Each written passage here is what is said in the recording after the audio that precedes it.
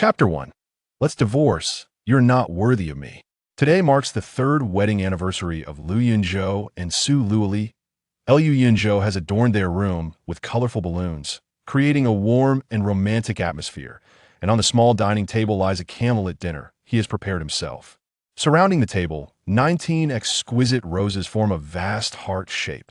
After taking a comforting hot shower and changing into a tailored suit, he clutches the rose-themed engagement ring tightly, ready to surprise Su Luoli. However, the workday has long since ended, and Su Luoli has yet to return home. Growing anxious, Liu Yunzhou cannot help but call her multiple times, but his efforts are met with silence. At this moment, Su Luoli stands in the hospital corridor, tears streaming down her face as she gazes at the operating room door. Earlier in the afternoon, she had left work an hour early to pick up her mother, Zhang Yoli, and her brother, Su Luqing, to celebrate their anniversary. Unexpectedly, Zhang Yoli had thrust a divorce agreement at her, demanding she return to finalize the divorce. When Su Luoli refused, Zhang Yoli drank a bottle of poison. With no other option, Su Luoli rushed her mother to the hospital for emergency treatment. An hour later, the medical staff wheeled Zhang Yoli out of the operating room. The doctor stated, "Her life is saved, but her will to live is weak. If any further complications arise, it could be fatal." Silently, Su Luoli escorted Zhang Yoli to her hospital room.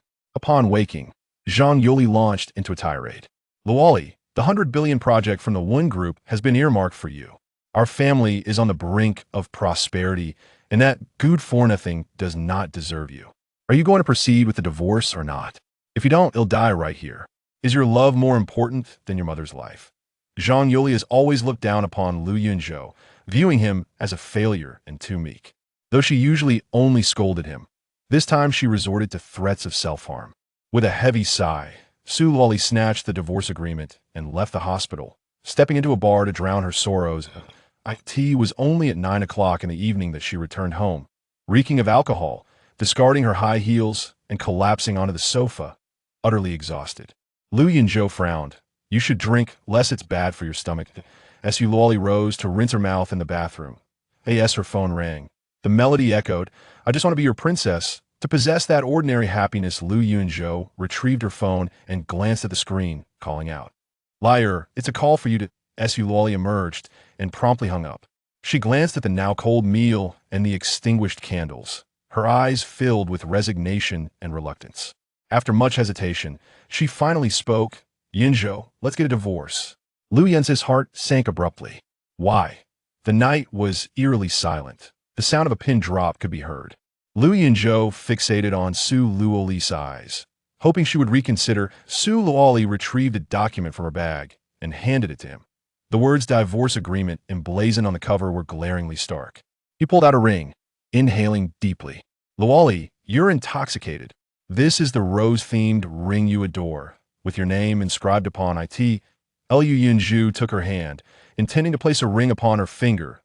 Su Luoli abruptly withdrew her hand, gazing at him in disbelief. "That ring costs 30 million. Where on earth did you acquire such wealth?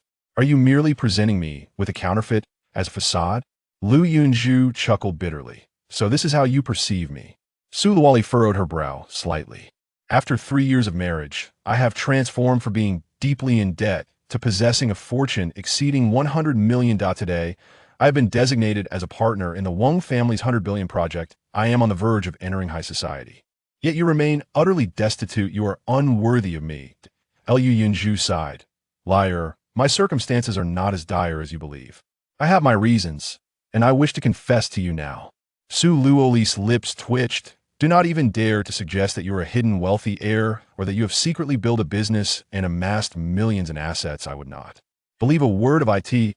Liu Yunzhou grasped Su Luoli's chin, his gaze unwavering. "You are quite perceptive. I am indeed a concealed wealthy heir. Your fortune exceeding 100 million has been aided by my support all these years. I have earned a significant sum, not millions, but billions." Su Luoli was momentarily taken aback before delivering a sharp slap across his face.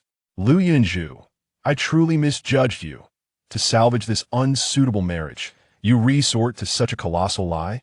You were once merely pathetic, but now your hypocrisy makes me feel ill." He released Su Luoli, collapsing onto the sofa in utter despair. Powerlessness, sorrow, and a dull ache enveloped him. Now that I've exposed you, you have nothing to say, do you? Wealth cannot be feigned, one can discern it through spending habits.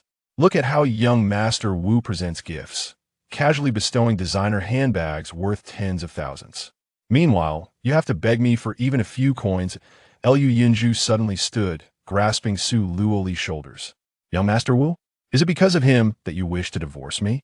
I have truly wasted my sincerity.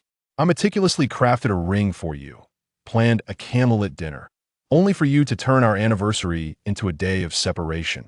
He leaned closer, anger and coldness evident in his eyes, as if he were about to devour her whole. Su Luoli felt a surge of panic. I apologize, I forgot today was a day of great significance for you. Perhaps we could. Lu Yunzhu's lips twitched, and with a disdainful scoff, he tossed her onto the sofa. He straightened up, shedding his suit, tearing off his tie, and loosening his shirt, casting it aside, while he began to unfasten his belt. His dark eyes bore into her, void of emotion yet intensely charged. Su Luoli watched him anxiously. Lu Yunzhou. The man did not respond, entirely engrossed in undressing. Su Luoli felt a rush of alarm despite their 3 years of marriage and intimacy. The sight of him now instilled in her a desire to flee. She climbed off the sofa, intending to turn away, but her wrist was suddenly seized by him. You wish to imply that we shall proceed with the divorce tomorrow?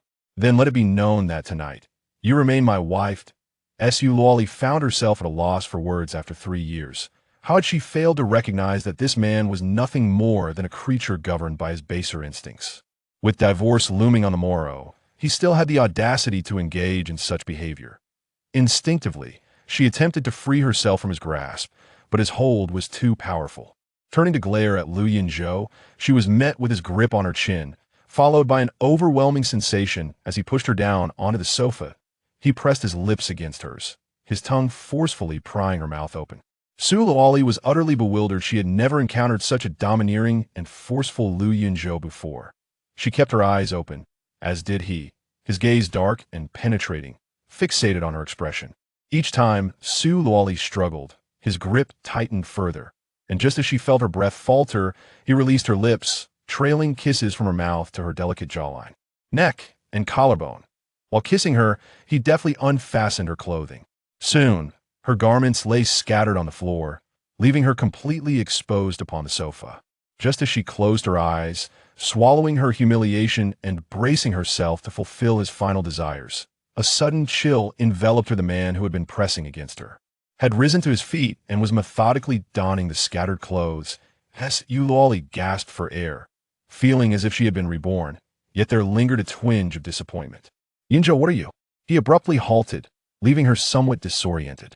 It's nothing. Do not presume that I hold you in any high regard, that a woman as superficial as you is not worthy of my protection.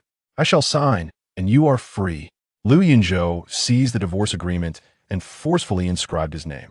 Su Luoli gazed at the signature, letting out a quiet sigh as she produced a bank card and offered it to him. This card contains 8 million. Consider it your compensation. The villa is yours, and I shall vacate it by tomorrow. I desire none of this. You need not move. I shall leave at once. You refuse money, reject the house. Where will you go at this hour? She was reluctant to part with him, wanting to provide him with enough funds and a villa so he could thrive post-divorce. Yet, he dismissed her offer. The world is vast. I have countless places to go. I resided here for you. But now, with everything changed, I do not wish to remain. Su Luoli stared at him in stunned silence. Sensing a transformation, he had become somewhat unfamiliar, cold, and unfeeling. No longer was he the gentle and accommodating Lu Yunzhou she once knew. That a dull ache suddenly pierced her heart, as if something precious was gradually slipping away beyond her grasp. Return to me the jade pendant you gifted. It was a keepsake from my mother. He reached up, removing the pendant from her neck and pocketing it. He turned and departed. Su Luoli sat in a daze upon the sofa. I only wish to be your princess, to possess that simple happiness. Her phone rang again, and the sound struck her as painfully ironic. With impatience, she answered. Luoli, has that worthless man agreed to the divorce? Mother disapproves of your financial offer, and the villa, she is coming with your brother to assist you. Episode 2. Just divorced, rescued by a beauty, he has departed. Are you satisfied now? Su Luoli screamed in a fit of despair, disconnecting the call and stumbling back to her bedroom, collapsing onto the bed while clutching Lu Yunzhou's pillow and weeping silently. Lu Yunzhou, who had just stepped outside, felt a wave of melancholy wash over him, his thoughts drifting back 3 years. Misu, grina su quieres suloli. Lu Yunzhou possesses nothing, but is a good man. Would you be willing to marry him? With a shy flutter of her large, expressive eyes, she replied, compared to material wealth, I cherish love even more.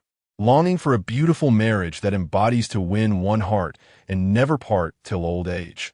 Her words had greatly comforted Lu Yunzhou, prompting him to gift her a treasured family jade pendant and vow to provide her with a prosperous life, despite her indifference to wealth. Over the past 3 years, he had secretly assisted her in numerous ways. Now, he found it unfathomable that the innocent, kind-hearted girl who once yearned for love could transform into someone so materialistic, choosing to divorce him for a billion-dollar project that had yet to materialize.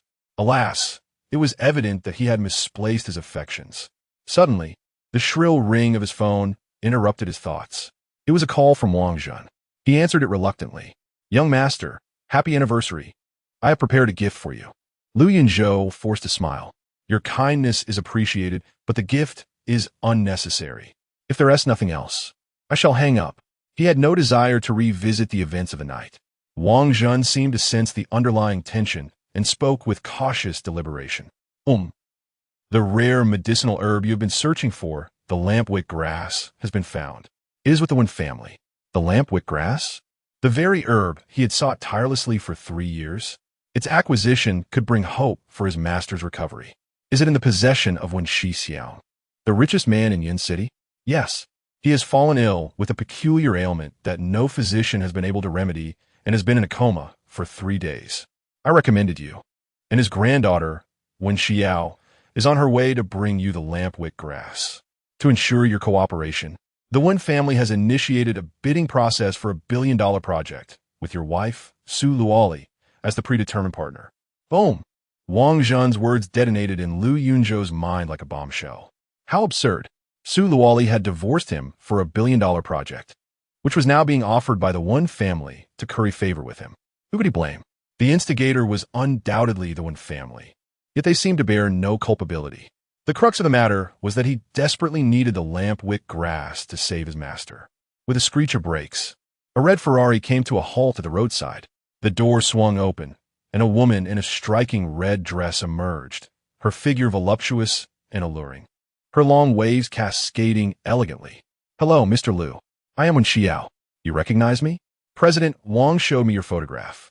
Wen Xiao extended her hand for a handshake, exuding confidence. She then produced an exquisite box. Here is the lampwick grass for you. Lu Yunzhou's emotions were tumultuous as he gazed at the box, feeling a mix of conflicting sentiments.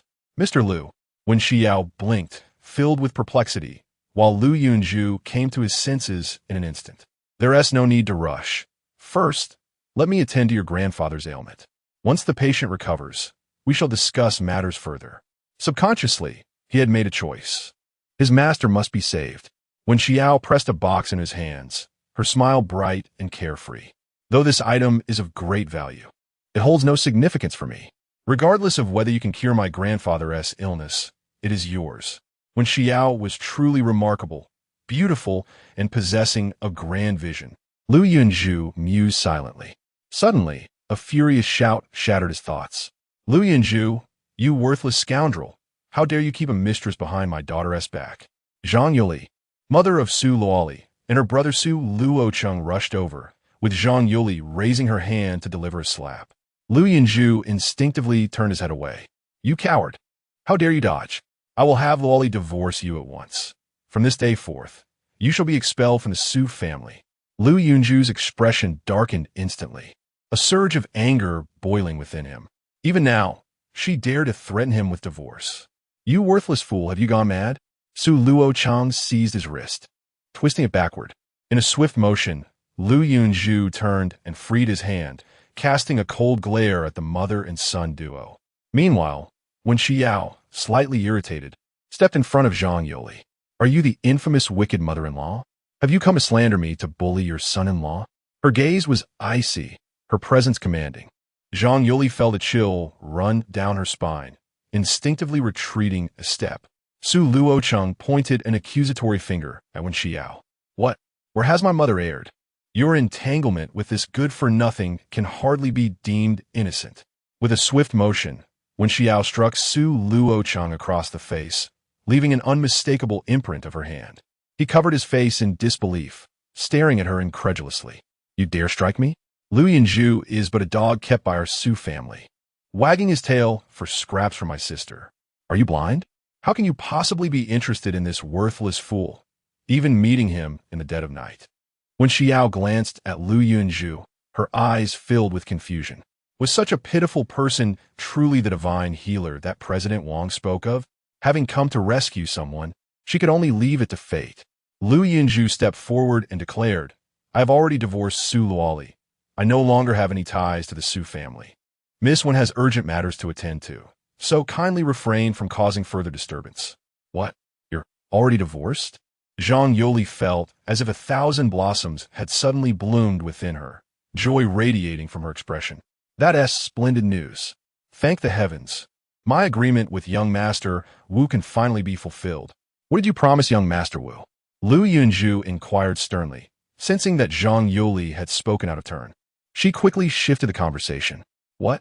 Feeling emboldened now that you're divorced? Even so, you remain a worthless fool. How dare you defend a woman who struck my son? Zhang Yoli aggressively grabbed his collar, attempting to claw at his face. Yunzhou turned his head to evade her. Enough, Zhang Yoli. I am no longer your family as a son-in-law and will no longer treat you as a revered matriarch. You have no reason to trouble me. With that, Yunzhou forcefully pushed Zhang Yoli away. Miss Wen, let us depart. Yunzhou opened the car door, allowing Wen Xiao to enter, casually placing the bulrush on the vehicle before circling around to enter from the other side. Halt! Leave the 8 million check and the villa keys that Luoli gave you. It turned out that this mother and son had come in the middle of the night to thwart his division of assets. I have no need for the money or the villa. Su Haochen seized him, retorting, Who knows if you have taken anything? I must search you before I let you go. Such a statement was highly insulting, and when Xiao's gaze burned with fury, Yunzhou offered her a calming glance, signaling her not to exacerbate the situation by exiting the vehicle. To Zhang Yoli, this entire exchange reeked of clandestine affection. You've been entangled with this vixen for quite some time, haven't you? You should leave empty-handed after your premarital infidelity. Yunzhou suppressed his rage, allowing Su Haochen to conduct a thorough search, during which Su Luocheng retrieved a jade pendant from his pocket. You claim you took nothing. This belongs to my sister. Yunzhou's expression shifted dramatically, his eyes turning icy. This is the ancestral jade pendant of the Lu family, a gift I presented to Su Luoli. Return to me. You have fed off my Su family for 3 years, and you expect to reclaim a mere piece of jade? With a resounding crack, the pendant shattered upon hitting the ground, scattering into fragments. Su Luocheng regarded him with defiance. Yunzhou's countenance darkened ominously, his eyes ablaze with fury. You seek death. His voice was as frigid as snow. With a swift motion, he struck Su Luocheng, sending him sprawling to the ground. A gasp escaped as blood spurted forth. Zhang Yoli rushed over, embracing Su Luocheng and wailing loudly. Yunzhou, you worthless man. I married my daughter to you and supported you for 3 years. Yet, you squandered my daughter's wealth on a mistress and even struck my son. Yunzhou remained silent, bending down to collect the shards of the jade pendant, tucking them into his pocket before entering the car. When Xiao started the engine, speeding away, Su Luocheng, impatient, Thang Yoli Saif. That good-for-nothing has left. Who are you crying for? Quickly call my sister and ask if she has indeed divorced. How is the 8 million meant to be given to that useless man? If there is no check in your pocket, did you transfer the funds directly? Hurry and retrieve the money. Chapter 3. The Dandy Luoli. Yunzhou has assaulted your brother. Zhang Yoli cast a glance at Su Luocheng. Hiss! Su Luocheng immediately let out a suppressed gasp of pain, lowering his voice. Mom, I'm not hurt. Please don't tell sister about that useless man and his mistress. I wouldn't want her to be distressed. After all, They were once married. Zhang Yoli, filled with anger, retorted, "Why not? Luo Li deserves to know about this, so she can see the true nature of that good-for-nothing and prevent him from returning with sweet words to deceive your sister again." A pang of sorrow struck Su Luo Li, and silent tears streamed down her cheeks. It seemed that her fate with Lu Yunzhou had truly come to an end. After a long pause, she finally asked with a quivering voice, "Mom, weren't you just rescued and still recuperating in the hospital? Is Xiao Chun seriously injured?" "The doctor said there's nothing major to worry about. You should rest. I'll take your brother to the hospital for treatment." Although Lu Yunzhou's earlier actions had been terrifying, Su Luochen was not seriously hurt. A mere wipe of the blood from the corner of his mouth left no visible trace of injury. To ensure that Su Luo Li would completely give up hope, Su Luochen felt compelled to exaggerate his condition. Zhang Yoli silently vowed, "Lu Yunzhou, you shall never return to our Su family."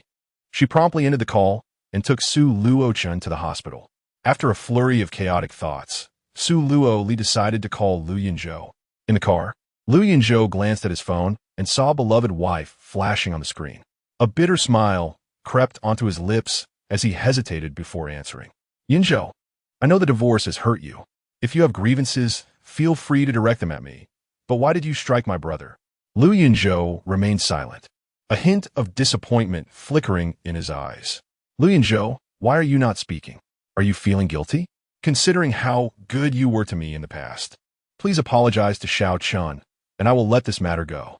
Otherwise what?" Despite knowing that Su Luo Li cared for her brother far more than for him, he could not help but ask. "Su Luo Li." Her thoughts muddled, and under the influence of alcohol, stammered, I. She could not find the words and did not wish to end the call. To be precise, she was eager to know if there was indeed another woman in Lu Yunzhou's life. Although they were divorced, she still struggled to accept the notion of him having someone else. "You question me without seeking the reason. It seems the bond of siblinghood runs deep, something I, as your ex-husband, cannot compete with." The term ex-husband felt heavy on her tongue, laden with unspoken sorrow and grievances. Not hearing a woman's voice offered Su Luo Li an inexplicable sense of relief. With a self-deprecating smile, she hung up, feeling she had demeaned herself. Lu Yunzhou arrived at the hospital, following Wen Xiao inside. "Sister, why did you return only now? Where is the miraculous doctor?" Wen Yao emerged to greet them. Glancing behind Lu Yunzhou, "This is Mr. Lu, introduced by President Wang," Wen Xiao replied. "My sister, Wen Yao," she briefly introduced before getting straight to the point. "Mr. Lu, grandfather has been in a coma for 3 days and is in critical condition. I kindly ask that you examine him immediately." Lu Yunzhou nodded, signaling her to lead the way. Wen Xiao swiftly made her way to the ward, with Lu Yunzhou silently following behind. "Sister, is this pretty boy the divine doctor you invited?" She furrowed her brows, her delicate features clearly displaying her displeasure. "Pretty boy?" Lu Yunzhou halted his steps, hands tucked into his pockets, his gaze inscrutable. What image of a divine doctor resided in Miss Wen's mind? Wen Yao scrutinized him back and forth. This man was tall and slender, with alabaster skin, deep-set eyes, and finely sculpted features that exuded an almost otherworldly charm. He bore no semblance to the conventional image of a divine doctor. After a moment's hesitation, she carefully chose her words. "You are quite young, and your appearance is that of a pretty boy. There is nothing about you that aligns with the essence of a divine doctor. First, take a look at what ailment I have. If you cannot discern it, there is no need to disturb my grandfather." Miss Wen suffered from severe dysmenorrhea, incapacitating her on the 2nd day of her menstrual cycle each month. Wen Yao's eyes widened in disbelief. "You haven't even taken my pulse or conducted any examination. You are merely guessing, aren't you?" Traditional Chinese medicine emphasizes observation, listening, inquiry, and palpation, with pulse-taking being just one of the methods. "Your complexion is pale. The area beneath your eyes is dark, and your lips are slightly discolored. These are symptoms of qi stagnation and blood stasis. Women suffering from such conditions often experience obstructed menstruation, leading to dysmenorrhea." Lu Yunzhou spoke eloquently, not only identifying her ailment, but also articulating the pathological analysis with precision. Having consulted numerous hospitals and undergone multiple examinations, When Yao found it astonishing that this young man could pinpoint the cause that even seasoned gynecologists had failed to ascertain. And his reasoning was sound. She was beginning to believe him and was about to step aside to allow him entry when, unexpectedly, Yunzhou added, "Besides your dysmenorrhea, you also have acne on your backside." Yao's cheeks flushed crimson, her composure shattering as she glared at him fiercely. "Who told you to say that?" Ignoring her mortification, Yunzhou continued to list her symptoms. "You also seem to have a hearty appetite. You must have eaten something that disagreed with you yesterday, as you spent the night running to the restroom, unable to rest properly." Yao couldn't suppress a laugh, while the bodyguards nearby struggled to contain their amusement, discreetly slipping away to find a place to chuckle. Yao was furious. She felt an overwhelming urge to sew his mouth shut with a needle. Regret washed over her for provoking Yunzhou, especially when she met his teasing gaze. Her face burned with embarrassment and rage. "You nonsense, pretty boy. My grandfather's life is precious. I don't need your help, so leave." Yao turned and stood firmly in front of the entrance, refusing to let Yunzhou pass. Yunzhou glanced over her head into the hospital room. On the bed lay old Master One, eyes closed, sunken cheeks, a waxen complexion, motionless like a lifeless corpse. He shot a sidelong glance at Yao. "Given your grandfather's condition, he may not last 5 minutes. If we do not act swiftly, it could cost him his life." "You're talking nonsense. Just because I won't let you swindle money from us, you dare to curse my grandfather? Get out." Yao was livid, ready to slap Yunzhou. Yao also felt that Yunzhou's words were excessively outrageous and did not intervene to stop her sister. Yunzhou swiftly dodged, his gaze icy, unable to be swayed by pleasantries. "Don't come chasing after me later. The medical expenses will double. And only if you relinquish your family's prestigious restaurant will I consider treating him." With that, he turned to leave. Yao was momentarily taken aback. She had not anticipated that the usually meek Yunzhou would exhibit such temper. "Forget it. Tonight has been a futile endeavor. Tomorrow, I shall seek another renowned physician." With Yunzhou dismissed, Yao felt considerably lighter, nearly inclined to break into song in celebration of her newfound freedom. Crash! The cup by old Master Wen's bedside shattered on the floor, prompting Yao to turn back. She was met with the sight of her grandfather convulsing, his face shrouded in a dark pallor, spewing forth black blood. "Grandfather, what has happened?" she cried, rushing to his side. Grasping his hand, she felt its cold, rigid touch, as if life had fled from him. Yao hurriedly activated the call button by the bed. Doctor, my grandfather is in critical condition. Please come quickly." Several doctors rushed in, swiftly placing an oxygen mask on old Master One and connecting him to a life-saving defibrillator. Gradually, his convulsions ceased, though his face remained ominously dark. The doctors breathed a sigh of relief, but the heart monitor emitted a warning signal. Beep, beep, beep. A doctor turned to the screen, alarmed. "Goodness, the heart rate is plummeting. We have mere minutes left." Yao wept bitterly. "Doctor, please save my grandfather." The doctor shook his head. "Child, we have done all we can. Prepare for the worst." It was all the fault of that insufferable young man, the crow's mouth, who had cursed her grandfather. Otherwise, he would not be in this state. As she cried, her anger flared. "Yes, Mr. Liu. He was the first to notice my grandfather's decline." In a fit of desperation, Yao turned on her heels and dashed out, taking the director's private elevator down. Upon exiting the hospital, she spotted Yunzhou, tall and poised, waiting by the roadside for a cab. "Mr. Liu," she shouted as she ran towards him. A taxi approached and halted. Yunzhou opened the door, preparing to enter, when Yao lifted her skirt and discarded her high heels, sprinting forward. "Mr. Liu, please help." Yunzhou glanced back at her disheveled state, a look of resignation crossing his face as he closed the car door. "Mr. Liu," Yao collapsed to the ground, tears streaming down her face as she looked up at him. "Mr. Liu, I apologize on behalf of my sister. If you can save my grandfather, I would willingly forfeit the family's restaurant, and all our assets are at your disposal." Yunzhou checked his watch. The patient had already succumbed, devoid of any vital signs. Just then, Yao's phone rang. It was her sister calling. She answered immediately. From the other end came Wen Yueyao's heart-wrenching cries. "Sister, where have you been? Grandfather has passed away." Chapter 4. The Deceiver. "I shall kill you," when Xiao sat helplessly on the ground, tears streaming down her face as she cried out. "Grandfather." He is merely in shock. There is still hope for revival. Lu Yunzhao's figure swayed as he entered the hospital. The elevator was unbearably slow, and the throng of people waiting was overwhelming. He took a decisive step into the staircase, bounding up 3 steps at a time, swiftly ascending. In less than a minute, he arrived at the door of Old Master Wen's hospital room. Inside, the doctors had ceased their attempts at resuscitation, standing solemnly to one side, one of them holding a ledger to record the death.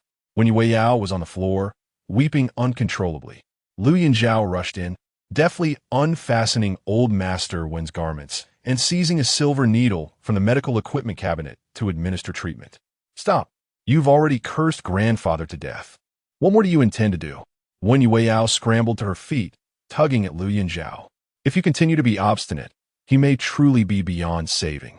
Startled, Wen Yueyao halted, but Lu Yunzhao forcefully pushed her aside and continued with the acupuncture. Each slender, exquisite silver needle shimmered under the light as it swiftly penetrated Old Master Wen's withered skin, targeting specific acupoints. With every insertion, the old man exhibited a slight tremor, and the attending doctors held their breath in anticipation. Lu Yunzhao's technique was remarkably skilled and swift before anyone could comprehend his movements. He had inserted an entire box of silver needles into Old Master Wen. He then began to manipulate the needles, a faint white vapor emanating as the needles penetrated deep into the old man's body. The pallor that enveloped Old Master Wen gradually dissipated, his complexion becoming rosy, and he soon regained his former vitality. "Look, the patient's heart rate has returned to normal," one doctor exclaimed with astonishment, rushing forward to check for breath. "It's a miracle. His breathing is steady, as if he is merely sleeping." After completing the acupuncture, Lu Yunzhao exhaled a sigh of relief. Wiping the sweat from his brow, Wen Yueyao, observing his cessation of movement, anxiously inquired, "Why hasn't grandfather awakened yet?" "The patient has been poisoned for over 10 days, and the venom has infiltrated the heart's vessels. I have just expelled it from the heart. It has now moved to the large intestine. In 1 hour, it will emerge on its own. However, during this hour, the silver needles must not be removed, or it could lead to a life-threatening situation." Lu Yunzhao admonished with grave seriousness. "Who knows if what you say is true?" Wen Yueyao, still harboring resentment over Lu Yunzhao's earlier remarks regarding her skin, pouted defiantly. Yeah. When Xiao entered, her eyes filled with warning, silencing her. "I'm going to the restroom. You both stay here and watch over him." After instructing them, Lu Yunzhao exited the room to the restroom. The other doctors, seeing that the crisis had passed, gradually departed as well. Suddenly, a group of doctors clad in white coats hurried over, intent on entering the room. Leading them was a bald, middle-aged man, striding confidently with an air of arrogance. "Who are you? What do you want?" Wen Yueyao crossed her arms defensively at the doorway, her expression one of vigilance. "My surname is Zhang. I am an internal medicine expert and professor at the City People's Hospital. On the orders of the hospital director, I am here to lead a large consultation with over a dozen top internal medicine specialists from Yun City for Old Master Wen." Professor Zhang, a distinguished expert in the medical field of Yun City and acknowledged as the foremost physician by all hospitals in the city, questioned why they had arrived so late. The experts were indeed busy. After I issued the notification, it was only in the evening that I gathered all the specialists together. Professor Zhang adjusted his collar, standing tall and proud, in contrast to the young and frivolous Lu Yunzhao. Wen Yueyao naturally placed her trust in the team of experts and quietly stepped aside to allow them passage. As Professor Zhang approached the hospital bed, he immediately furrowed his brow. "Who administered these silver needles? This is utterly absurd," he declared, preparing to remove the needles. "Wait," when Xiao promptly intervened. "What is the matter?" Professor Zhang inquired, visibly displeased and regarding Wen Xiao with a frown. "Mister, Lu just administered the needles to my grandfather and stated that they cannot be removed for the time being, as doing so could pose a threat to his life. She wishes to wait an hour to observe the results, and if my grandfather is not awakened by then, We shall call for these experts to consult. Preposterous. Professor Zhang scoffed. If a few silver needles could cure ailments, what need would there be for experts like us? Indeed, Professor Zhang was right. Wen Yueyao felt as though she had been made a fool by Lu Yunzhou. Reflecting on it now, she still felt a pang of indignation and chimed in, "Sister, that man is merely in his 20s. How competent could he possibly be? Surely, you do not genuinely believe him? He is merely trying to deceive us. But he accurately diagnosed your dysmenorrhea and diarrhea. My grandfather was just in a critical state, and it was Mr. Liu who rescued him when Xiao countered. He was just lucky. After all that time, my grandfather still hasn't awakened." Perhaps Professor Zhang could simply glance at him and he would wake. Wen Yueyao's face flushed crimson, recalling her prior embarrassment that her sister had so bluntly mentioned in public. This was all the fault of that young man, who had turned her into a laughingstock.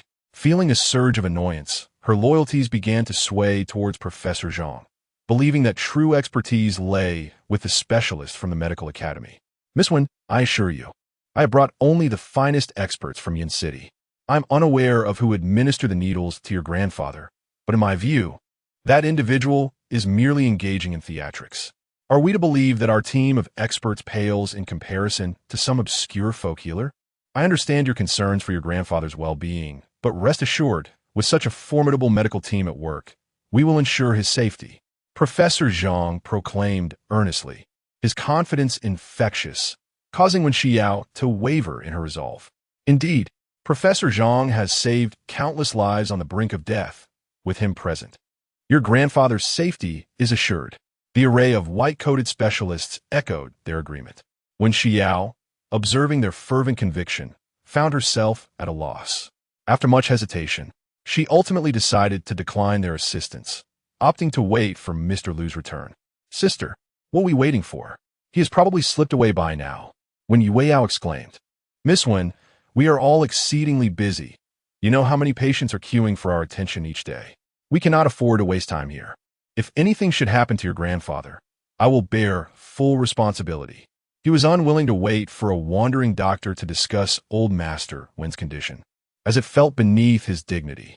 After Professor Zhang concluded his remarks, he began to remove the needles with swift precision. One by one, he discarded the silver needles, and suddenly, old Master Wen's body began to convulse violently. His complexion darkened rapidly, and black blood began to flow uncontrollably from his mouth and nose. Beep, beep.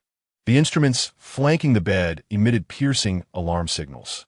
Professor Zhang's expression shifted dramatically, while the other doctors retreated hastily. They had not anticipated such severity. Otherwise, they would never have dared to tread into this perilous situation. "You fraud! Did you not assure us that grandfather would be safe? How could this happen? If anything befalls him, I will take your life," Wen Yueyao exclaimed in a panic, her voice laced with tears as she scolded Professor Zhang. It was strange. Moments ago, everything seemed fine. Professor Zhang grew increasingly uneasy, glancing around in terror. At this moment, he profoundly regretted his decision to remove the needles. "Professor Zhang, the patient's situation is critical. Immediate resuscitation is imperative," a doctor urged, his brow slick with sweat. "Quickly, arrange for emergency aid." Professor Zhang, sensing the urgency, immediately instructed everyone to commence resuscitation efforts. They scrambled in a chaotic attempt to revive old Master Wen, yet his condition showed no signs of improvement. Vital signs continued to plummet. Professor Zhang was utterly panicked. "Old Master Wen, he is unresponsive. There is no heartbeat or breath." The emergency physician wiped his brow continuously, cautiously reporting the situation to Wen Xiao. "What?" Wen Xiao's eyes widened in disbelief as Wen Yueyao grasped Professor Zhang's collar. "You fraud! You owe me my grandfather's life," she questioned, her voice trembling with despair. Professor Zhang, increasingly flustered, could find no words to respond. "Where is the miraculous doctor who administered the needles? Perhaps he possesses a solution," a doctor suddenly suggested. "Yes, Mr. Liu. Hurry and find Mr. Liu." Wen Xiao's words had barely left her lips when the bodyguard stationed at the door dashed away. Lu Yunzhou emerged from the restroom. "Mr. Liu, quickly. They removed the needles from grandfather, and he has no heartbeat or breath." Lu Yunzhou raced toward the ward. "Mr. Liu, Please save my grandfather."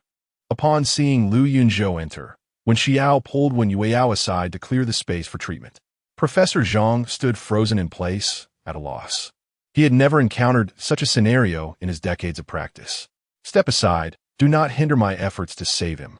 Lu Yunzhou positioned himself at the bedside. His handsome visage darkened, brows furrowed tightly, exuding an intimidating pressure. Professor Zhang instinctively took 2 steps back, exhaling with relief. All eyes were fixed on Lu Yunzhou's every move. Professor Zhang secretly felt fortunate that this fool had taken on the hot potato. Even if Old Master Wen would perish, the blame could be shifted onto him. Yet, witnessing the reverence with which the One's sisters regarded Lu Yunzhou, he felt a pang of resentment. Why should they show such respect to this fool while cursing him?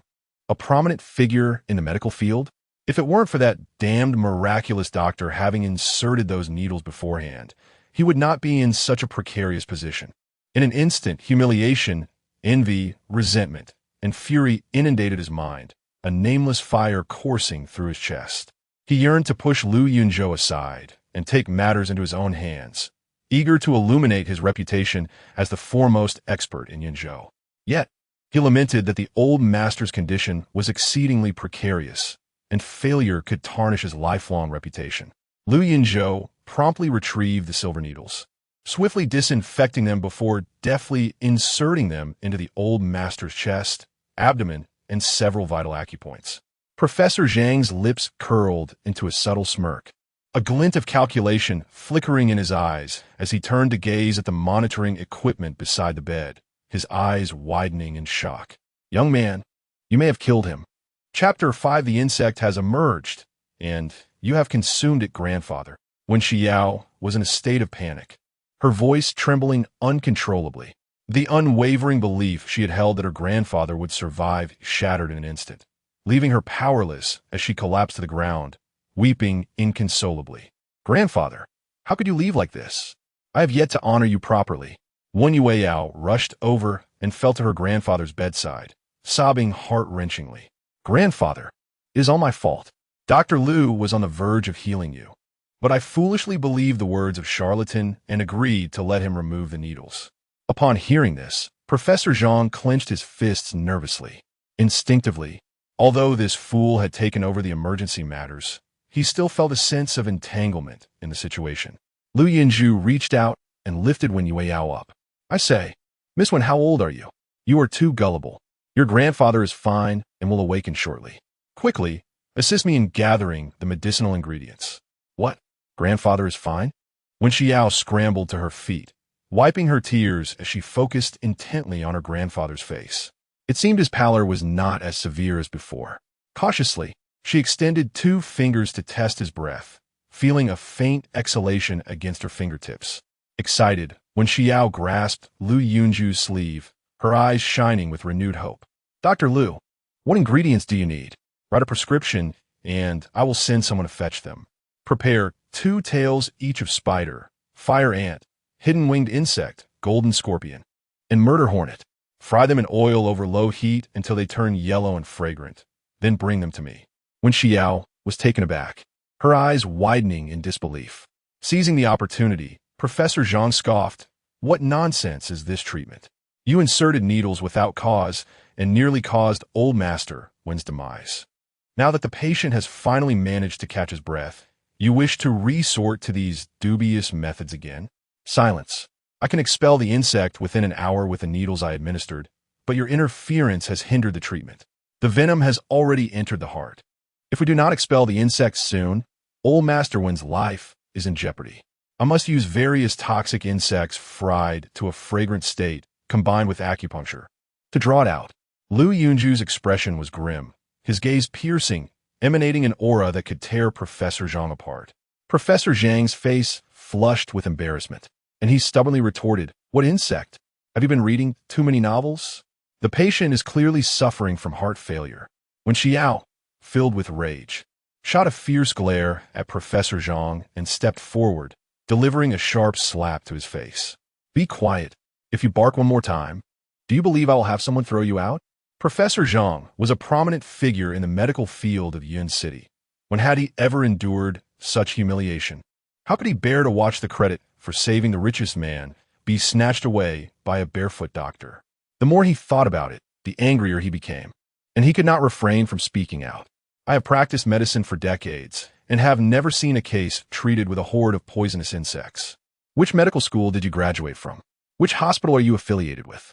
Do you even have a medical license? Yunzhou raised his gaze, casting a disdainful glance at him.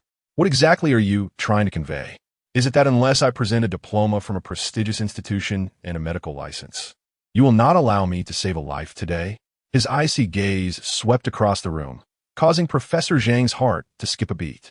Without credentials, one had no right to practice medicine, let alone employ baseless remedies involving venomous creatures. Who gave him the audacity to deceive in such a manner? Professor Zhang cast a glance at the increasingly flushed face of old Master Wen, sensing that he was on the verge of awakening. The old man's fingers twitched. He was about to regain consciousness. "Thank you, Mr. Liu," Wen Yueyao suddenly exclaimed, her eyes brimming with tears of excitement. A fragrant aroma wafted in as a bodyguard entered, cradling a jar. "Mr. Liu, the medicinal materials are ready." He spoke while handing it to Yunzhou, who accepted the jar and placed it on the bedside table. Adjusting old Master Wen's position, he focused his energy and reached out to manipulate the silver needles embedded in the old man's abdomen. "Hold on. Your unorthodox methods could endanger old Master Wen's life. Allow me to take over," Professor Zhang interjected, forcefully pushing Yunzhou aside and mimicking his actions with the needles. His eyes fixated intensely on old Master Wen's face as he silently urged, "Open your eyes. Quickly, open your eyes." If only the old man would awaken while he was working with the needles, the credit for reviving the wealthy one would be his alone. The one family would surely reward him handsomely, enough to sustain the Zhang family for generations. However, old Master Wen remained unresponsive, his fingers no longer moving. Professor Zhang held the silver needle, paralyzed by uncertainty. A bead of sweat trickled down his forehead. Looking back at Yunzhou, he found him seated calmly in a chair, eyes closed in meditation. Professor Zhang contemplated calling Yunzhou to take over, but feared that if he stepped aside, the old man might awaken, rendering his efforts futile. His eyes darted, and he pretended to continue manipulating the needles until he had gone through all of them. Yet there was still no sign of awakening from old Master Wen. Unable to contain her anxiety any longer, when Xiao snapped, "Zhang, can you do this or not? If not, step aside and let Mr. Liu take over." Professor Zhang's face flushed with indignation. Did she truly want those insects to treat her grandfather? Did she not find it repulsive? Yunzhou opened his eyes, a smirk of derision gracing his lips. "Repulsive? I was on the verge of expelling the parasites with acupuncture, but your interruption compromised my efforts. Now we must resort to these insects to draw out the remaining ones." Professor Zhang trembled with rage.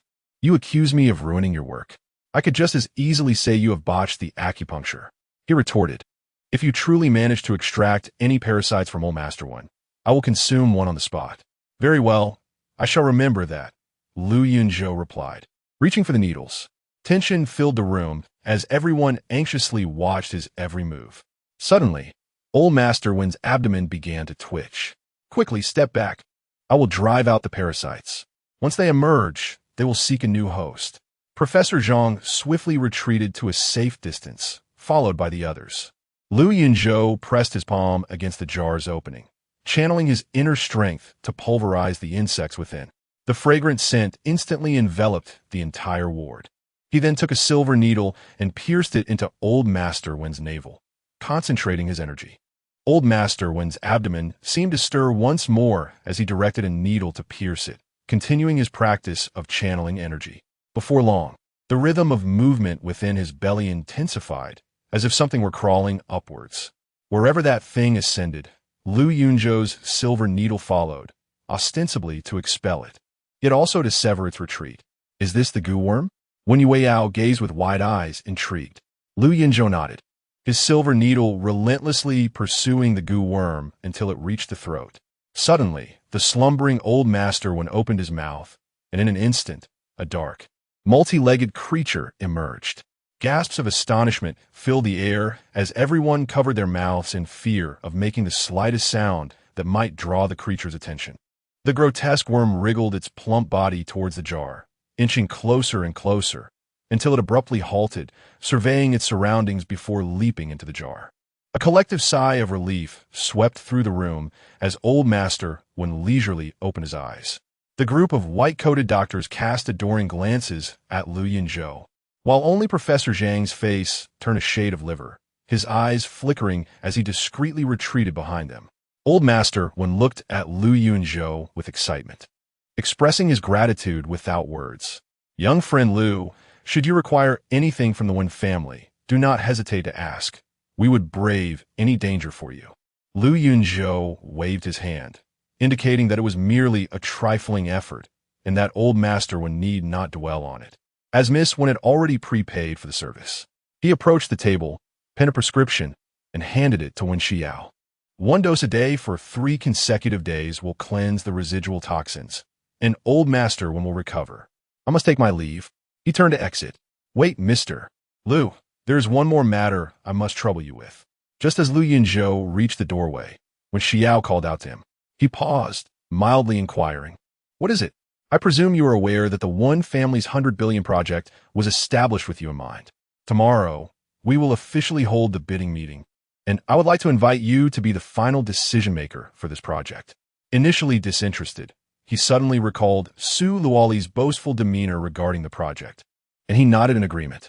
He was curious to see how Su Luoli would react upon learning that he was the decision-maker for the 100 billion project. Very well. Thank you. Lu Yunzhou acknowledged as he stepped outside, while Professor Zhang quietly exhaled in relief. Since Old Master Wen is well now, we should take our leave, he gestured, leading the group of white-coated doctors to depart. Wen Yueyao glanced at the jar containing the goo worm on the bedside table. Hold on, Professor Zhang. You just said that as long as Mr. Lu procured the goo worm, you would consume it. Now that the goo worm is in this jar, you should eat it.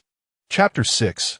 Master, save me. As Lu Yunzhou stepped outside, a chuckle escaped his lips, and he curiously turned around. Professor Zhang felt a sudden jolt in his heart, his expression turning grim, beads of sweat cascading down his forehead. Wen Yueyao rushed over, cradling the jar and advancing toward Professor Zhang. The moment I heard you mention eating insects, I eagerly awaited their emergence. The heavens do not disappoint those who seek the insects. They have finally appeared. Will you consume them raw, or shall they be fried, sautéed, or stewed? Perhaps we could add some vegetables and a bottle of wine? She approached step by step, while Professor Zhang retreated, eventually stumbling outside the door. Lu Yunzhou reached out to steady him. Turning to see Lu Yunzhou, Professor Zhang felt a wave of shame wash over him, wishing he could dig a hole to hide in. As Wen Yueyao continued to close in with the jar, he felt his knees before Lu Yunzhou, grasping his legs. Master, I hold your medical skills in the highest regard. The phrase flowing river scarcely encapsulates my admiration for you. I wish to learn your acupuncture techniques and your mastery of controlling insects to benefit the people of Yin City. Please accept me as your disciple. Lu Yunzhou admired the man's quick thinking, recognizing it as a tactic to evade Wen Yueyao's impending reckoning. He spread his hands and chuckled. I have not brought my medical text with me, so I cannot teach you now. Perhaps next time. Professor Zhang's eyes lit up, refusing to release his grip. He shuffled closer on his knees, grinning sheepishly. So you are willing to impart your knowledge? Next time it is, I'll eagerly await your instruction. Old dog, having nearly jeopardized my grandfather's life twice, you shall not escape. Wen Yueyao fumed, hurling the jar at him. Professor Zhang, terrified, shielded his head and cowered on the ground. Master, save me. With a mere flick of his hand, Lu Yunzhou caught the jar effortlessly. Miss Wen, recklessly tossing insect jars could lead to dire consequences. He merely wished to treat your grandfather himself. While his eagerness may have been misguided, he harbored no intent to harm. This matter ends here. We shall take our leave. He pulled Professor Zhang up and turned to depart, the professor hastily following, fearful of being entangled in Wen Yao's relentless pursuit. In the corridor, Zhang Yuli approached, laden with an abundance of food. Good for nothing. Do not think that a mere apology to the hospital will absolve you from the Su family. You are dreaming. Lu Yunzhou ignored her, striding forward, leaving Zhang Yuli astonished at being so disregarded. She dumped everything on the ground, arms outstretched to block his path. Lu, what do you mean by this? You are mistaken. I am not here to apologize to your son, for I have done no wrong. Why should I apologize? Have you grown bold, daring to speak to me in such a manner? Zhang Yoli, outraged, flung everything she held to the ground and raised her hand to strike him. Professor Zhang rushed over, seizing her wrist. Who is this madwoman? So brazen? Do you believe I won't have every hospital in Yin City blacklist you? You will find yourself unable to seek treatment should you fall ill. Zhang Yuli scrutinized him.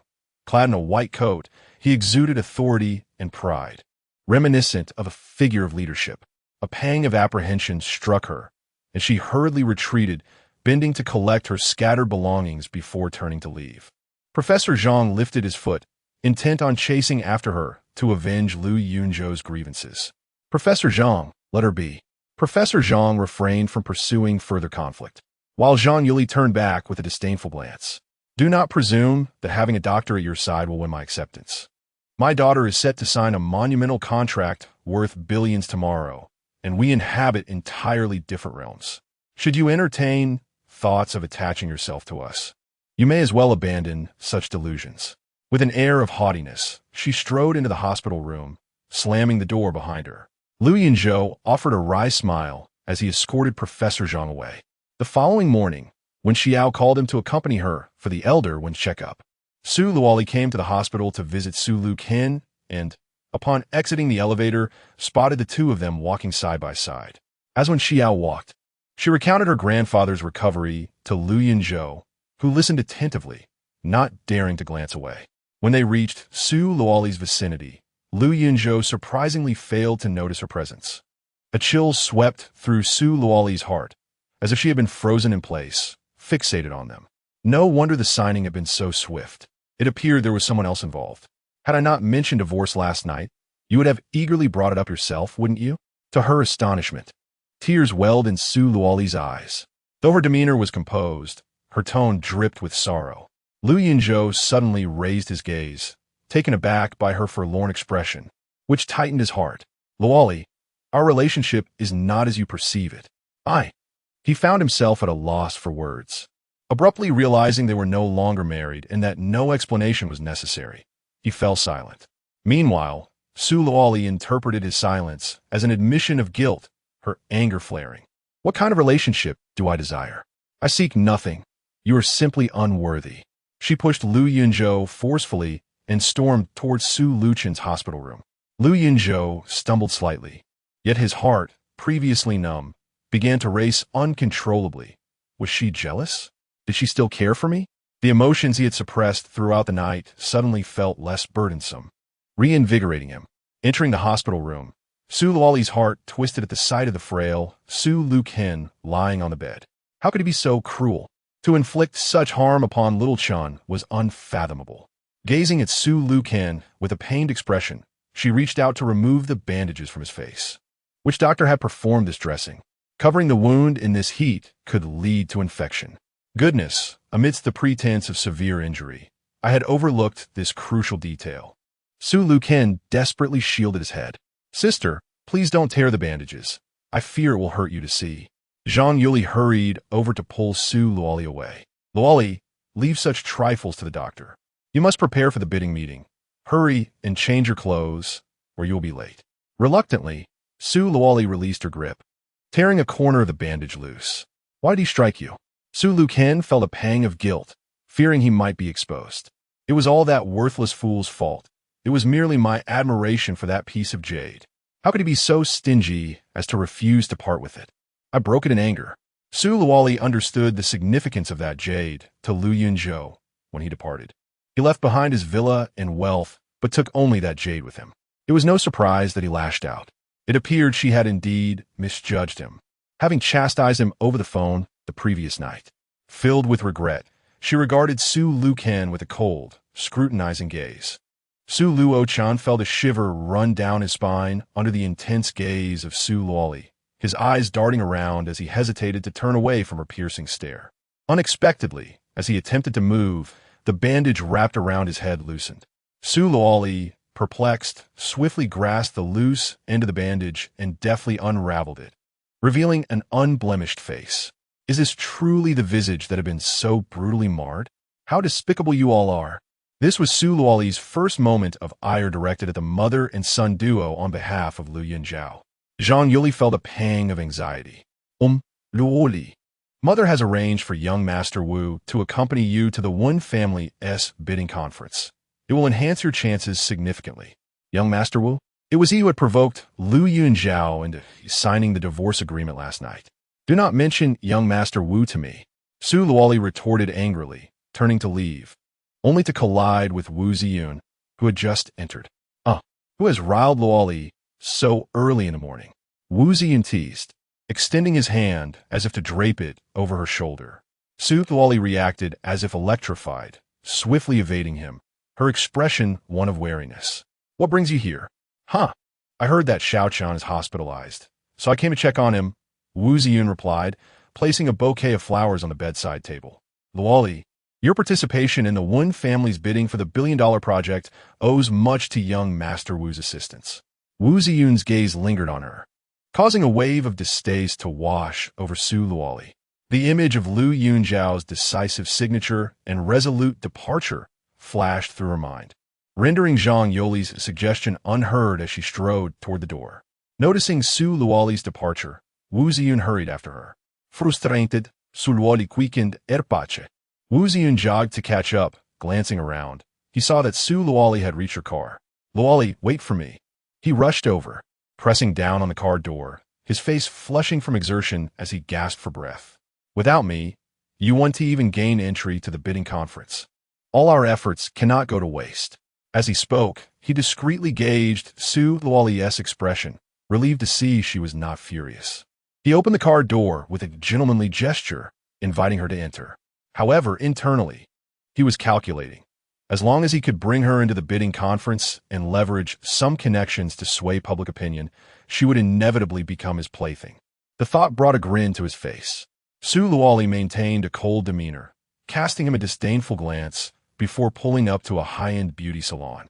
Exiting the car without a word, Wu Ziyun watched her retreating figure vanish, frustration boiling within him as he struck the armrest with his fist, his expression darkening. You won't escape my grasp. Once I seize this billion-dollar project, I will have you beneath me. Chapter 7: The cancellation of a billion-dollar project 2 hours later. Su Luoli emerged, her makeup flawless and adorned in a bespoke evening gown. Hello. Wu Ziyun parked his car beside her, leaning out with a cheerful greeting. Su Luoli felt a pang of regret. In her haste to leave, she had forgotten to remove the car keys, allowing him to seize the opportunity. She lamented not having insisted he exit the vehicle earlier, as she was utterly disinterested in engaging with him, particularly given the late hour. She hurried to get inside the car, fearing they would be late if they lingered any longer. Wu Ziyun honked the horn, urging her to hurry. Without uttering a word, Su Luoli got in, and Wu Ziyun felt a surge of satisfaction. Glancing at her watch intermittently, Su Luoli anxiously eyed the road ahead, wishing she could soar over all the pedestrians and cars directly to the bidding conference. Meanwhile, Wu Ziyun was distracted, unable to focus with such a captivating presence beside him. After 2 long hours alone in the car, he felt compelled to break the monotony of their silence. It would be a disservice to the lengthy wait to sit idly without engaging in anything. Stealing furtive glances, he found Su Luoli poised and composed, her gaze unwavering. Damn it, does she consider me a mere chauffeur? He cleared his throat, feigning a cough, and finally, Su Luoli turned her head towards him. His heart soared, and his mind flooded with inappropriate fantasies. The mere thought of being with a beauty like Su Luoli ignited his passion. He would not trade such a divine experience for anything else. If you're feeling unwell, please go to the hospital. I'll drive myself to the bidding conference. Her icy remark doused his spirits like a bucket of cold water, leaving him feeling utterly despondent. Was she truly attempting to dismiss him? How could she turn so swiftly against him? Exiting the car, now, would mean losing everything he had worked towards. No, I just felt a bit off earlier. But I'm perfectly fine now, he stammered, panic rising as the vivid images in his mind dissipated. A flurry of excuses raced through his thoughts. He could not let go of the opportunity with a woman he had pursued for 3 years, one he had yet to even touch. Absolutely not. Perseverance is the key to triumph. Once they entered the bidding conference together, he would find a way to win her over. With determination, he focused on driving, and before long, they arrived at the Yunzhou Plaza. Luo Li, we've arrived. Let me escort you inside, Wu Ziyan offered, eagerly opening the car door for her and reaching out to assist her out. Su Luoli, deftly tucking a loose strand of hair behind her ear, gracefully avoided his touch. Undeterred, he quickly adjusted and walked alongside her, but she subtly shifted away to maintain her distance. As they approached the entrance of Yunzhou Plaza, Zhang Yoli and Su Luocheng came to greet them. Su Luoli understood instantly. It was evident that Wu Ziyun's relentless pursuit was orchestrated by her mother. She felt a growing annoyance in her heart, disregarding them as she strode directly inside. Wu Ziyun promptly followed her, keeping pace beside her. The moment she stood next to Wu Ziyun, thoughts of Lu Yunzhou inexplicably surfaced, darkening her mood. She turned her gaze towards the decorations, only to catch sight of Lu Yunzhou entering with that alluring woman, one after the other. Su Luoli's blood seemed to freeze as she fixed her gaze upon them. Just yesterday, they were a loving couple, and now everything felt irrevocably changed. Their reunion was marked by an oppressive silence. Lu Yunzhou cast a silent glance at Su Luoli, foregoing any greeting as he followed Wen Xiao inside. Su Luoli's heart was filled with an unpleasant sensation, simmering with resentment. You useless wretch have managed to infiltrate here as well. Is this bidding event for someone of your standing? Do not disgrace my sister. Leave at once. Su Luocheng stepped forward and pushed Lu Yunzhou, but he remained rooted to the spot, unyielding. Frustrated, Su Luocheng rolled up his sleeves and shoved him with all his might, causing Lu Yunzhou to sway slightly, nearly causing Su Luocheng to stumble. Embarrassment and anger flushed Su Luocheng's face a deep shade of crimson. Zhang Yoli, fiercely protective, could no longer contain himself and rushed forward, exclaiming, "Are you deaf, you good-for-nothing? Did you not hear Xiao Chang telling you to leave?" Lu Yunzhou wished to avoid entanglements with them, yet fate conspired against him, leading to frequent and unpleasant encounters. My presence here is of no concern to you. My decisions are mine alone, so please refrain from dictating my actions. Understood? Zhang Yoli was momentarily at a loss for words, unable to retort, yet unwilling to back down. Slowly raising a hand, as if to slap him, Su Luoli stepped forward, positioning herself between them. Initially, she had no intention of allowing her mother and brother to trouble Lu Yunzhou further. She had even contemplated offering him money to facilitate his departure. However, her internal conflict twisted her words. What are you doing here? If you reject the 8 million I offered, then I have secured a 100 billion project to share with you. Just go back now. Upon reflection, her earlier words seemed innocuous enough. Yet to Lu Yunzhou, they were a blatant insult. So, this is how you perceive me? A flicker of helpless sorrow crossed his eyes. He had arrived hoping to assist her one final time, to fulfill her vanity with a 100 billion project.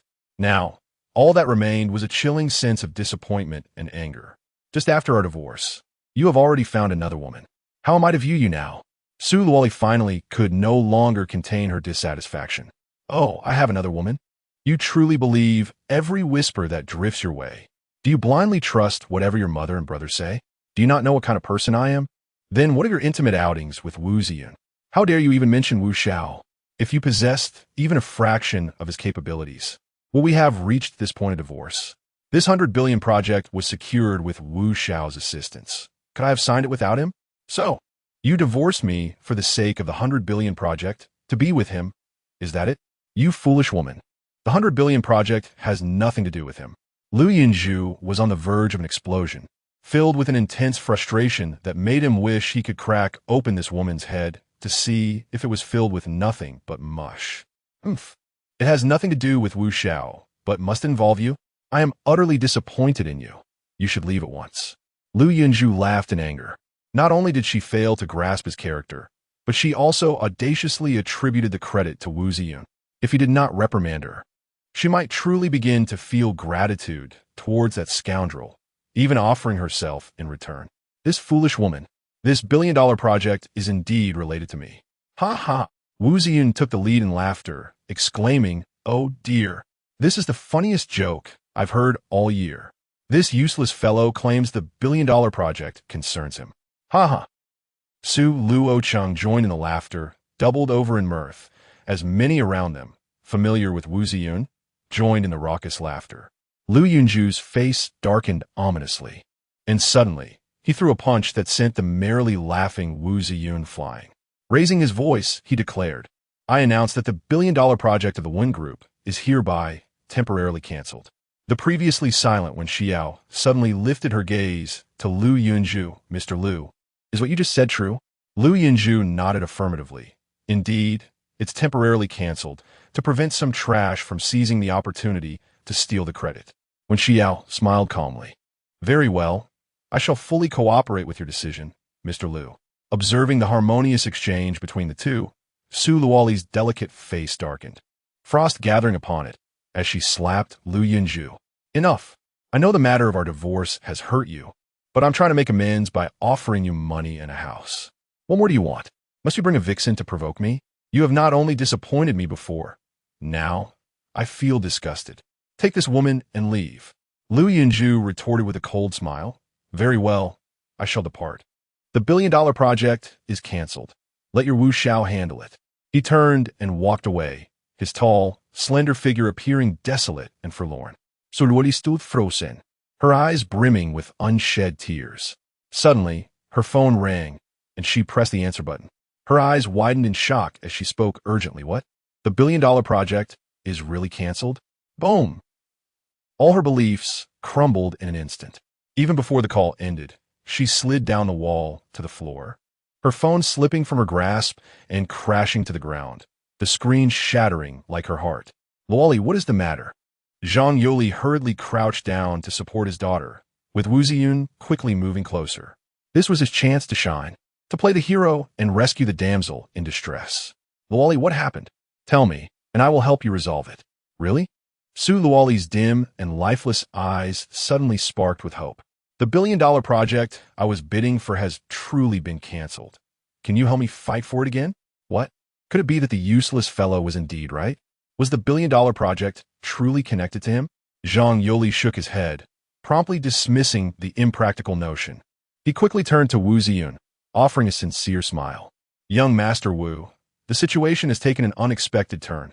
The billion-dollar project has been cancelled. Do you think it might be possible to intercede on our behalf, perhaps leveraging some connections to secure the project's reinstatement? Wu Ziyun hesitated for a moment. Any this matter? Zhang Yuli assumed he was feigning reluctance and forced a smile, which he believed to be radiant. Annie understands that Luo Li is currently single. She can only rely on you now. Wu Ziyun found himself caught in a dilemma, unable to fathom that the billion-dollar project, which the Su family had seemingly predetermined, would be abruptly withdrawn. Otherwise, he would never have boasted about securing the contract without hesitation. However, to decline now would be tantamount to revealing his true intentions, thus jeopardizing his hopes of winning over the aloof beauty he had long admired. Reluctantly, he nodded. Very well. I shall make a call to my father and see if he can leverage his connections to advocate for us. In an instant, Zhang Yoli's face transformed into a beaming visage, while Wu Ziyun appeared akin to a treasure trove of glistening gold. Chapter 8. The billionaire Wu Ziyun retrieved his mobile phone and, without activating the speakerphone, audibly dialed his father, Wu Donghai. Dad, I'm at the Win's bidding event. The 100 billion project was previously designated for the Su Group, but a minor issue just caused it to be abruptly cancelled. Don't you know the head of the Win family? I implore you to speak on behalf of the Su family and ensure that the project is awarded to us. Upon hearing this, Wu Donghai erupted in fury. If I had the capability, I would have secured the 100 billion project for the Wu Group directly. Don't come to me with your troubles. He abruptly hung up the phone. Feeling dejected, Wu Ziyun glanced around and deliberately remarked, "Thanks, Dad," before disconnecting the call and proceeding inward. With his father's lack of support, he realized he would have to navigate the complexities of courting women on his own, adapting as necessary. Zhang Yuli hurried after him. Young Master Wu, what did your father say? Will Luoli's 100 billion project go through? Wu Ziyun feigned indifference, casting a sidelong glance at her without uttering a word. Zhang Yuli, disappointed by the lack of response, felt an unsettling anxiety and continued to trail behind him. seeking another opportunity to request his assistance. The bidding venue was bustling yet orderly, with clearly delineated sections.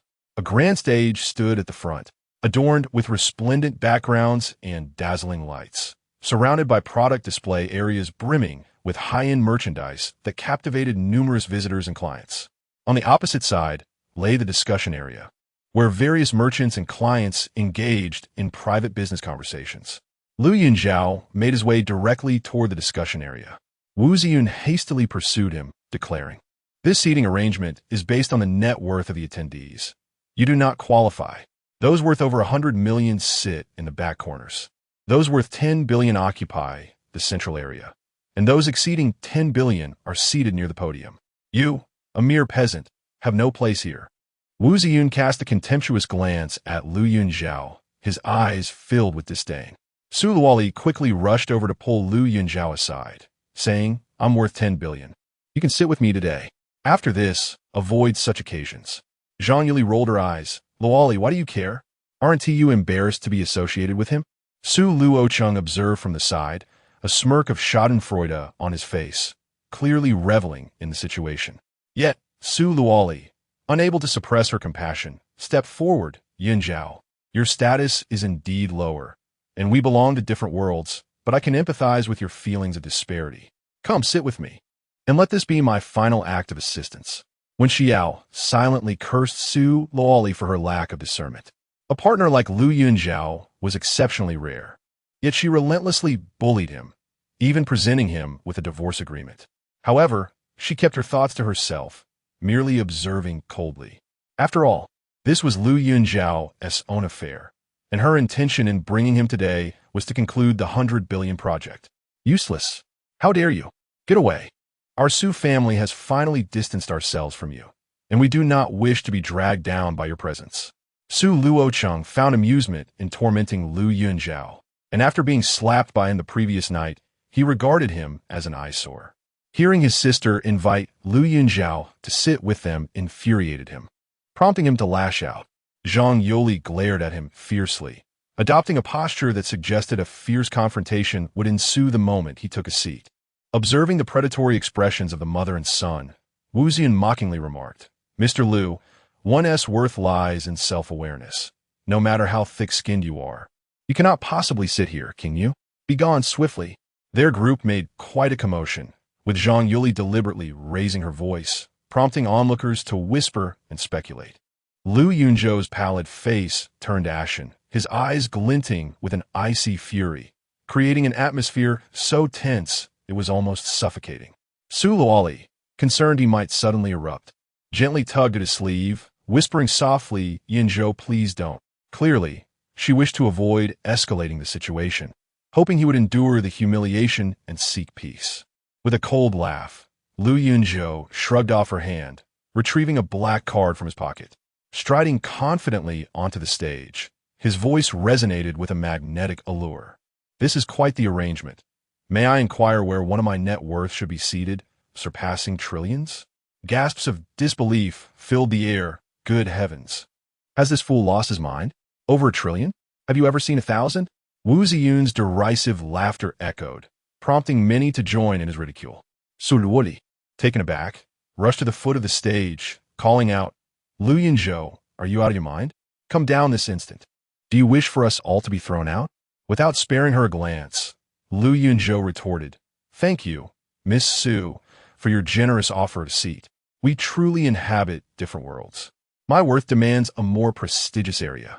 He had previously preferred a low profile, concealing his identity and assets during significant occasions.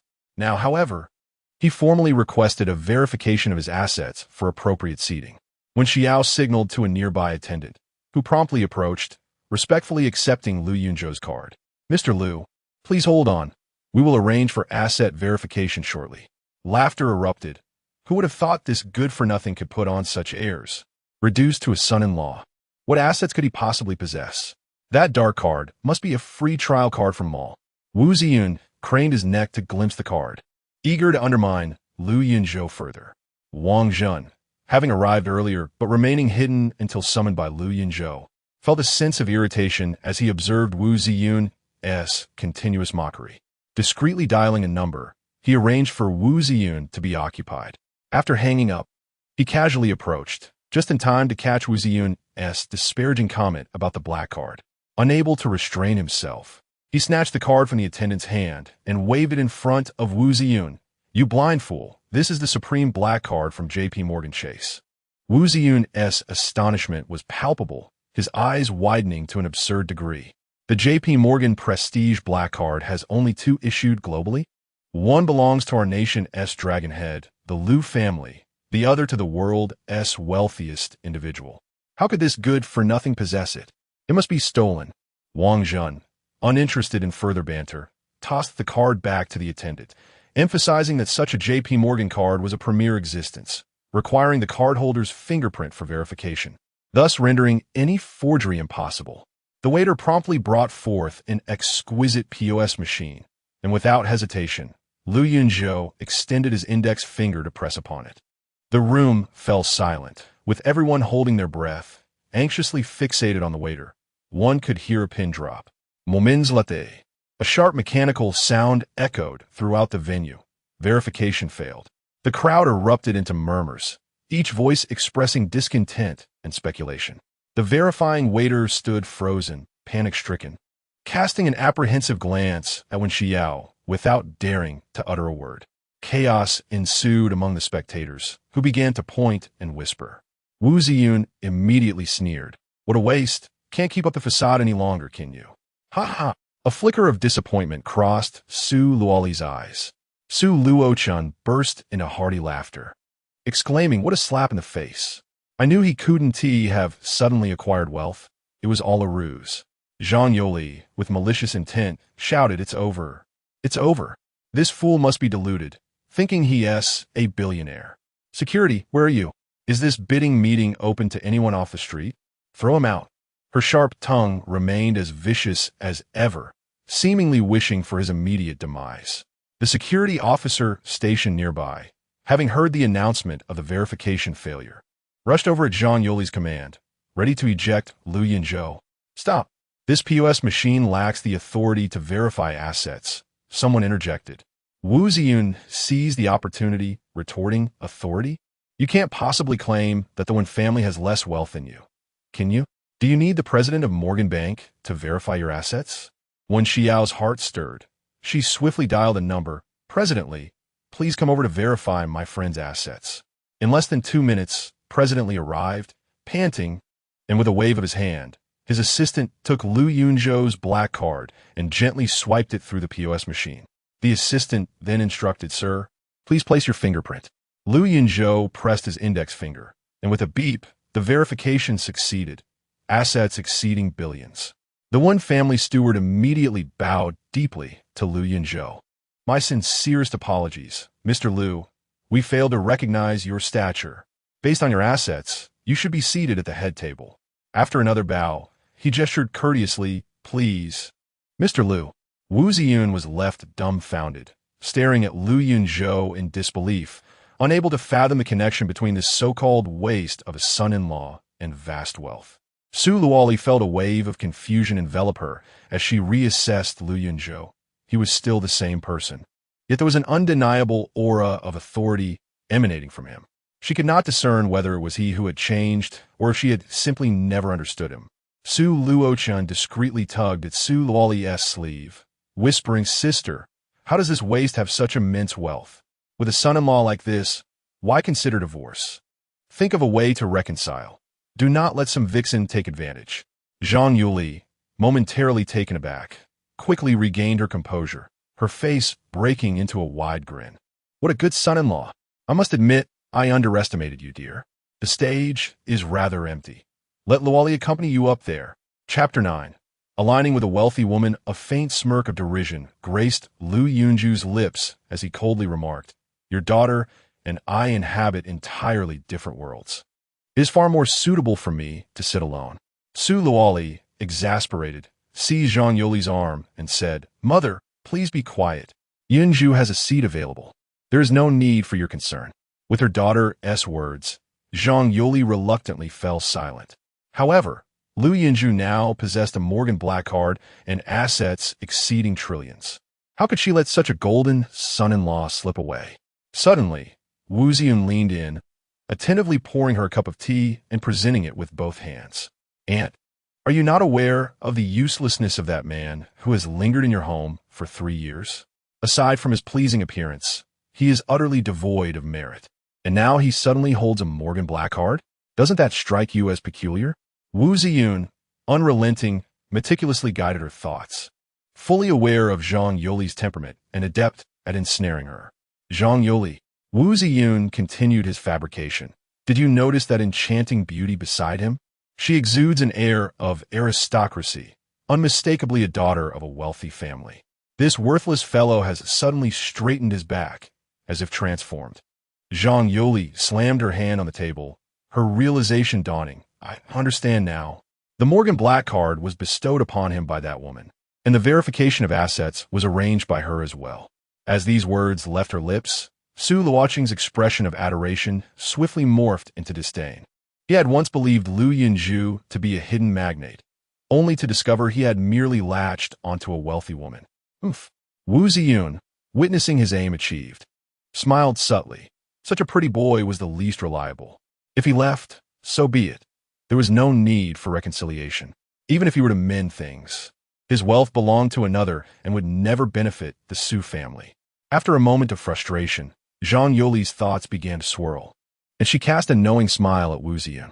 Indeed, how could he compare to our young Master Wu, who remains steadfast regardless of the situation? Who is young Master Wu, after all? He is incomparable to that useless fellow.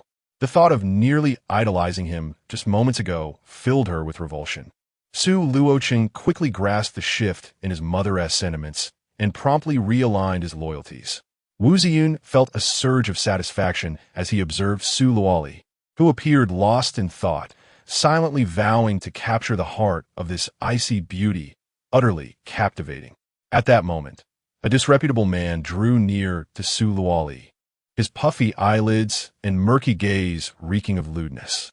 His greedy, lascivious demeanor left even Wu Ziyun feeling inferior. Su Luoli sensed something amiss as she turned her head. She nearly collided with the man, who was far too close for comfort. She shifted her chair aside and turned her face away in disgust. Lu Yunzhou also noticed Su Luoli's current discomfort. Although she was his ex-wife, he still could not tolerate another man encroaching upon her space. He suppressed his fury while sitting beside Wen Xiao, his mind elsewhere. "Mr. Lu, how should we handle that multi-billion project?" Wen Xiao inquired, uncertain of his thoughts after much contemplation. "I have yet to decide. I will inform you once I have." As Lu Yunzhou conversed with Wen Xiao, his gaze remained fixed on Su Luoli, his patience with Wu Ziyun having reached its breaking point. Unexpectedly, another debauchee appeared, even more infuriating than Wu Ziyun. This woman truly has an enchanting allure. Lu Yunzhou found himself bewitched, his emotions fluctuating erratically in tandem with Su Luoli's presence. Wu Ziyun noticed Su Luoli stealing glances at Lu Yunzhou, and a wave of displeasure washed over him. He rose abruptly, swinging a fist toward the debauchee, sending him staggering backward, nearly losing his balance. Wu Ziyun, reveling in his moment of triumph, finally felt a sense of vindication before Su Luoli. However, before he could bask in his glory, a group of 10 burly men surged forth, encircling him. The leader, nostrils flaring, scoffed. "Who do you think you are to strike our young Master Zhao?" The menacing display left Wu Ziyun trembling, regretting his earlier recklessness. He clasped his hands in a gesture of feigned humility, smiling obsequiously. "Gentlemen, I apologize for my earlier actions. If my apology is insufficient, please provide an address and contact details, and I shall come bearing gifts to make amends." The leader remained silent, gesturing for his men to advance. They swiftly subdued Wu Ziyun, delivering a relentless beating. "You scum, do you think you are worthy of competing for a woman with our young Master Zhao?" Wu Ziyun curled into a ball, shielding his head with his hands. Despite his efforts, he could not escape becoming a battered mess. He re-evaluated the debauchee, a realization dawning upon him. Young Master Zhao, could he be Zhao Xuanyu, the son of the underground world's monarch, Zhao Batian? I was blind to your status and have offended you. I beseech your magnanimity to overlook my transgressions and spare me. This woman belongs to you. Struggling to rise. Guthe Yun forcibly pushed Suluoli toward Thao Xuanyu. Her forehead collided with Zhao's chest, and pain shot through her nose, causing tears to well up. Zhao Xuanyu, nursing one side of his bruised face, was suddenly enveloped by a beautiful woman, the intoxicating fragrance enveloping him. His expression transformed into one of delight as he wrapped an arm around Su Luoli's slender waist, inhaling deeply, delicious. I shall claim you now. Let's see how you moan. Su Luoli, in a panic, straddled fiercely. Let me go. If you continue this, I will call the police. The police station is my home. Feel free to report me. Zhao Xuanyu laughed heartily, as did his entourage of bodyguards. In a swift motion, Lu Yunzhou leaped in front of Su Luoli, seizing Zhao Xuanyu's arm. A sickening crack echoed as bones fractured. Zhao Xuanyu winced in agony, his arms dropping limply.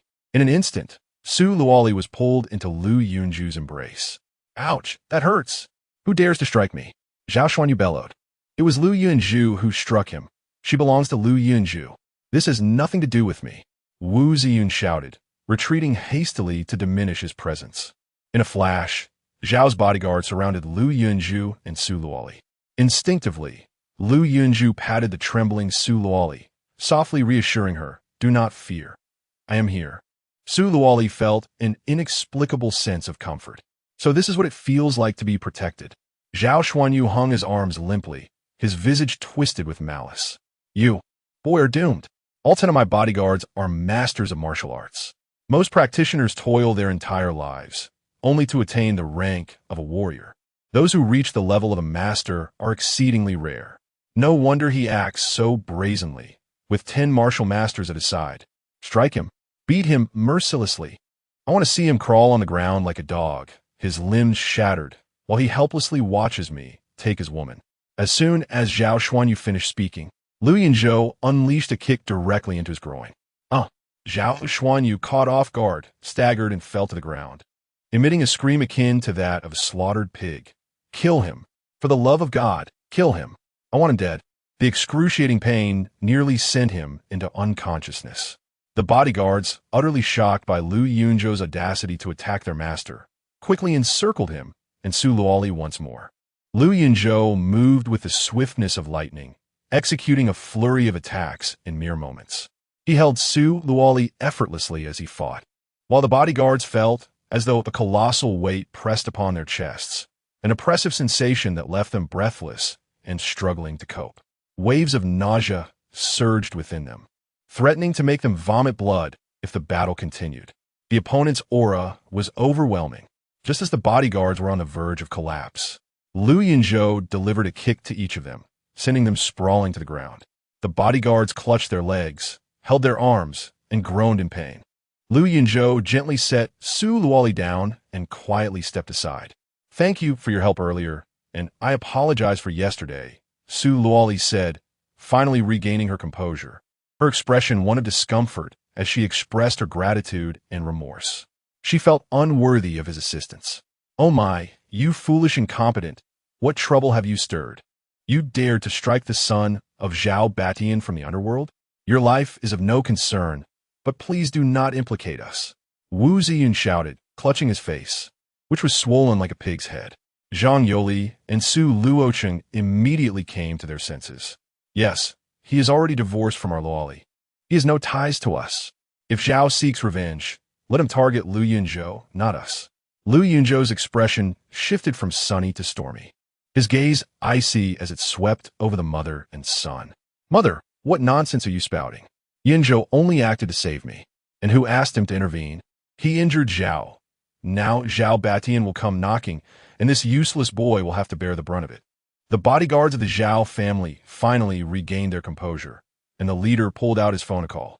"Sir, the young master has been attacked, and we are all injured."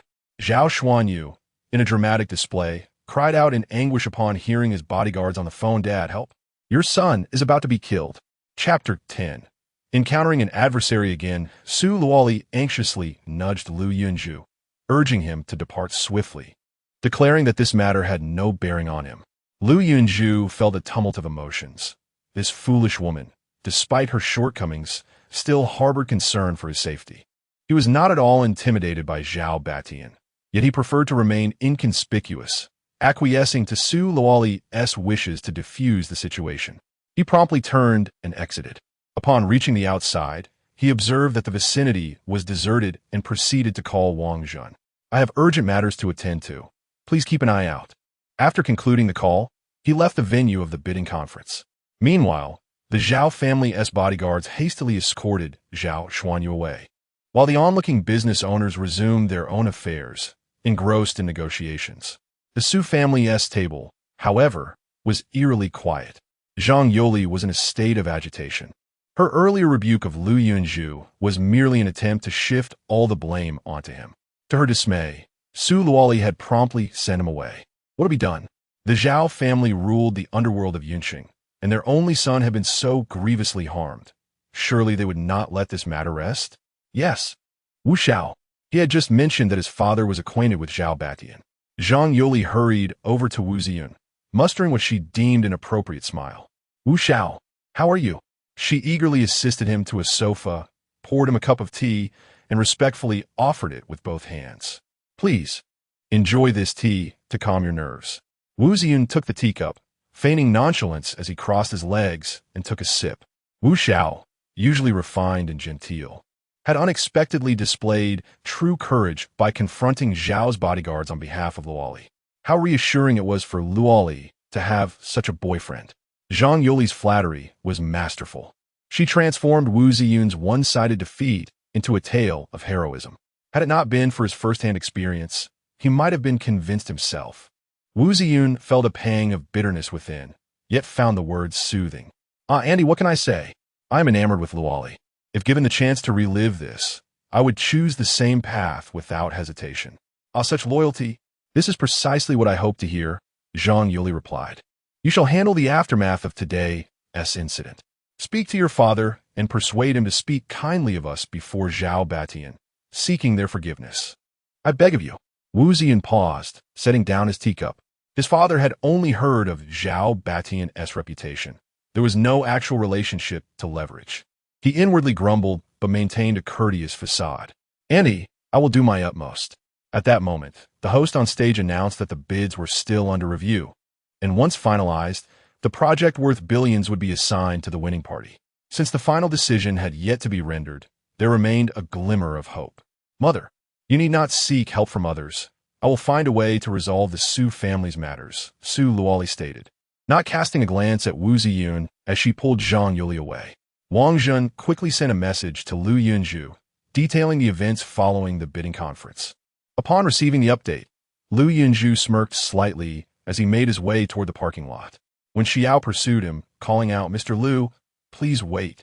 Lu Yunzhou turned, his expression devoid of emotion, as calm as the still waters, as if nothing had transpired.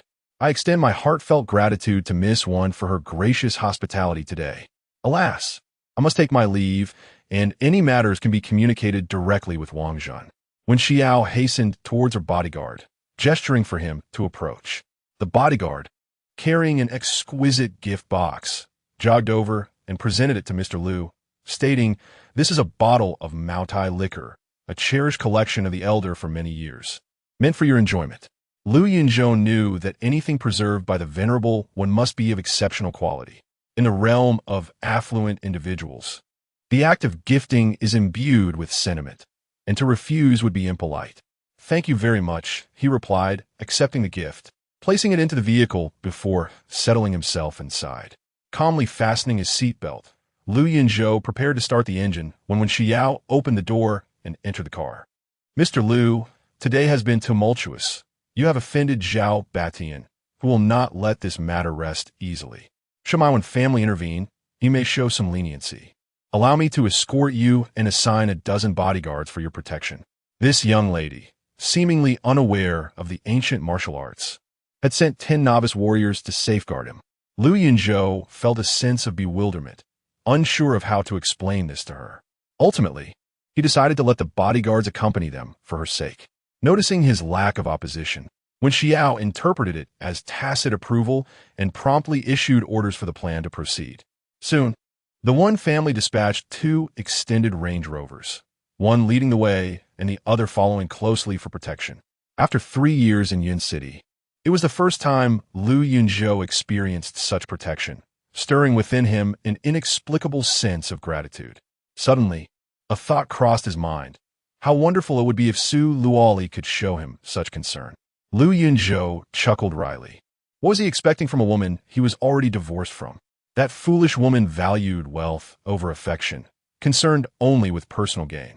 At that moment, when Xiao looked at him and smiled, there are 5 bodyguards in the front car and 5 in the back. Are you satisfied with my arrangements, Mr. Liu? Yunzhou snapped back to reality and politely nodded, expressing his gratitude. In truth, he longed to decline the offer but could not bear to hurt Xiao's feelings. After about 10 minutes of travel, a large truck suddenly appeared from the side, blocking the road.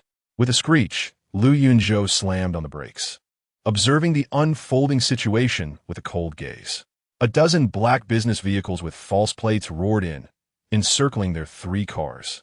Subsequently, the doors swung open, and dozens of masked figures clad in black emerged, wielding iron rods and advancing menacingly. At the forefront was a bald man, his head marred by numerous scars. Miss One, our boss wishes to see you. Those who are wise will come with us willingly.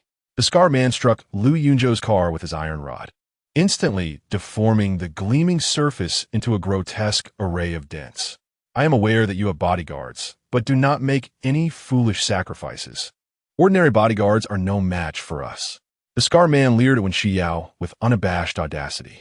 As for this pretty boy by your side, let's not even mention him. If you wish to avoid any harm befalling him, I suggest you cooperate. Wen Xiao cast an apologetic glance towards Yunzhou, saying, I'm sorry for dragging you into this. I have already sent out a distress signal. Let us remain calm and stall for time while we await rescue. Yunzhou gazed at the masked figures clad in black, their iron rods in hand, his eyes reddened and his expression icy. They were the bodyguards of the Liu family. 3 years ago, they had besieged Yunzhou, who was afflicted with poison from a cursed insect, nearly leading to his demise. Without uttering a word, Yunzhou opened the car door and stepped out. When Xiao's complexion turned pale with fright, she quickly grabbed her bag and retrieved a small, exquisite handgun, nervously focusing on the masked men outside. The scar-faced man burst into laughter. Miss Wen, your pretty boy has surrendered, ha ha ha. Suddenly, his laughter was abruptly silenced. The scar-faced man was sent flying by a single punch from Yunzhou, crashing heavily to the ground, blood spewing from his mouth, mixed with a few teeth. The onlookers stared in shock, unable to fathom what had transpired.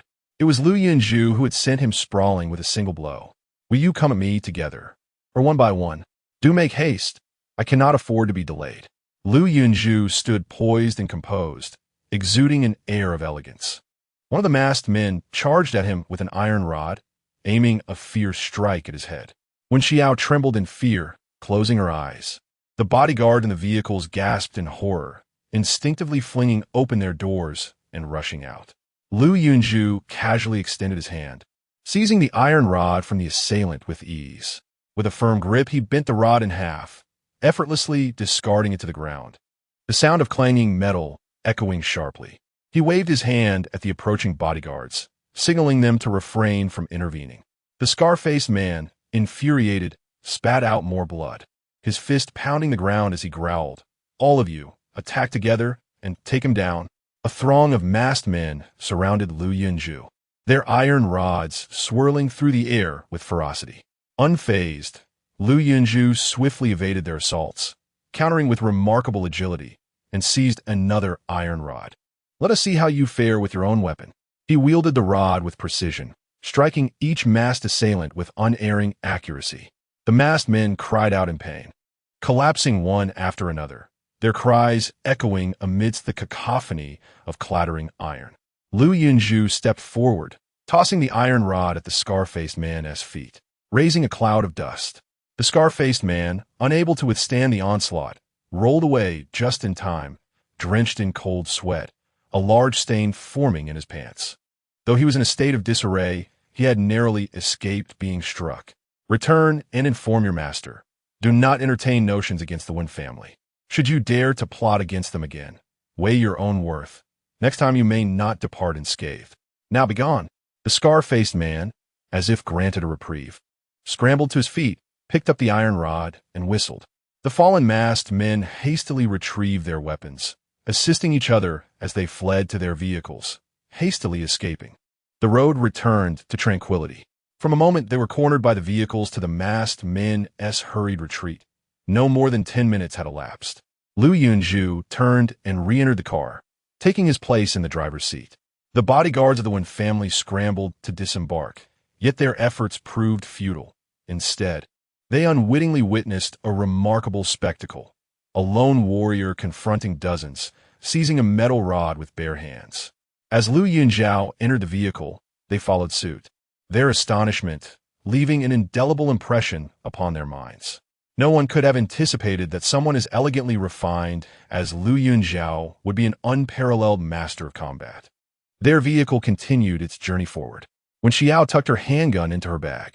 "Mr. Liu, no, Sir Liu, I sincerely apologize for bringing so many bodyguards to protect you, only to find that you ended up safeguarding us instead," she said with an awkward smile. "It is of no consequence. Today was simply fortuitous," Liu replied. When Xiao's enchanting eyes were fixed intently on Yunzhou, sparkling with admiration. "In gratitude for your life-saving deed, I find myself without means to repay you. Perhaps I could offer myself in return." Chapter 11. The cost of having a child. Yunzhou parked his vehicle outside the Yunzhou hotel, his expression devoid of emotion as he spoke. "Please refrain from making such jokes in the future. After all, you are engaged, and this is not fair to anyone." "How do you know I am engaged?" she queried, for the matter of her betrothal to the Fan family of Dijing was known only to her grandfather. This man was indeed extraordinary. When Xiao's curiosity toward him deepened, Yunzhou offered no reply, slamming the car door shut with a resounding thud, and strode into the hotel without a backward glance. When Xiao turned around, accompanied by her entourage, Yunzhou swiftly entered a deluxe suite, changed his attire, and donned a pair of reeds before departing to the rear courtyard to drive away in another vehicle. Half an hour later, he exited Yun City and arrived at a secluded mountain village, where he parked and entered a basement. Though it was a basement, the skylight was open to the sun, allowing ample light to pour in, and the atmosphere was comfortable and inviting. "Master, look what I have brought." Yunzhou hurried to the bedside, crouching down to present the reeds to his ailing master, as if offering a treasure. "Great! Where did you find these?" Fu Zhixing propped himself up, his aged face lighting up with joy and anticipation. He had been paralyzed for 3 years, despite Yunzhou's remarkable medical skills. His condition remained difficult to remedy without this particular herb. "I cured the illness of the wealthiest man in Yun City, old Master Wen. This is the fee from the Wen family," Yunzhou said, cradling the reeds in his hands, his heart a tumult of emotions. 3 years prior, had it not been for his master's relentless protection, he might have long since vanished from the world. Alas, his master had been left crippled. "Master, with this herb, I can have you standing within a month." Fu Zhixing smiled, his gaze filled with complexity. "My child, you have suffered these past 3 years. Tell me honestly, if I were to regain the use of my legs, would you seek vengeance?" He inquired. "If that is the case, I would rather remain paralyzed for life. All I desire is for you to live peacefully." Fu Zhixing understood that Yunzhou had endured for him and for the Su family, tolerating 3 years as an ordinary person. Should he regain his mobility, Yunzhou would elevate the Su family to prominence in Yun City. Once those two significant matters were resolved, he would indeed seek retribution, turning the Liu family of Dijing upside down to reclaim what was rightfully his. "My child, what is past is past. We are living well now, enjoying a tranquil existence in this corner of the world. Is that not enough?" Yunzhou had suppressed his feelings for far too long. His beautiful eyes suddenly filled with blood, turning red with emotion. "Master, some matters cannot be avoided by mere evasion.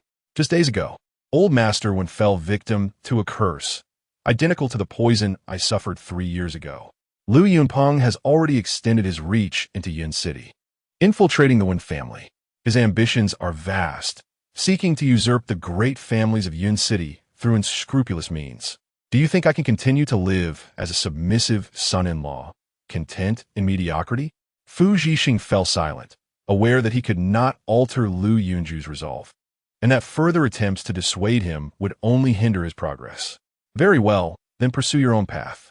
Upon receiving Fu Zhixing's acquiescence, Lu Yunzhou let out a long sigh of relief. 3 years ago, he was caught off guard, which allowed Lu Yunpeng to gain the upper hand. If he were to confront Lu Yunpeng again, he would undoubtedly not suffer defeat. However, the immediate priority was to tend to his master's injured leg. Lu Yunzhou administered acupuncture to Zhixing and began to prepare the medicine when his phone rang. Upon checking, he saw it was a call from Wang Zhen and answered promptly. Mr. Lu, madam. Miss Su has brought gifts and gone to my ba, KTV, to apologize to Zhao Xuanyu, just as he had been contemplating his current solitude and lack of attachments, which allowed him to return to the capital for vengeance with a clear mind. This unexpected news disrupted his thoughts. What a foolish woman. What was she trying to prove? Lu Yunzhou ended the call and swiftly continued his preparations. My ba KTV, the largest entertainment and leisure venue in Yun City, exuded opulence and luxury. Inside one of the grand halls, neon lights flickered amidst a golden ambience. 10 burly men stood in a row, heads bowed, not daring to breathe. You 10 martial arts experts are supposed to be protecting him, yet Xuanyu has been injured so severely? What use are you to me? A bunch of useless fools. Zhao Beishan's face turned ashen, his eyes filled with a ruthless fury, all his anger directed at these bodyguards. Ever since they had brought back the severely injured Zhao Xuanyu, they had been punished by standing and berated for several hours without respite from Zhao Beishan's wrath. He was on the verge of exploding with rage, contemplating murder on the spot. How could the king of the underworld allow anyone to incapacitate his son? Today, unless there was bloodshed, his fury could not be quelled. Zhao Xuanyu sat in a wheelchair, his arms having undergone bone-setting treatment and encased in plaster. He should have been hospitalized, but feeling discontent, he insisted on being pushed here in a wheelchair to witness his father seek retribution on his behalf. Within moments, he concocted countless schemes in his mind to eliminate Lu Yunzhou. A man in black hurriedly entered and approached Zhao Batian, whispering something. Su Luoli has arrived, requesting an audience with the master to apologize. Zhao Beishan's eyes glinted with murderous intent, his already fearsome visage contorting with rage. Even his normally steady voice trembled with excitement. Well, let her come. Having injured my son like this, I shall see how she explains herself.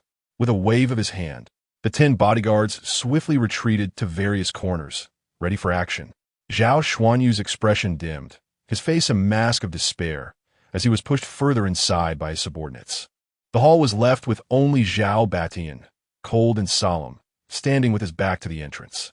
Su Luoli entered, carrying several large boxes of premium nutritional supplements. Zhao Batian cast a glance at her. Her figure was alluring, her face exquisitely beautiful.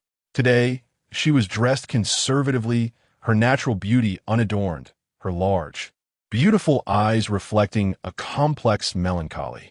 Zhao Beishan's gaze was piercing as he scrutinized her. Steeling herself, Su Luoli approached, a stiff smile gracing her lips. Taking a deep breath to gather her thoughts, she began, Head of the Zhao family, I am Su Luoli from the Su Group. There was a misunderstanding between your son and me at the Wen's bidding conference yesterday, which led to the conflict that resulted in your son's injury. For this, I sincerely apologize and have come to express my regret. Her words were imbued with politeness and earnestness. She discreetly observed Zhao Beishan's expression, anxiously awaiting his response. As both a sovereign and a senior figure, he held the authority, and since the fault lay with Zhao Xuanyu, she adopted a humble demeanor to express her apologies, hoping he would not make things difficult for her. For safety's sake, she instructed her secretary, Lina, to remain outside the door, urging her to contact the authorities if she hadn't heard from her within 20 minutes. The fury in Zhao Beishan's eyes gradually transformed into an expression of astonishment. A peculiar smile emerged on his otherwise stoic face, his gaze greedily fixated on Su Luoli's alluring figure. Indeed, Miss Su was breathtakingly beautiful. It was no wonder my son fell for you at first sight. Seeing your sincere attitude, I shall grant you an opportunity for reconciliation. What say you? Su Luoli felt increasingly uncomfortable under his gaze, mustering her courage to reply. Master Zhao, please proceed. Regret washed over her for her impulsiveness that day. She now realized she had underestimated the darker nature of men. However, with the arrow knocked, she had no choice but to act according to the circumstances. Zhao Baishan's gaze was lewd, his throat bobbing as the sound of him swallowing was unmistakably audible, sending chills down Su Luoli's spine, prompting her to instinctively take a few steps back. Suddenly, Zhao Batian burst into laughter, his booming voice reverberating like thunder throughout the hall, causing Su Luoli to shiver. Su Luoli, my son has been rendered incapable for your sake, and shall never be a man again. My Zhao family faces extinction. If you wish for my forgiveness, it is not impossible. Bear a child for the Zhao family to ensure our lineage continues.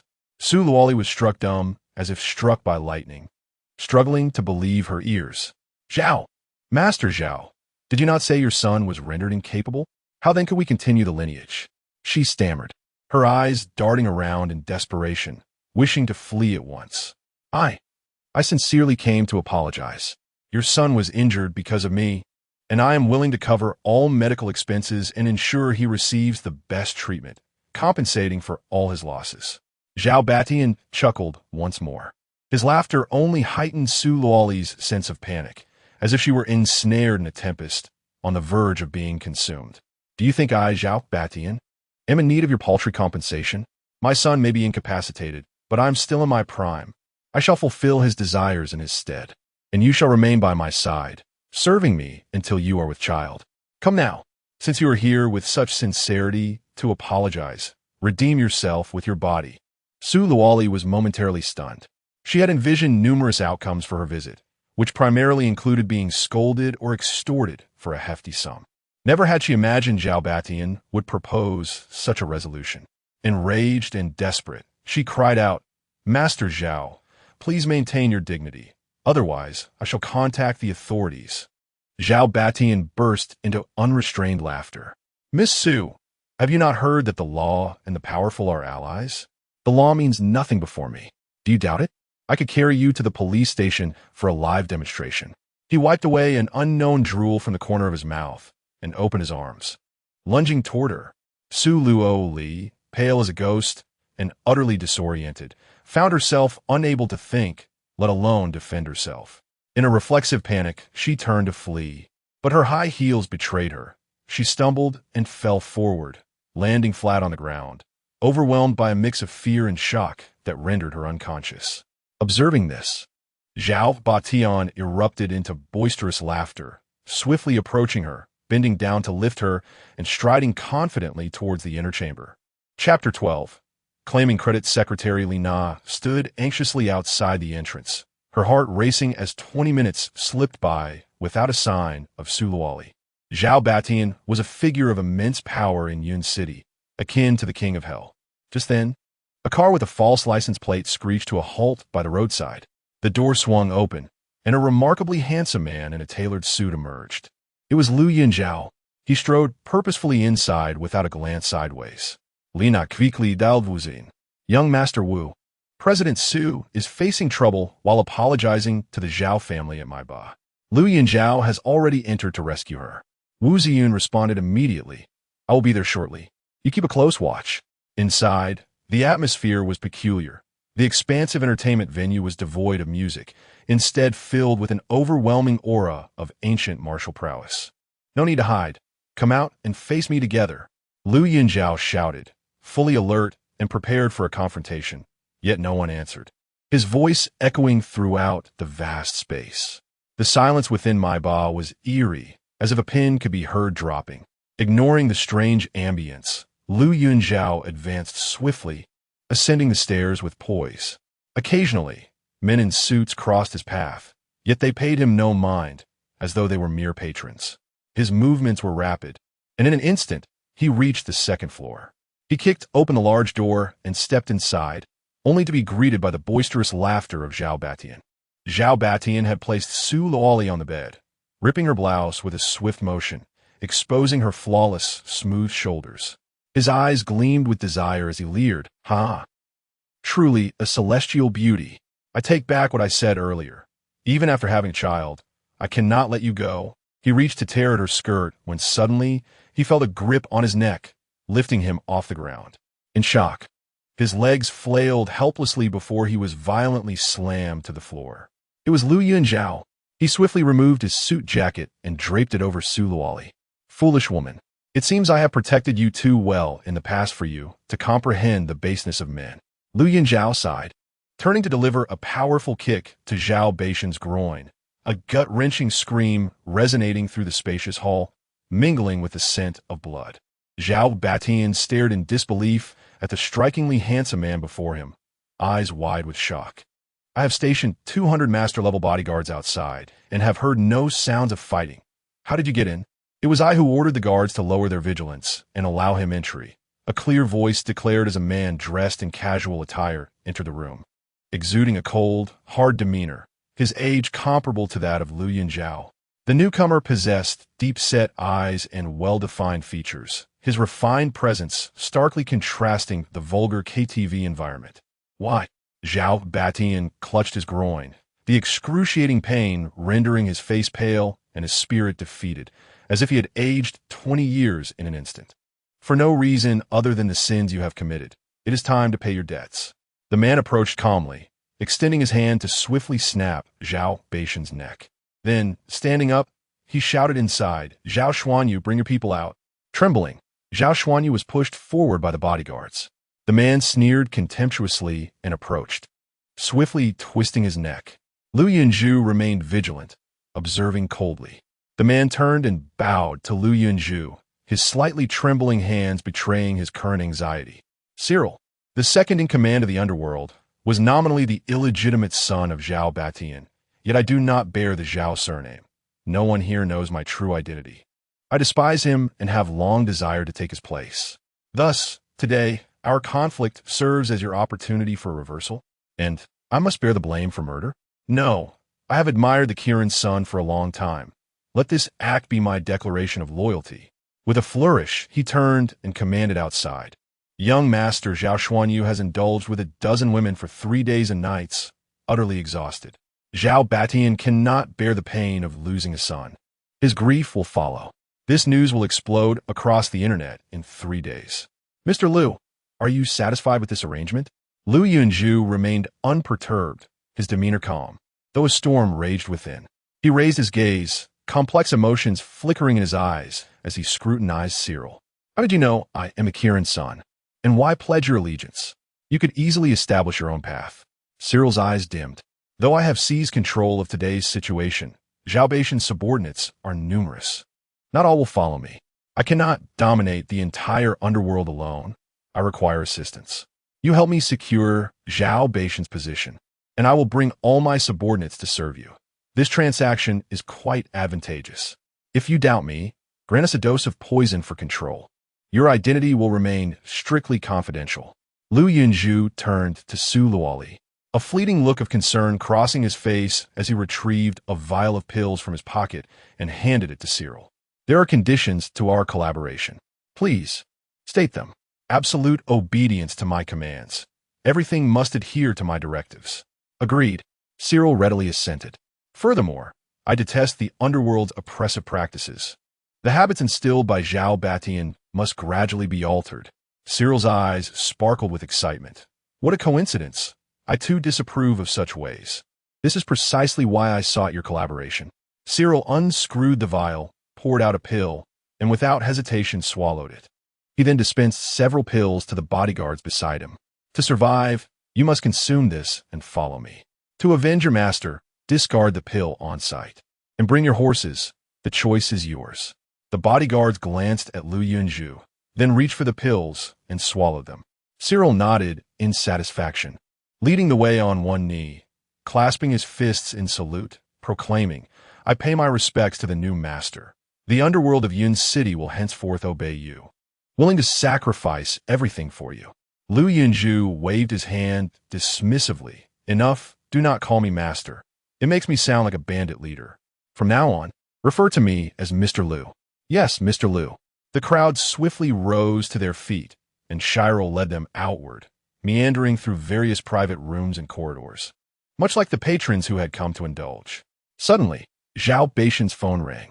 As Shirel had just stated that he would announce the deaths of Zhao Batian and his son in 3 days, it implied that Zhao Batian was still, for the time being, among the living. Lu Yunzhou approached, extracted the phone from Zhao Batian, answered it, yet remained silent. Zhao family head. Our Wu Pharmaceutical has suddenly fallen prey to the pressures from the Yunzhou Chamber of Commerce. Our stocks have plummeted. We are billions in debt and on the brink of bankruptcy. Could you possibly persuade Wang Zhen from the Yunzhou Chamber to show us some leniency? To spare us? Lu Yunzhou smirked. Wang Zhen is remarkably swift. With a long stride, he cradled Su Luoli and proceeded outside. Lena anxiously awaited, straining to peer inside. Upon seeing Lu Yunzhou emerge with Su Luoli in his arms, she rushed over, glaring fiercely at him. Put down our general manager, Su. You, good for nothing, are still clinging to her despite your divorce. What decorum is this? Lu Yunzhou's expression darkened, his gaze as frigid as snow. He cast a cold glance at Lina, prepared to lash out when a luxury vehicle pulled up beside them, and Wu Ziyun stepped out. Lina greeted him with a sycophantic smile. Ah, young Master Wu, you have finally arrived. Su Luoli, roused by the commotion, struggled momentarily before Lu Yunzhou set her down. She glanced at the suit draped over her shoulders, her expression a mixture of complexity and a hint of relief. Did you save me once again? Thank you. Lina quickly interjected. General Manager Su, you've misunderstood. That useless fellow has no ability to save anyone. It was young Master Wu who came to your aid. Disregarding Lu Junfo, Su Luoli limp towards Wu Feiyun, deeply bowing in gratitude. Thank you, young Master Wu, for your timely rescue. Wu Ziyun paused, quickly comprehending the situation, a flicker of delight passing through his eyes. Yes, it was indeed I who saved you. Hurry, let us get in the car. I will take you home. Without hesitation, Su Luoli followed him towards his vehicle. Stop. Young Master Wu, how audacious of you to claim the credit for the rescue. Pray, enlighten us on how you accomplished such a feat. Wu Ziyun found himself momentarily speechless, hesitating slightly when Li Na seized the opportunity to steer the conversation. Naturally, it was young Master Wu's father who called Zhao Batian, pleading on behalf of General Manager Su. After she entered, I called young Master Wu for assistance. Li Na spoke with conviction. Yet Su Luoli suddenly recalled how Wu Ziyun had pushed her towards Zhao Xianyu during her ordeal. She immediately shook her head in denial, casting a puzzled look at Lu Yunzhou. It was this good-for-nothing who usurped young Master Wu's merit. Before young Master Wu arrived, he rushed in and carried General Manager Su out. Wasn't it simply an attempt to impress her and seek reconciliation? Lu Yunzhou's face darkened with fury, striding forward, his gaze sharp as a blade, as he fixed his stare upon Li Na. I do not strike women, but you are the exception. To his surprise, Li Na boldly thrust her chest forward, challenging him. Go ahead, try to hit me. Smack. The sharp sound of a slap echoed, accompanied by cries of pain. As Li Na collapsed to the ground, her cheek swelling instantly. Lu Yunzhou, how have you become like this? I am truly disappointed in you. Su Luoli shouted in fury, rushing to assist Li Na before turning her back and getting into Wu Ziyun's car. With a swollen face, Li Na provocatively cast a disdainful glance at Lu Yunzhou. Shortly thereafter, the car door slammed shut with a resounding thud as Wu Ziyun started the vehicle and departed. Zyril stepped forward. Mr. Lu, allow me to take care of them for you. Chapter 13. Stumbling blocks with a mere wave of his hand, Cyril commanded dozens of bodyguards into action, dispatching several vehicles in pursuit. The display was so grand that it left Lu Yunzhou speechless. He took out his phone and called Wang Zhen. Immediately send someone to investigate Cyril, the second in command of the underground world, and have another team continue monitoring Wu Ziyun to protect Su Luoli. Wang Zhen was somewhat bewildered upon receiving such orders. Mr. Lu, why investigate Cyril? There was a conflict with Zhao Batian today. Cyril, Zhao Baishan's illegitimate son, has voluntarily surrendered. Please look into his background to understand his capabilities so that we may assign him appropriately. After hanging up, Lu Yunzhou drove back to the underground chamber in the small village to continue treating his master. In Wu Ziyun's car, Su Luoli sat upright, her demeanor cold and composed, once again assuming the persona of an ICCO. Beside her, Li Na was incessantly moaning in pain. Su Luoli glanced at her, Deep in thought, Li Na had not followed her instructions to call the police, but instead had summoned Wu Ziyun, leaving her with an unearned debt of gratitude. Furthermore, she had driven Lu Yunzhou away, forcefully attempting to pair her with Wu Ziyun. There was something amiss with this secretary. Earlier, witnessing Lu Yunzhou strike a woman had provoked her anger, leading her impulsively to Wu Ziyun's car. Wu Xiao, please stop the car. I'll take a taxi back. You may take Li Na to the hospital, and all expenses will be reimbursed by my company. Upon hearing her intention to exit the vehicle, Wu Ziyun shot a glare at Li Na. Realizing she had overstepped, Li Na quickly replied, Su Zong, I'm not in much pain. It's no trouble for Wu Xiao. Su Luoli's expression darkened, her already frigid countenance capable of freezing the air around her. You are my secretary, and I expect you to adhere to my directives. Do not act without my consent, especially regarding my personal matters. For today's incident, you will be demoted and will no longer accompany me. You will serve as a regular secretary. If you err again, you may resign from your position at the HR department. Li Na's face fell instantly. President, please. I did not mean to. She promptly straightened her posture, stealing a furtive glance at Wu Ziyun in the rearview mirror, only to find him frowning in irritation, causing her heart to race. Wu Ziyun, the frivolous heir, would lavish money on a whim, but could just as easily have her beaten if displeased. She could not afford to offend him. Seeing his eagerness to be alone with Su Luoli, she said, Wu Xiao, please stop ahead. I will take a taxi to the hospital, and we would appreciate your care for our Su Zong. She believed this phrasing was both subtle and appropriate, hoping Su Luoli would not dismiss her. Su Luoli's gaze remained icy as she shot another look at Li Na. Feeling like the most ineffective CEO in the world, her emotions constantly manipulated, even by her own secretary. At this moment, she could not afford to dwell on such matters. The priority was how to deal with Wu Ziyun moving forward. It felt as though she had just escaped the den of Zhao Batian only to fall into the lair of Wu Ziyun. For the first time in her life, she felt that beauty was a sin, and she found herself yearning for the days when everything had gone smoothly. She regretted her impulsive decision to enter Wu Ziyun's car, pondering in silence. Besides Lu Yunzhou, who else could possibly save her? How did I end up falling for Li Na's deceit and boarding this ship of misfortune? Wu Ziyun parked the car by the roadside, and before he could react, Su Luoli hastily flung open the door and limped away towards the edge of the road. Alarmed, Li Na swiftly exited the vehicle in pursuit of Su Luoli, knowing that if Su Luoli escaped today, Wu Ziyun would undoubtedly make her pay dearly. Wu Ziyun's expression darkened. After pursuing Su Luoli for so long with no progress, how could she dare to flee now? Infuriated, he exited the car to chase after her. Su Luoli was utterly unprepared for their audacious pursuit. It was evident they intended to forcibly abduct her. By now, even the simplest mind would comprehend that Li Na was an accomplice of Wu Ziyun. Reflecting on the events of the past few days, she felt foolish for her naivety. Suddenly, a convoy of vehicles with fake plates appeared, blocking every escape route. A group of men clad in black stepped out, each impeccably dressed, youthful and striking. The leader, tall and with piercing eyes, possessed chiseled features and tousled golden hair, naturally curly. Li Na was mesmerized. Even at an international modeling competition, it would be impossible to showcase so many handsome male models at once. What a serendipitous encounter. However, Su Luoli was petrified.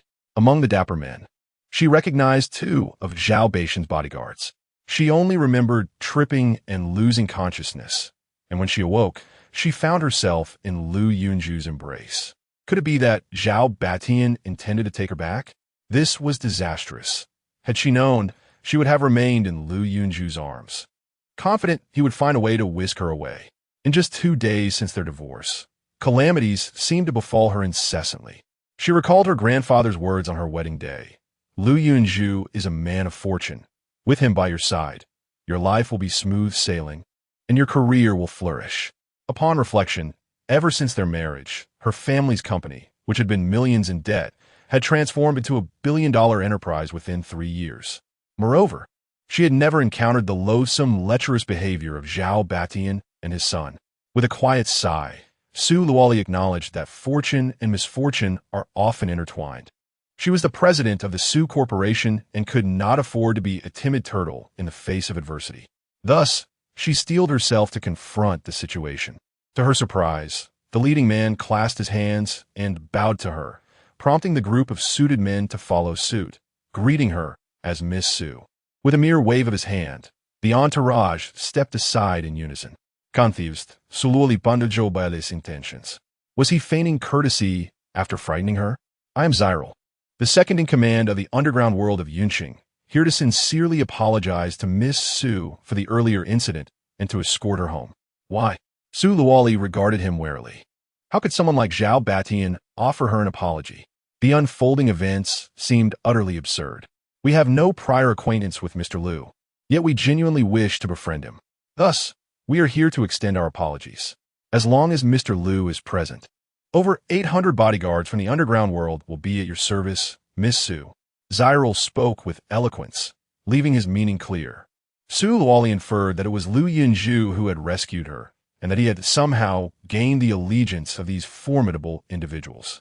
As long as they cling tightly to Lu Yunzhao's leg, these individuals will not trouble her. In fact, they may even assist her. The events of today unfolded in such a dramatic fashion that it surpassed her wildest imagination. The truth of the matter is known solely to Lu Yunzhao. Su Luoli feigned composure, casting a glance at Wu Ziyun and Li Na before offering a faint smile to Zyril, saying, "Well, your apology has been received. I shall now accept your ride home. I appreciate your assistance." Li Na, taken aback, exclaimed, "Miss Su, you cannot go with them. What if they are frauds?" Zyril, who had just displayed a congenial demeanor, suddenly narrowed his eyes menacingly as he advanced toward Li Na. "In comparison to you, a treacherous secretary, we pose no threat to Miss Su. To harm her, one only needs to act discreetly. The mobilization of so many is a testament to Mr. Liu's sincerity." Li Na, intimidated by his gaze, cast a pitiful look towards Su Luoli, seeking her aid. Ignoring her, Su Luoli walked straight to Ziril's car, opened the door, and took her seat. Zyril coldly commanded, "Dispose of these two rodents in the drainage ditch." With that, he entered the vehicle and departed. Lu Yunzhao labored until nightfall to refine the lampwick grass, seamlessly integrating it into the prepared medicine. Wang Zhun sent a message reporting, "Miss Su has severed ties with Wu Ziyun and has been safely returned home by Zyril." Ziril's mother was a princess from the Moroccan Principality who, over 2 decades ago, came to our country for tourism with her boyfriend. Zhao Batian murdered her lover and forcibly claimed her, compelling her to endure years of humiliation within the Zhao household until her demise. The Zhao family denied Zyril, labeling him a bastard and forbidding him from bearing the Zhao surname, thus raising him among assassins. Lu Yunzhao's heart trembled. Ziril's lineage was even more convoluted than his own. Had it not been for Zhao Batian, Zyril would have been born into royalty, a scion of noble blood. Now, however, he had become the leader of a criminal syndicate. Without hesitation, Lu Yunzhao responded decisively, "Embrace Zyril and reform the underworld." Wang Zhun could not suppress his excitement. The Yunzhou Chamber of Commerce was already a formidable entity, with a presence across the nation. Incorporating Zhao Batian's enterprises would equate to seizing 3/4 of the commercial chain. He sensed that the once-spirited Qilin saint had returned. Today, Lu Yunpeng dispatched individuals to attack Wen Xiao, seemingly intent on appropriating the business landscape of Yun City. Our Yunzhou Chamber of Commerce would likely become his next target. Wang Zhun felt a surge of alarm. 3 years prior, Lu Yunpeng had set his sights on Lu Yunzhao, forcing them to flee to Yun City. After 3 years of recuperation, Lu Yunpeng's strength now surpassed that of 3 years ago. It appeared that a serious confrontation loomed on the horizon. Thus, we must not only bolster the development of our industrial chain, but also cultivate martial elites. Zyril would be perfectly suited for this purpose and must be nurtured for growth. Additionally, there is no need to expedite our remarriage with the Su family, lest they attract Lu Yunpeng's attention. After concluding his call with Wang Zhun, Lu Yunzhao entered to wash up when his phone rang. Upon checking, he saw it was Wen Yao. He answered, "Mr. Liu, my sister has been poisoned. She is suffering from a high fever and has fallen unconscious. Please hurry and save her." Chapter 14.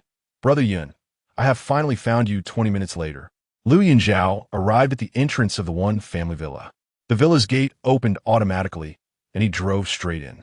Wen Yao hurriedly jogged over. "Mr. Liu, please hurry. My sister has been unconscious for over half an hour. Don't worry, it shouldn't be anything serious.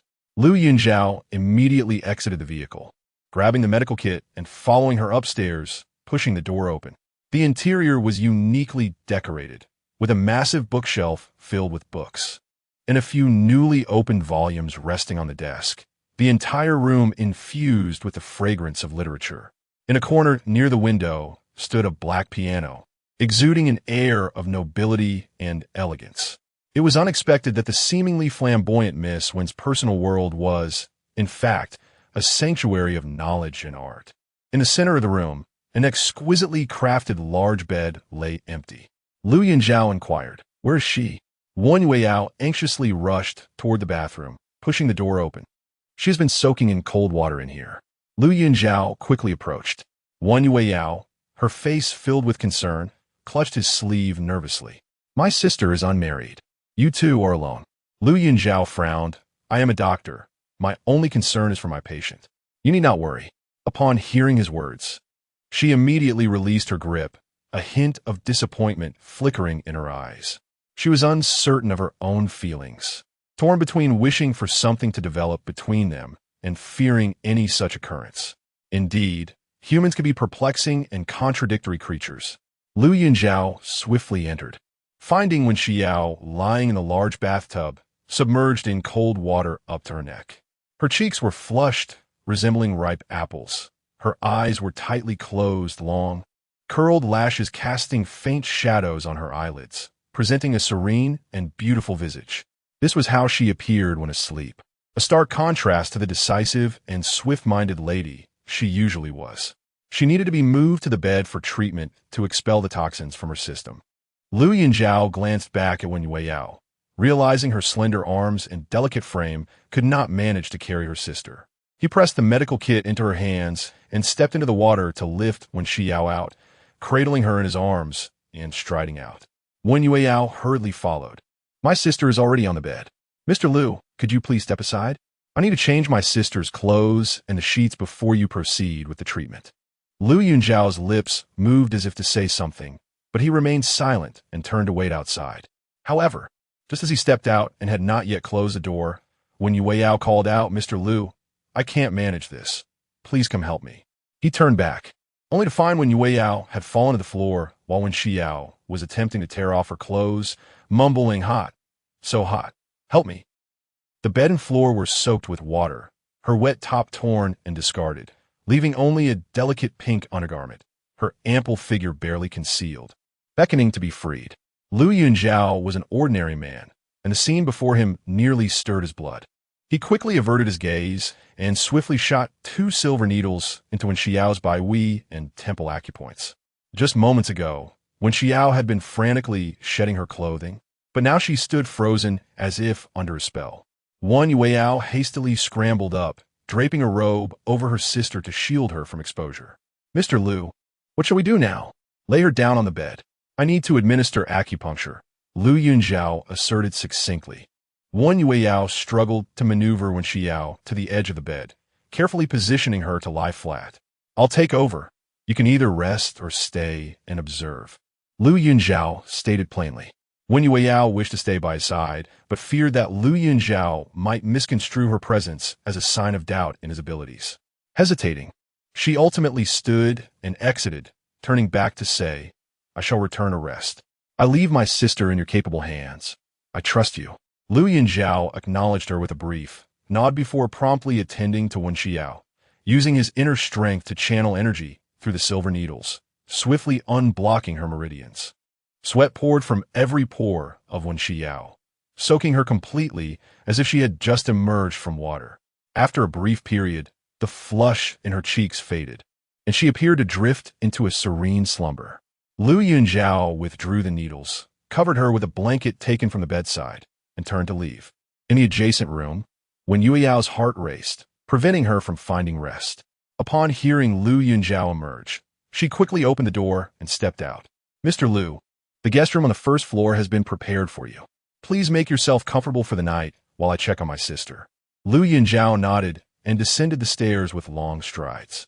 The following morning, after completing his morning routine and perusing the news on his phone, A knock sounded at the door.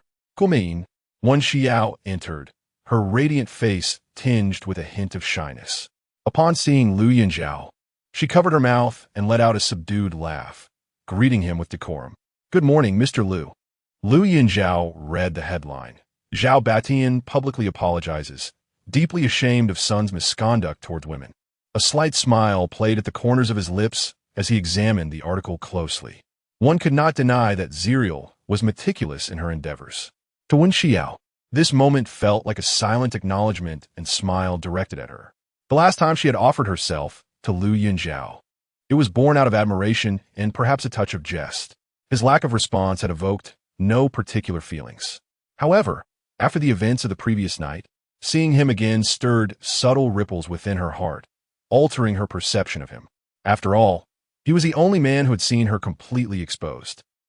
Mr. Lu, last night I was under the influence of traditional medicine, and my mind was somewhat foggy. I did not do anything inappropriate, did I? When Xiao inquired, her cheeks flushed as she posed the awkward yet ambiguous question, her gaze evasive yet laden with expectation. Rest assured, my skills are adequate. A frail woman could not impose anything inappropriate upon me, Lu Yunzhou replied, his words devoid of warmth, abruptly severing the delicate thread of ambiguity that hung between them. In Wen Xiao's eyes flickered a hint of subtle disappointment. She could not discern whether he was oblivious or intentionally indifferent. Lu Yunzhou glanced at his watch, stood up, and made to leave, remarking that it was getting late. Since Miss Wen was now well, he would take his leave, before she could fully process his departure. Lu Yunzhou had already opened the door and stepped outside. She hurried after him, calling out, "Mr. Lu, wait a moment. Is there something else?" He responded, pausing but not turning to face her. Feeling somewhat embarrassed for continually troubling Mr. Lu, she produced a black card and slipped it into the pocket of his suit. "This is the supreme black card of Yunzhou Palace, a privilege reserved solely for the owner of the establishment. You have saved my grandfather once and me twice, which amounts to 3 lives owed by the Wen family. This is a fitting reward. I will hand over the card to you now, and, subsequently, I will arrange for the transfer of ownership." Wen Xiao, possessing a high emotional intelligence and eloquence, had artfully elevated her 2 instances of medical aid and 1 instance of conflict into a grand narrative of 3 life-saving favors, thus justifying the offering of the most opulent restaurant in Yunzhou, the billion-dollar Yunzhou Palace. Her reasoning was so compelling that Lu Yunzhou found it impossible to decline and silently accepted the card. "Mr. Lu, with your exceptional medical and martial skills, my family has recently encountered misfortune, and it seems we may be embroiled in significant trouble. In a few days, I may need to trouble you again, and I hope you will not refuse." Lu Yunzhou understood precisely the gravity of her statements. Lu Yunping's ambition to monopolize the commercial sphere of Yunzhou represented the interests of the Lu family in the imperial capital, and he could not allow such recklessness to prevail. Even if the Wen family did not seek his assistance, he felt a moral obligation to intervene with unwavering resolve. "Yes, if you require assistance, feel free to reach out. Please take care." With a purposeful stride, Lu Yunzhou swiftly exited, making his way to his car and driving away. At that moment, he was solitary, intent on realizing a long-cherished ambition. Having discerned Wen Xiao's interest in him, he had feigned ignorance and evaded her advances. His dealings with the Wen family were strictly transactional, devoid of any deeper entanglement. Lu Yunzhou parked his car on the roadside, as he had done previously, and entered the Luoyuan Hotel, changing his attire before departing through the back exit. Half an hour later, he found himself in the basement where Fu Zhixing resided. Fu Zhixing, who held a fatherly role in his life, was the only person he trusted apart from Wang Zhen. "Yunzhou, you have arrived," Fu Zhixing exclaimed, his face beaming with joy. "I can stand on my legs now, albeit only for a brief moment. I am not yet able to walk." Lu Yunzhao's eyes brightened as he quickly approached to support Fu Zhixing, steadying him before gradually releasing his grip. "Excellent. This is much quicker than I anticipated, likely due to Master S' profound internal strength. An ordinary person might require a month before achieving such a feat." Lu Yunzhou exhaled a sigh of relief. His master had finally regained his ability to stand. The heavy burden that had weighed upon his heart had finally lifted, The atmosphere around them felt refreshingly revitalized, as the simply adorned basement seemed to bloom with life, reminiscent of spring's awakening. His world was now illuminated. Master, Lu Yunpeng has arrived in Yunqing. He has once again targeted the one family, having drugged the eldest Miss One last night. Before he could elaborate further, his phone suddenly rang. Upon opening the message, he discovered an unfamiliar number. Lu Yunzhou promptly ended the call and adjusted Fu Zhixing's position. As he contemplated speaking again, the same number rang through once more. With a hint of impatience, Lu Yunzhou pressed the answer button, only to be greeted by a melodious and sweet female voice. "Brother Yun, I finally found you. Where are you? Come out and meet me." In an instant, Lu Yunzhou felt as though he had been encased in ice. A layer of frost seemed to form upon his visage, causing even Fu Zhixing beside him to shiver involuntarily. The temperature around them plummeted, sending a chilling breeze through the air. Chapter 15. All actors. Yunzhou felt a surge of hatred rising within him, akin to a roaring inferno, wildly escalating. He endeavored to suppress his fury, striving to regain his composure. "Xiaoman, is there something you need?" His voice, low and melodious, resonated with a deep timbre, eliciting a soft giggle from the other end. "Brother Yunzhou, your voice remains as enchanting as ever. Shall we meet? I await you at the Paris Spring CAF." Yunzhou remained silent, ending the call. Externally calm, his heart churned with tumultuous waves, his thoughts drifting back to the past. The L and Xia family shared a long-standing friendship. Xia Man was a childhood betrothed, their bond particularly strong.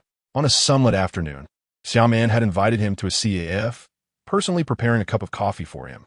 At that moment, she gazed at him with her innocent, unblemished face and sparkling eyes. "Brother Yunzhou, today is my 20th birthday.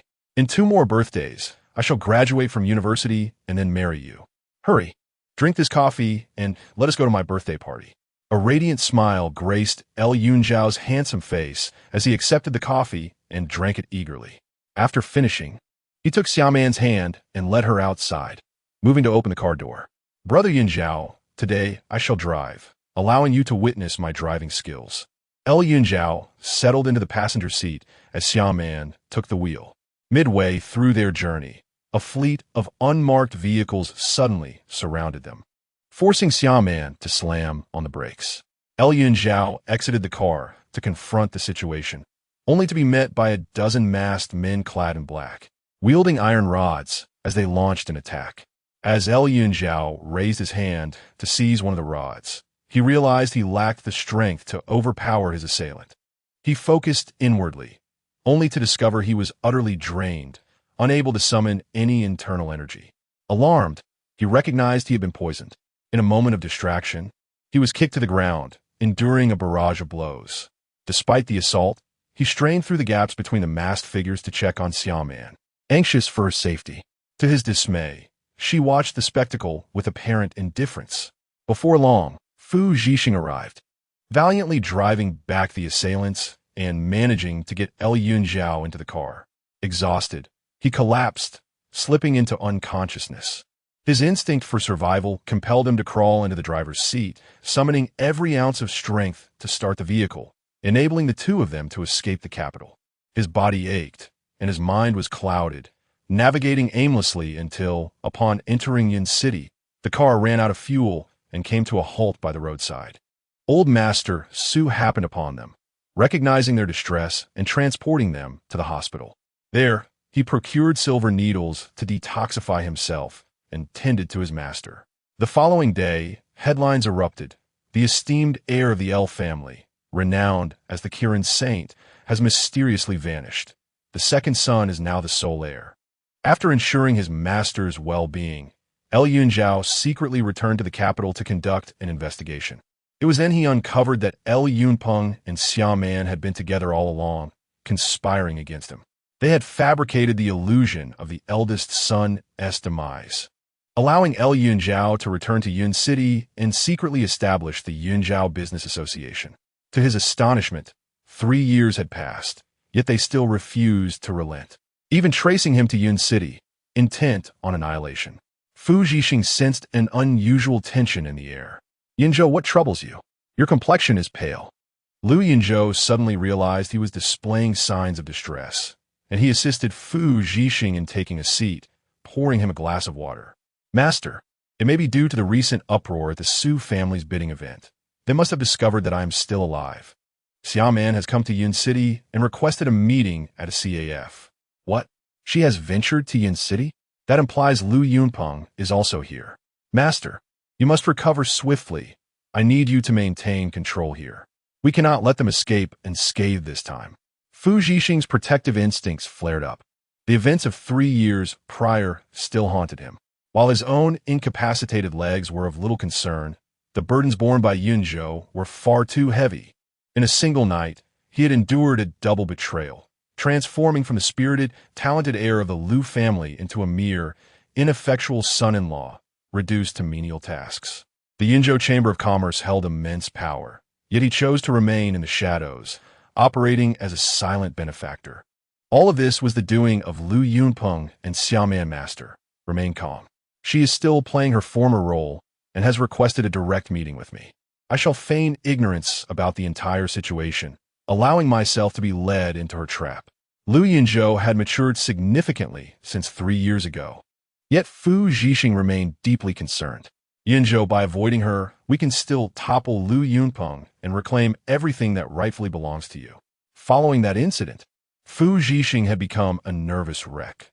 Whenever Lu Yunzhou was involved, he was riddled with anxiety, longing to find a remote sanctuary to hide his precious disciple, so he might escape the family's conflicts and live in peace.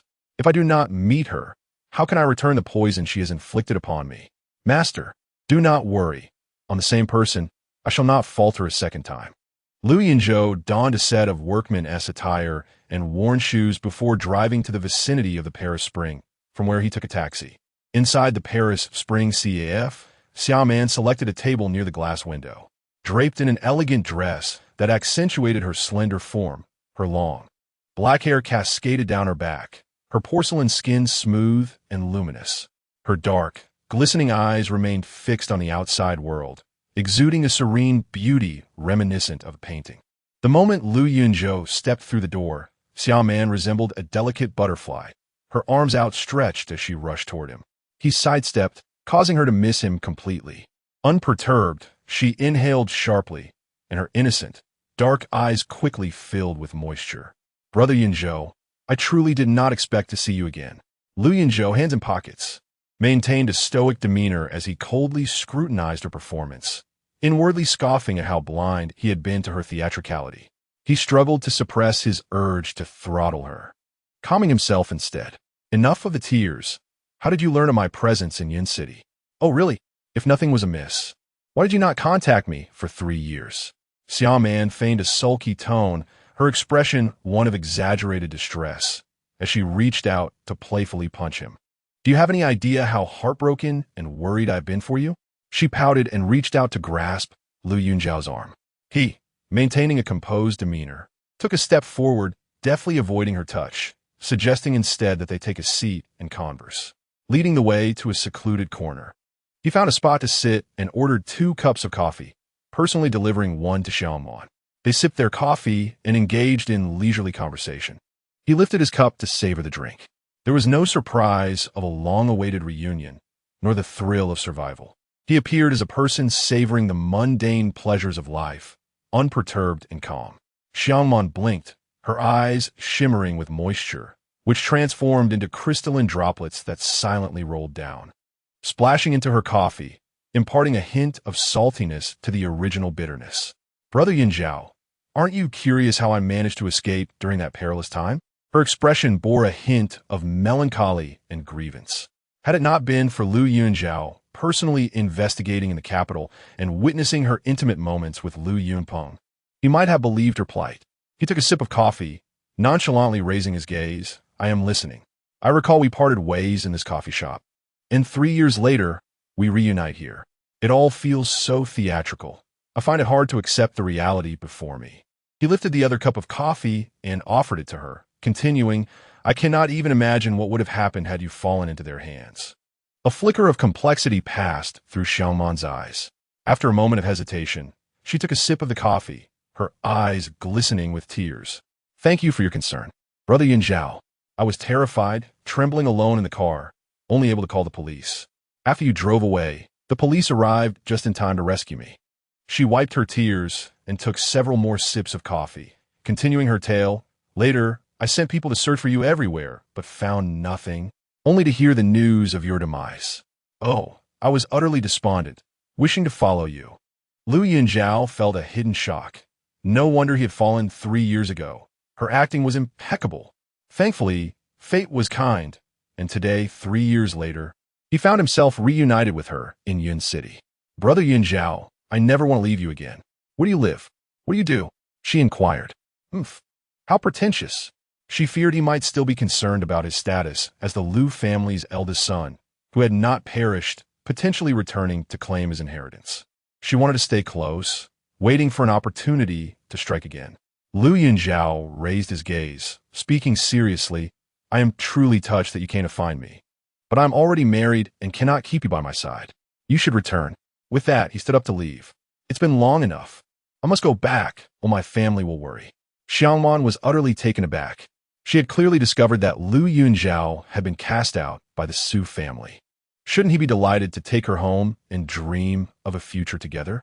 Yet, he was behaving unexpectedly, pretending to be content before her. Did he still fantasize about remarrying Su Luoli? No, she needed to completely sever his chances of reconciliation to remain by his side and bide her time. Xiangman stood up and leaned closer, pressing herself against Lu Yunzhou, whispering softly in his ear. "Brother Yunzhou, look at how I have traveled great distances to seek you out, in this unfamiliar place without a place to stay. Would you kindly take me in for a few days?" Lu Yunzhou furrowed his brow.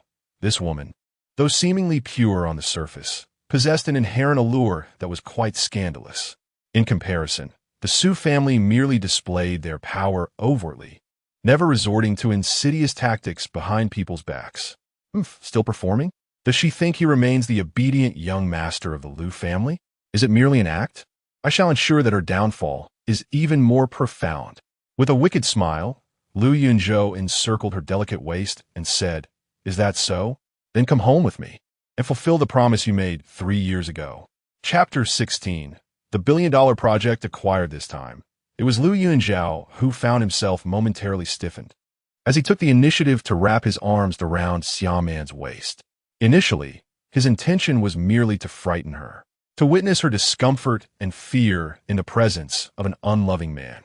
However, he was taken aback by her unexpected response, which left him feeling rather repulsed. "Brother Yunzhou, it has been 3 years since we last met, and you seem to have become quite bold," she remarked, a glimmer of delight flashing in her eyes. "Do you remember our childhood together? I am your betrothed, yet you have never even held my hand. Who would have thought you would be so forward now?" Xiaoman sighed inwardly, reflecting on the irony. "If you had been like this sooner, would I have betrayed you to follow Lu Yunpeng? Alas, you were always so pretentiously proper." Stealing a glance at Lu Yunzhou, she noticed he had matured somewhat. Despite his shabby attire, his charm remained undeniable, prompting her to unconsciously draw closer. After all, it was Lu Yunpeng who sent her here. Should anything occur, she could hardly be blamed for being fickle, as it would merely compensate for her long-standing regrets. Sensing her warmth, Lu Yunzhou felt a wave of discomfort wash over him, prompting him to release her and push her away. "What are you thinking? It was just a jest. We have plenty of time. Come home with me first." Xiaoman felt a sense of emptiness as he distanced himself. "I thought you had gained some wisdom from your failed marriage, but you remain the same self-righteous prude. What a waste of my romantic inclinations." Upon exiting the Paris Spring, they hailed a taxi on the street. "Where to, gentlemen?" the driver inquired. "To the common street near Luoyang Shopping Mall," replied Lu Yunzhou. The driver, glancing at their attire, understood and drove them to their destination. Lu Yunzhou led Xiaoman through a series of winding paths until they arrived at a dilapidated alleyway, entering a run-down courtyard. The courtyard, paved with ancient blue bricks, appeared worn but was kept clean and tidy. A kindly lady in her 50s opened the door and, upon seeing Lu Yunzhou, greeted him with a warm smile. "Ah, little Lu, please come in." She then turned her gaze to Xiaoman, her eyes sparkling with joy. And who might this young lady be? I am Yunzhou. Xiaoman began with a sweet smile, intending to introduce herself as his fiancée, Yi. However, she was abruptly interrupted by Lu Yunzhou, a fellow townsman from our childhood, visiting Yin City for the first time and without a place to stay. I brought her here to stay for a few days. He was keen to avoid the unpleasant term fiancé. This is Aunt Yun, the owner of this house, he continued. The space is rather limited, so Aunt Yun will have to squeeze in with relatives for a few days to make room for you. After exchanging a few words with Aunt Yun, he urged, "Come on, Aunt Yun, let's go." Without even stepping inside the house, Lu Yunzhou provided a brief explanation and turned to leave with Aunt Yun. As they exited, he turned back and smiled. The conditions here are not as good as your home. You will need to wash your own clothes, cook, and clean. Since you wish to follow me, it is best to acclimate to my lifestyle. If you cannot adapt, then perhaps this is not for you. Also, it is not very safe outside, so for your security, I shall lock the door. With that, he locked the door with a decisive click and strode away with Aunt Yun. Shaman stood in the courtyard, utterly bewildered by the unfolding events, which had far surpassed her imagination. By the time she regained her composure, she found herself alone in the small yard. Lu Yunzhou swiftly emerged outside, instructing Aunt Yun to sever the network signal in the area, thereby isolating her from the outside world. He ordered her to keep a watchful eye. Should Lu Yunping's men find this place, they were to deal with them directly, ensuring that no one escaped with her. Aunt Yun nodded, pondering why the merciful master did not simply. She gestured with her finger across her neck. Lu Yunzhou shook his head, his gaze hardening. Would that not be too lenient for those treacherous scoundrels? I must take my time, repaying them for the suffering I have endured over these 3 years. As he drove back, the faces of Shaman and Su Luoli alternated in his mind. Both women had entered his life, with Shaman accompanying him through his entire childhood and adolescence. They had shared an innocent bond akin to childhood sweethearts. He regarded her as a sister, a friend, and a fiancée, always treating her with utmost care and respect. He had once dreamt of their future together, envisioning her as his bride. Yet, he could never have anticipated that the seemingly gentle and innocent Shaman would one day betray him, conspiring with his brother to threaten his life. The impact of this revelation had been profound, causing a lingering ache in his heart even now. As for Su Luoli, their first meeting had found him poisoned, languishing in pain on a hospital bed. She had been entrusted by her grandfather to bring him meals, to keep him company, and to care for him, becoming a beacon of light amid his despair. He recalled that after his discharge, his grandfather had suggested he marry into the Su family, and Su Luoli had not opposed this. With joy in his heart, he had married her.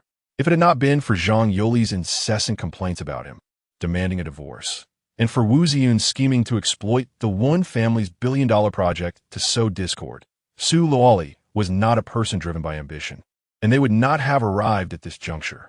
Even after their divorce, that foolish woman still offered him a villa and financial support, worrying that the underworld of Yunqing might trouble him, seeking Zhao Batian to appease him.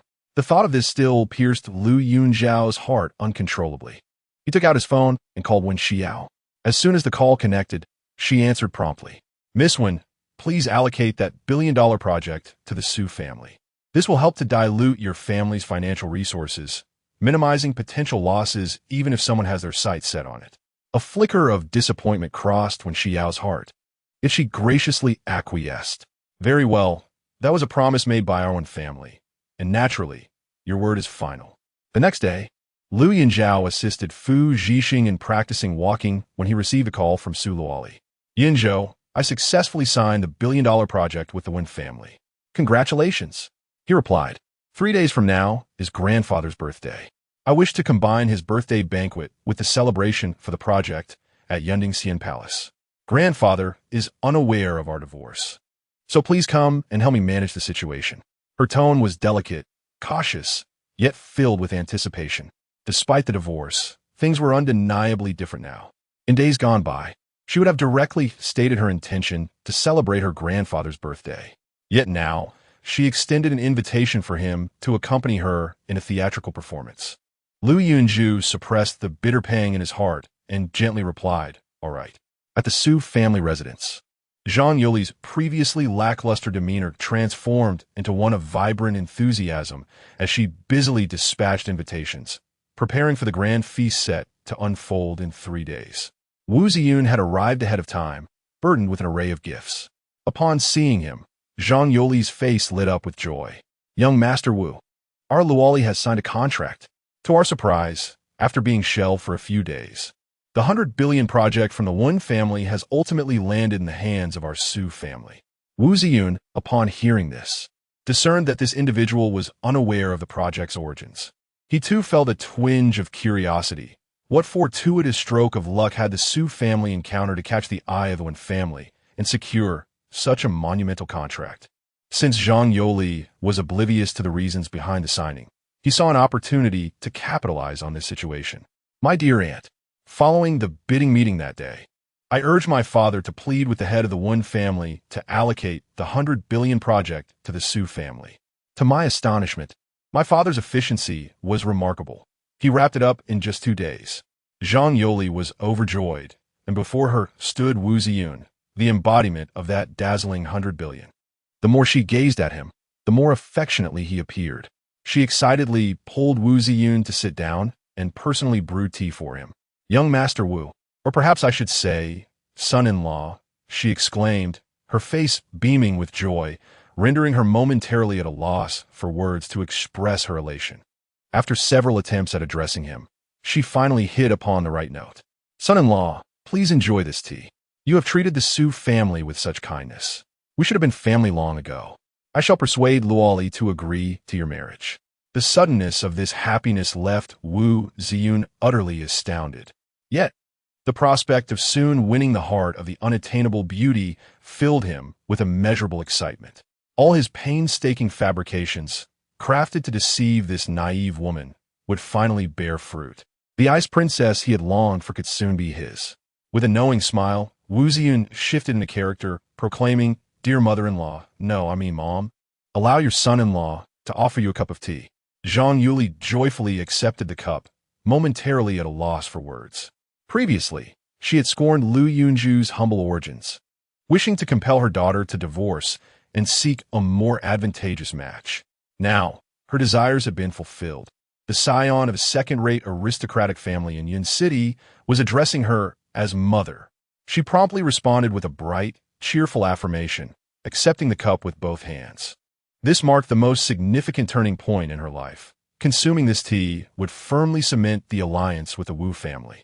With the support of this connection, coupled with the 100 billion project, the Su family might ascend to the status of a second-rate clan. Holding the tea offered by Wu Ziyun, Zhang Yuli's smile stretched from ear to ear, savoring the moment as if the plain tea had transformed into honey, delighting her heart. "To demonstrate my sincerity, I have decided to offer 10 of the shares to secure Luoli's hand in marriage. The arrangement is simple. You may invest a modest amount to acquire a stake in Wu Pharmaceutical." Zhang Yuli could scarcely believe her ears. "What? 10 of the shares for us to invest freely? Could we also become shareholders of Wu Pharmaceutical? Goodness, how wonderful this is. What an extraordinary son-in-law. Mother does not have much money, having saved only 8 million for retirement. Do you think that is sufficient, son-in-law? Oh dear, mother is far too modest. I have already mentioned that a token investment would suffice. So what does it matter if it is enough?" Zhang Yuli's heart soared as he picked up his phone and promptly transferred the funds to Wu Ziyun. Wu Ziyun smiled and immediately opened his handbag, producing a share transfer contract for Zhang Yuli. Upon examining it closely, Zhang Yuli realized that he had indeed been granted a generous 10 share, with Wu Ziyun's signature already affixed. Ecstatic, her heart soared even higher as she signed her name. She then called Su Luocheng. "Xiaochen, let me tell you, your brother-in-law is willing to generously grant us 10 of the shares. If we invest a little, our names can be on the list. Don't you still have 10 million? Hurry and invest, and we shall become shareholders of Wu Pharmaceutical." Chapter 17, Esteemed Son-in-Law. "Please have some tea soon." Su Luocheng arrived, his face alight with joy as he nearly bounded through the door. Whether it was from his rapid pace or sheer excitement, he sat down, his chest rising and falling for a considerable time before he finally spoke. "Brother-in-law, the moment I first laid eyes on you, I felt you were my destined brother-in-law. Indeed, my intuition was correct. With just 10 million, can I become a shareholder of Wu Pharmaceutical, sharing 10 of the company alongside my mother and sister? He eagerly grasped Wu Ziyun's hand, as if he were clutching a fortune worth billions. Wu Ziyun, exuding gentlemanly grace, nodded politely and smiled. Yes, you will indeed be part of Wu Pharmaceutical from now on. After all, it seems we are destined to become family. That's wonderful. I absolutely adore you, brother-in-law. Su Luocheng exclaimed, his excitement palpable as he joyfully embraced Wu Ziyun, placing a heavy emphasis on the title of brother-in-law. Even Wu Ziyun, typically unflappable, felt goosebumps rise on his skin. Still caught up in the thrill, he had yet to transfer the investment to his brother-in-law. I have only 10 million. I'll invest it all. Without hesitation, Su Luocheng pulled out his phone to transfer the funds to Wu Ziyun. Once the money was received, Wu Ziyun reopened the contract and guided Su Luocheng to sign his name. Setting down the pen, Su Luocheng could hardly believe the reality of the moment. Brother-in-law, am I truly a shareholder of Wu Pharmaceutical now? Do I really own 10? Wu Ziyun smiled and nodded, affirming the truth. Your investment is merely a formality, a means to keep up appearances. I also need to provide an explanation to the other shareholders of Wu Pharmaceutical. Make sure to encourage your sister to invest as well. Wu Pharmaceutical is a century-old enterprise, and generating an annual revenue of 10 billion is hardly a challenge.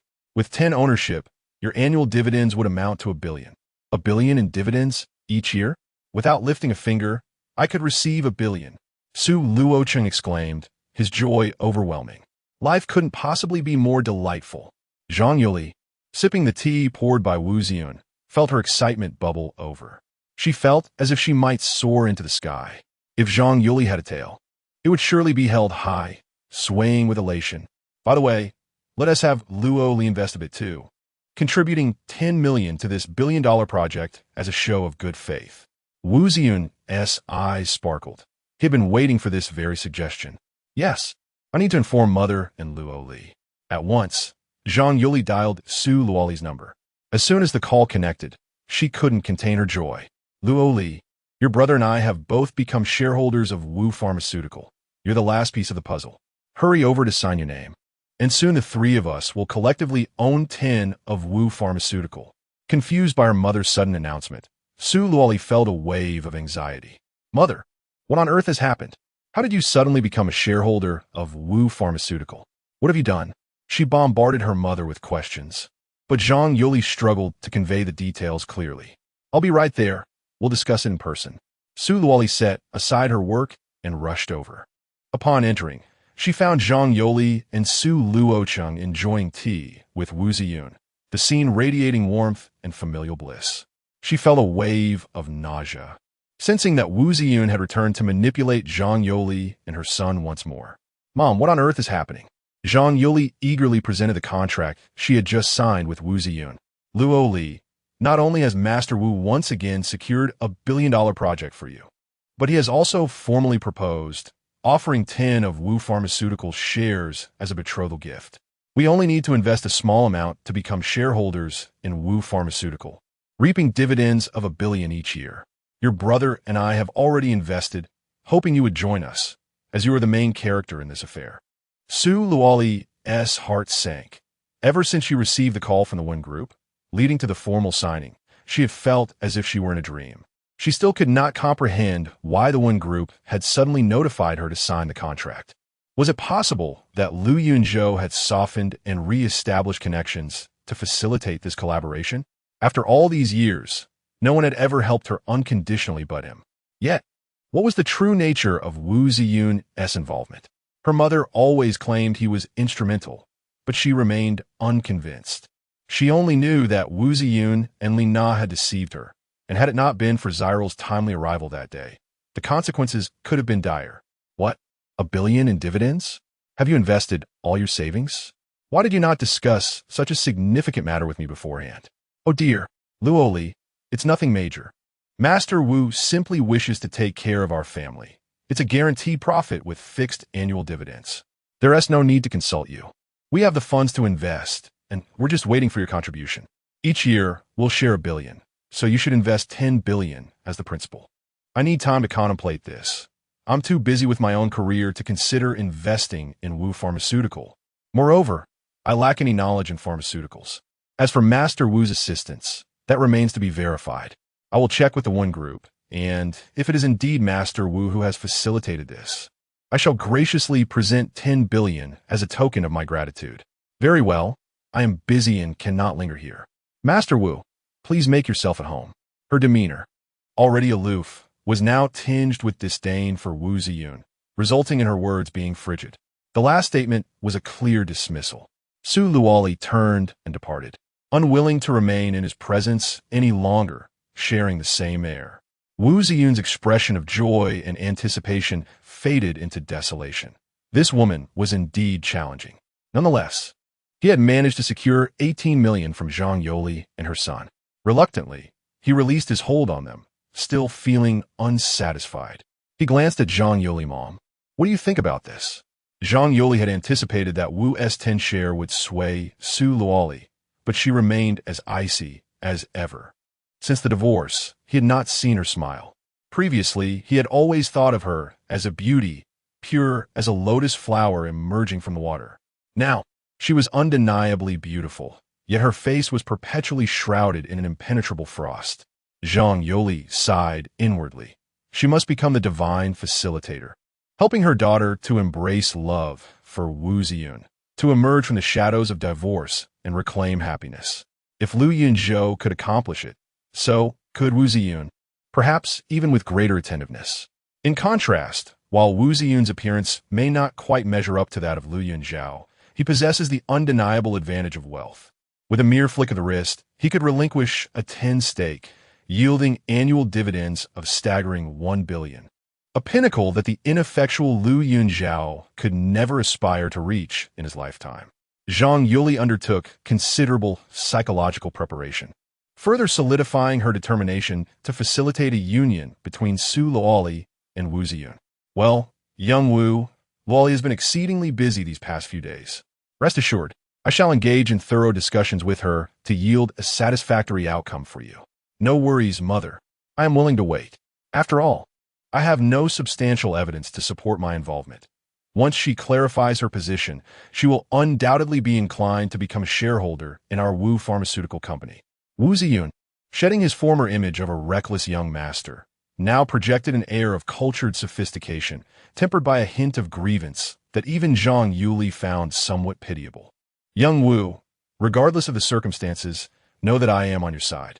Once Luoli is free from her obligations, I will certainly persuade her to accept you. Wu Ziyun's mind wandered. With Su Luoli having departed, he saw no reason to remain. If she were to become familiar with the Wen family and uncover the truth behind the billion-dollar contract, the 10 billion in funds would surely slip away. He needed to ensnare this old woman further, ensuring she would facilitate this endeavor. Wu Ziyun had more to articulate, but just then his phone rang. Noticing it was his father calling, he immediately answered. Listen here, you little rascal. Who have you offended? Wu Pharmaceutical has faced relentless suppression. Not only has our stock price plummeted, but now the Drug Administration is investigating us, having uncovered a batch of substandard products from our last production run. They are poised to shut down Wu Pharmaceutical. I have pulled every possible string, yet it is to no avail. They claim you have incurred the wrath of a significant figure, leaving no room for negotiation. You must reflect on whom you have angered. I would even be willing to sell everything to offer compensation or go and apologize in person to make amends. Wu Ziyun was taken aback. Father, please be assured, I am already addressing the situation. In truth, he had no idea whom he had offended. He had merely been posturing in front of Zhang Yoli and her son. After ending the call, he was disinterested in further conversation with Zhang Yoli and hurriedly departed. He needed to act swiftly before Su Luoli uncovered the truth. He aimed to find a reliable individual within the One family to fabricate evidence of his involvement in securing the billion-dollar project, thus ensuring the 10 billion from the Su family would be within reach. A grotesque twist contorted Wu Ziyun's already unsightly visage as a malevolent glint shone in his eyes. Su Luoli, I have pursued you for 3 years. I intend to claim you, and the money must follow. Chapter 18. The truth. Su Luoli returned to the office, preoccupied with the distressing matters of the day, rendering her unable to focus on her work. After much contemplation, she decided to call Manager Wang from the One Project department. It was Manager Wang who had notified her about the signing, and he must know the inner workings of the situation. The call connected swiftly, and Su Luoli politely inquired, "Manager Wang, I would like to understand why, despite Su Group being disqualified from the billion-dollar project at the bidding conference, I was later informed to sign a contract?" Having navigated the corporate landscape for many years, Manager Wang had become quite astute. With a gentle smile, he replied, "Of course. It was because Old Master One had taken a liking to Su Group's proposal, and he instructed me to notify you directly." Manager Wang's words were as good as meaningless. There were no fewer than 100 companies participating in the bidding for the one-sure billion-dollar project. Why did Old Master One single out the Su family's proposal? Had anyone ever interceded on behalf of the Su family before Old Master One? However, given her lack of familiarity with Manager Wang, it would be inappropriate to inquire directly. She could only approach the matter indirectly. "Manager Wang, recently, the head of Wu Pharmaceuticals reached out to discuss a potential collaboration, claiming to have a close relationship with the Wins. Should I extend a courtesy to the Wins and sign a cooperation agreement with Wu Pharmaceuticals?" Her implication was clear. Everything hinged on the One family's reputation. If Wu Pharmaceuticals indeed had ties with the Wins, she would proceed with the collaboration. However, if Wu were merely leveraging the One name for their own benefit, any ensuing losses could not only delay the billion-dollar project, but also tarnish the One family's reputation. This was a serious matter, and Manager Wang dared not take it lightly. The Wins were not familiar with Wu Pharmaceuticals, and there were internal rumors circulating that Wu Pharmaceuticals had recently been discovered to be involved in counterfeit drug issues, leading to a mandated suspension and heavy financial losses. "Thank you, Manager Wang, for your candid information. I shall not disturb you further. Please continue with your work, and I will reach out if necessary." After hanging up the phone, Su Luoli felt a tempest brewing within her. It appeared that Wu Ziyun had been lying to deceive her mother all along. With Wu's losses, his true aim was to carve out a share of the Su family's billion-dollar project. She picked up her phone to call Zhang Yoli, but abruptly hesitated. The money had already been swindled away. Discussing it would only frighten her. Su Luoli consulted several lawyers online regarding the implications of corporate debt on shareholders' responsibilities. The unanimous response was that if a company incurred debt, shareholders would be liable for their proportional share according to their ownership stake. Her heart plummeted. She could hardly fathom the extent of the debt Zhang Yoli and Su Luochen would have to shoulder after signing that agreement for Wu's 10 stake. Overwhelmed and distressed, she resolved to take things one step at a time. On the day of the celebration banquet, Su Luoli rose early to prepare herself and called Lu Yunzhou to accompany her to the Yunzhou Tiangong. After several days apart, there was no trace of joy on her face from securing the billion-dollar project.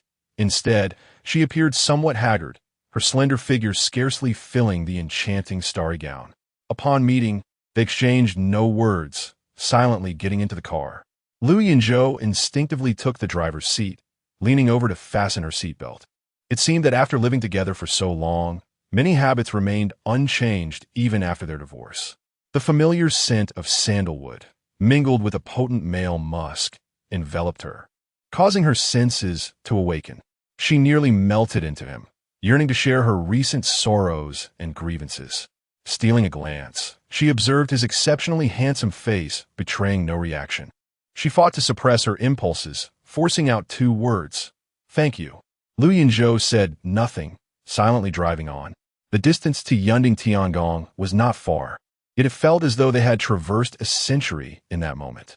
Upon arriving, they noticed a throng gathered at the entrance, seemingly barred from entry. They hurried over to find Zhang Yoli and Su Luochen assisting their grandfather, engaged in negotiations with the bodyguards. Wu Ziyun stood by, observing the unfolding drama. The primary reason for the commotion was the restaurant's internal restructuring, leading to its closure for the day. All pre-booked private rooms were subject to refund. Zhang Yoli, exasperated, shouted, "Bring your manager out. Our Luo Li prepaid over $1 million 3 days ago. How can you treat esteemed guests this way?" The bodyguards, taken aback by her tirade, could only call the manager. The manager was informed that a customer who had booked a common room 3 days prior insisted on entering for a banquet, refusing any refund, and demanded the manager's presence to resolve the matter. Before long, the manager emerged, flanked by a dozen formidable bodyguards, standing in a line that sent a shiver through the crowd. Was this a display of force? Indeed, as the manager stepped forward, his demeanor fierce, he proclaimed, Yunzhou Tiangong is undergoing internal restructuring to welcome the newly appointed chairman. We shall not accommodate any customers. Refunds for prior bookings will be processed. Anyone causing a disturbance will be forcibly removed. With a sweeping gesture, the bodyguards advanced in unison, an imposing sight that was undeniably intimidating. Zhang Yoli retreated a few steps into the crowd, inadvertently pushing Wu Ziyun forward, shrieking, "This is the young master of Wu Pharmaceuticals. Do you dare to lay a hand on him?" Wu Ziyun, caught off guard by this unexpected turn of events, found himself thrust into the spotlight. Uncertain of his standing, he nonetheless steeled himself, for he needed to impress Su Luoli to secure a 10 billion investment. Adjusting his suit and clearing his throat, he produced a membership card from his pocket and presented it. "I recharge 10 million annually with this card. May I inquire if I can enter for consumption today?" The manager cast a disdainful glance, dismissing him with a wave. "Yunzhou Tiangong has tens of thousands of such members. Your presence is neither significant nor detrimental. Why should I bend the rules for you? Throw him out." A bodyguard approached immediately, seizing Wu Ziyun to expel him. Wu Ziyun quickly relented. Wait, I apologize. I'll leave on my own." The bodyguard released him, and he hastily stepped back, trying to diminish his visibility. Old Master Su's face was ashen. Today marked his 70th birthday, and he had hurried over to celebrate, only to be turned away at the door. Lu Yunzhou produced a black card from his pocket and inquired, "Does this card grant me access?" To his astonishment, the manager barely glanced at it, impatience evident as he dismissed Lu Yunzhou. "I don't have time for you two with your worthless cards. Yunzhou Tiangong is busy today. Excuse me." He instructed the bodyguards, "If anyone else causes a ruckus, throw them out immediately. Prepare for the new chairman's welcome ceremony. Any negligence could cost us our jobs." The bodyguards responded in unison, "Rest assured, manager. We will accomplish the task." Their voices resonated with authority, prompting nearby guests to instinctively disperse. Standing resolutely, Lu Yunzhou raised his card high. "I shall enter Yunzhou Tiangong today with this card. Let us see who dares to stop me." The atmosphere erupted in astonishment. What was happening? Who was this person, so audaciously fearless? The crowd gazed with wide eyes, a look of concern etched upon their faces as they turned towards him. The manager, having taken a few steps, halted abruptly, his expression dark and foreboding, his eyes sharp as daggers. It was evident that he was seething with rage, the kind that could drive a man to violence. He pivoted and strode towards Lu Yunzhou. Wu Ziyun broke into a grin, concealing his earlier panic, and raised his voice to incite. Has this fool lost his mind? Does he think he is the mysterious chairman we are to welcome today at Yunzhou Tiangong? How dare he speak to the manager while brandishing a worthless card? Manager, have someone teach him a lesson." Zhang Yoli leaned forward and shouted, "You worthless wretch, if you wish to die, don't drag us down with you. Manager, this fool has nothing to do with us." Su Luochang laughed even more heartily. "Can't you just not act so pretentiously? Manager, drag him aside and deal with him. Don't let him splatter blood on us. It's bad luck." The manager approached Lu Yunzhou, took a glance at the card, and just moments ago wearing a frosty demeanor, suddenly transformed as if touched by the spring sun, a brilliant smile breaking through his previously stern face, illuminating the room. Before anyone could process the manager's dramatic change, he bowed deeply, a full 90 degrees, his voice dripping with flattery. "Greetings, chairman." Lu Yunzhou stood tall and composed, exuding an air of tranquility. "Today marks my grandfather's 70th birthday. Please make the arrangements accordingly." The manager wiped the cold sweat from his brow, still smiling radiantly. "Yes, chairman. I shall make the arrangements immediately, ensuring that your grandfather's celebration is resplendent and magnificent." He turned and glared at the bodyguards, commanding, "Notify all Yunzhou Tiangong staff to line up for a warm welcome." In unison, a dozen bodyguards responded, "Yes," their voices resounding with power and authority.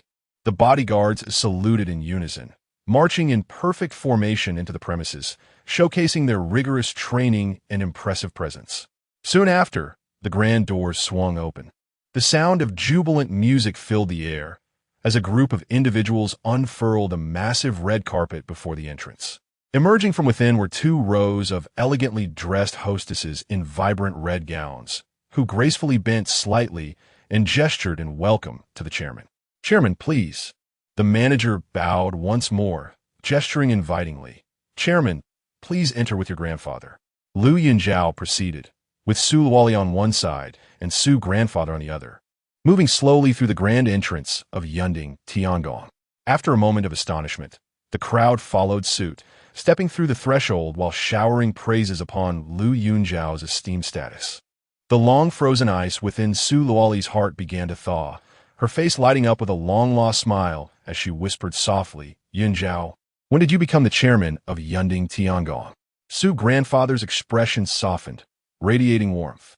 "Silly girl, are you unaware of your husband's enterprise? That black card signifies not just the position of chairman, but the very identity of the master of Yunzhou Tiangong." Instantly, the crowd looked at Lu Yunzhou with adoration, grateful to attend Su grandfather's birthday banquet and to meet such a prominent figure. Zhang Yoli and Su Luocheng trailed behind, their chins lifted high, swelling with pride, as if they were basking in reflected glory, nearly bursting forth with exclamations of pride. Wu Ziyun's face contorted grotesquely, his eyes brimming with unrestrained envy. Suddenly, he let out a loud shout. How could a worthless wretch like him suddenly ascend to become the master of Yunzhou Tiangong, worth billions? It must be that woman accompanying him who bestowed this fortune upon him. In essence, he is merely a kept man, relying on the sale of his charm to thrive. Chapter 19. The lies unveiled. Su Luoli's expression hardened, a chill creeping into her heart. Her face, as delicate as a lotus blossom, instantly froze, and she averted her gaze, unwilling to look at him any longer. Lu Yunzhou's countenance darkened ominously as he turned to Wu Ziyun, his expression grim and foreboding. His fists clenched tightly, knuckles paling under pressure. Zhang Yoli rushed forward, arms outstretched to shield Wu Ziyun, rolling her eyes dramatically. "What do you intend to do, you good-for-nothing? I witnessed your sordid affair with that shameless harlot long ago. You can do as you please, but you can't silence the world. You assaulted young Master Wu. Do you think you can stifle the whispers of the masses?" Her words were delivered with conviction, strikingly authentic. The crowd's perception of Lu Yunzhou shifted subtly, their expressions reflecting a dawning realization. In that fleeting moment, Lu Yunzhou was cast down from the lofty heights where he was once revered, plunging into an abyss from which he might never rise again. When you were penniless, you feasted and lounged at my Su family's expense. And now that you've found wealth, you presume to exert your influence over us? Young Master Wu is a distinguished guest invited by me, Zhang Yoli, and I won't allow you to lay a finger on him. Wu Ziyun recoiled, shrinking behind Zhang Yoli, a smug glint in his eyes that was truly infuriating. At this critical juncture, this shallow, opportunistic woman proved unexpectedly useful. Observing their antics, Su grandfather's earlier joy evaporated, replaced by ire as he glared fiercely at Zhang Yoli, his cane striking the ground with a thunderous clatter. At your age, can you not exhibit a modicum of decorum and set a proper example for the children? Look at the detritus you've invited as a guest, spewing slander against Yunzhou. Lu Yunzhou felt a wave of relief wash over him. His grandfather's unwavering support was a balm to his spirit. He had come to celebrate his grandfather's birthday and could not allow the festivities to be marred. He promptly approached, offering his arm to assist Su grandfather back inside. Su Luoli's demeanor was frigid as she seized Zhang Yoli, casting not even a glance at Wu Ziyun. "Mother, what are you doing? Today is the celebration of my billion-dollar project and grandfather's birthday. Please refrain from causing unnecessary disturbances with irrelevant individuals. Let us hurry inside to arrange the necessities for grandfather's celebration." Wu Ziyun, intent on ingratiating himself with Su Luoli, felt the sting of her words, irrelevant individuals, as a bucket of cold water poured over him, leaving him chilled to the bone. He glanced back at Zhang Yoli, whose expression mirrored helplessness at the unfairness of it all. Stealing a glance at Su grandfather, Zhang Yoli tugged at Su Luoli's sleeve. Luoli, dear, I'm only looking out for your best interests. Young master was offered our family a 10 stake that could yield $1 billion in dividends each year. After the celebration, you should have a serious discussion with him about investing $10 billion. Then, we would have every right to share in the profits. The moment Su Luoli heard this, she felt a wave of dizziness from anger. She could not fathom why her mother placed such unwavering trust in Wu Ziyun, believing every word he uttered. It was as if she had completely forgotten her own prior naivety before investigating the matter. Turning her gaze back to Wu Ziyun, she had previously only found him unattractive and somewhat sleazy, but now she recognized his cunning and slyness. Seizing the opportunity, Wu Ziyun pressed on, Luoli, your mother truly has your best interests at heart. Wu Pharmaceuticals would welcome your investment at any time.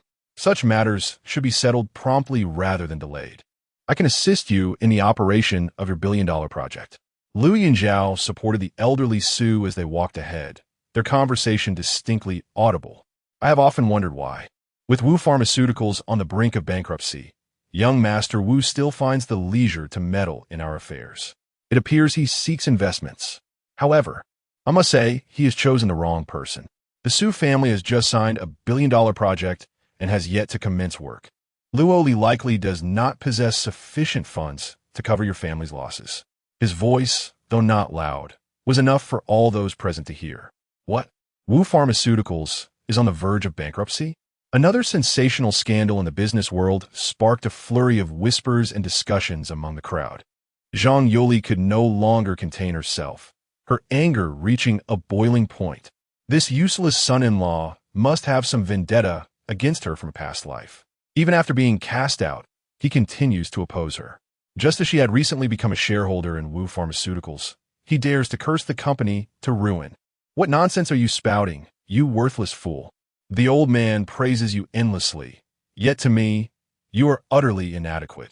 Even if you became the chairman of Yunzhou Tiangong, you would still pale in comparison to young Master Wu's little toe. Young Master Wu not only sought his father's assistance for Luoli in securing the billion-dollar project from the One family, but also generously gifted US 10 of Wu Pharmaceutical shares. What can you, a mere wastrel, possibly do for our family? Lu Yunzhou felt a surge of anger. This person was usurping his achievements.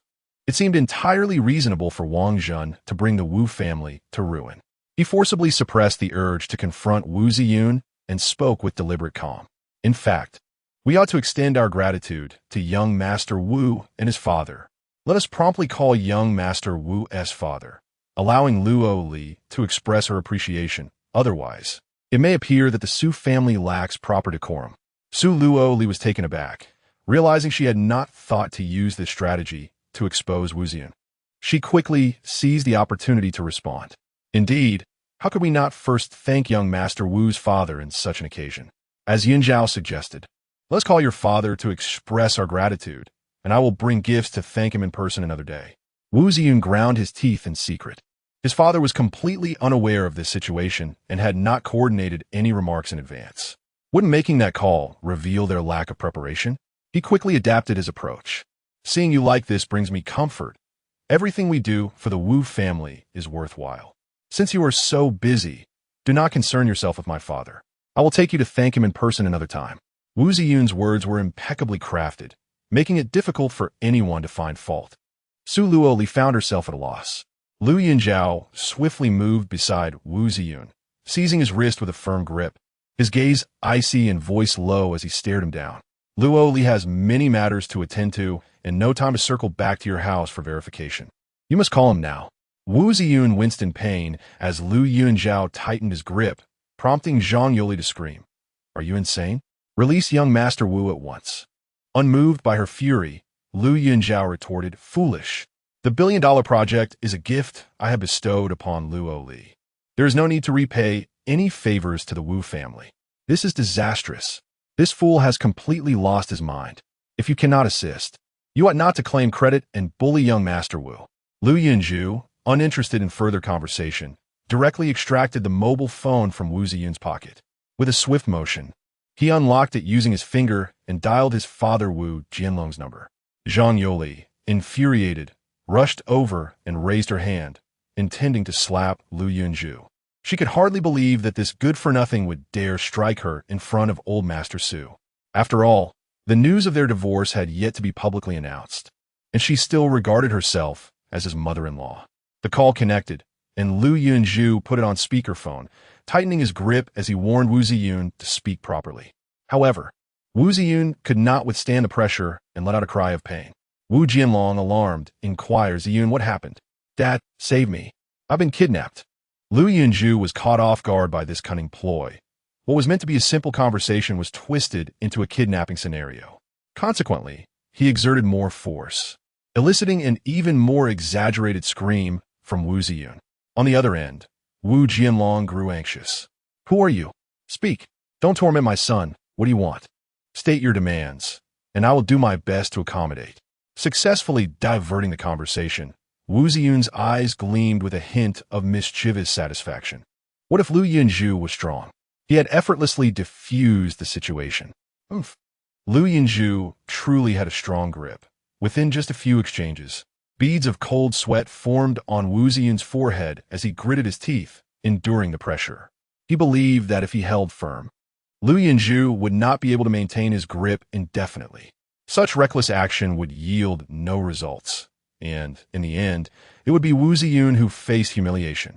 Zhang Yoli, unable to contain her impatience, recalled that ever since she signed that contract, Wu Ziyun had appeared to her as a glimmering treasure worth 10 billion.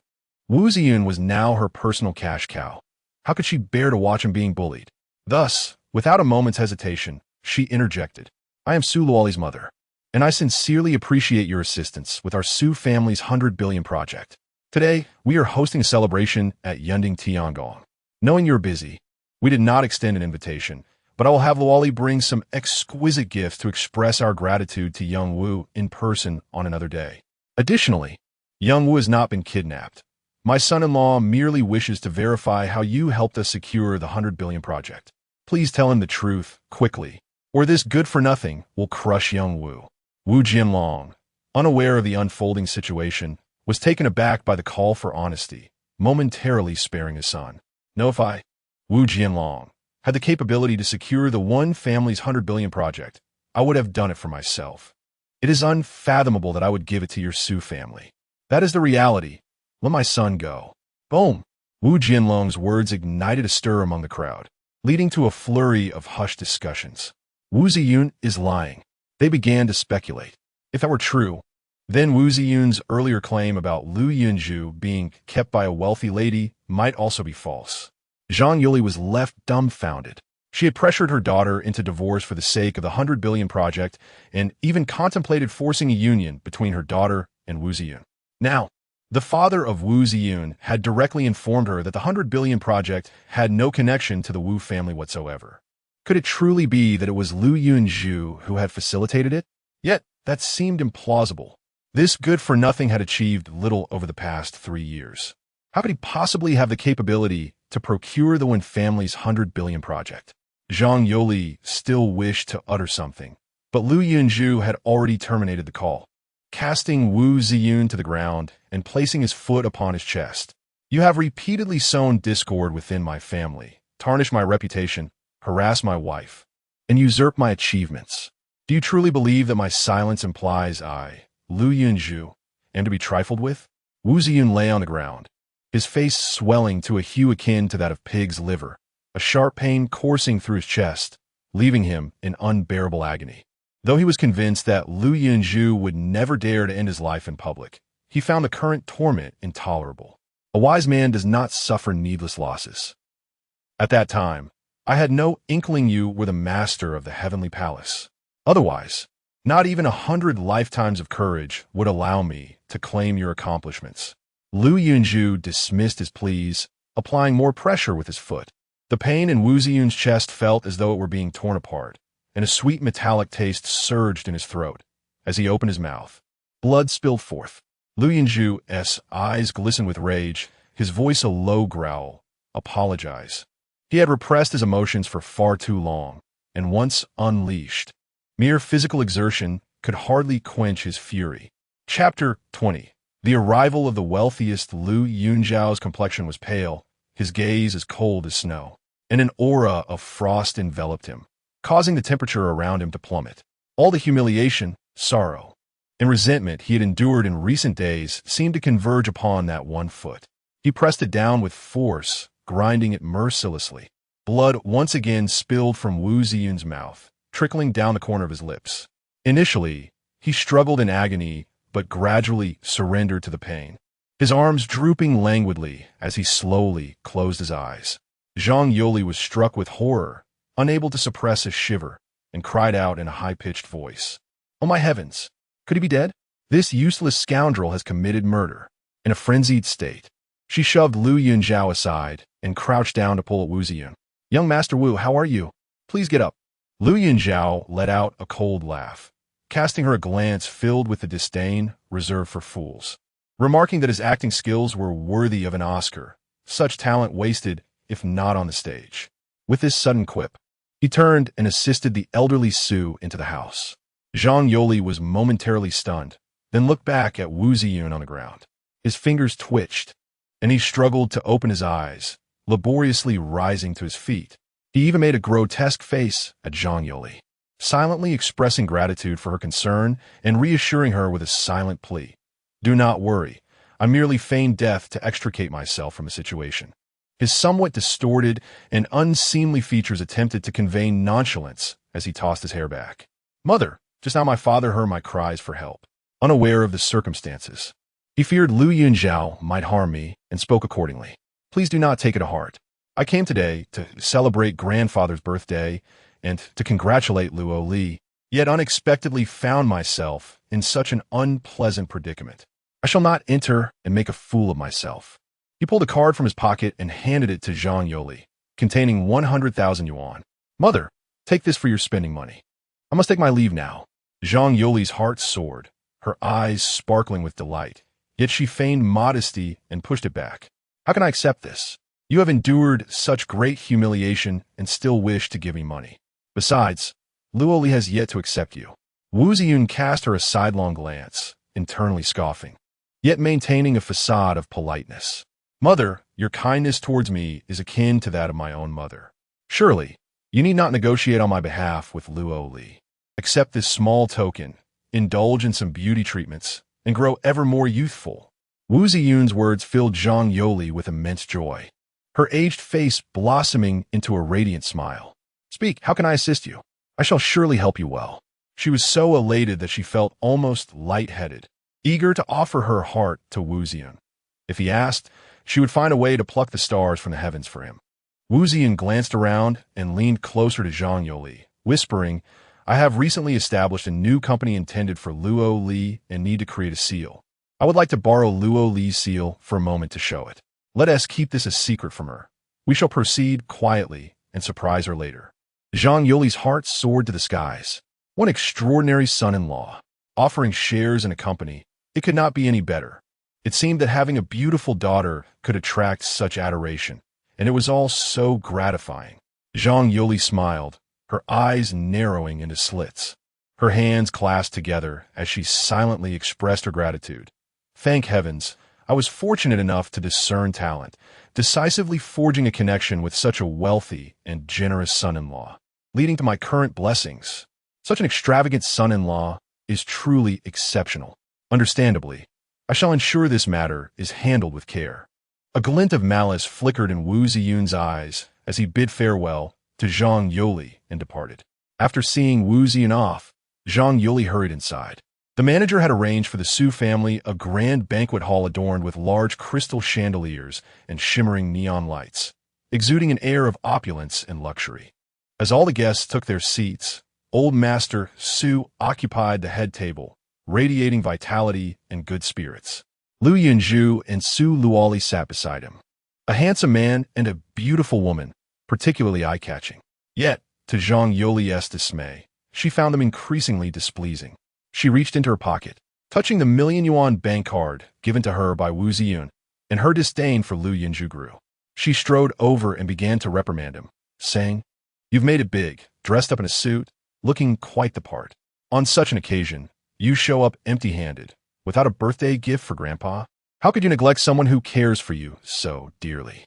She intentionally raised her voice, drawing curious glances from those around, their expressions filled with confusion. Everyone struggled to comprehend Zhang Yuli's behavior, criticizing such an affluent son-in-law while showing concern for an ne'er-do-well like Wu Ziyun. Lu Yunzhou did not even lift his head, pouring tea for old Master Su. Su Luoli, witnessing her mother's abrasive demeanor, felt a wave of embarrassment wash over her for the first time. "Mom, can you please calm down? This is the gift that Yunzhou prepared for Grandpa's birthday." Zhang Yuli then noticed 2 bottles of Moutai liquor on the table, their ordinary packaging starkly contrasting with the elegant surroundings. Just as she was about to say more, old Master Su shot her a disapproving glance. "If you continue to speak disrespectfully and insult Yunzhou, you may as well leave." Zhang Yuli was taken aback. Although Su Luoli managed the company, old Master Su remained the head of the family. Consequently, she often found her authority undermined at home, directing her frustrations toward Lu Yunzhou to assert her familial status. Now, faced with old Master Su's anger, she swiftly grabbed the 2 bottles of liquor and turned to leave. "I'll take these out and put them away." Zhang Yuli merely sought a graceful exit, but with the bottles in hand and nowhere to place them, she headed straight to the kitchen. She intended to use the liquor as an ingredient for a dish, drunken shrimp. After giving instructions in the kitchen, she returned to mingle with the affluent ladies from her former social circle before settling down properly. After all, she did not wish to incur old Master Su's wrath. Before long, the drunken shrimp was served, its intoxicating aroma wafting through the air, tantalizing the guests' palates. Each shrimp glistened like emeralds, vibrant and inviting. Old Master Su could not resist the temptation, using his chopsticks to pick up one, savoring the shrimp's exquisite texture and flavor. This is delicious. This is the best drunken shrimp I have ever tasted in my life." With a gentle bite, the shrimp seemed to dance upon the tip of the tongue, releasing its intoxicating essence, imbued with a unique fragrance that captivated the senses. A sigh escaped someone's lips, and the crowd hastily clamored for the drunken shrimp. Too engrossed to utter a word, old Master Su, with a beaming smile, indulged himself, completely entranced by the feast. Just then, an elderly gentleman, sprightly and robust, entered from outside, making his way directly to Master Su's table. As he approached, he greeted, "Today, Mr. Wen has come uninvited, fortuitously coinciding with your birthday celebration. Our fates seem intertwined." Lu Yunzhou raised his gaze, his eyes sparkling. "Grandfather Wen, what brings you here? Please take a seat." Upon hearing the name of Lu Yunzhou's acquaintance, Zhang Yuli felt a wave of disdain wash over him. "Our Su family is hosting a celebration, and it is only due to Luo Li's kindness that you are allowed to partake. Please do not bring along any random acquaintances that might tarnish the Su family's reputation." Old Master Wen felt a pang of embarrassment, his face reddening. It was the first time in his life he had been treated with such disdain. He found himself caught in an awkward predicament, unsure whether to stay or leave. After a moment of hesitation, he stood up to depart. However, Lu Yunzhou swiftly pulled him back down, saying, "Allow me to introduce you. This is the wealthiest man in Yun City, old Master Wen Shixiang. The 100 billion project that Luo Li signed was facilitated by him.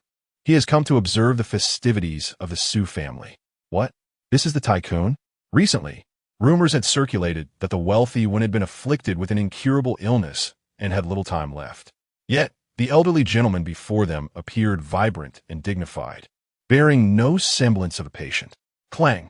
The drunken shrimp that Zhang Yuli had been about to lift to his mouth fell into the small vinegar dish, splattering vinegar everywhere and staining his front, yet he remained oblivious, his mind a blank slate overwhelmed by the revelation.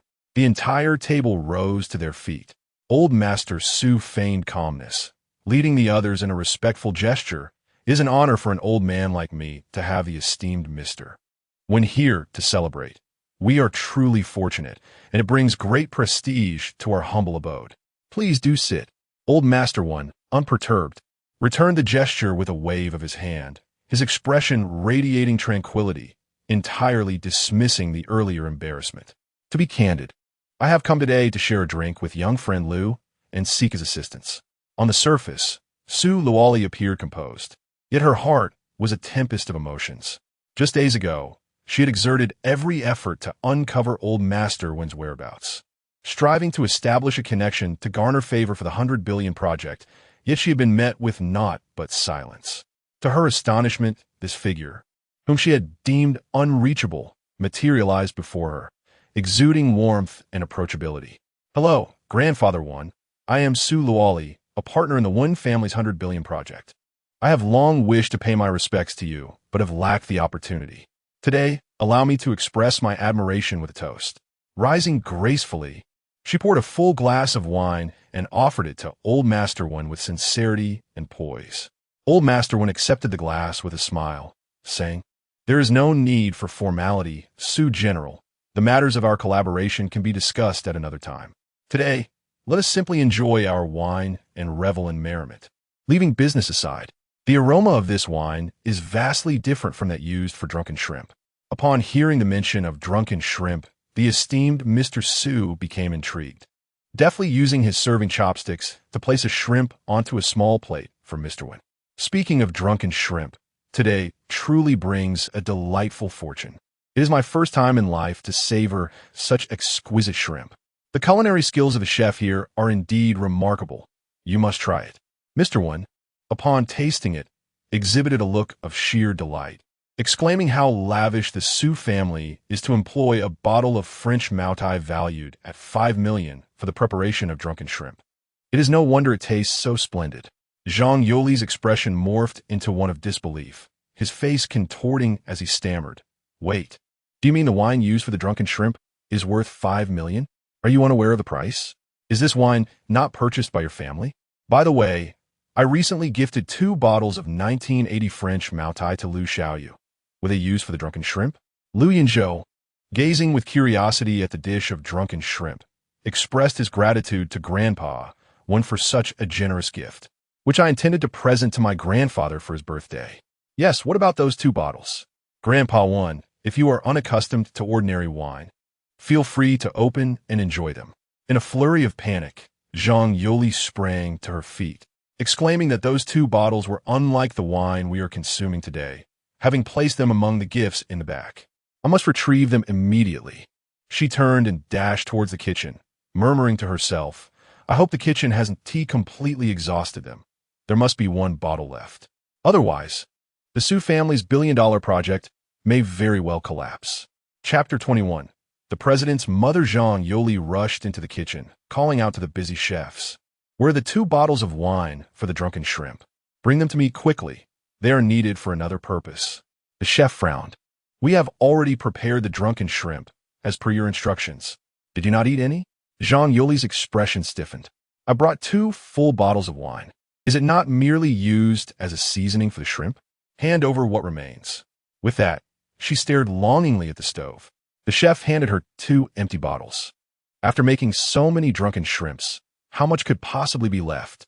"Look, these are the only 2 empty bottles. We were too busy to dispose of them, or else there would be no bottles left at all." Zhang Yoli took the 2 empty bottles, shaking them. They were hollow, mirroring her own deflated hopes. Is it possible that 1 million worth of wine has vanished just like that? If when Shofu gets angry, the 100 billion project will go down the drain. Damn, this drunken shrimp is outrageously expensive. It's simply a fortune in shrimp. Dazed, Zhang Yuli staggered out of the kitchen, her heart bleeding. What should she do?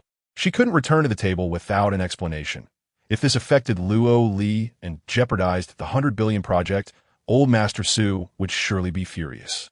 Her mind was in turmoil as she trudged out, holding the 2 empty bottles, lost in thought. At that moment, Su Luochen emerged from the restroom. "Mom, what are you doing here? Why didn't you take the wine inside?" She pulled Su Luochen aside into a corner, lowering her voice. "Those 2 bottles of wine were taken to the kitchen for the drunken shrimp. What if when Shofu gets angry and withdraws your sister's 100 billion project?" Su Luochen chuckled. "Mom, is that why you're standing out here? Does when Shofu care about 2 bottles of wine worth 1 million? Come on, or else the drunken shrimp will be finished without us." Zhang Yuli hesitated for a moment, but remained rooted to the spot. The wine was a gift from Wen Shofu to Lu Yunzhou. Perhaps Wen Shofu would overlook it, but Lu Yunzhou might not. After all, she had treated him poorly in the past.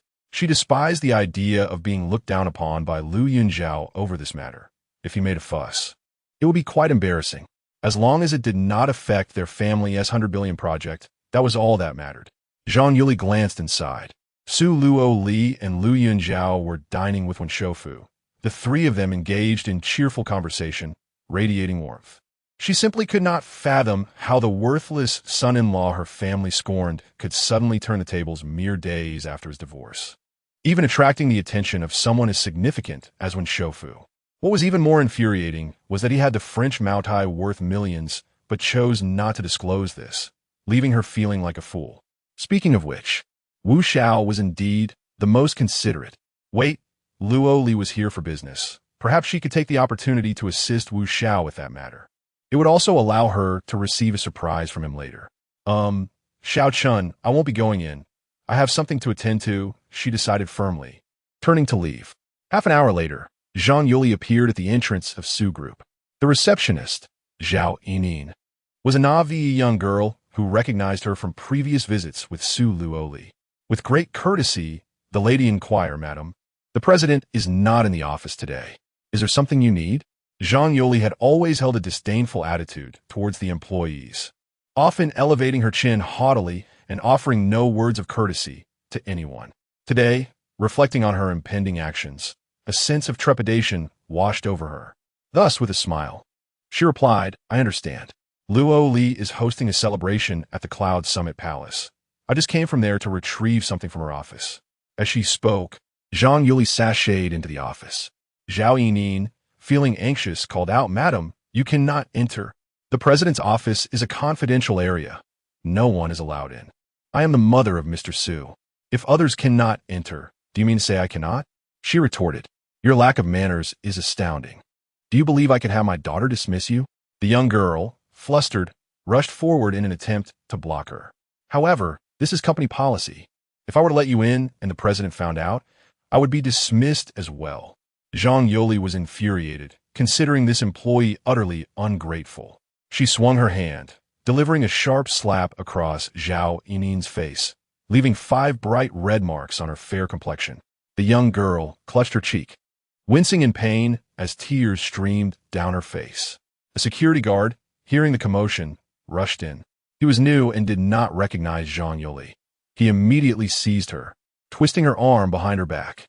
"Who is this madwoman daring to cause a ruckus at the Su Group? Do you wish to spend a few days in jail?" Zhang Yuli was taken aback, never expecting to face such humiliation within her own company, her anger boiling over. "What audacity! Do you know who I am?" Her arrogant demeanor incensed the guard, who retaliated with a slap to her face. "I do not care who you are. Causing trouble here warrants a lesson." Zhao Yining, momentarily stunned, regained her composure and took out her phone. "Wait, I should consult Mr. Su about this first." After all, Zhang Yuli was Su Luoli's mother. While she could enforce company policy to stop her, she dared not truly send her to jail. She quickly searched for Su Luoli's phone number and was about to dial when Li Na emerged from inside. "How dare you treat the madam this way? She is the president's own mother." The guard, startled by this revelation, loosened his grip, granting Zhang Yuli her freedom. She turned around and struck the guard twice, furiously exclaiming, "Now that my daughter is not here, you think you can bully me? You are but a dog raised by the Su family. How dare you bite the hand that feeds you? Are you truly the president's mother?" He questioned, "Do you doubt my word?" She shot back. The guard, not lifting his gaze, muttered, "Well, that can't be true. The president is so beautiful, and you bear no resemblance to her at all." Zhang Yuli seethed, grinding her teeth. Those who knew her often remarked that Su Luoli's beauty was inherited from her. She had always been pleased with her appearance and held a strong sense of confidence. "Are you implying that I am unattractive?" She glared, raising her right hand. The security guard suddenly felt a sharp pain in his face, not wishing to endure another slap from her. He quickly shook his head. "No, I apologize, madam. I was wrong. I should not have spoken the truth." Upon uttering these words, he noticed Zhang Yoli's face turn an ashen hue, and it dawned on him that he had misspoken. "I'm sorry, madam. I should not have stated that you are unattractive. It was merely the truth." He was so frightened that his words became jumbled, realizing that the more he spoke, the more mistakes he made. Stealing a glance at Zhang Yoli, he saw her face had taken on a purplish hue, which was rather alarming. The security guard belatedly recognized his blunder. When did expressing the truth become so arduous? He dared not explain himself further. Instead, he covered his face with his hand, took a step back, yet hesitated to flee, fearing that running away would only provoke Zhang Yuli further. Thus, he bowed his head, turned, and presented himself in a posture of resignation. "Come on, madam.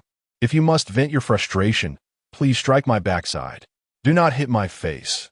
It represents the company's image, and I cannot afford to be ridiculed for the Su Group's alleged mistreatment of its employees." Suddenly, Zhang Yuli chuckled. The security guard demeanor was truly absurd and comical. Lina sashayed over, promptly assisting Zhang Yuli while not forgetting to flatter her. "Madam, this person is new and lacks understanding. Please do not hold it against him." Lina wore a charming smile as she helped Zhang Yuli inside. The commotion at the entrance had drawn the attention of many, all of whom chose to remain discreet, valuing their own safety. Thus, Zhang Yuli made her way unobstructed to the president's office. With a cheerful demeanor, Zhang Yuli remarked, "Shaoli, you are becoming more beautiful by the day. Please stand guard at the entrance while I attend to business, so that I am not interrupted by any oblivious individuals." "Thank you, Shaoli." Leaving Lina to watch, she strode confidently into Su Luoli's office. Zhao Yiming glanced at the company regulations, opened her phone, and dialed Su Luoli's number. Chapter 22. Alliance within the celestial palace of Yunzhou. The banquet had concluded and the guests had dispersed. Yunzhou and the esteemed elder retreated to the office for a private discussion over tea. Su Luoli found herself lost in contemplation, her mind reeling from the surreal and theatrical events of the day. She could hardly fathom that the man she had deemed a mere idle fool for the past 3 years had suddenly become the master of Yunzhou, forging a close rapport with a figure as influential as Wen Shoufu. Could it be that the billion-dollar project was indeed bestowed upon her by Yunzhou? If so, her newfound superiority stemming from this project rendered her impending divorce from him a colossal joke. How naive she had been. Forgive her inability to accept this reality. Yet, she could not comprehend how Yunzhou had undergone such a remarkable transformation. Was it true, as he claimed, that he was indeed some invisible tycoon? A wave of frustration washed over Su Luoli. Had she known this would happen, she would not have heeded her mother's advice to broach the subject of divorce that fateful night. What was she to do now? Her once unshakable confidence had been replaced by a profound sense of helplessness. Just then, her phone rang, and she answered it. "President, your mother has arrived at the company and insists on entering your office. I couldn't stop her. She has caused quite a commotion and even clashed with the security, striking one of the guards a few times. Secretary Lina has taken her inside." Su Luoli furrowed her brow, exasperated by her mother's incessant meddling. Previously, she had merely bullied Yunzhou, but ever since acquiring the billion-dollar project, her mother had held her head high, flaunting her newfound status. Now, what business did she have at the company? With no time upon her further, Su Luoli responded to her employee, "All right, I understand. I shall be there shortly." After hanging up, she hurriedly made her way to her vehicle. Meanwhile, in Yunzhou's office, Elder Wen glanced around to ensure no one was present before suddenly bowing deeply to Yunzhou. "Mr. Liu, I implore you to save the Wen family." His expression was grave, his eyes reflecting a complex mix of desperation and resignation. If there were any other recourse, he would not have had to humble himself before Yunzhou.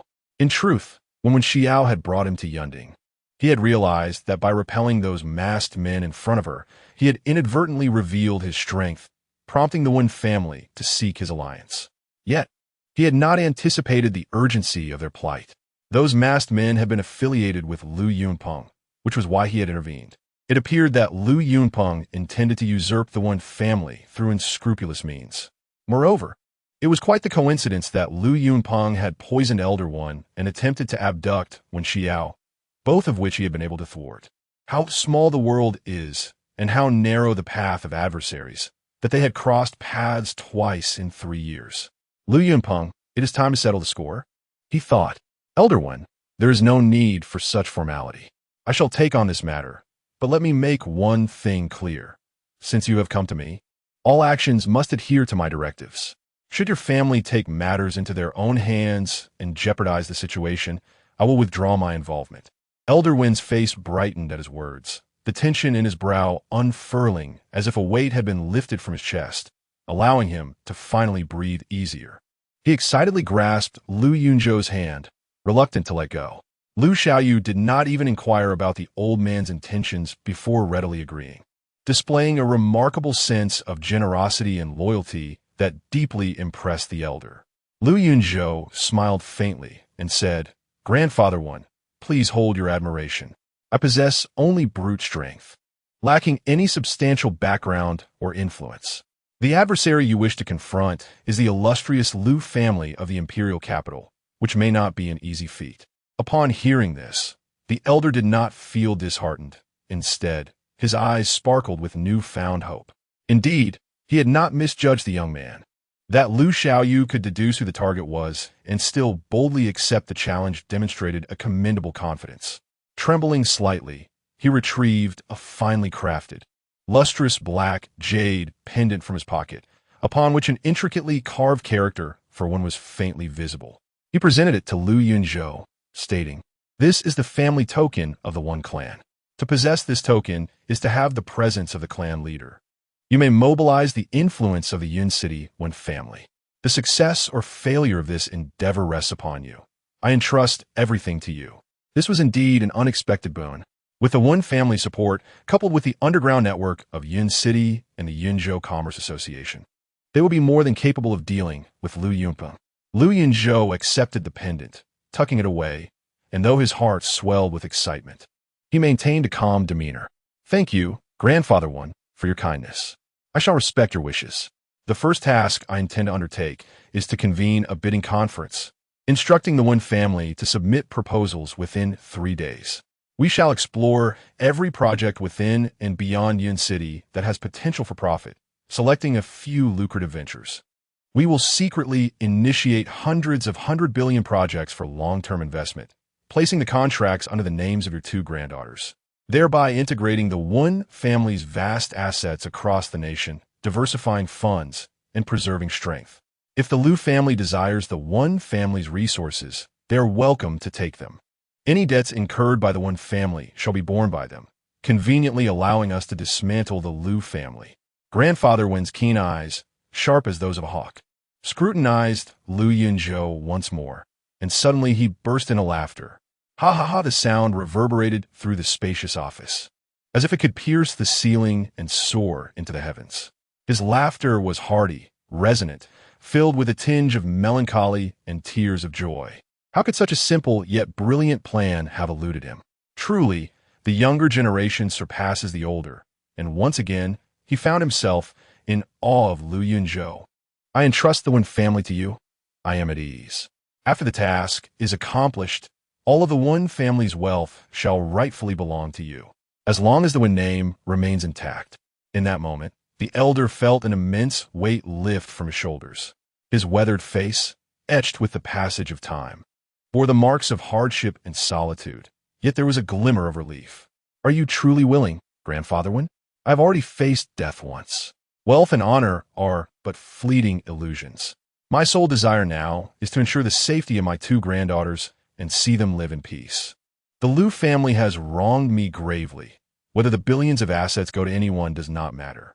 I willingly offer them to Mr. Lu, but I cannot bear to have them taken away by force." A slight smile graced Lu Yunzhou's lips as an inexplicable warmth blossomed within him. The feeling of being trusted and relied upon was truly delightful. "There is no need for such concern, Grandfather One. The success of this venture is far from guaranteed. Should we succeed, I will require only the Lu family's resources. Everything belonging to the One family, including this token of leadership, I shall return in full." An honest and open conversation allowed them to connect as if they were true grandfather and grandson, devoid of blood ties, yet able to exchange hearts and engage in sincere camaraderie. Lacking a familial bond, they were nonetheless intertwined by interests, surpassing the bonds of kinship. The Lu family appeared to be a harmonious household, yet beneath the surface, tumult brewed. Despite his usual low profile and extreme caution, he was betrayed and ensnared by the very person he trusted most. What pained him most was that after his downfall, none of the Lu family sought him out. They remained disturbingly calm, as if his disappearance had created no ripples, as if he had never existed in this world. Conversely, the seemingly unfamiliar grandfather Su treated him with exceptional kindness, more so than his own grandfather, which was one reason why Lu Yunzhou endured the persistent bullying from Zhang Yoli and her son. Now, the presence of Old Man when rekindled his yearning for familial affection, stirring a peculiar warmth within him. Old Master was taken aback, never expecting Lu Yunzhou to respond so readily, without coveting the wealth of the Wen family. Truly, the heavens favored the Wen family. The old man finally felt at ease. Lu Yunzhou felt a twinge of melancholy after 3 years of evasion. He had aspired to lead a mundane life as a son-in-law, yet the unpredictable nature of life thwarted his desires. The winds of fate were relentless, and Lu Yunpeng had audaciously pursued him to Yun City, even sending Xiaoman to once again approach him with treacherous intent. Since they showed no mercy, he would not be bound by righteousness. After much indecision, he finally resolved to return to the Lu family, seek vengeance, and reclaim what was rightfully his. Meanwhile, in the office of the president of the Su Group, Zhang Yoli lounged in Su Luoli's black leather swivel chair, crossing her legs and spinning around a few times.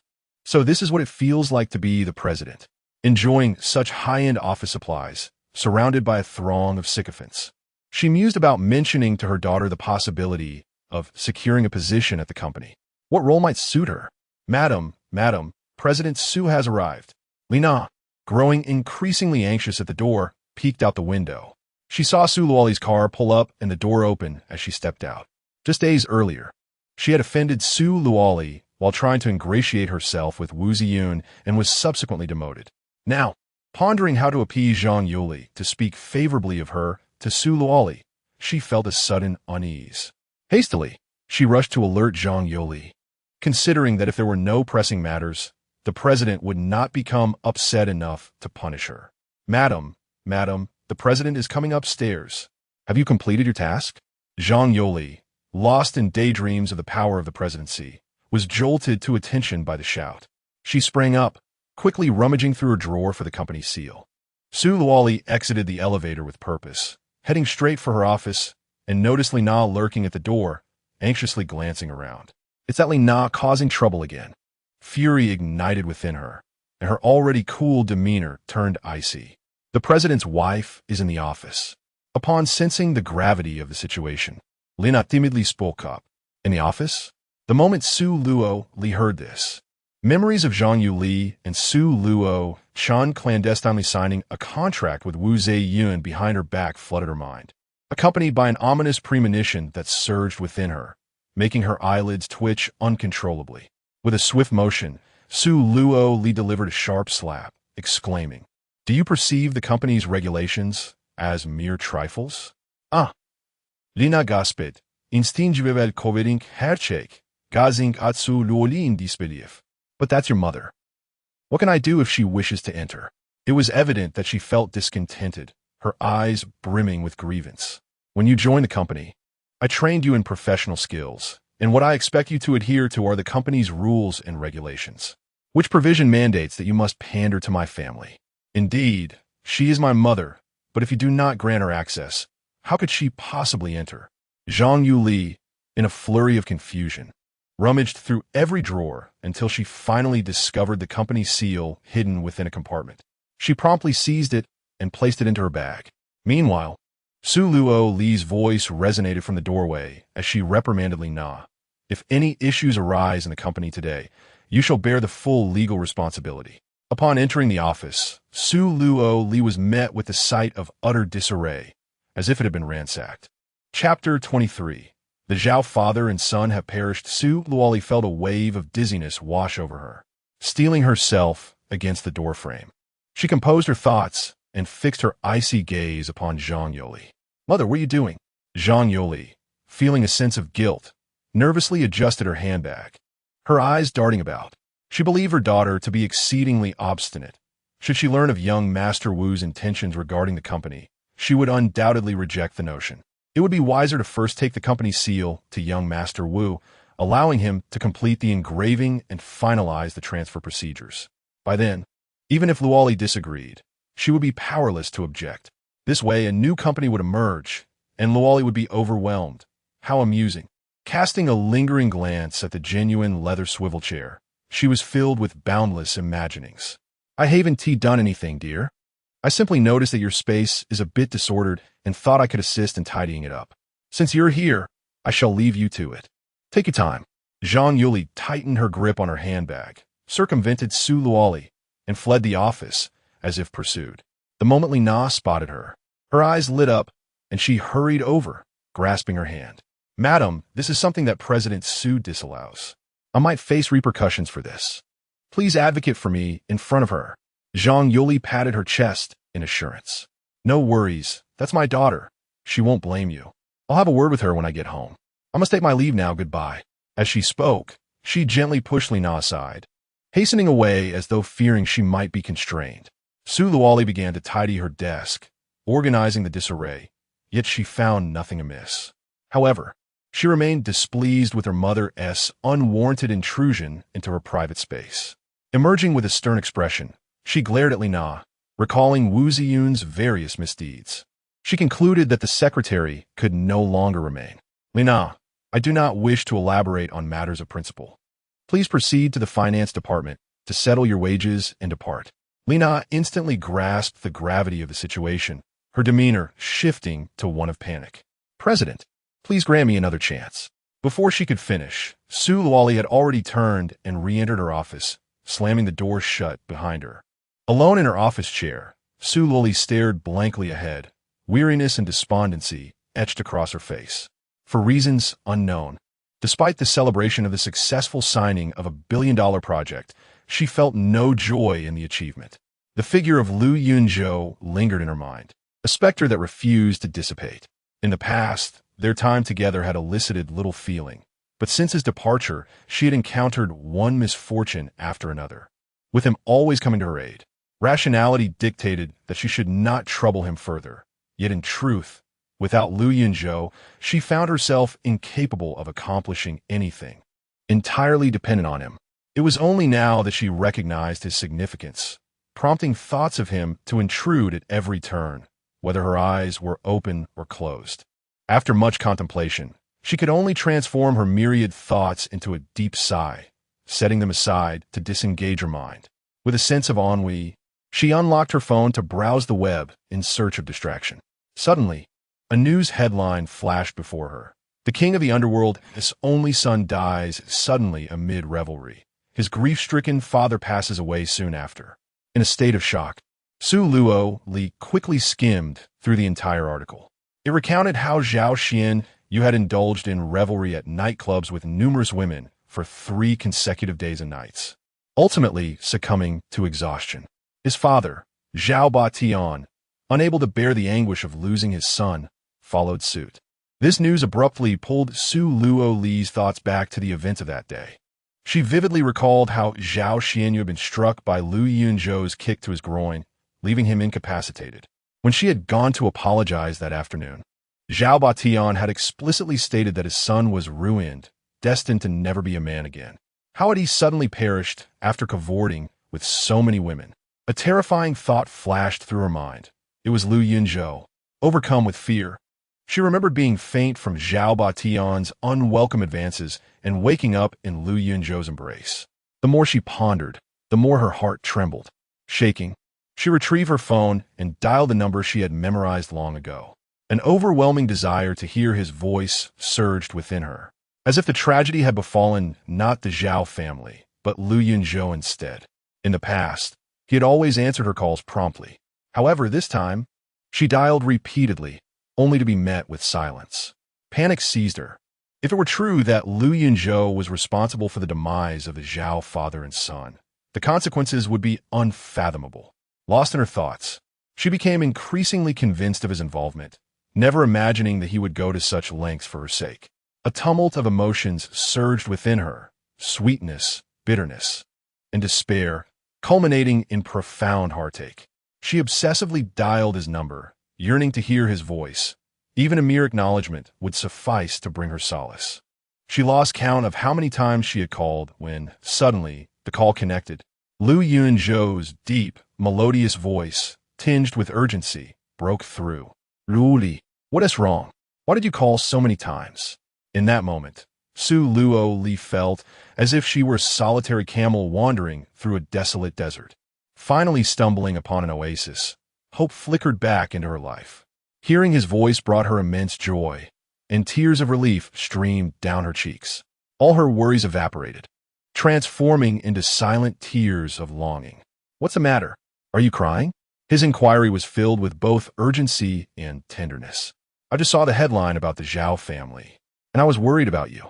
Hearing your voice has eased my heart. I'm relieved you are safe. Her simple expression of concern nearly broke down Lu Yunzhou's emotional defenses. His typically cold eyes softened, and his tone became gentler. I did not cause the Zhao family's tragedy, but we must guard against those meddlesome reporters exposing what happened 3 days ago and involving us.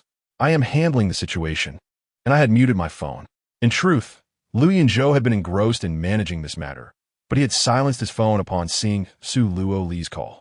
He understood that his path ahead would be fraught with peril, and he wished to distance himself from the Su family, yet he struggled to sever that bond entirely. The phone vibrated incessantly in his pocket, resonating with the tremors of his heart, until he could no longer resist answering the call. Upon hearing her concern for him, his once lifeless heart surged uncontrollably with fervor. After ending the call, Lu Yunzhou returned to the scene. Vice Leader Zerial stood atop a platform, addressing the members of the underground world, each individual poised and ready for action, their expressions radiating defiance. Zerial's visage was marked by sorrow, his demeanor heavy, clad in somber white, yet his voice resonated with strength. I am Zerial, son of Zhao Batian, the vice leader of the underground world of Cloud City. It is likely that the members within our organization, as well as my father's loyal confidants, are well aware of my identity. My father's and brother's sudden demise has left me deeply grieved, yet I must accept the inevitability of fate. Currently, the business realm of Cloud City is tumultuous, rife with uncertainty, and we lack a stable commercial foundation to ensure profit, leaving our future precarious. To prevent my father's legacy from crumbling in my hands and to secure a brighter future for my brothers, I have resolved to align ourselves with a formidable figure. Zerial descended the platform swiftly and approached Lu Yunzhou, bowing deeply. This is the distinguished individual I have invited today, who shall henceforth be the leader of our underground world. Skeptical gazes swept over to Lu Yunzhou in unison.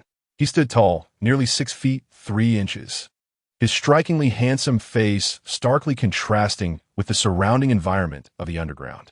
His demeanor was profound and reserved, his eyes dark and deep, akin to an enigmatic abyss that seemed capable of drawing one in.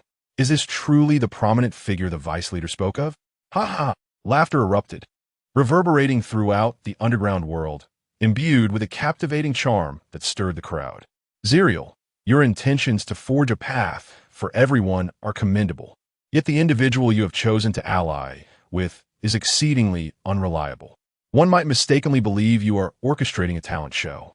If you wish to become the leader, it will be far more straightforward to assert your claim instead of seeking a pretty face as a puppet.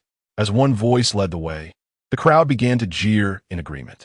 Indeed, are you perhaps infatuated with this pretty boy, hoping to elevate him as the leader for our admiration?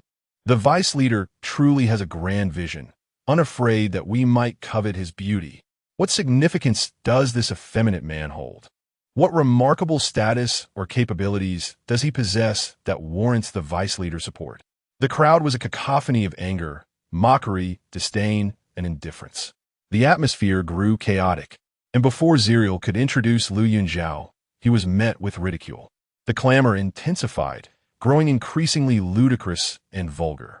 Though Zerial held the title of vice leader, many of the elders within the crowd were loyalists of Zhao Batian, struggling to accept the sudden loss of father and son, harboring suspicions towards Zerial, yet lacking evidence to challenge him. However, the unexpected emergence of Lu Yunzhou was different. They were unwilling to endure this and saw no reason to remain silent. In such situations, the moment someone stirs trouble, a chorus of responses erupts and chaos ensues. Cyril fixed his resolute gaze upon Lu Yunzhou, confident that his judgment would not falter. Indeed, Yunzhou made his move. His countenance remained as tranquil as still water, exuding an air of nonchalance as he turned and ascended the platform step by step. Chapter 24. Submission. Yunzhou ascended the high platform with swift strides, surveying the multitude from his elevated position. I am Yunzhou, and I command respect as the supreme leader of the underworld. Those who harbor dissent may challenge me directly on this stage. Feel free to employ any techniques, spare no mercy. Should you remain idle now, I will hold you accountable for any slanderous remarks that follow. His deep, mellifluous voice resonated in the air, lingering like an echo, clearly audible to the more than 800 masters present. Such mastery of presence, perhaps even the highest Buddhist internal skill, the lion's roar, could not rival his prowess. Just how profound is the capability of this newly appointed leader? The assembly collectively gazed upward, captivated by his penetrating starry eyes, dark and profound, and his finely chiseled features that radiated an innate aura of sovereignty. The vast hall was eerily silent. The sound of falling pin could be heard. Suddenly, a cacophony of laughter erupted from a corner of the hall, shattering the stillness and resonating within the souls of the audience. Ha ha! What audacity! A mere child dares to claim the title of king in the underworld? The laughter approached, drifting overhead, and in an instant, a wiry old man appeared on the platform. His hawk-like eyes glinted with sharpness, possessing an uncanny ability to perceive the hearts of men. His diminutive stature belied the prowess of a seasoned master. He seized the moment, instantly leveling the atmosphere that had been laden with an apparent disparity. The newcomer was Chu Jian, a protector of the underworld, who prided himself on being superior to others, the backbone of the underworld, and had always looked down upon heir. The Zhao family has but one son, Zhao Xuanyu. We do not acknowledge heir as a member of the Zhao clan. He lacks the qualifications to inherit the underworld that Zhao Batian built through his own efforts. He is even less worthy to recommend a leader for the underworld. If a recommendation is to be made, it must originate from within our ranks. With the current leader's demise, we can contest for the position through martial combat. Yunzhou smiled slightly. Today, we shall not dwell on the notion of familial inheritance. For heir has no desire to acknowledge a father who is less than a beast. We shall rely solely on our fists to claim dominion. A hero's origins are irrelevant. The 800 present here are not all native to the underworld, but hail from diverse origins, merely having joined this organization before me. Let us resolve this swiftly. Those who are willing to stand with heir's past may do so. Those unwilling may step forward to engage me. The victor shall be hailed as king. Conversely, there are but two paths to choose from. The first is to acknowledge me as the king of the underworld. Under my guidance, you may break through your limitations and ascend to the ranks of master or martial sovereign, serving as my subordinate. The second path is one of unwavering resistance, leading to self-termination here, thus pledging loyalty to Zhao Batian. The choice lies before you.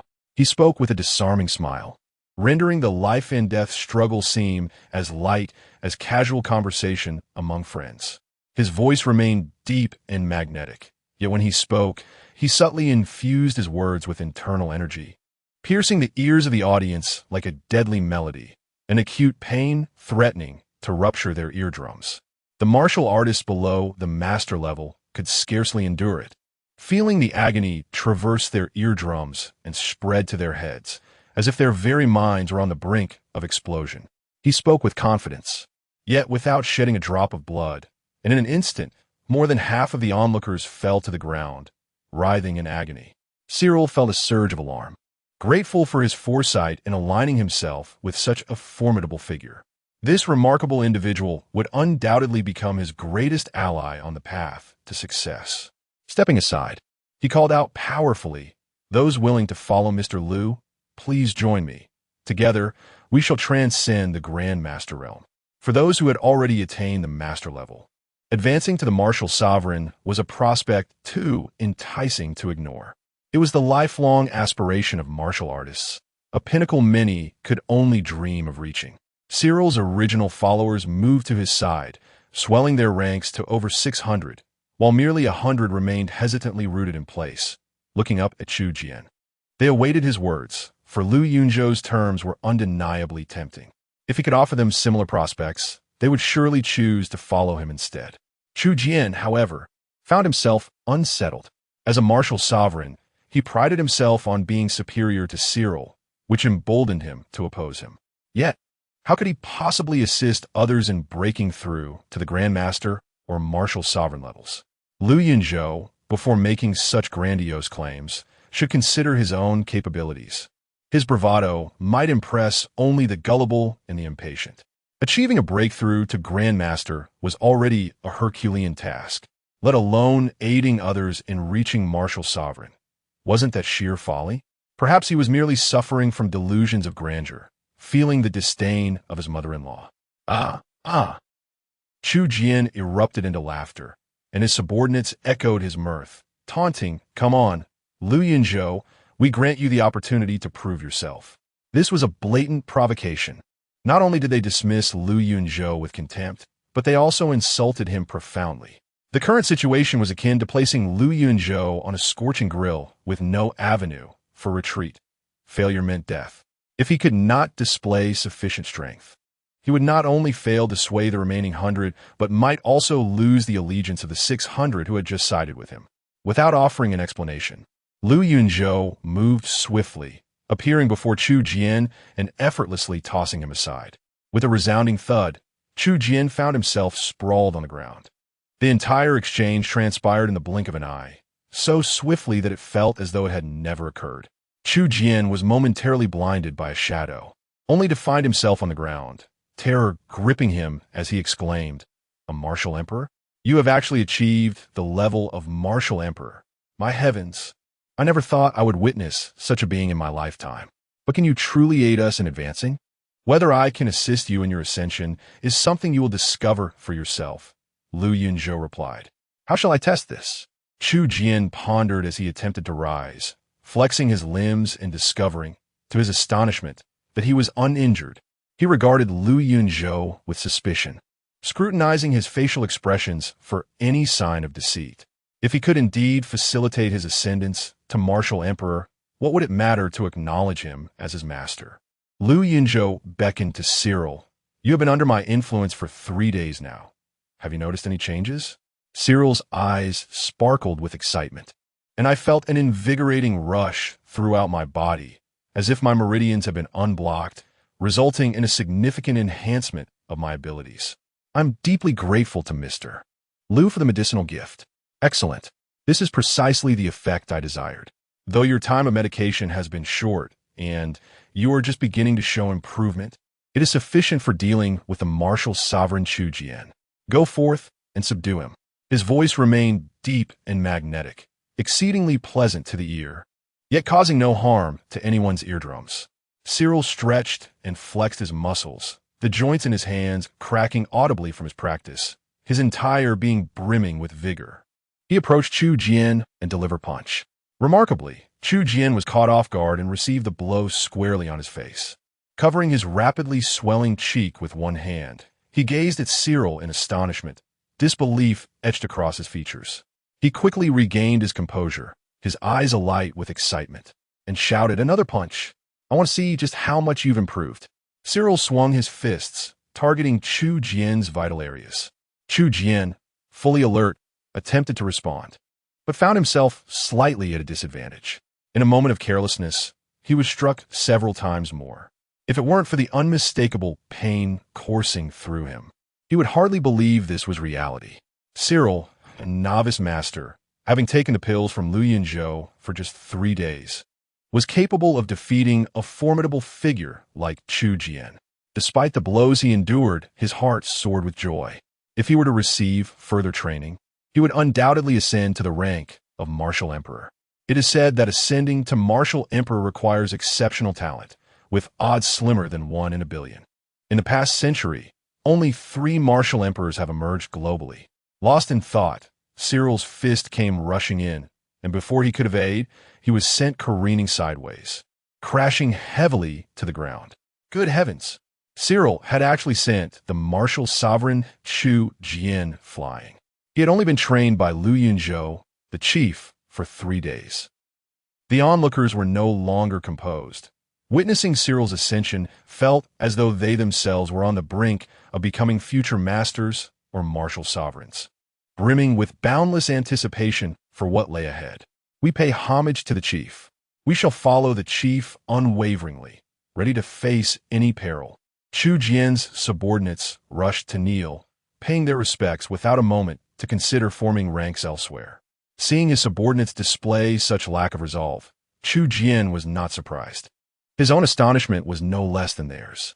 He had believed that, as a martial sovereign, he could easily dominate Cyril and secure his position as the foremost in the underworld, confidently claiming the chief's throne.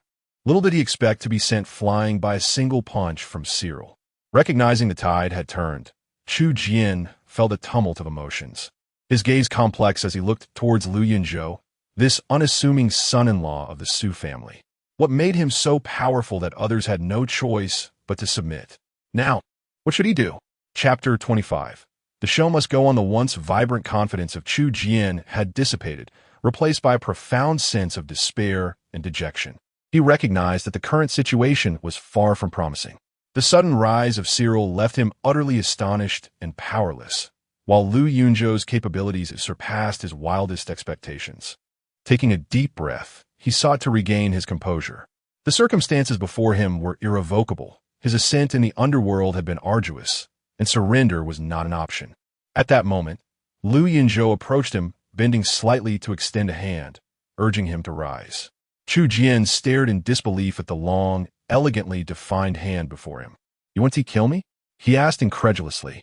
Lu Yunzhou offered a slight smile. "Chu Jian, your courage and resilience are commendable.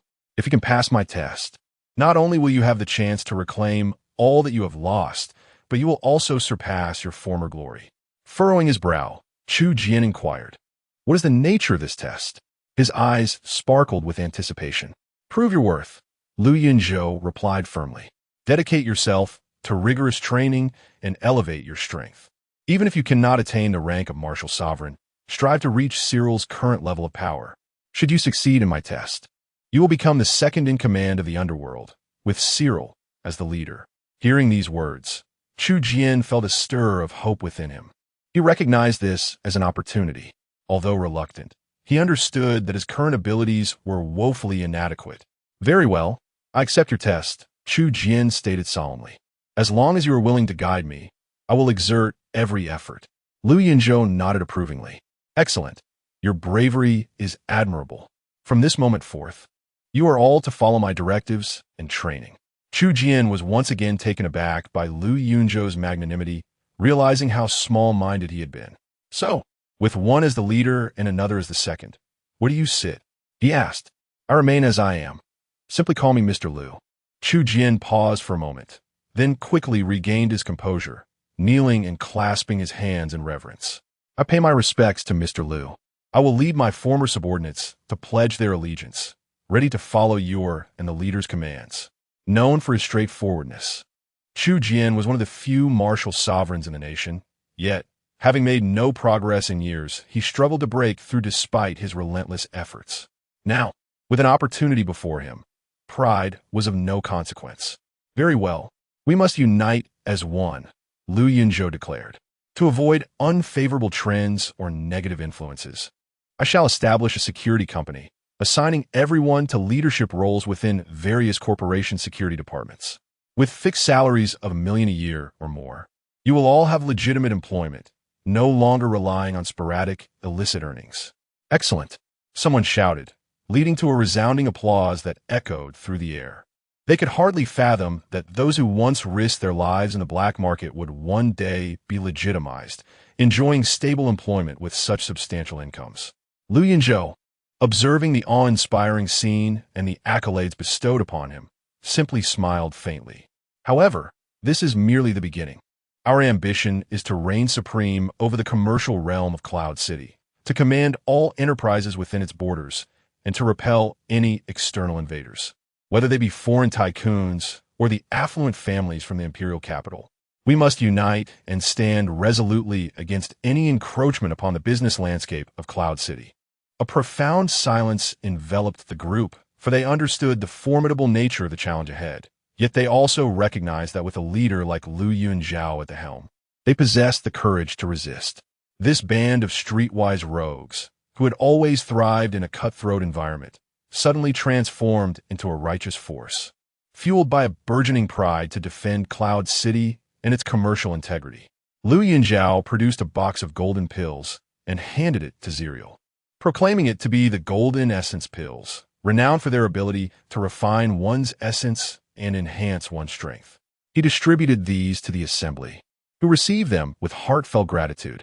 Lu Yunzhou then declared, "These Golden Essence Pills are my proprietary concoction, possessing immense potency. Upon consumption, your abilities will be elevated by a tier, though diligent practice is essential." He instructed them to concentrate their training efforts here, assuring that he would assign formal roles in due course, emphasizing the importance of diligence and responsibility. The group responded with unwavering commitment, expressing their willingness to go to great lengths for Lu Yunzhou. Zerial eagerly distributed the pills, and enthusiasm surged as everyone accepted and consumed them without hesitation. A phone call interrupted the moment. It was Aunt Yin reaching out, and Lu Yunzhou promptly answered. "Sir, Xiaomon has become lethargic, neglecting both cooking and cleaning, resorting to convenience food to stave off hunger. After a few days of this, she's likely pretending to faint to summon me. I shall go and check on her." 30 minutes later, clad in humble work attire, Lu Yunzhou appeared in the small courtyard, seated at a table sipping tea, showing no inclination to enter the house. Inside, Xiaomon lay in bed, her thoughts racing. Lu Yunzhou, you, a mere laborer, are quite adept at putting on airs, pretending to sip tea like a wealthy magnate. If you don't come inside soon, I won't be able to maintain this charade. After finishing his tea, Lu Yunzhou stood and muttered to himself, "Since Xiaomon hasn't emerged yet, she must be asleep. Let her rest." He turned to leave. Panic gripped Xiaomon. If he departed, she would be trapped inside. In her haste, she leapt up and rushed outside like a gust of wind. "Brother Yunzhou, I am awake. Your home is incredibly austere. There isn't even a servant to assist, and I have gone days without a proper meal." Lu Yunzhou glanced up, stifling a laugh. Xiaomon emerged in a flurry, disheveled and grimy, resembling a street beggar more than anything else. The effect was far more striking than she had anticipated. Seeing her in such a state brought him a sense of relief. "Goodness, what happened to you? How did you end up like this?" he inquired, feigning surprise. "How can you even ask? You brought me to this courtyard and then abandoned me. I have had no food, no clean clothes, let alone the means to groom myself." Lu Yunzhou responded with mock astonishment. "You are faring quite well, all things considered. 3 years ago, when I first arrived in Cloud City, I was destitute and severely injured, perhaps even worse off than this." As Sherman glanced at his peasant worker attire, he realized the veracity of this statement. Evidently, the trials of life had transformed this pampered young master into an utterly ordinary individual. "You profess your desire to marry me, yet first, consider whether you can endure the hardships of such a life. If you can, I would indeed be willing to wed you, this delicate young lady." Sherman felt a buzzing in her head, a peculiar pang of sorrow coursing through her heart, as if she glimpsed her own future. She could hardly fathom the thought of living this way for a lifetime. Would she go mad? "No, do not utter another word. I refuse to live such a life in this wretched place with you." Instinctively, Sherman rose to her feet and swiftly ran toward the dilapidated door, yearning to escape. Lu Yunzhou's cold laughter echoed, questioning whether the performance could not continue. How foolish he had been to fall for such a manipulative vixen. Her acting was so poor, riddled with flaws, yet he had been completely unguarded. After enduring countless hardships to find me and desiring to share a life together, do you not find it a pity to leave like this? Lu Yunzhou's frigid voice resonated in Sherman's ears, causing her hand on the door to falter, caught in indecision. Chapter 26. So, is suddenly realizing her lapse in composure, Shaman hastily reined in her emotions, returning to her seat with a sweet smile directed at Lu Yunzhou. "Brother Yunzhou, I will not leave you. I have always dreamed of marrying you, and for that dream, I am willing to endure any hardship." With a face of innocence and unwavering conviction, her eyes held no impurities, exuding a purity that inspired trust. This very purity rendered her disheveled state all the more pitiable. Internally, Lu Yunzhou scoffed while maintaining an expression of calm. Silently, he opened his phone and sent a message to Wang Jun. Send a dozen men to take Shaman away and rectify the events of the past. Wang Jun, upon receiving the message, was quick to respond with clarity. Understood. I will arrange it immediately. Lu Yunzhou glanced at the reply and, feigning nonchalance, raised his gaze. I've heard that someone has been searching for you. I hurried over, fearing you might encounter a fate similar to mine 3 years ago, he inquired. Shaman's heart fluttered. It was brother Yunpeng searching for her. It was indeed strange. Since her arrival here, her phone had lost signal, making communication with the outside world nearly impossible. They hadn't seen each other for 5 days, an unprecedented separation in their years together, awakening in her the profound ache of longing. Elated, she hoped the person looking for her would discover her location and swiftly take her away from this cursed place. Brother Yunzhou, it's nothing. I haven't offended anyone, and I have no enemies. Even if someone is searching for me, nothing will happen. Perhaps my father is worried since he hasn't been able to contact me and has sent someone to find me. If it happens to be ill-intentioned, I will accept my fate and ensure you are not harmed because of me, Shaman declared. Lu Yunzhou felt a wave of irritation. He was convinced that remaining in this situation would make him ill. Suddenly, the rickety door was forcefully kicked open, and a dozen burly men stormed in. Lu Yunzhou internally commended Wang Jun's increasing efficiency. Shaman's heart leapt with joy, and she spread her arms in front of Lu Yunzhou, shouting, "What are you doing? Do not harm my brother Yunzhou. If you have business, come at me." Lu Yunzhou regarded her with a cold derision. She truly was a performer. Yet, this time might be the most regrettable performance of her life. He leisurely sipped the last of his tea and stood up, fearing that he might confront those men and drive them away. Leaving her stranded in this dreadful place, she cried out, "Brother Yunzhou, don't involve yourself. Whether the sky falls or the earth quakes, I will stand before you to protect you, even at the cost of my life." Her proclamation was fervent, imbued with a tragic grandeur. Lu Yunzhou scoffed internally, observing the men with an indifferent demeanor. The leader of the group, unfazed, spoke calmly, "We are here to take Shaman. She must come with us." Lu Yunzhou turned to Shaman and asked, "Do you know them? If not, I will call the police." In a panic, Shaman shouted, "Brother Yunzhou, please don't call the police. We have a better solution." Lu Yunzhou, regarding her with curiosity, inquired, "What solution?" Taking a deep breath, Shaman, with resolute determination, replied, "I am willing to go with them, provided they guarantee your safety." Lu Yunzhou listened to Xiaoman's words, scoffing internally. It was indeed difficult to counsel a stubborn wretch. He had granted her an opportunity, yet she failed to cherish it. Xiaoman, filled with excitement, turned to the group of men and declared, "Very well. I am willing to accompany you." The leader nodded, gesturing with his hand before turning to leave, his numerous followers swiftly trailing behind. Xiaoman hurriedly kept pace, fearing that if she lagged, she might miss her chance to escape, her steps light and graceful. Lu Yunzhou watched their departing figures with a derisive smile. He held disdain for plots and schemes. This time, he would repay their cunning with their own methods, ensuring that Xiaoman would experience the torment he had endured years ago. If she wished to engage in a battle of wits, the performance had only just begun. Upon entering the house, Lu Yunzhou was met with chaos. The bed was in disarray, the floor filthy, and the once tidy abode now resembled a dog's den. This woman, who appeared so glamorous, was revealed to possess such deplorable character. He approached a button in the corner, pressing it, and watched as a wardrobe slowly shifted to unveil a hidden door.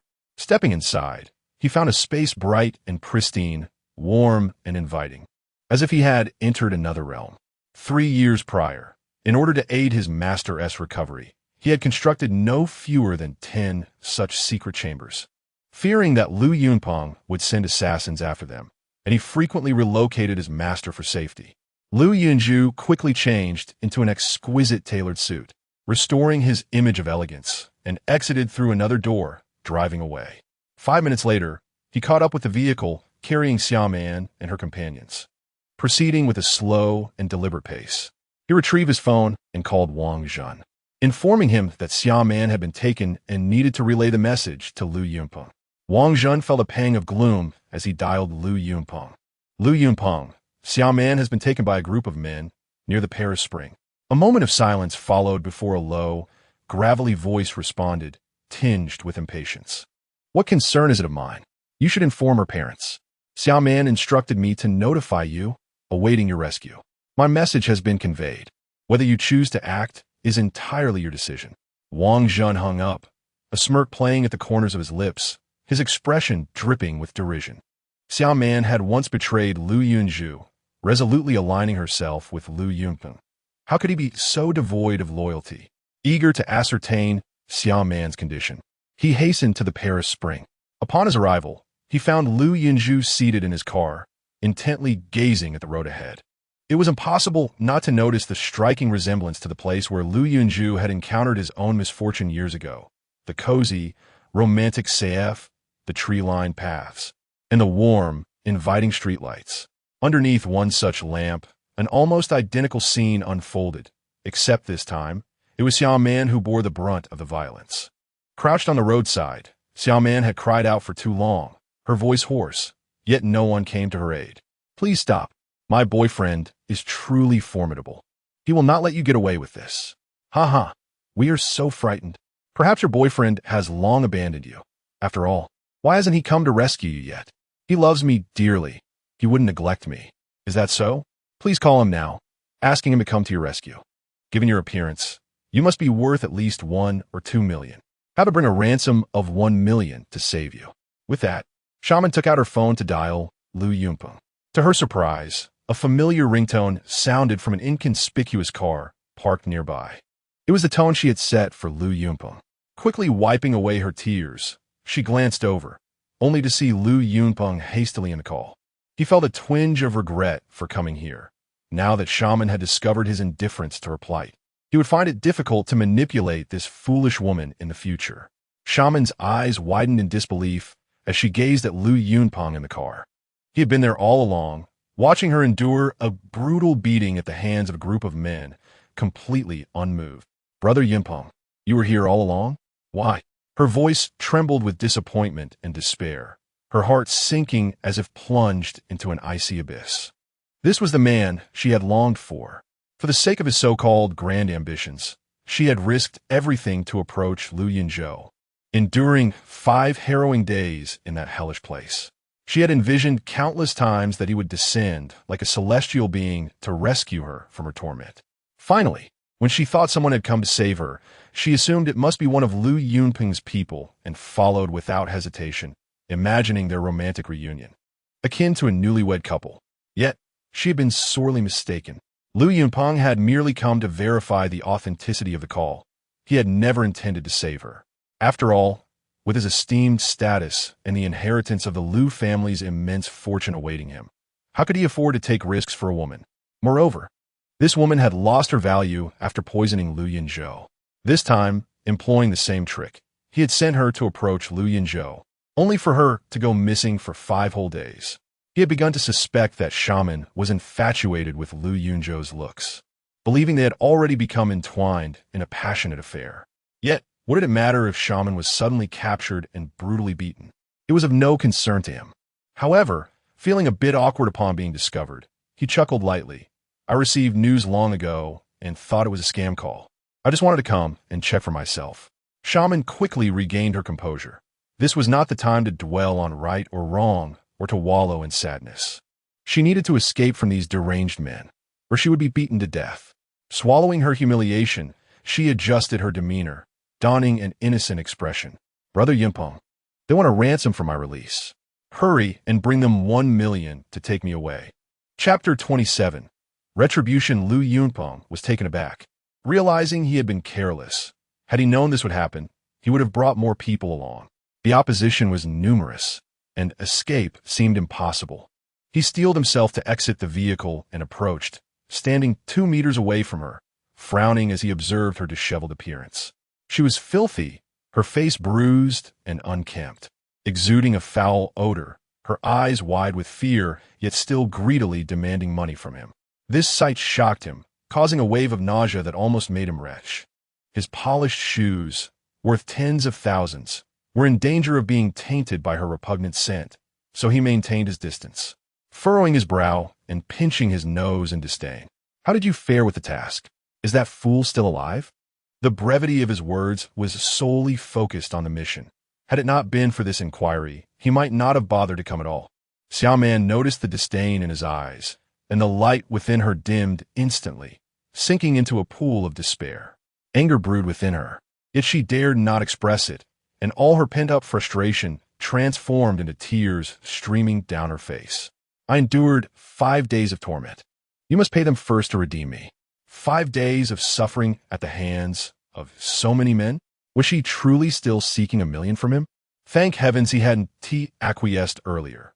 Otherwise, bringing back such a filthy creature would surely tarnish the Liu family's reputation. "Speak up. A few injuries don't render you mute."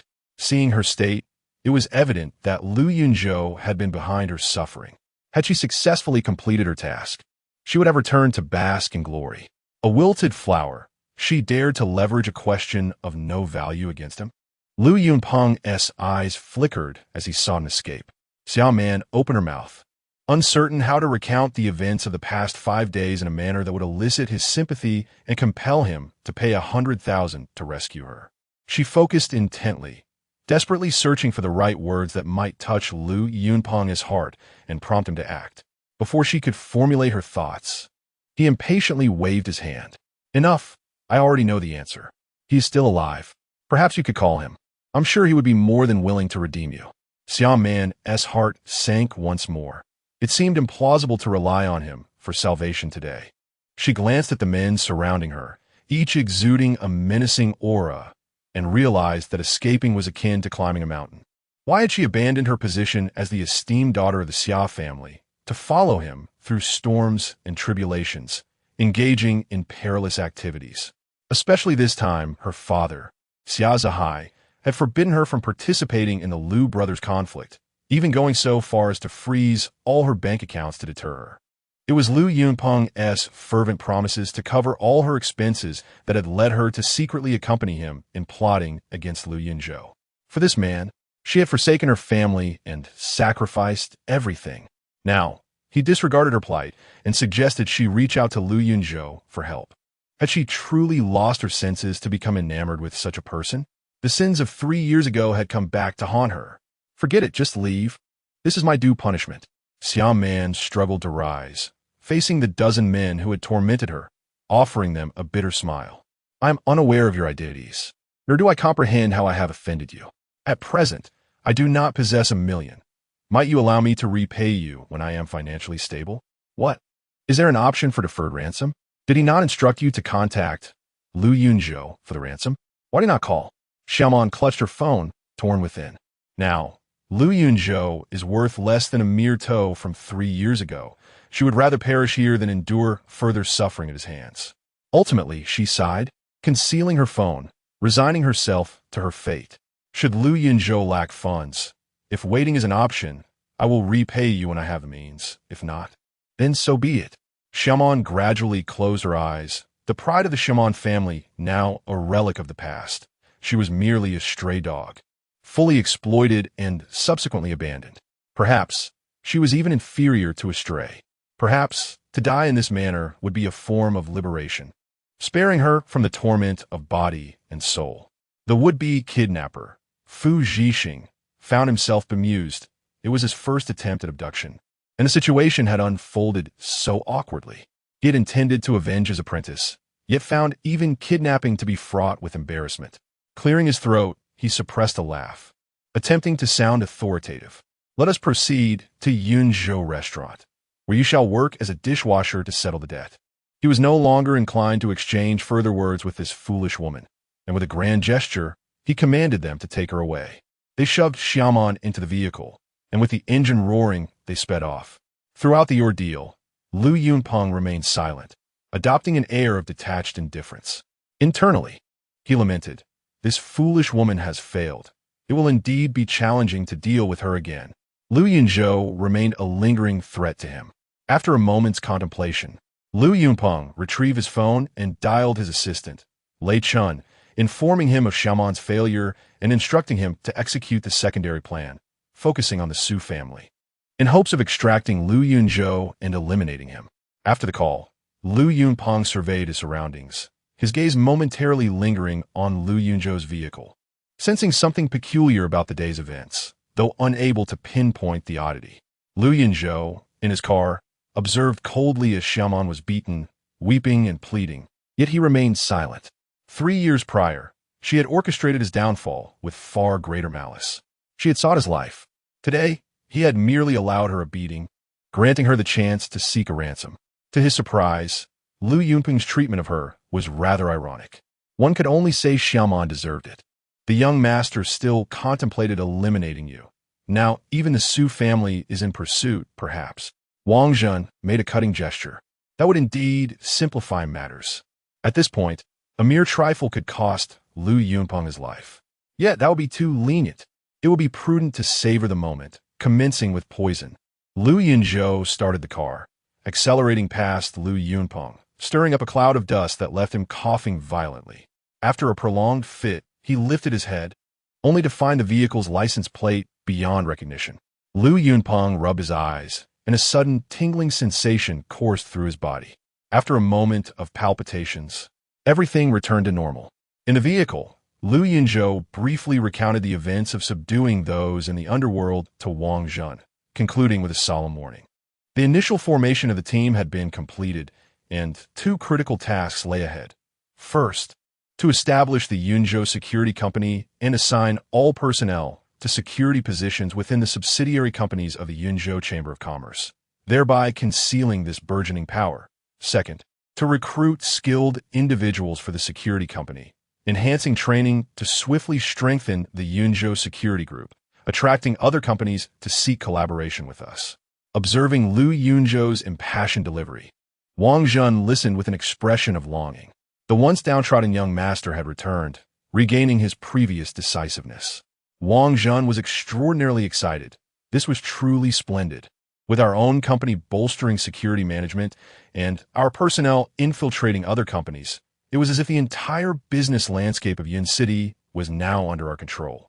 If this trajectory continued, major enterprises across the nation would fall into the young master's grasp. I will finalize these matters within 3 days. Have Zarel provide me with a personnel list and detailed profiles of each member. I will allocate tasks as swiftly as possible, Lu Yunzhou instructed. Afterward, he handed Wang Zhen a large bag of pills, directing that these be utilized in training the newcomers. Our ordinary security personnel at Yunzhou Security Company must all be top-notch experts. Wang Zhen accepted the pills with great delight. Gazing at his handsome profile, he felt an overwhelming sense of admiration.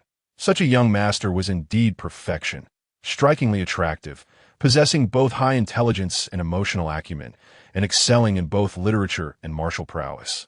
A rarity in this world. Yet, for reasons unknown, his romantic endeavors have been fraught with misfortune. One after another, those who pursued him seemed blind to his virtues, either harming him or dismissing him. With a sigh, Wang Zhen finally revealed the news he had concealed for several days. Young master, the Su family is in trouble. Lu Yunzhou was taken aback. What has happened? Zhang Yoli secretly took the Su group's official seal to Wu Ziyun, signing a share transfer contract in Miss Su's name, thus becoming Wu's largest shareholder. The Wu family is on the verge of bankruptcy and liquidation, with debts amounting to approximately several billion, all of which will fall upon Miss Su. Lu Yunzhou, aware of Zhang Yoli's foolishness, had not anticipated her to be this reckless. This fool, if only she would refrain from her misdeeds. Now that Lu Yunpeng had set his sights on the Su family, it was imperative to ensure he remained oblivious to any ties I had with them, for such knowledge could cost them their lives. Chapter 28. The shattered dream of the aristocracy in the conference room of Wu Pharmaceuticals. Wu Ziyun and his father Wu Donghai convened over 30 shareholders for a general meeting. Seated around the conference table, Wu Ziyun stepped forward to address them. I extend my heartfelt gratitude to all our shareholders for your unwavering support of Wu Pharmaceuticals over the years, which has enabled us to navigate through a stable decade and usher in the present glory of our company. However, We are now graced with the presence of a formidable new shareholder, Ms. Zhang Yoli, who possesses a substantial 50 stake in our enterprise. I now invite Ms. Zhang to take the floor. With the equity agreement signed the previous day in hand, Zhang Yuli gracefully entered the conference room, followed closely by Su Luocheng, her demeanor radiant and her chin held high. Zhang Yuli unveiled the equity agreement and placed it upon the display stand of the projector, the contents clearly illuminated on a large screen. As she perused the document, she introduced it. This is the contract that Mr. Wu Xiao and I signed yesterday, wherein the Wu family voluntarily transfers 50 of Wu Pharmaceuticals shares to our Su Group. I, Zhang Yoli, am now the largest shareholder of Wu Pharmaceuticals. The unexpected revelation left the shareholders in collective astonishment, their eyes wide in disbelief. On the screen, Zhang Yoli's handwritten signature alongside the official seal of Su Group confirmed the authenticity and credibility of the contract. Wu Ziyun stepped forward once more to elaborate. My father, having held a prestigious position for many years, has suffered from overexertion, prompting him to seek new partners. Recently, significant events have unfolded in Yunzhou City, with the Su Group securing a billion-dollar project from the affluent Wen family. As many of you are aware, Ms. Zhang Yoli is the mother of Su Luocheng, the president of Su Group. This implies that our new shareholder, Zhang Yoli, possesses formidable financial resources, capable of navigating Wu Pharmaceuticals through any challenges ahead and guiding us toward a new journey.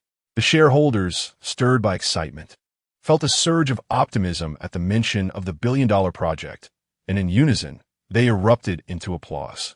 Wu Donghai spoke again. Throughout history, it has always been the case that capable talents should be utilized.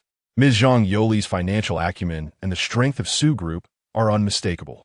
I have decided to graciously relinquish the position of chairman of Wu Pharmaceuticals to Ms. Zhang Yoli.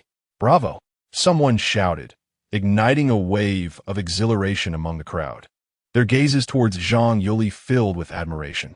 Such is the power of wealth. Who could resist being captivated by the allure of a billion-dollar project? We wholeheartedly support Ms. Zhang Yoli as the chairman of Wu Pharmaceuticals. We warmly welcome Ms. Su to her new role.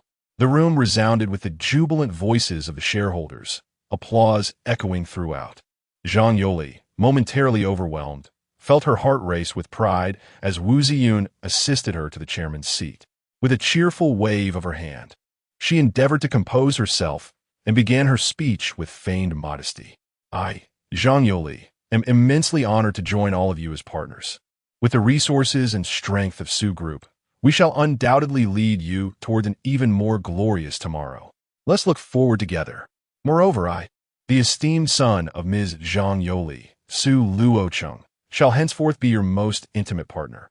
At this opportune moment, Su Luocheng rose to his feet, waving at everyone in acknowledgement, marking his introduction. Such a moment of glory would be incomplete without his presence, for he is indeed the young master of Wu Pharmaceuticals. Like the previous Wu Ziyun, he shall wield his influence as he pleases, navigating the realms of Yun City with ease. The thrilling scene continued as Wu Ziyun presented the chairman's appointment letter, requesting Chairman Zhang's signature to officially assume his new role. Zhang Yuli, suppressing the fervor of her racing heart, trembled slightly as she accepted the document and poised her pen to sign. Su Luocheng took the appointment letter and tucked it away, leaning in to whisper to Zhang Yoli, I shall keep this letter close to flaunt it before grandfather and sister. It will quell their incessant remarks about our supposed inability to achieve anything. Zhang Yoli chuckled and patted Su Luocheng on the shoulder, remarking on his cleverness. A glint of calculation flickered in Wu Ziyun's eyes as he leaned closer to Zhang Yoli, his tone unusually gentle. No, Chairman Zhang. Wu Pharmaceuticals is now entrusted to you. You shall have complete authority over all operations. I intend to take my father abroad for a respite and may not return to the company frequently. Zhang Yuli felt a vague sense of unease, an inkling that something was amiss, yet she could not pinpoint the source of her discomfort. Without hesitation, she nodded in agreement. Take care, dear nephew. Do keep in touch while abroad. The Wu father and son exchanged knowing smiles before departing briskly. Secretary Li Na entered gracefully, offering Zhang Yoli a subtle smile. Good day, Chairman Zhang. Zhang Yoli was momentarily taken aback, but soon responded with a hearty laugh. Young Master Wu is indeed considerate, having brought you from Luoli to assist me. A flicker of disdain crossed Li Na's eyes as she thought, this foolish woman truly lacks awareness of her own naivety. She will soon have cause to lament. Indeed, young Master Wu understands that you hold me in high regard, which is why I have been assigned to work alongside you. Let us proceed to your office, and I shall give you a tour of your new company. Zhang Yoli beamed and followed Li Na as they made their way to her office. They then toured all departments of Wu Pharmaceuticals, greeted with utmost respect by employees who called out, "Good day, Chairman." Young Master, their spirits soared, reveling in their newfound authority, grinning from ear to ear. At noon, Zhang Yoli hosted a lavish banquet to reward all employees, eager for them to witness the dawn of her success and remember this moment of splendor. The restaurant buzzed with laughter and the clinking of toasts among staff. Suddenly, a group clad in uniforms entered, led by a man in his 30s, tall and imposing. "May I inquire who the chairman of Wu Pharmaceuticals is?" Su Luoqing, bubbling with excitement, nudged Zhang Yoli playfully, teasingly exclaiming, "Chairman Zhang has just assumed her position, and already, the national department has come to curry favor." Zhang Yoli rose to her feet and cleared her throat. "I am immensely grateful for your presence at our celebration banquet for Wu's Pharmaceutical. Your attendance brings great honor to our company." Koubei cast her a surprised glance, brandishing his identification badge. "We are from the enforcement team, and I'm Captain Koubei. The allegations regarding Wu's Pharmaceuticals' involvement in counterfeit drugs have been substantiated. We are ordering an immediate suspension of operations, confiscation of all medicines, and imposing a fine of 800 million. The ground seemed to crumble beneath Zhang Yoli as she plunged from the heights of joy into the depths of despair. Stunned and incredulous, she blinked in disbelief, rendered speechless and frozen in place. With a wave of his hand, Koubei signaled to his assistant, who retrieved the penalty notice from a briefcase. Zhang Yoli's mind was a void, only recalling the moment when the staff member placed the notice on the table and handed her a pen. "Chairwoman Zhang, please sign to acknowledge receipt and to facilitate the subsequent handling of the company's affairs. The fine must be settled within 3 days." Chapter 29. Shattered Dream of Aristocracy. 2. A flicker of derision crossed Li Na's eyes as she mused, "Su Luoli, are you not the epitome of arrogance and aloofness? Let us see how you navigate this situation." Yet, she feigned urgency, exclaiming, "Chairman Zhang, what is happening?" Turning to nudge the equally stunned Su Luochen, she urged, "Young Master Su, swiftly call your sister. What shall we do if this escalates?" Su Luochen, finally regaining his senses, cast a grateful glance at Li Na before retrieving his phone to dial Su Luoli. "Sister, we are at Wu's Pharmaceuticals." Upon hearing this, Su Luoli's temper flared. "Did I not explicitly instruct you to sever ties with Wu Ziyun? What are you doing at Wu's Pharmaceuticals? Return at once. You cannot fathom the repercussions of any misstep." "It is too late," he replied, his voice trembling. "Mother signed a 50 equity transfer agreement with Wu Ziyun yesterday, making her the largest shareholder and chairman of Wu's Pharmaceuticals. The inauguration ceremony took place this morning. While we were celebrating, the enforcement team arrived, alleging that Wu's Pharmaceuticals was involved in producing counterfeit drugs. The company has been sealed, all products confiscated, with an imposed fine of 800 million to be settled within 3 days. Mother is utterly distraught, and I am at a loss. Sister, please hurry." He paused momentarily before adding, "It would be best to bring Yunzhou along. Has he not recently demonstrated remarkable capabilities? His presence might lend some weight. Considering Yunding Tiangong is the largest restaurant in Yunqing, perhaps the enforcement team will show some leniency." Su Luoli felt as though she had been struck by lightning. Collapsing into a chair, struggling to regain her composure. Her worst fears had indeed materialized. She had long been aware of the counterfeit drug issue at Wu's, but refrained from disclosing it to avoid alarming their mother, resulting in this catastrophic blunder. Had she merely hinted at the problem, they could have averted such a dire situation. She forced herself to maintain a semblance of calm, attempting to soften her tone. How did Mother come to sign a 50 equity transfer? She lacks the authority, does she not? She secretly took the Su Group seal from your office to finalize the agreement. Oh, you must come quickly.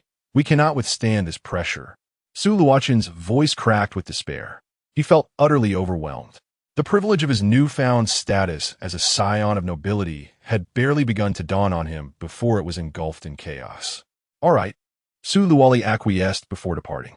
Zhang Yoli, forever targeting Lu Yunzhou, was not someone she could approach for assistance, leaving her with no choice but to face the storm alone.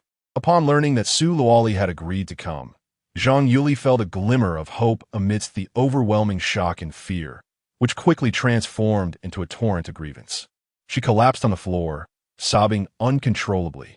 Su Luochun, alarmed, hurried to her side, crouching down. "Mother, please do not do this. Sister is on her way.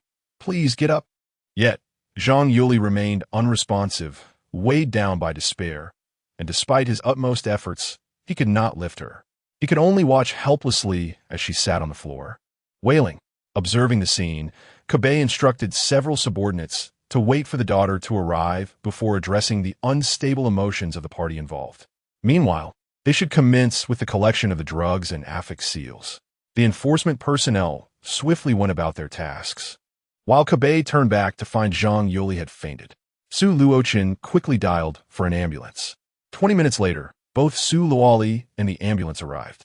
Su Luochen accompanied the ambulance to take Zhang Yoli to the hospital for emergency treatment, while Su Luoli stayed behind to confront the enforcement team.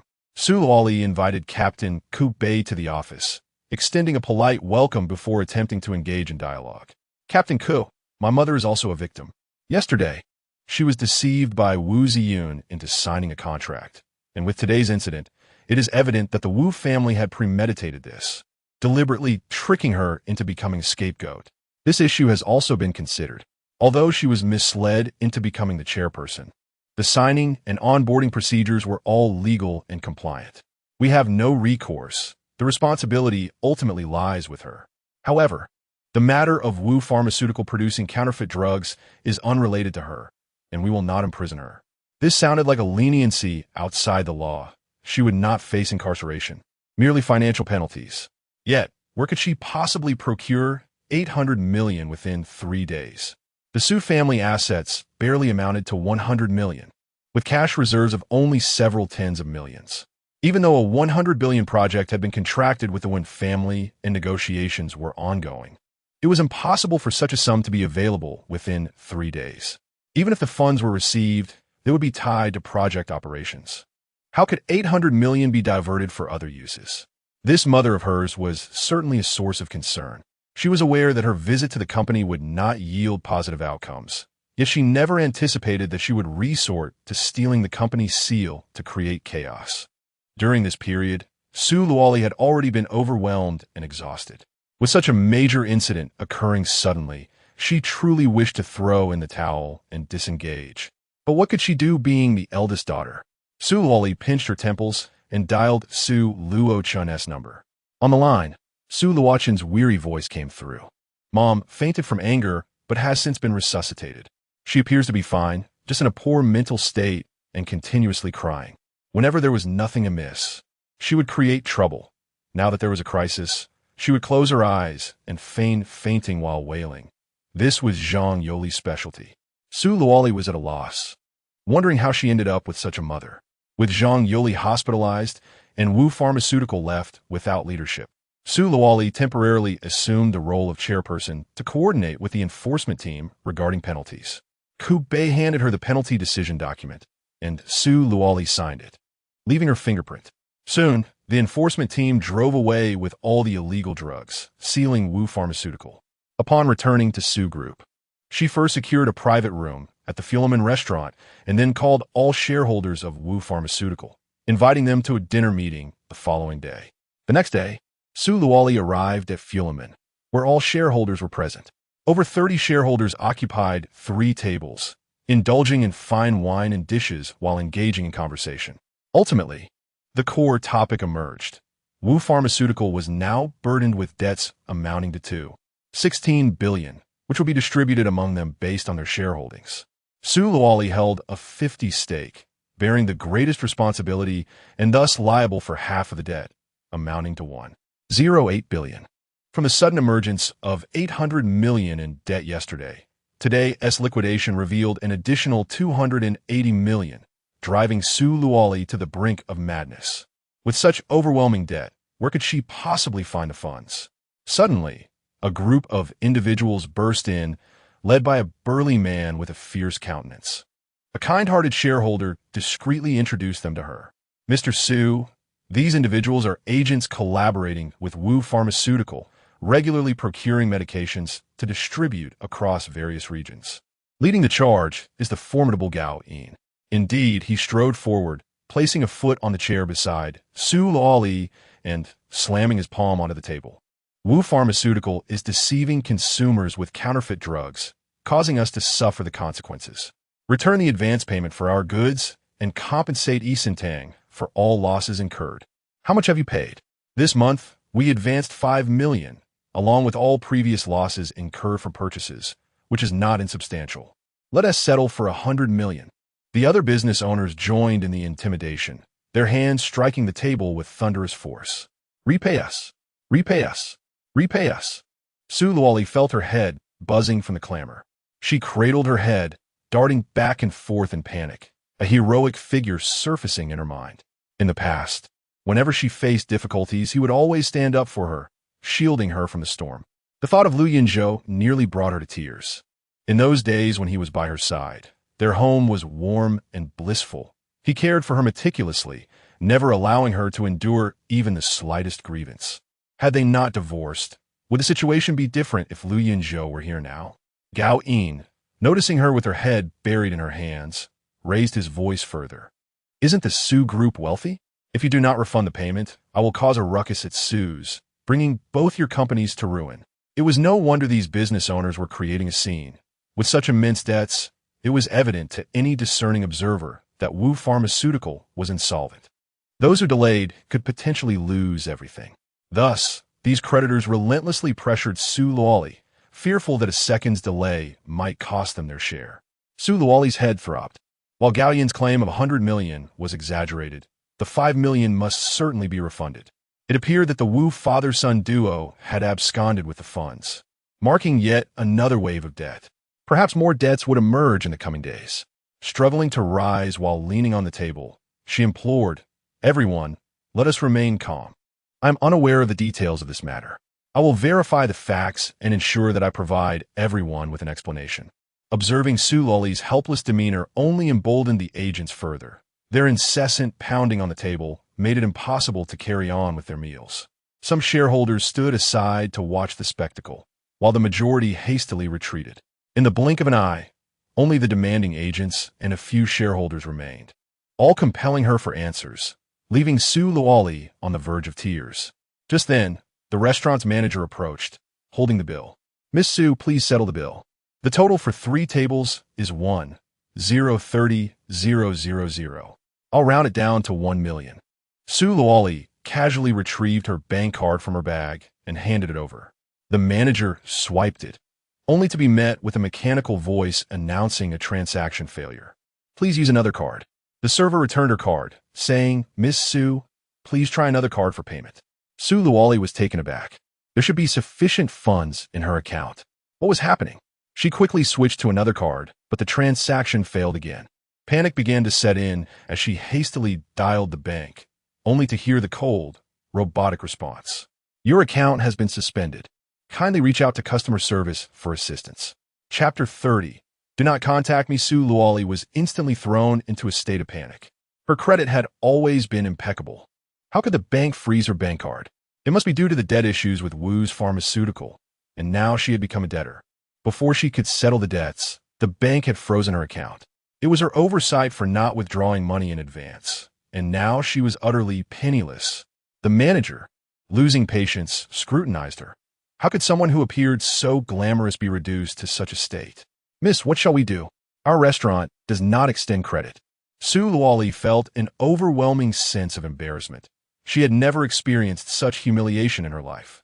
"Wait, I'm not someone who cannot afford this amount," she said, frantically opening her phone to explore various borrowing options, only to discover that all her credit limits had been reduced to 0. In a state of complete shock, Cold sweat broke out on her brow. Gao Yin cast a disdainful glance at her. I thought you, Sue, had secured the 100 billion project with the One Group? Surely you can afford this small sum? If not, what will happen to our funds? Another agent, intrigued, gazed at her exquisite face, swallowing hard. No money? That's unfortunate. With such beauty, I could cover your bill if you would entertain me in return. Consider it a debt settlement. Su Luoli felt a surge of anger and desperation. She wanted nothing more than to slap him, but being in debt made her hesitant. Moreover, in front of so many people, she did not dare to act out. Once someone initiated such behavior, others would surely follow suit. If you're willing to entertain, we could help you settle the bill as a form of debt repayment. With your looks, you could easily survive on your beauty.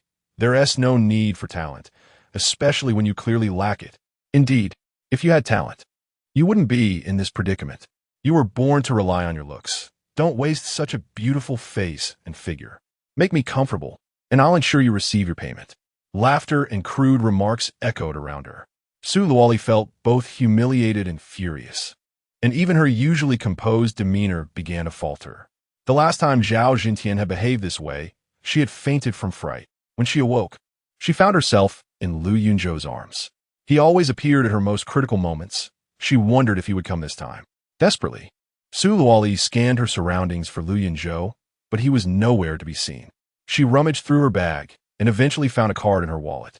It was the card Lu Yunzhou had given her 3 years ago during their wedding. She recalled how he had embraced her waist and said tenderly, Luoli, you are my wife now. My fortune is entrusted to you. The password is your birthday. Feel free to spend as you wish. She had carried this card for 3 years without ever inquiring about the extent of his wealth. Holding the card brought a pang of sorrow to her heart, and she hurriedly handed it to the manager to swipe. Her heart raced with anxiety, silently praying for a substantial amount. The mechanical voice announcing the successful transaction sounded like music to her ears. She was overwhelmed with joy. Turning around once more, Su Luoli squared her shoulders, lifted her chin, and regained her composure as the aloof CEO she was. Indeed, wealth brought confidence. You may return for now. I shall verify the company's financial matters.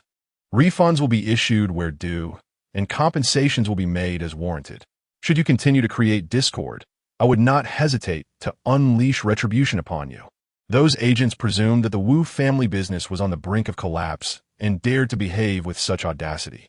Upon hearing that the car transaction was successful and witnessing her formidable demeanor, they quickly became much more subdued. They had calculated that Su Luoli was financially constrained, which is why they dared to disrupt the situation. However, with the sudden turn of events, they needed to retreat and reassess their strategy.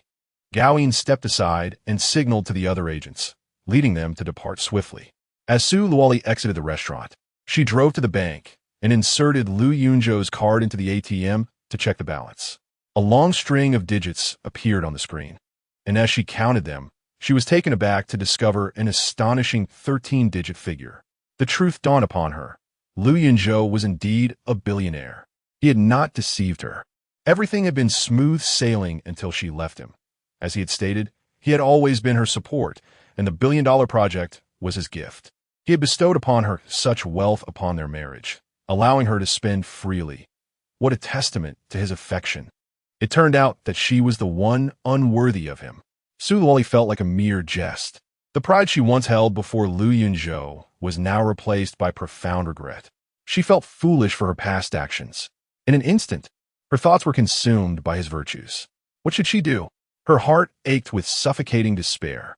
Unable to contain her emotions any longer, tears streamed down her face. Regret, remorse, and a multitude of words she wished to convey to him flooded her mind. Knock, knock, knock. Someone was knocking at the door, jolting Su Luoli back to reality.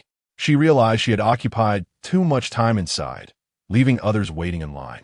Hastily wiping her tears, she opened the door and, under the bewildered gazes of the crowd, hurried to her car, where she collapsed against the steering wheel and wept uncontrollably. After a long while, she finally composed herself, dried her tears, and retrieved her phone to dial Lu Yunzhou. The call connected, and his deep, melodious voice resonated. Luoli, is there something you need? Yes, she replied.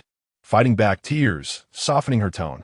Yunzhou, I am truly sorry for my past mistakes. I wish to meet and discuss matters with you. Su Luoli summoned her courage to express herself. Lu Yunzhou hesitated. Lu Yunpeng has sent people to monitor the Su family. Meeting you at this juncture would be akin to pushing you toward the perilous path. After careful consideration, he replied, I am busy with matters.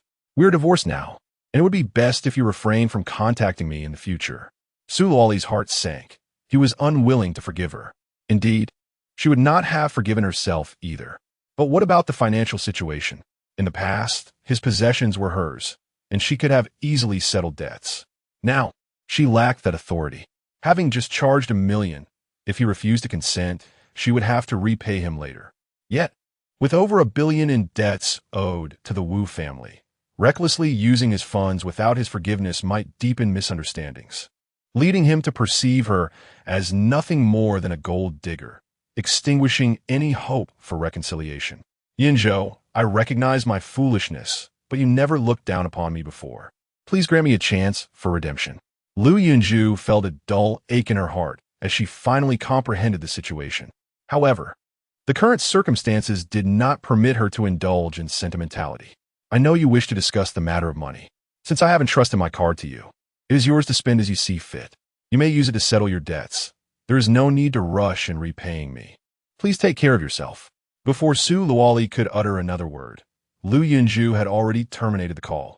The fact that she allowed her to spend such a substantial sum and yet urged her to be cautious for her safety, clearly still showing concern, while simultaneously refusing to see her. Was it merely a case of sulking? Indeed, she had gone too far. He had every right to be angry. In the past, Su Luoli had been preoccupied with work, neglecting Lu Yunzhou in her pursuit of wealth to bolster her own strength. Now, with ample riches that could last several lifetimes, the absence of Lu Yunzhou's companionship weighed heavily on her heart. Without time for further contemplation, Su Luoli hurried home to prepare herself for the payment of the fine at the enforcement team. Kobe was somewhat taken aback, not expecting Su Luoli to amass 800 million in just one day, and he couldn't help but regard her with newfound respect. After completing the necessary procedures, Su Luoli stated, Captain Ko, this is fundamentally a scam. I will pay the fine for now, but I demand an investigation be initiated. Kobe appeared somewhat helpless. Miss Su, I believe that the Wu family has meticulously devised this scheme to evade legal responsibilities and debts. However, your mother is an adult, without any history of mental illness, and possesses her own capacity for reasoning. The contract signed between Wu Donghai and her does not constitute a crime. If you feel aggrieved, you may gather evidence against the Wu family for other crimes and report them. As long as it is substantiated, an arrest can be made. The Wu family and their son were exceedingly cunning, while Zhang Yoli was both foolish and greedy. Despite her intense resentment, she found herself at a loss against the Wu family, especially with Wu Ziyun colluding with her secretary, Li Na, to deceive her. Yes, Li Na. Su Luoli immediately called Su Luocheng to verify. Xiaoqin, did you encounter Li Na when you visited Wu Pharmaceutical? Su Luocheng responded, somewhat surprised. Isn't Li Na your secretary? She was the one who reminded me to call you when mother fainted on the ground. Indeed, Li Na was involved in this affair. Since she was so eager to dig her own grave, it was time to bring her to justice. After repeatedly colluding with Wu Ziyun to undermine her, did they truly believe she was so easily bullied? While she acknowledged that her mother had acted foolishly, she was not alone in this misstep. It was Secretary Li Na who had led her to her office to take the official seal. I have surveillance footage as evidence, and I demand the arrest of Li Na. Chapter 31. A few more hundreds of millions in a corner of the street. Li Na was on the phone with Wu Ziyun. Mr. Wu, do you know? It was truly hilarious. That brainless old woman, upon hearing she was to be fined 800 million, was instantly dumbfounded and then collapsed, wailing on the ground. She was so engrossed that she didn't even notice someone was standing beside her. It was genuinely amusing. She is hopelessly foolish, completely manipulated by you all. Indeed, I have never encountered such a foolish woman. Li Na casually chimed in, but suddenly felt a sense of unease. Turning abruptly, she found Su Luoli standing coldly beside her. Su, President Su, what brings you here? Li Na's composure faltered. her words tumbling over one another as she hastily ended the call, gazing at Su Luoli in shock. Su Luoli took a step forward and swiftly slapped Li Na, leaving a clear imprint of her fingers on Li Na's face. Have I interrupted your report of great achievements? Li Na, covered her face in terror, retreated. No, it's not me. This has nothing to do with me. It's Mr. Wu. I know it's him. Without your collusion. Could he have succeeded so easily? I, Su Luoli, have always treated you generously. Out of pity, I provided financial aid to your family, worried that others would bully you, and kept you by my side, offering you a salary higher than anyone else's. Is this how you repay my kindness?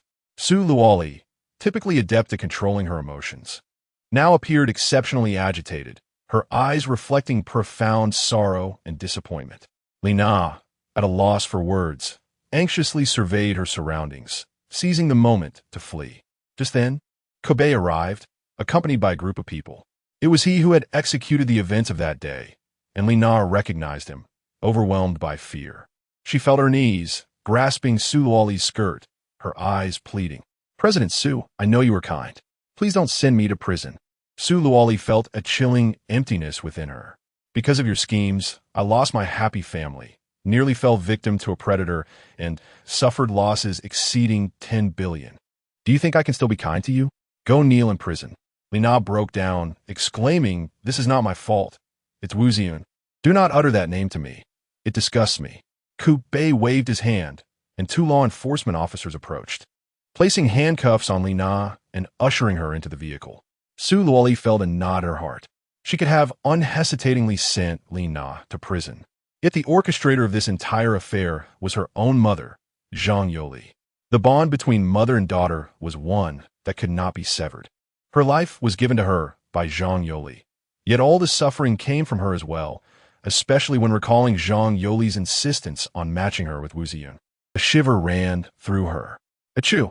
Zhang Yoli sneezed in her hospital bed, rubbing her nose and glancing towards the door. Xiao Chun, your sister handled that matter beautifully. After all, she is my daughter, unflappable in the face of adversity, capable of handling great affairs. Bored in the hospital, Zhang Yuli felt as if she were growing moldy, eagerly wanting to learn the latest news about Wu-S Pharmaceuticals. She is the newly appointed chairwoman, and now that the scandal surrounding counterfeit drugs has subsided, she must assert her authority. I have been hospitalized for 3 days, yet Luo Li has not come to visit me. Call her and ask her to come. I have something to say to her. Su Luo Chen glanced at her with a troubled expression. Mom, my sister has been quite busy these past few days.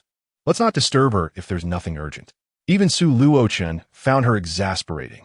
This mother of theirs was incessantly seeking out trivial matters, incessantly chattering and leaving no peace. 3 days in the hospital, without IVs or medication, simply lying in bed, contemplating the future, demanding that Su Luo Li come to see her. Hey, you little rascal. I asked you to make a phone call, and instead you scold your mother? What could she possibly be busy with? Counting money until her hands cramp, oblivious to the fact that her own mother is still in a hospital? If you won't call, I will. Zhang Yuli seized her phone and dialed Su Luo Li. The phone rang for 60 seconds without an answer. She felt anger rising.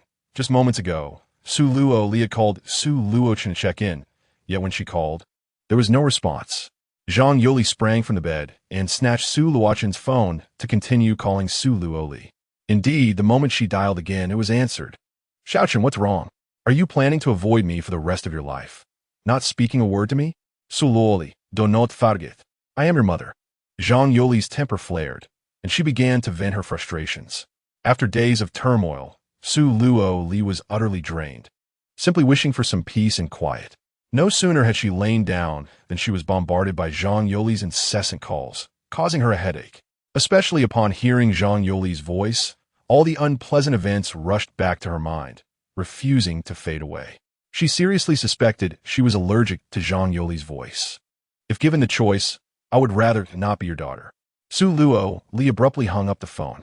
Zhang Yoli was taken aback, infuriated. She thrust the phone at Su Luo Chen. So now you're taking her side? You tell her to come to the hospital. Su Luo Chen took the phone and began playing a game. Zhang Yoli was utterly dumbfounded. Had both of her children turned against her? Xiaochen, I am the chairwoman of Wu Pharmaceutical. Now that the seal has been lifted, we can officially commence production. Su Luochen found himself missing Lu Yunzhou. When he was around, Zhang Yuli usually directed her ire at him, sparing Su Luochen from her troubles. Now that he was the only one present, her incessant nagging was beginning to wear on him. You've been chairwoman for a while, costing my sister billions, while my own million has gone down the drain, and you still have the audacity to speak? Now, who in Yun City doesn't team mock you, Zhang Bantiang? Let us not even mention that. How do you think your sister amassed such wealth? Is your concern forever fixated on money? You've stirred up a storm, closed your eyes, and laid in the hospital, oblivious to how my sister has managed these past 3 days. Do you have any idea how many people are pressuring her for debts? Su Luochen truly could not bear his mother any longer. Ms. Zhang Yuli, your expenses are depleted. Please proceed to the payment office to replenish your funds. The attending nurse entered and urged her on, and Zhang Yuli looked at Su Luochen, her meaning unmistakable. Do not gaze upon me. All my funds have been squandered at your behest, and I have exhausted my resources to cover your hospitalization expenses. For the past few days, I have resorted to using credit for my meals, opting for the most economical options available. You lament without cause. Either discharge yourself or settle your own bills. Upon hearing this, Zhang Yuli hastily gathered his belongings. What need was there to remain in the hospital? He quickly proceeded to handle his discharge formalities and return home. 30 minutes later, Zhang Yuli arrived at the villa where Su Luoli resided, entering with the touch of his fingerprint. He made his way directly to Su Luoli's bedroom, and upon entering, he inquired, Luoli, from whence did you procure the funds to resolve this matter? Was it from the substantial project of the Wen family? Now that Wu's pharmaceutical had been unsealed, if you could provide me with a few billion, I could set Wu's pharmaceutical into motion.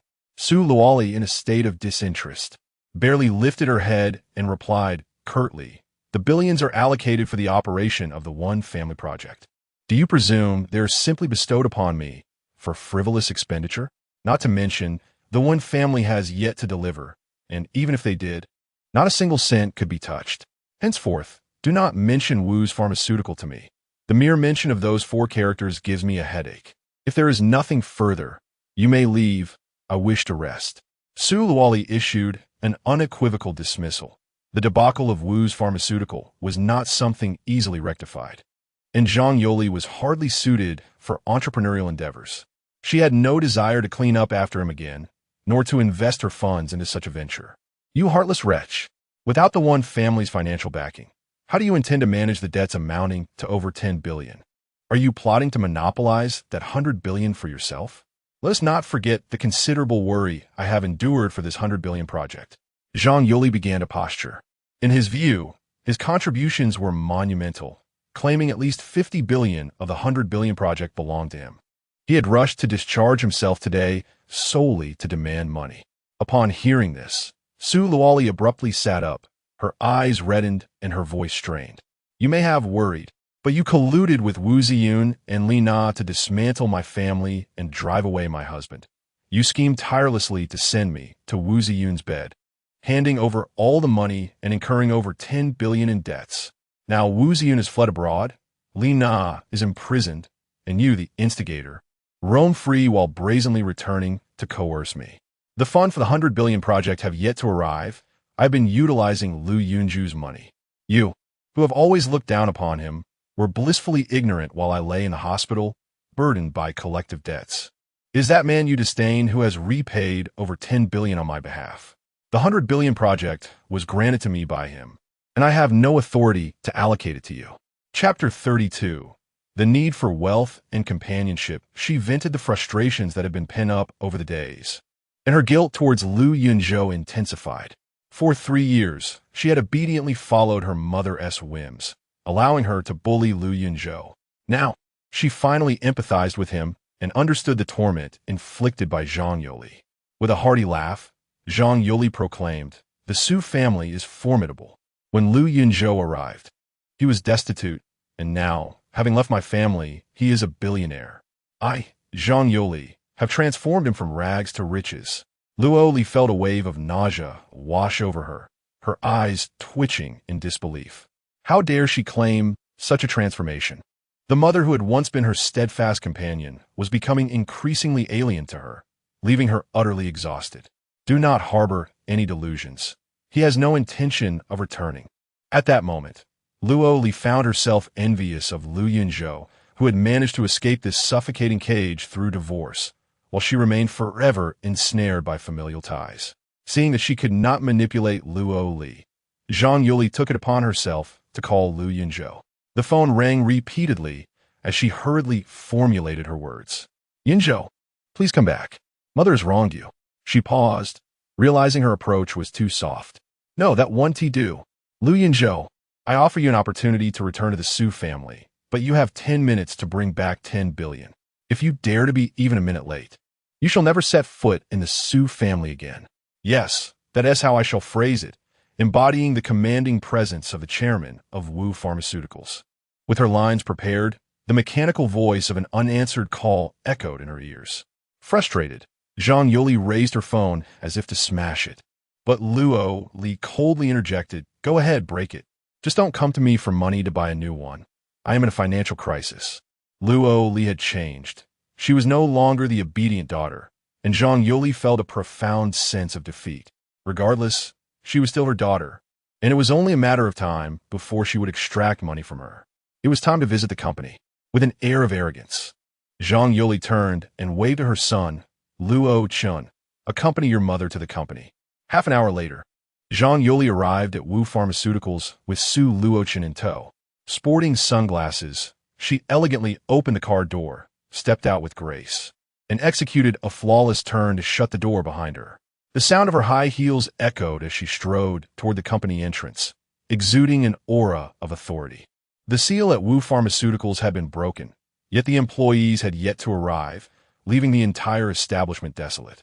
Zhang Yuli entered the chairman's office, settled into the luxurious leather chair, and accepted a cup of tea from Su Luochun while contemplating how to swiftly reopen the business and restore Wu Pharmaceuticals to its former glory. In time, Luo Li would no longer shun her, and Lu Yunzhou, that billionaire, would be groveling before her.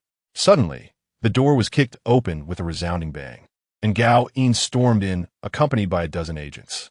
Zhang Yuli noted that they were not clad in Wu Pharmaceuticals uniforms, surmising they were here for a partnership discussion, and a wave of irritation washed over her. How dare they show such disrespect upon her recent appointment? With that thought, she hurled her teacup at Gao Yin's forehead. Do you not know how to knock? With such rudeness, do not expect to secure a partnership order. Get out. It seems you are indeed the unfortunate Chairman Zhang Bantian. How can you maintain such composure at a time like this? I am Wu's Pharmaceuticals agent here to demand a refund. Hurry and settle the payment. Gao Yin wiped the tea from his forehead, casting a disdainful glance at Zhang Yuli. He strode over, sweeping everything off the desk, and with a nimble motion, perched himself atop it. The other agents quickly followed suit, filling the lavish office desk with creditors, each louder than the last, hurling insults. Zhang Yuli felt a wave of panic. Had she known it would come to this, she would have stayed away. The hospital was beyond her means. Perhaps retreating home would have been preferable. She glared at Su Luochen. Didn't you say your sister had everything under control? What is happening? Su Luochen, taken aback by the unfolding chaos, quickly replied, I meant my sister had settled the fines with the enforcement team. What? Your family paid 800 million in fines and still worries about the 500,000 owed to the agents? Are you deliberately trying to swindle us? Gao Yin leapt up, seizing Zhang Yuli and delivering a series of blows. The other agents joined in, fists and feet flying, while Zhang Yuli cried out, her well-maintained, elegant face transforming into a swollen mess, her stylish hair a disheveled wreck. Su Luochen stood frozen, trembling in shock. Are you a ghost? Call your sister immediately and have her send us the money, or I swear I'll break this old hag's fingers. No. Please, I'll call her right now. Su Luochen hostilidad Su Luoli. The ringing phone jolted Su Luoli awake, and she answered. Su Luochun, voice choked with tears, implored, Sister. Mom is being attacked in the office by a large group. There are at least a dozen of them. Su Luoli was taken aback, instantly wide awake. What? She is being attacked? Did the agents come to demand refunds? Yes. Gao Yin snatched the phone from Su Luochun, shouting, Hurry up and refund me, or I'll start chopping off this old hag's fingers. You better gauge your speed if you want to keep her some fingers. He cursed while brandishing a knife menacingly near Zhang Yoli's fingers, prompting a terrified squeal from her. "Ah, my fingers!" Her cries echoed, hauntingly desperate, as if she had already lost one. Su Luoli, terrified, stammered, "Mr. Gao, please don't harm my mother. I'll send the money right away. You better not pull any tricks. I'll wait no more than an hour. If you don't show up, your mother 1T return hole." Gao In abruptly hung up, tossing the phone back to Su Luochen. Quaking, Su Luochen picked up the phone and discreetly sent a message to Lu Yunzhou, brother-in-law. "My mother forced my sister into the divorce. She only agreed because of that. My sister loves you. Now many agents are pressuring her for debts and threatening her. My mother is reaping what she sowed, but I implore you to save my sister." Lu Yunzhou received the news and smiled knowingly. He called Wang Zhen, proclaiming that their Yunzhou security company was ready to commence operations, instructing Zerial to take a few individuals to negotiate security services with Wu's pharmaceutical. Wang Zhen couldn't help but smile, recognizing the brilliance of the young master. This was indeed the most prudent course of action. Half an hour later, Su Luoli arrived in haste, rushing into the office. Upon seeing her, Zhang Yoli resembled a camel lost in the desert, clinging desperately to a lifeline. Raising his voice in anguish, "Luoli, you must give them the money. If you don't, my mother will be in peril." Without a moment to catch her breath, Su Luoli quickly pulled out her phone. "Gao, release my mother, and I will transfer the funds." Gao gazed at Su Luoli's ethereal beauty, a wicked thought crossing his mind. He recalled the previous encounter where Su Luoli had remained largely unscathed despite their lewd remarks. A captivating beauty like her, navigating the business world, was surely a delectable prize for the prominent businessman. Instead of releasing Zhang Yoli, Gao reached out and seized Su Luoli. "I've changed my mind. I want both the money and the woman." Su Luoli gasped, "Ah, you can't do this, let me go." Chapter 33, Security Department, haha. Gao laughed heartily, his eyes immediately drawn to Su Luoli, whom he had long desired. Today, he finally had the chance to seize her.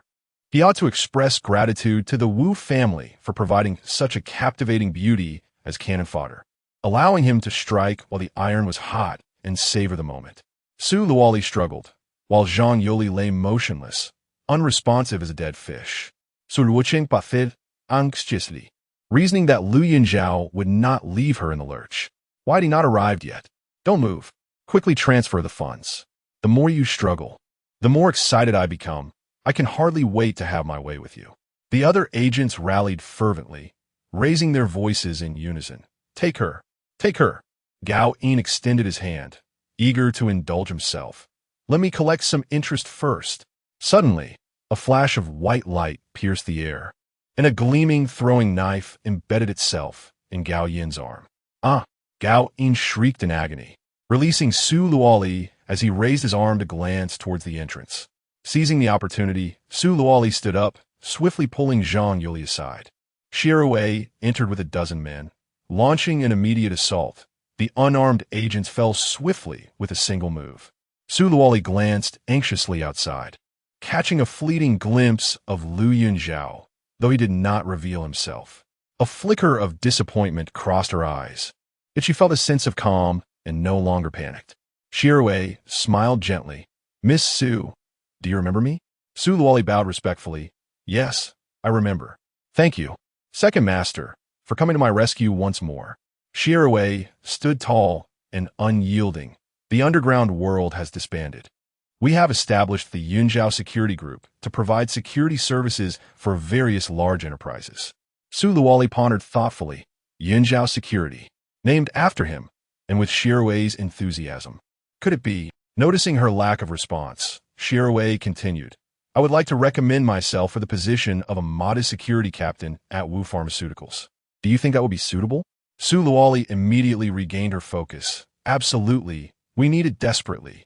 Would an annual salary of 1 million suffice?" "Yes, certainly," Shirawei replied. "How many security personnel do you require?" "I could bring them all." Su Luoli's eyes sparkled with excitement. "You can use everyone you brought today. The security department is yours. You may recruit as many as you see fit." Shirawei presented a cooperation agreement. "Miss Su, if you find the contents agreeable, we can proceed with the signing." Without scrutinizing the details, Su Luoli opened the agreement and signed her name, returning it to Shirue. Pleasure to cooperate. However, I believe your abilities deserve more than the position of security captain. I shall appoint you as the security department manager. Shirue nodded with a smile. Then I humbly accept your command. I shall commence immediately. Very well. Take these ruffians and proceed with your tasks. Su Luoli cast a disdainful glance at Gao Yin. Have you lost your mind? Coming to provoke me. Do you have a death wish? We will deliver your goods on schedule as agreed. The date for collection has not yet arrived, and Wu Pharmaceuticals has not breached the contract. Why the urgency? Such behavior amounts to a breach of contract and harassment. Truly audacious. As she was consumed by indignation, she lifted her foot and delivered a forceful kick to Gao Ying's groin. A scream of unimaginable agony escaped his lips. He had not anticipated that the seemingly delicate and reserved woman could strike with such ferocity. If anyone dares to lay a hand on my aunt again, I shall have the security department deal with them, Su Luoli declared with a fierce tone, causing all the agents to instinctively clench their legs together, trembling in fear as they gazed at her. I will notify the sales department to retrieve the original contract, allowing the finance department to calculate the penalty for breach of contract, which the security department will enforce. As for those who have offended me, that matter will also be handled by our security department. What does this mean? Could they have misheard? Not only would they be unable to reclaim their funds, but they would also be liable for a penalty? In their moment of impulsiveness, how did they overlook the consequences of a breach? This unfortunate turn of events felt as if it were a curse of bad luck. One of the agents muttered, "It's the Wu Pharmaceutical Company that produced counterfeit drugs and violated regulations. So Luoli scoffed, fool. The production of counterfeit drugs is naturally subject to national penalties. When did it become your place to enforce it? You're merely small-time agents from third-tier cities. If you dare to take advantage of crisis, you must bear the corresponding consequences." Gao Ying's eyes flickered with confusion. They merely wished to conduct business properly. Hearing of the counterfeit incident at Wu Pharmaceutical, they had grown concerned about their funds and acted impulsively. "Please forgive us, General Manager Su." Su Luoli's expression remained cold, a hint of mockery flashing in her eyes as she waved her hand impatiently. "Take them away and find out who instigated them. I want to uncover the mastermind behind this. I must know what I, Su Luoli, have done to deserve such treatment." Cyril glanced at her in surprise. It seemed that the boss's woman was not merely a pretty face, but possessed a sharp intellect. He nodded in agreement, seizing Gao Ying and leading the way, while his subordinates escorted the other agents out of Zhang Yuli's office. Zhang Yuli straightened his attire, raked his fingers through his hair, and resumed his seat in the chairman's chair. "Luoli, how did you know they were being manipulated? Were they not seeking a refund? Is your approach truly appropriate?" Su Luoli massaged her temples, feeling overwhelmed by stress. Her mother's incessant meddling was giving her a headache. Previously, Yunzhou would often assist her with head massages, and she had never felt this burdened. Damn it! When she had agreed to the divorce, she had resolved to live independently. Yet, just a few days later, why was she still so affected? Why did thoughts of him linger, unbidden? Su Luoli sighed inwardly. Yet, if he was unwilling to return, what could she do? She only hoped to avoid entangling him further in her troubles. Lost in her thoughts, she overlooked Zhang Yuli's inquiries, which infuriated him. With a resounding bang, he slammed his hand on the table, snapping Su Luoli back to reality. Isn't it simple? They are agents from third-tier cities, far from Yun City. The media has not reported on Wu Pharmaceuticals' incident.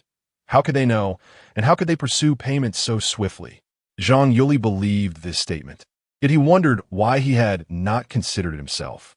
Having finally secured the esteemed position of chairman at Wu's Pharmaceutical, it is imperative to maintain one's dignity.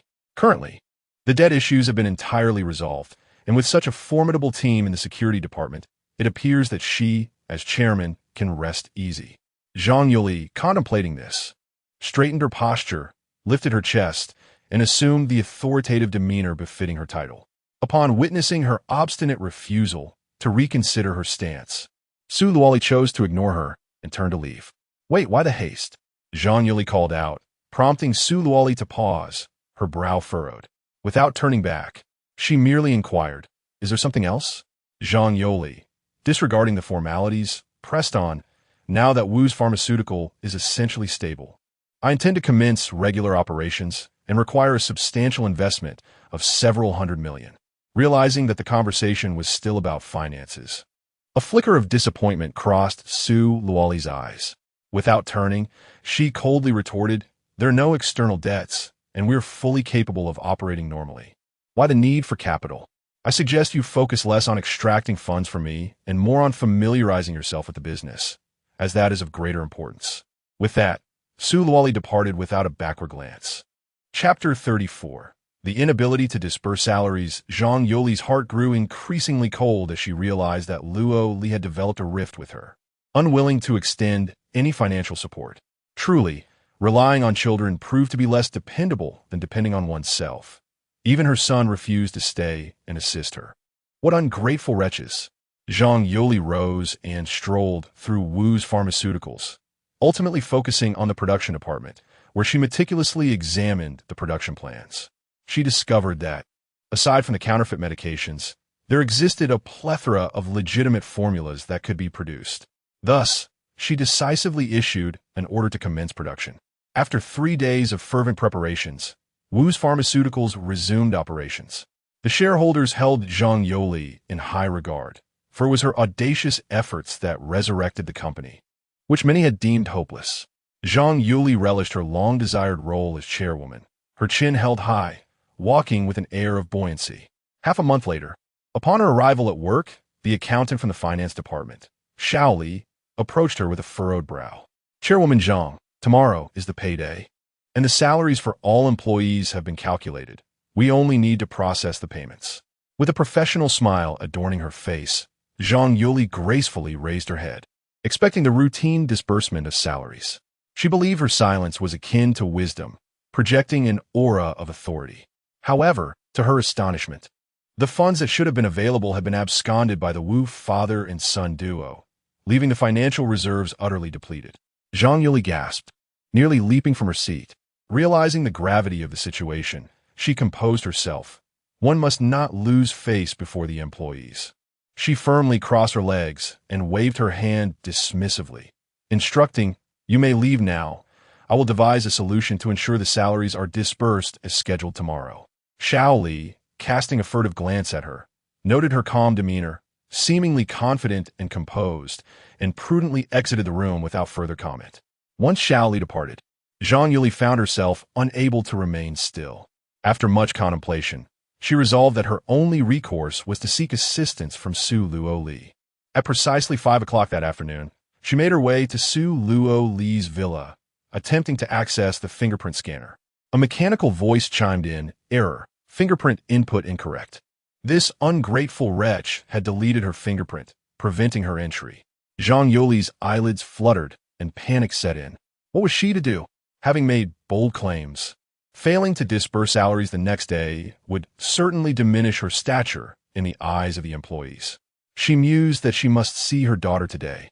After all, she was her own flesh and blood, and surely she would not abandon her in her time of need. Since their divorce, Su Luo Li had been laboring tirelessly, often working late into the night to avoid dwelling on Yunzhou. That evening, she returned home past 10 o'clock, just as she stepped onto the stairs. A dark figure curled up at her doorstep startled her. Upon closer inspection, she realized it was Zhang Yoli, asleep against her door. Su Luo Li exclaimed in surprise, "Mother, what are you doing? Get up." Zhang Yuli stirred from her slumber, blinking sleepily as she rose, murmuring, "Why are you only returning now? It's not safe for a young woman to be out so late. Even though we are divorced, you must take care of yourself." Su Luo Li frowned. "What nonsense are you talking about? I was working overtime." Zhang Yuli suddenly realized she had misspoken and quickly corrected herself, forcing a stiff smile that betrayed her apprehension. "Mother is just concerned for you. My daughter is so beautiful.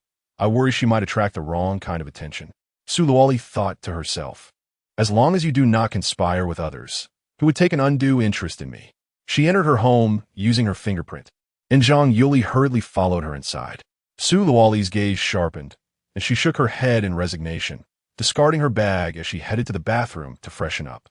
Zhang Yuli promptly stepped forward to block her path. "Luoli, it has been ages since we had a meal together. Allow me to prepare dinner for you."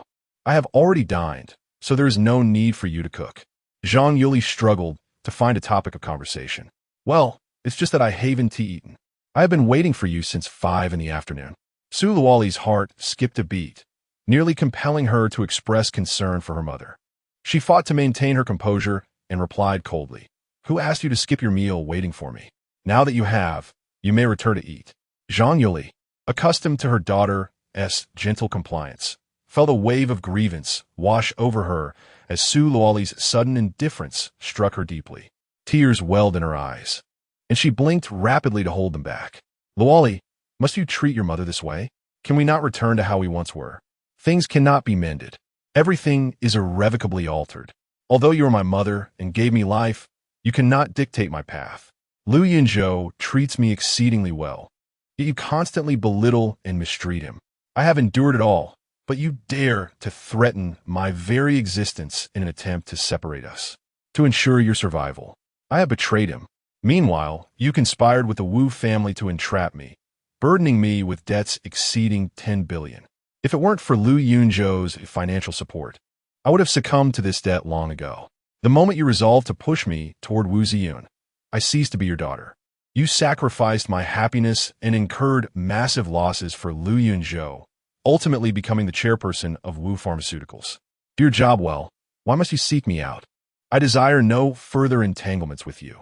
In plain terms, I do not wish to be sold again.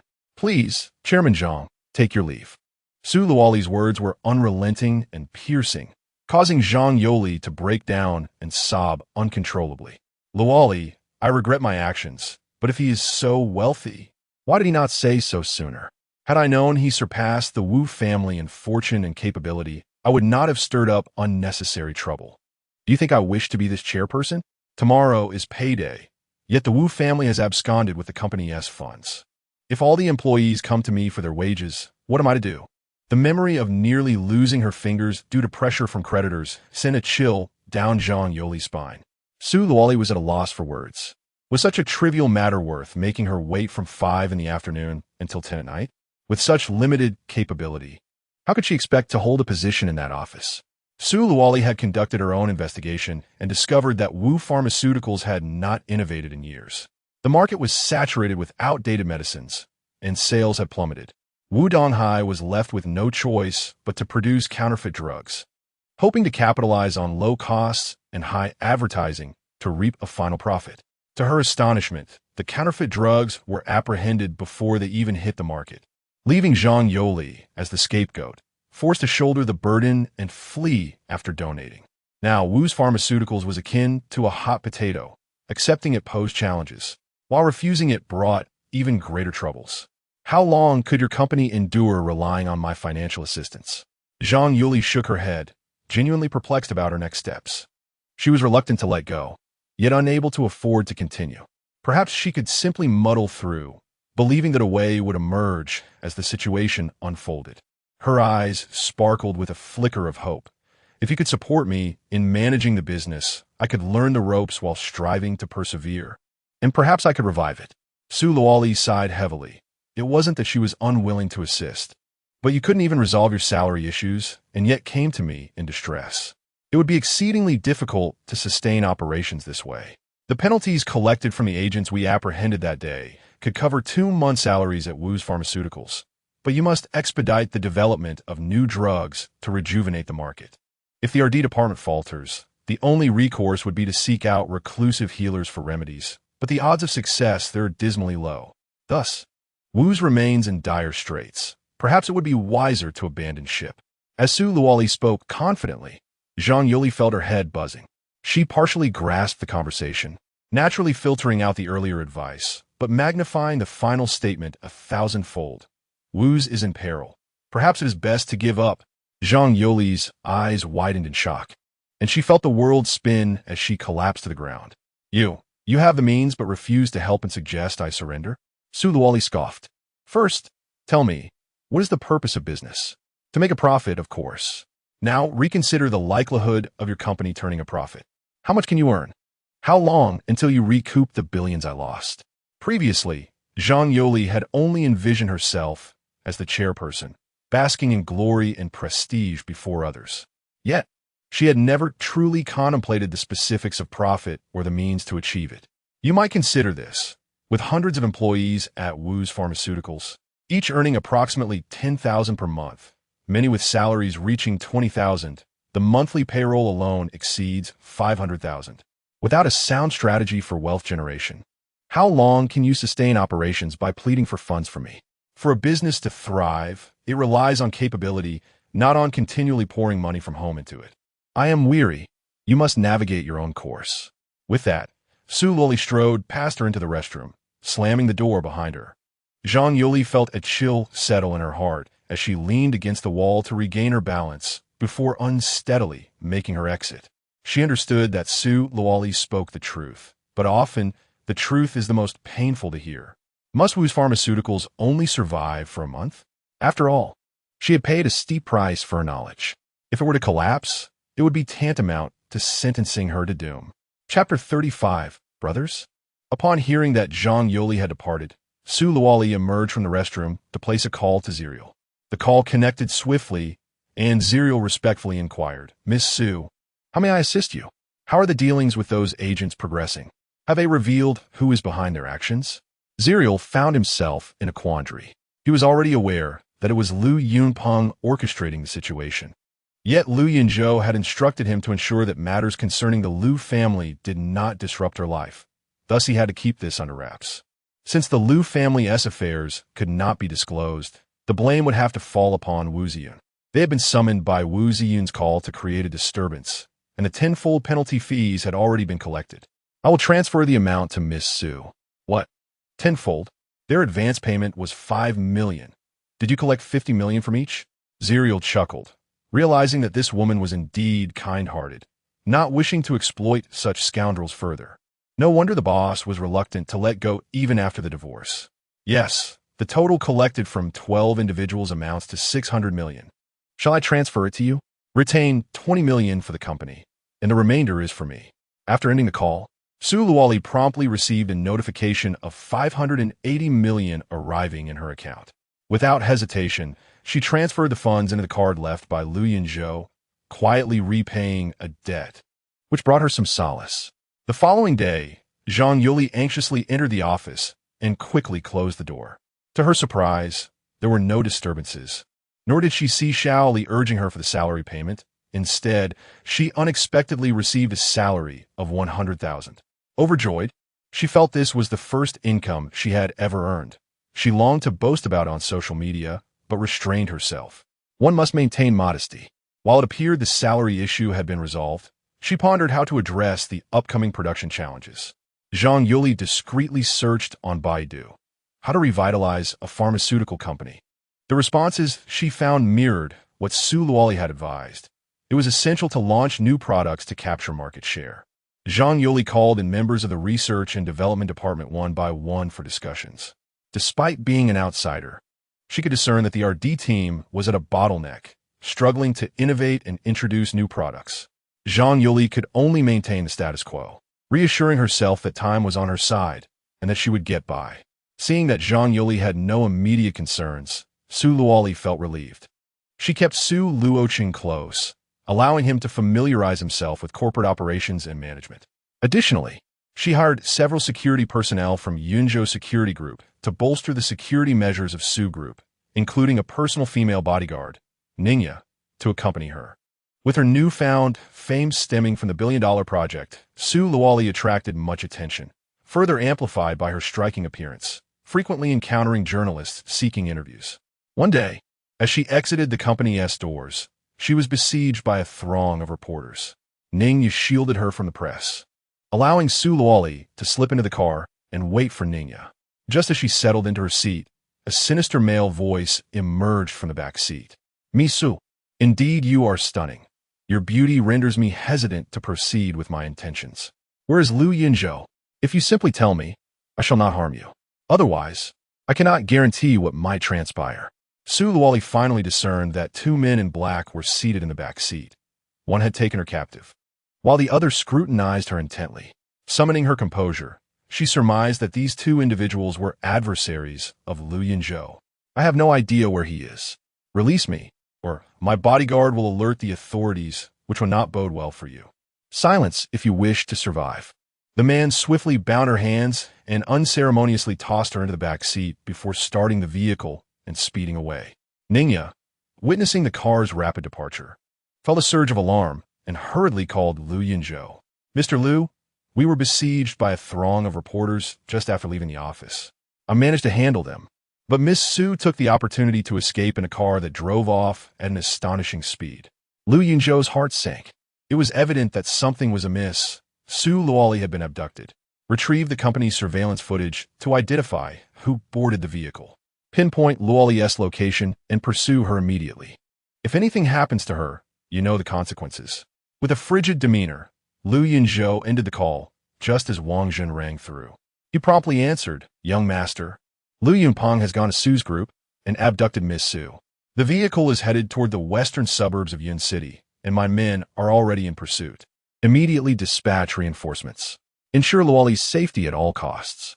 Lu Yunzhou hung up, his expression clouded with frost, and drove towards the western suburbs. In the vehicle, Lu Yunpeng gazed at Su Luoli's face, his eyes gleaming with intrigue. She is indeed a rare beauty. No wonder that fool endured such humiliation and chose to exist in this small corner of Yun City, seemingly oblivious to reality, lost in a world of softness. Although terrified, Su Luoli felt an irresistible curiosity and stole a glance at Lu Yunpeng.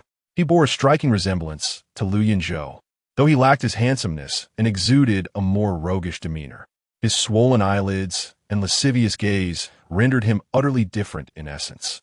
Over the past 3 years, Lu Yunzhou had never mentioned his origins. She had assumed him to be an orphan and had never inquired further. Now, a flicker of curiosity ignited within her. Could this man possibly be related to him? She attempted to engage him. "Do you know Yunzhou, and do you harbor a grudge against him?" Lu Yunpeng's expression darkened instantaneously, his voice low and hoarse. "Can you not see that we are brothers?" The circle of friends in the capital often remarked on their resemblance, asserting that he was more handsome than Lu Yunzhou, better embodying the true lineage of the Lu family. While Lu Yunzhou seemed akin to an illegitimate son, Summerman also claimed that the choice to abandon Lu Yunzhou for him was due to his closer resemblance to their noble bloodline. How could this woman be so blind? After posing this question, he was taken aback by her astonished gaze and her silence as she scrutinized him. "I am the second son of the Lu family in the capital, the biological brother of that waste.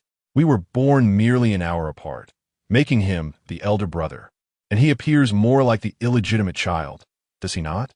"What? Are you referring to the Lu family of the great Xia, the magnates of commerce?" "Yunzhou is the eldest son of the Lu family?" Su Luoli exclaimed, her eyes widening in disbelief as the lingering doubts in her mind finally unraveled. "The Lu family, with its commercial enterprises spanning the globe, possesses wealth beyond measure. The young master of the Lu family is a prodigy in business, having been involved in all aspects of the family's ventures since childhood, yet he mysteriously vanished 3 years ago. It is no wonder that any issues the company encounters can be effortlessly resolved with his intervention. He claims that the billion-dollar project was his doing, and that even formidable organizations in the underworld willingly submit to his command. How foolish I have been, mistaking a true dragon for a mere loach, failing to recognize his distinctiveness even after sharing a bed for 3 years. But why has he chosen to conceal his identity? Ha ha! You are unaware of his true nature? It appears that the so-called fool is indeed blind, selecting women who are increasingly dim-witted. Here's the deal. You possess a pleasing appearance. If you accompany me, I shall take you back to the Lu family in the capital, allowing you to become the legitimate mistress of the Lu household. Lu Yunpeng has always been keen to outshine Lu Yunzhou, striving to excel in every regard, and resorting to theft when he cannot. Thus, those familiar with him often proclaim that he is more handsome than Lu Yunzhou, yet this woman failed to recognize him. Is she truly blind? Chapter 36. Yunzhou, you must depart. Su Luoli found the second young master of the Lu family rather peculiar and chose to ignore him. Lu Yunpeng, accustomed to a life of adulation and praise, felt inexplicably enraged by Su Luoli's cold demeanor. Grasping her chin forcefully, he glared at her and demanded, "Are you not going to respond?" The Lu family wields immense power and wealth, capable of overwhelming you. Do you have any idea how many women yearn to enter the Liu household? Yet, I do not desire any of them. Su Luoli cast him a disdainful glance. Remaining silent as she contemplated, Ningyan must have realized that I am in trouble. If I could just buy some time, there may be a chance for rescue. Since it is his brother causing this turmoil, surely he will not remain indifferent. This may be my only opportunity to turn the tide. A cold smile crept across Su Luoli's face. Is your concealment of identity related to me? Lu Yunpeng chuckled smugly. Of course. You obstructed my path, and I dispatched poison to incapacitate you. I even sent 10 formidable experts to ensure your demise. Yet you managed to escape to this wretched place, clinging to life. But fear not. I shall ensure your care. With a lewd grin, Lu Yunpeng gazed at Su Luoli. Her eyes sparkled with clarity and brilliance, exuding an ethereal beauty that captivated him. Despite her apparent lack of intelligence, her striking appearance was more than enough to entice him to take her home and cherish her. He leaned in eagerly to kiss her, but Su Luoli turned her head away, feeling a wave of discomfort. Ah, you dare to disdain my kiss? I shall not be deterred. I will conquer you and make you my plaything, infuriating that worthless wretch. Lu Yunpeng leaned closer. Second young master, we are being pursued by a vehicle. What should we do? Lei Chun, driving, glanced nervously in the rearview mirror, where a dozen cars were ominously closing in. Having worked alongside Lu Yunpeng for many years, he had some understanding of Lu Yunzhou's temperament. He worried that once Lu Yunpeng had tired of this woman, Lu Yunzhou might unleash his wrath and eliminate him as well. Reluctantly, Lu Yunpeng sat up, turning to look back. He noted the dozen or so cars with false plates trailing closely, some even overtaking him and gradually encircling his vehicle. Isn't Lu Yunzhou just a fallen laborer, barely scraping by? How does he possess such power? Damn it, that vixen, Xiaomon, provided faulty intelligence. I underestimated him. Initially, he had intended to send Xiaomon to poison Lu Yunzhou, but her failure to show up for 5 days had left him in a precarious situation. This time, he had personally captured Su Luoli, hoping to draw out that useless man and eliminate him once and for all. Yet, he was now besieged by an unexpected number of fearless individuals. Coughing violently, Lu Yunpeng felt a sharp pain in his chest, as if his lungs were about to rupture. The numbing sensation coursed through his body, accompanied by uncontrollable spasms. Reluctantly, he released Su Luoli, one hand pressed against his chest while the other pressed against his temples, slumped against the vehicle as he struggled to regain his breath. It was infuriating to suffer from this persistent cough without cause. Neither medication nor intravenous treatment seemed effective, and even consultations with several seasoned traditional Chinese medicine practitioners yielded no improvement. The cough only worsened, seemingly impacting his virility, particularly in the presence of women, leading to frequent interruptions during moments of passion. Lu Yunpeng furrowed his brow as the infernal cough struck him at a critical moment. He dismissed the others. Insisting on being taken to the hospital, he was determined to have his way with Lu Yunzhou's woman. Was this man truly a delusional fanatic? Su Luoli struggled to sit up, glancing back to see a dozen unmarked cars tailing them. Lei Chun, displaying exceptional driving skills, gritted his teeth and pressed the accelerator, leaving Lu Yunzhou behind. In a state of frantic anxiety, Lu Yunzhou repeatedly grasped the dagger at his waist, yet hesitated to act, fearing that pushing Lu Yunpeng too hard would endanger Su Luoli. Lu Yunpeng paused to catch his breath, pulling out his phone to summon all his bodyguards for assistance. Knowing he was on the verge of collapse, Su Luoli thought to herself, this is bad. If he calls for reinforcements, it will only complicate matters further. Suddenly, she sprang up, pushing with all her might. Caught off guard, Lu Yunpeng's head struck the car window, shattering the glass and sending his phone flying. Dazed and furious, he cursed, "You wretched woman, seeking death," and retaliated with a slap that sent her sprawling onto the seat. Seeing the turmoil unfold, Lu Yunzhou realized a struggle was occurring inside the vehicle. The dagger slipped from his hand, embedding itself in Lu Yunpeng's tire, causing Lei Chun's car to abruptly slow to a halt. In an instant, they were surrounded by several vehicles. Lu Yunpeng seized Su Luoli, throwing open the door and pressing a dagger to her throat as he stepped towards the roadside. Lu Yunzhou's men also exited their vehicles, following closely behind. Lu Yunzhou's voice cut through the tension. Stop. Do not harm her. I will relinquish the Lu family's assets to you. Lu Yunpeng smirked coldly. The Lu estate was mine from the start. If you wish to prevent me from harming her, you must die. Observing Lu Yunzhou's anxious demeanor, Su Luoli felt an unexpected sense of satisfaction. With unwavering determination, she smiled faintly. Yunzhou, it brings me comfort to see you still care for me like before. You need not worry about me. With that, she bit down on Lu Yunpeng's wrist and stomped down hard on his foot. Hiss! Lu Yunpeng winced in pain, yanking his hand back, causing the dagger to graze Su Luoli's shoulder. As she cried out, collapsing to the ground. In a flash, Lu Yunzhou leaped forward, catching her in his arms and delivering a powerful kick that sent Lu Yunpeng sprawling. Witnessing the blood pouring from Su Luoli's shoulder, Lu Yunzhou's voice trembled. Luoli, hold on. I will tend to your wound immediately. Pained and pale, Su Luoli's forehead beaded with cold sweat as she reached up to caress his gaunt cheek, silently smiling. Yunzhou, I am fine. Lu Yunpeng is calling his bodyguards to capture you. You must leave quickly. She spoke in a single breath before wearily closing her eyes. Though the pain was intense, she felt a sense of peace, longing only to rest. Lu Yunzhou scooped her up. Luoli, do not sleep. Hold on just a little longer. I will tend to your wound, and soon will not hurt.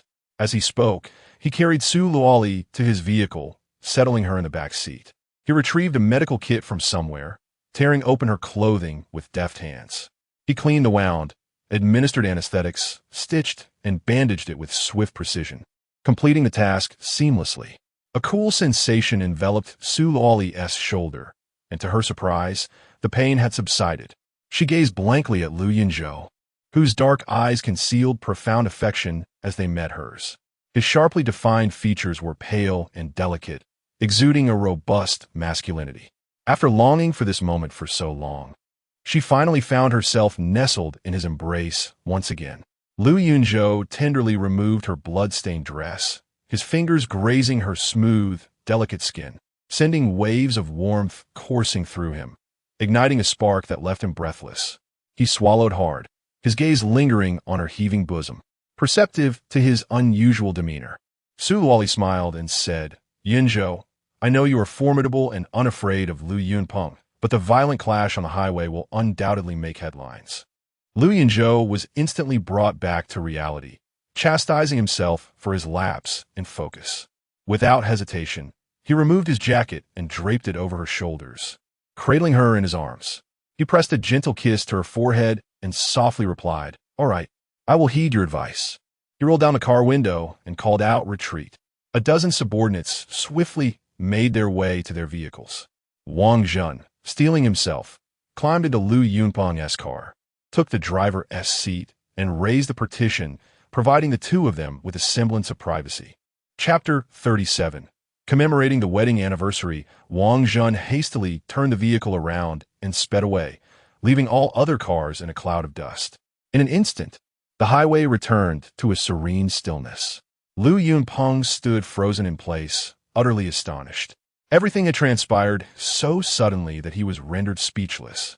The situation had taken a dramatic turn, leaving him utterly defeated. He had misjudged her. Su Luoli was not at all superficial. Unlike other women who idolize his identity as the young master of the Lu family. Instead, she fiercely resisted him, biting and kicking at him with a knife in hand, ultimately turning the tables. How intriguing. Not only was she beautiful, but she also possessed the spirit of a wildcat. Lu Yunpeng gently touched the bloodied wrist she had bitten, inhaling deeply, lost in thought for a long while, savoring the jasmine fragrance that lingered on her. Was he bewitched? Young master, shall I take you to the hospital? Lei Chun approached, waving his hand to catch his attention. Cough, cough, cough. This reminder caused Lu Yunpeng to erupt into a fit of agonizing coughs, his body bending over as he struggled to regain his composure. Lei Chun stepped forward to assist him, laboriously getting him into the car and heading to the hospital. After a series of examinations, the diagnosis remained unclear, but due to Lu Yunpeng's severe coughing, the doctor ordered him for drip. Exhausted, Lu Yunpeng closed his eyes, the enchanting visage of Su Luoli constantly flickering in his mind. A whimsical thought struck him. That icy beauty must look delightful when she smiles. As the doctor entered for a routine checkup, Lu Yunpeng inquired, "What exactly is my ailment? Why do the medications only alleviate the symptoms without providing a cure?" The doctor furrowed his brow in contemplation, extending his hand to check his pulse. "Do you often experience nightmares?" "Yes. I feel extremely fatigued, yet unable to sleep. When I finally doze off, I'm jolted awake by terrifying dreams." The doctor nodded solemnly, lifting his eyelids for further examination. The pulse was at times delicate and smooth, and at others insubstantial. His eyes appeared sunken, and his complexion was weary and pallid. This persistent cough, resistant to treatment, resembles what? Lu Yunpeng pressed, eager for clarity. "Possibly a possession," the doctor stated cautiously, puzzled. How could someone so young and vigorous be afflicted in such a manner? Lu Yunpeng's face paled, despair washing over him. What strange phenomena had he encountered recently? The doctor's words struck a chord, reminding him of that day when a car had brazenly sped past him, stirring up dust. After that, he had begun to cough. Seizing the doctor's wrist, he implored, "Is there any remedy? If a cure is found, I will reward you 1 million. Lei Chun quickly handed over a check. The doctor was taken aback. This amount was what he would earn after 2 years of arduous work at the hospital. Yet, he genuinely had no solution to offer. He could only push the check away. "I lack such capabilities. I heard that when Shofu recently fell ill with a strange ailment, and the experts from all hospitals in Yunzhou were at a loss. He fainted for 3 days, only to recover suddenly, supposedly cured by a divine healer." Lu Yunpeng's heart sank. He had long wondered how that old fellow, Wen Xixiang, had managed to evade death, even escaping the repercussions of attempting to poison that wretched Wen Xiao. It turns out that behind the Wen family stands a miraculous physician offering assistance. It is infuriating. One must locate this extraordinary healer to cure this damn cough, and then eliminate it. The next time I strike at the Wen family, it will surely be decisive. Lu Yunpeng smiled faintly as he pushed a check into the doctor's hands, saying, "Take this. Consider it my purchase of your information." If Xiaoman were to witness this, her heart would shatter. She had devoted 3 years of her life to Lu Yunpeng, unwaveringly by his side, her safety eclipsed by the mere value of information. It is said that the miraculous physician resides in the most opulent villa in Yun City, known as Bianxiang Garden. Their comings and goings are shrouded in mystery. Many patients have attempted to deliver their letters of homage, yet none have ever gained entry. Lu Yunpeng raised his chin with pride, believing that their inability to see the physician stemmed from their insufficient status. Once he concludes his intravenous treatment, he would pay a visit to Bianxiang Garden. Outside Bianxiang Garden, a lengthy queue formed, with some individuals even kneeling in reverence. Wang Zhan's vehicle maneuvered to the back entrance of Bianxiang Garden, where Lu Yunzhou picked up Su Luoli and proceeded inside. Su Luoli discreetly glanced at Wang Zhan and whispered, "Yunzhou, I can walk on my own."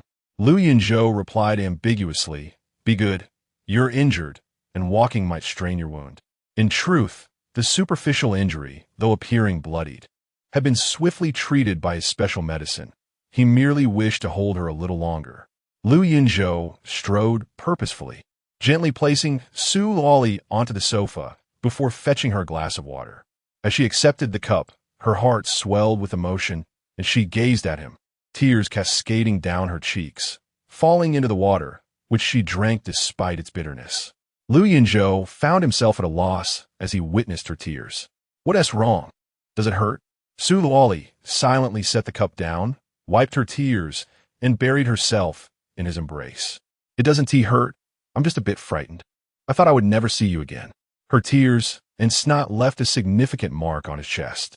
"So, you desperately try to knock Lu Yunpeng's phone away, preventing him from calling for help? Were you foolish? Do you think your husband lacks the capability to handle a few of his subordinates?"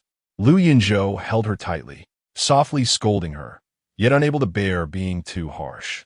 "All right, it's all over now. Don't cry." He tenderly soothed her, raising his hand to wipe her tears. "If you keep crying, your eyes will swell. Let me take you to the bathroom to freshen up.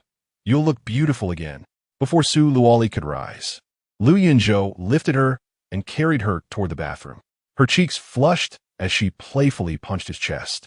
My injury is on my shoulder. My legs are fine. Lu Yunzhou chuckled lightly. I prefer to carry you. Su Luoli softly inquired. You don't hate me anymore? Lu Yunzhou's heart tightened, nearly causing him to lose his grip. He hugged her tighter as he stepped in the bathroom, placing her gently into the tub and starting the water. I did feel hate, but I couldn't help but think of you, unable to bear seeing you bullied. When Xiao Chan informed me that your mother had coerced you into the divorce, I hated myself even more for signing without understanding the circumstances. You must have been very heartbroken at that time.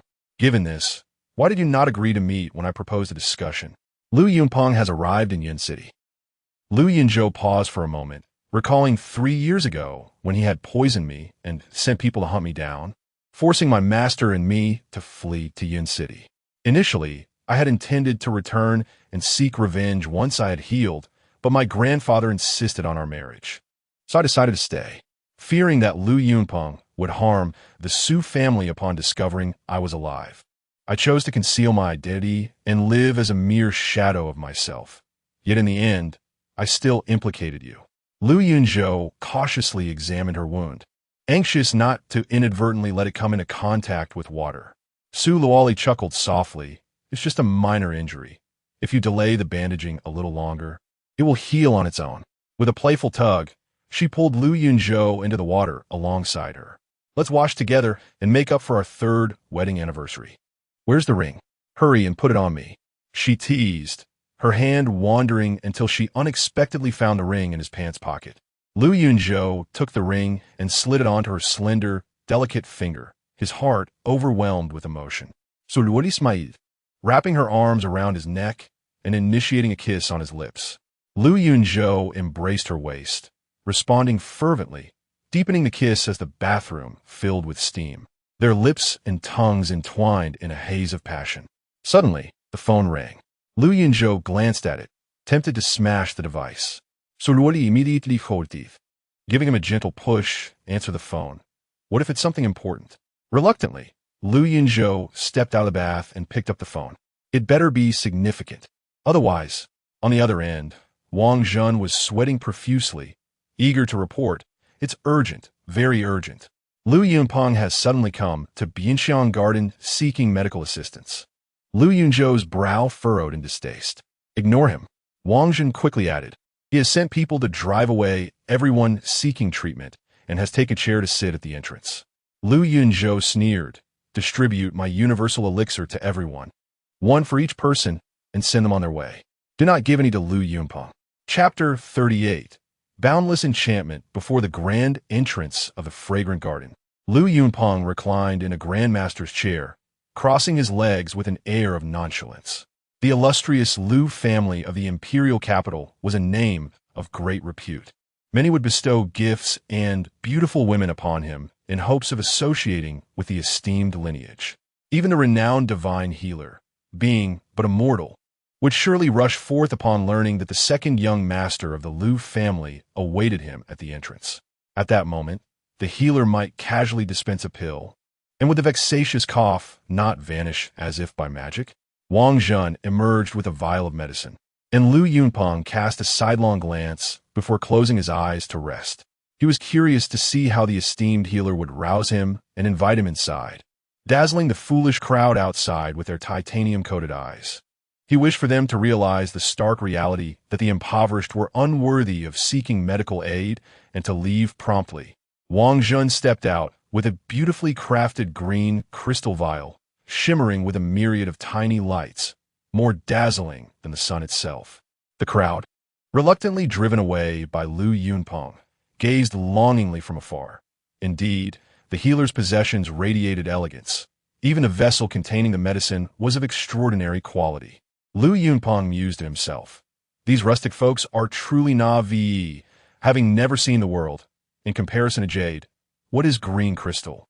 Alas, I feign sleep and cannot voice my disdain. Otherwise, I would obliterate these ignorant simpletons with my words. Stealing a glance, he quickly shut his eyes, inwardly scoffing. It is still my esteemed status as the 2nd young master of the Lu family that warrants the divine healer's personal delivery of medicine to me. Remaining motionless, Lu Yunpeng awaited the healer's arrival to rouse him for his medication. his lips curling into a smirk at the thought of his own significance. Wang Zhen bypassed him, heading outward, announcing that after days of arduous seeking, the gentleman could no longer bear to see their suffering and had sent him forth with medicine. As he uncorked the vial, a waft of fragrant medicinal aroma ascended, invigorating all who inhaled it. This is a universal remedy. For ordinary ailments, it will cure them outright. For chronic afflictions, it will alleviate symptoms, and with 3 consecutive doses, complete recovery is assured. Each person shall receive one to take home. As Wang Zhen spoke, he distributed the pills, and those receiving them bowed in gratitude, profusely thanking him. Once the vial was emptied, the crowd gradually dispersed. Lu Yunpeng thought to himself, "It is time I receive my medicine too, is it not?" However, Wang Zhen returned and continued past him toward the entrance. Anxious, Lu Yunpeng swiftly opened his eyes, rising to intercept him. "Divine healer, cough, cough, cough. I have yet to receive my pill." He rose too abruptly, triggering a fit of coughing that made it seem as though he might choke.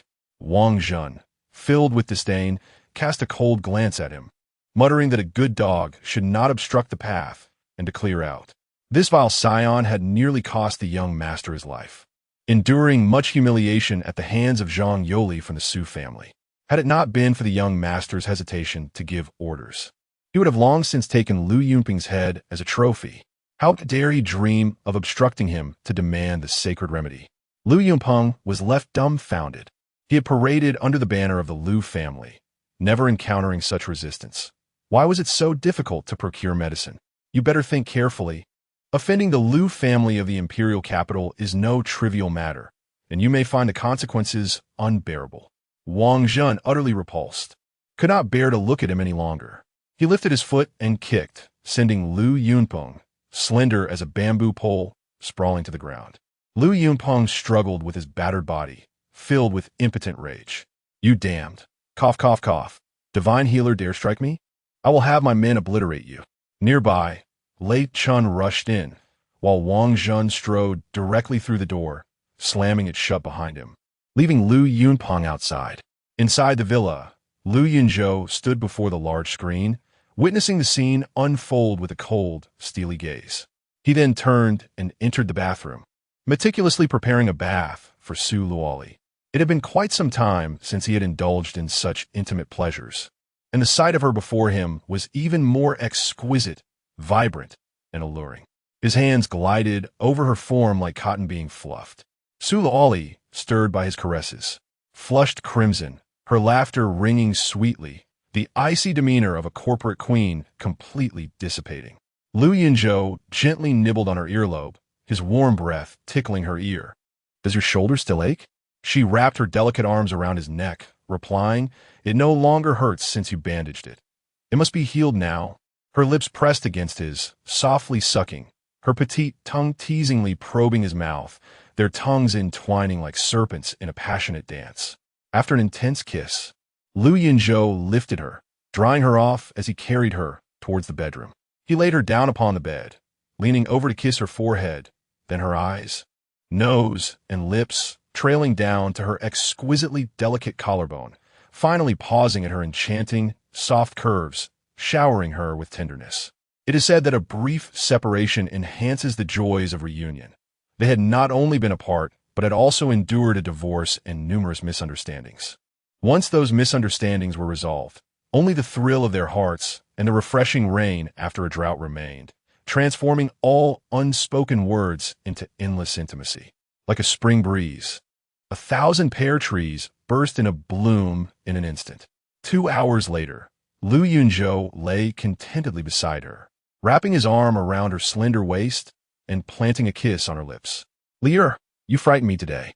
Lu Yunpeng will not let this go easily. I shall assign you 10 bodyguards." She playfully traced circles on his chest with her delicate fingers. "Well, you can arrange that. I will heed your guidance." His gaze softened as he gently pressed his fingers against her temples, inquiring with concern, "Have you been suffering from insomnia and headaches lately?" "Yes, I can't sleep at all. It's all your fault for causing trouble every night. I see you when I am awake, and once I close my eyes, my mind races. How can I possibly fall asleep?" Her tone was sweetly spoiled. Lu Yunzhou chuckled, tightening his embrace and pulling her closer. "It is my fault from now on. I will only leap around on you to help you sleep, ensuring it does not disturb your slumber." The divorce had transformed him into a seemingly different person, becoming mischievous and effortlessly charming. Yet she adored it. Lu Yunpeng claims to enjoy stealing your women. Did he steal any from you before? A sudden tension gripped Lu Yunzhou, his heart racing as he quickly contemplated how to address the matter of Xiaoman without leading to further misunderstandings. He carefully chose his words. "She cannot be considered my woman. Our families were quite close in our youth, and her parents jokingly promised her to me, arranging a childhood betrothal." Su Luoli was fully aware that there was no justification for consuming such aged vinegar. Yet her expression gradually grew cold, and her body subtly shifted towards the exit. A childhood betrothal? Indeed, it was a tale of innocent friendship blossoming into something deeper. She must have been exceedingly beautiful, no doubt. A rather ordinary statement. Yet when uttered by her, it carried a hint of bitterness. Lu Yunzhou noticed her unease, chuckling heartily as he pulled her closer, embracing her tightly. "You are not as beautiful as she." She was Xiaoman, the esteemed daughter of the Xia family in the imperial capital, who had chased after me since our youth, only to entangle herself with Lu Yunpeng in adulthood. It was she who had poisoned me. A month ago, she approached me once more, attempting her old tricks. But I confined her for 5 days, and now she is repaying her debt through labor at Yunzhou restaurant. Her heart is as cold as ice, and the heir must remain vigilant against her.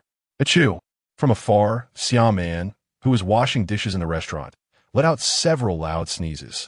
Su Luoli could scarcely fathom what he had endured over the past month. She tightened her embrace around him, still haunted by fear. "What? She is trying to harm you again? I wish to meet her." Lu Yunzhou teased with a smile. "She has always believed me inferior to Lu Yunpeng's charm and grace, and now that I am destitute, barely scraping by, she would rather wash dishes than return to my side. So, you need not worry. No one is vying for your husband." Su Luoli placed her hand on her forehead in exasperation. If this fellow were to pursue an acting career, he would undoubtedly surpass any leading man. Having feigned humility before her for 3 years, deceiving even the childhood sweetheart he grew up with. At the same time, a pang of sorrow struck her. With such a noble identity, was forced to masquerade as a pauper, concealing his true self. How tormenting that must be. "I do not care. I simply wish to meet her, to see what sort of blind fool has driven you to my side." Lu Yunzhou affectionately brushed her nose. "Go freshen up. I will take you to Yunzhou restaurant for a grand meal and let you see her." He lifted her and headed toward the bathing area. Yunzhou restaurant was vibrant and celebratory, as if rejoicing in some fortunate event. The staff had all gone to enjoy a feast. Only Xiaoman remained in the kitchen, toiling away, her back aching from exhaustion. Strands of hair clung to her forehead, damp with sweat, her entire being exuding a faint scent of cooking oil.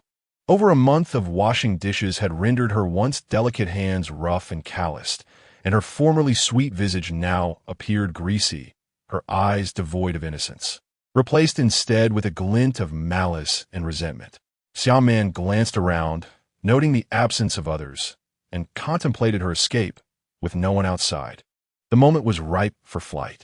She tossed the plate in her hand into the dishwasher, swiftly untying her apron, and donned the tattered dress she had arrived in. Making a hasty exit, as she walked, she scanned the area, observing the commotion in the lobby. A figure stumbled toward her, fumbling with his trousers, clearly inebriated and seeking the restroom. They collided head-on, and he fell heavily to the ground. Chapter 39. A collision of infidelity. "I'm so sorry. I didn't mean to," Xiaoman exclaimed in a flurry, hastily crouching down to assist the individual she had inadvertently collided with. However, her wrist was seized firmly by the other party, and in her panic, she struggled to free herself. Unfortunately, the individual possessed far greater strength, and rather than escaping, she found herself yanked forward, stumbling and landing against him. Who does this madwoman think she is? A mere apology suffices? The person grasped her chin, and a wave of alcohol-laden breath assaulted Xiaoman's senses, nearly provoking her to retch. Xiaoman sighed inwardly, lamenting her ill fortune. Just when she thought she had a chance to escape, she had encountered a drunkard. "I sincerely apologize, sir. I was too hasty. Allow me to help you up." A resounding slap echoed across her cheek as he scorned. "You dare collide with me and find an apology so difficult? Who gave you the audacity?" Feeling wronged, Xiaoman covered her cheek, her intuition whispering that this voice was eerily familiar. With tear-filled eyes, she gazed up at him. "Fan Tong, is that you?" Startled, she scrambled to her feet, her gaze flickering as she endeavored to appear composed and elegant. Fan Tong, assessing her with surprise, inquired, "Xiaoman, what has befallen you? Why do you look like this?" Fan Tong was the scion of the second-rate Fan family in the imperial capital, who sought to curry favor with the powerful Liu family, particularly Liu Yunpeng. He was well acquainted with Liu Yunpeng's women. Once, he harbored a secret affection for Xiaoman, but dared not pursue her under Liu Yunpeng's oppressive shadow, only stealing furtive glances at her when she was out of sight. As a woman, Xiaoman was well aware of his affections, and to deter his advances, she had deliberately flaunted her romance with Liu Yunpeng before him. Yet this only ignited Fan Tong's desires further, leading him to indulge in fantasies upon seeing her. "Xiaoman, it has been ages. Have you encountered some misfortune? How is it that you are here working as a dishwasher, having endured much?" The sight of Fan Tong felt like a breath of fresh air after an eternity. Overwhelmed with joy, she buried herself in his embrace, weeping softly. The months of anguish and heartache poured forth as tears soaked into Fan Tong's expensive suit. As she recounted her woes, she glossed over her experiences with Liu Yunpeng, sharing instead that she had been kidnapped and that Liu Yunpeng had refused to pay the ransom, leaving her to work off her debt at a restaurant in Yunzhou. Though intoxicated and somewhat muddled, Fan Tong perceived Xiaoman, despite her disheveled state, through a lens of adoration. In his eyes, she radiated an unparalleled allure, even with tears streaming down her cheeks. He gently wiped her tears away, thumping his chest with bravado. "Do not weep, Xiaoman. It is Liu Yunpeng's misfortune. You have me, your brother Fan Tong. A mere 100,000 for your ransom? Consider it settled by me." A flicker of joy ignited in Xiaoman's heart, though her expression remained neutral. "Brother Fan, I was blind before, but now I see how remarkably handsome and responsible you are." Fan Tong's heart soared. He could hardly believe that the once unattainable woman was now within reach. In sheer delight, he cupped her face and pressed his lips to hers. Shaman's lips were smeared with tears and snot, a salty and bitter mixture that mingled with the scent of alcohol, rendering it nearly unbearable. Yet, he continued to suckle, as if attempting to quench years of longing in a single draught. In the past, Shaman had looked down upon this frivolous heir of a second-rate family. However, now he was her sole lifeline. It had been an eternity since anyone had lavished attention and affection upon her, to the extent that she was no longer even regarded as a woman. At this moment, she felt as though she had returned to the proud days of being the eldest daughter of the Xia family, once again seen as a beauty. Her chest heaved violently, the thin fabric of her attire undulating dramatically. A pair of calloused hands roamed over her form, teasing and igniting a fiery response within her. Fan Tong was stirred by her provocations, waves of heat rising within him, and he felt a throbbing ache in a certain area. If he endured any longer, he would not be able to withstand it. He swept Shaman into his arms, striding into the bathroom and shutting the door behind him. Shaman, concerned that someone outside might overhear, turned on the faucet. With the sound of running water to mask their actions, she released her inhibitions, letting out a full-throated scream. The two engaged in a fierce struggle within the confines of the bathroom, a tumultuous clash akin to mountains crumbling and thunder roaring. At the same time, Liu Yunzhou carried Su Luoli out of the car, avoiding the front entrance and making his way through a rear passage. Su Luoli's cheeks flushed pink as she playfully hit him, insisting he put her down. "You're making me feel like a cripple. It would be rather embarrassing if someone saw us." Liu Yunzhou chuckled lightly, refusing to comply. "Today, we celebrate our 3rd wedding anniversary. I must make up for a month of emptiness and regret. You shall adorn yourself beautifully, as my most exquisite princess, and a princess must be carried." His demeanor was unusually cheeky as he glanced around, leaning in to plant a kiss on her delicate lips. "This is my territory, The back passage is for my entrance alone, unseen by anyone. Primarily, it's to conserve your strength, so we can make up for lost time after dinner. He had already instructed Wang Jun to prepare the meal. They were merely there to indulge in a romantic evening together. As Lu Yunzhou carried her through the back entrance, the sound of rushing water reached his ears. Frowning, he wondered who had left the faucet running. "Let us wash our hands before dinner." Approaching the bathroom door, he was met with a locked entrance. Setting Su Luoli down, he retrieved a slender iron wire from his pocket, inserting it into the keyhole and turning it. With a click, the door swung open, revealing a pair of individuals caught in an intimate embrace, abruptly halting their activities. Discarded garments lay strewn across the floor, and the flushed faces of the young couple rendered the scene both awkward and indecorous. "Ah!" Su Luoli exclaimed, covering her eyes and retreating behind Lu Yunzhou. Fan Tong, having regained a semblance of sobriety after the vigorous exercise, hastily donned his clothes. Shaman, after a moment of surprise, composed herself and, as if to flaunt her curves, proudly adjusted her alluring figure while leisurely picking up her garments to dress. "Do not feel as though I have placed a green hat upon you, for we have never been together. There is no need for any sense of imbalance. After all, your lack of wealth is not your fault, but your inability to support me is indeed your issue. As you can see, I am now with Brother Fan Tong, so there is no need for you to exhaust yourself in search of me. We simply are not suited for one another." Lu Yunzhou was amused by her words. "Which eye of yours saw me pursuing you?" he retorted, pulling Su Luoli into an embrace and formally introducing her. "This is my wife." The implication was clear. "I have a wife, and she is quite beautiful. You are of no consequence to me." Ah. Lu Yunzhou, being abandoned by me is hardly a matter of shame, considering you are no longer the illustrious young master of the Lu family in the capital. Our standings are worlds apart. There is no need for you to bring a beautiful woman to the restroom to act out a charade in order to salvage your pitiful pride. Such actions are futile and only serve to lower my opinion of you further." Xiao Man intertwined her arm with Fan Tong's, leaning against him as if she were boneless. "Allow me to introduce him as well. This is the young master of the fan group in the capital, and he shall be my future husband." With but a stamp of his foot, he could cause tremors in this wretched place of Yun City for 3 days. So, do resign yourself to the reality and do not overestimate your abilities by attempting to compete with him. Chapter 40. I disdain the filth. Su Luoli surveyed the scene before her, a cold smirk curling upon her lips. A woman lacking discernment deserved to wash dishes. Lu Yunzhou chuckled, declaring, "Indeed, there exists a chasm between us. However, I am the cloud and you, the mud." He turned, embracing Su Luoli's shoulder, exclaiming, "This place is a veritable cesspool, utterly revolting. Allow me to escort you to my office to wash your hands." Noticing Lu Yunzhao's nonchalance, Shaman felt a sudden pang in her heart. The man who once attended to her every need now displayed such tenderness towards another woman in her presence. Despite suspecting it to be mere theatrics, she found herself breathless with discomfort.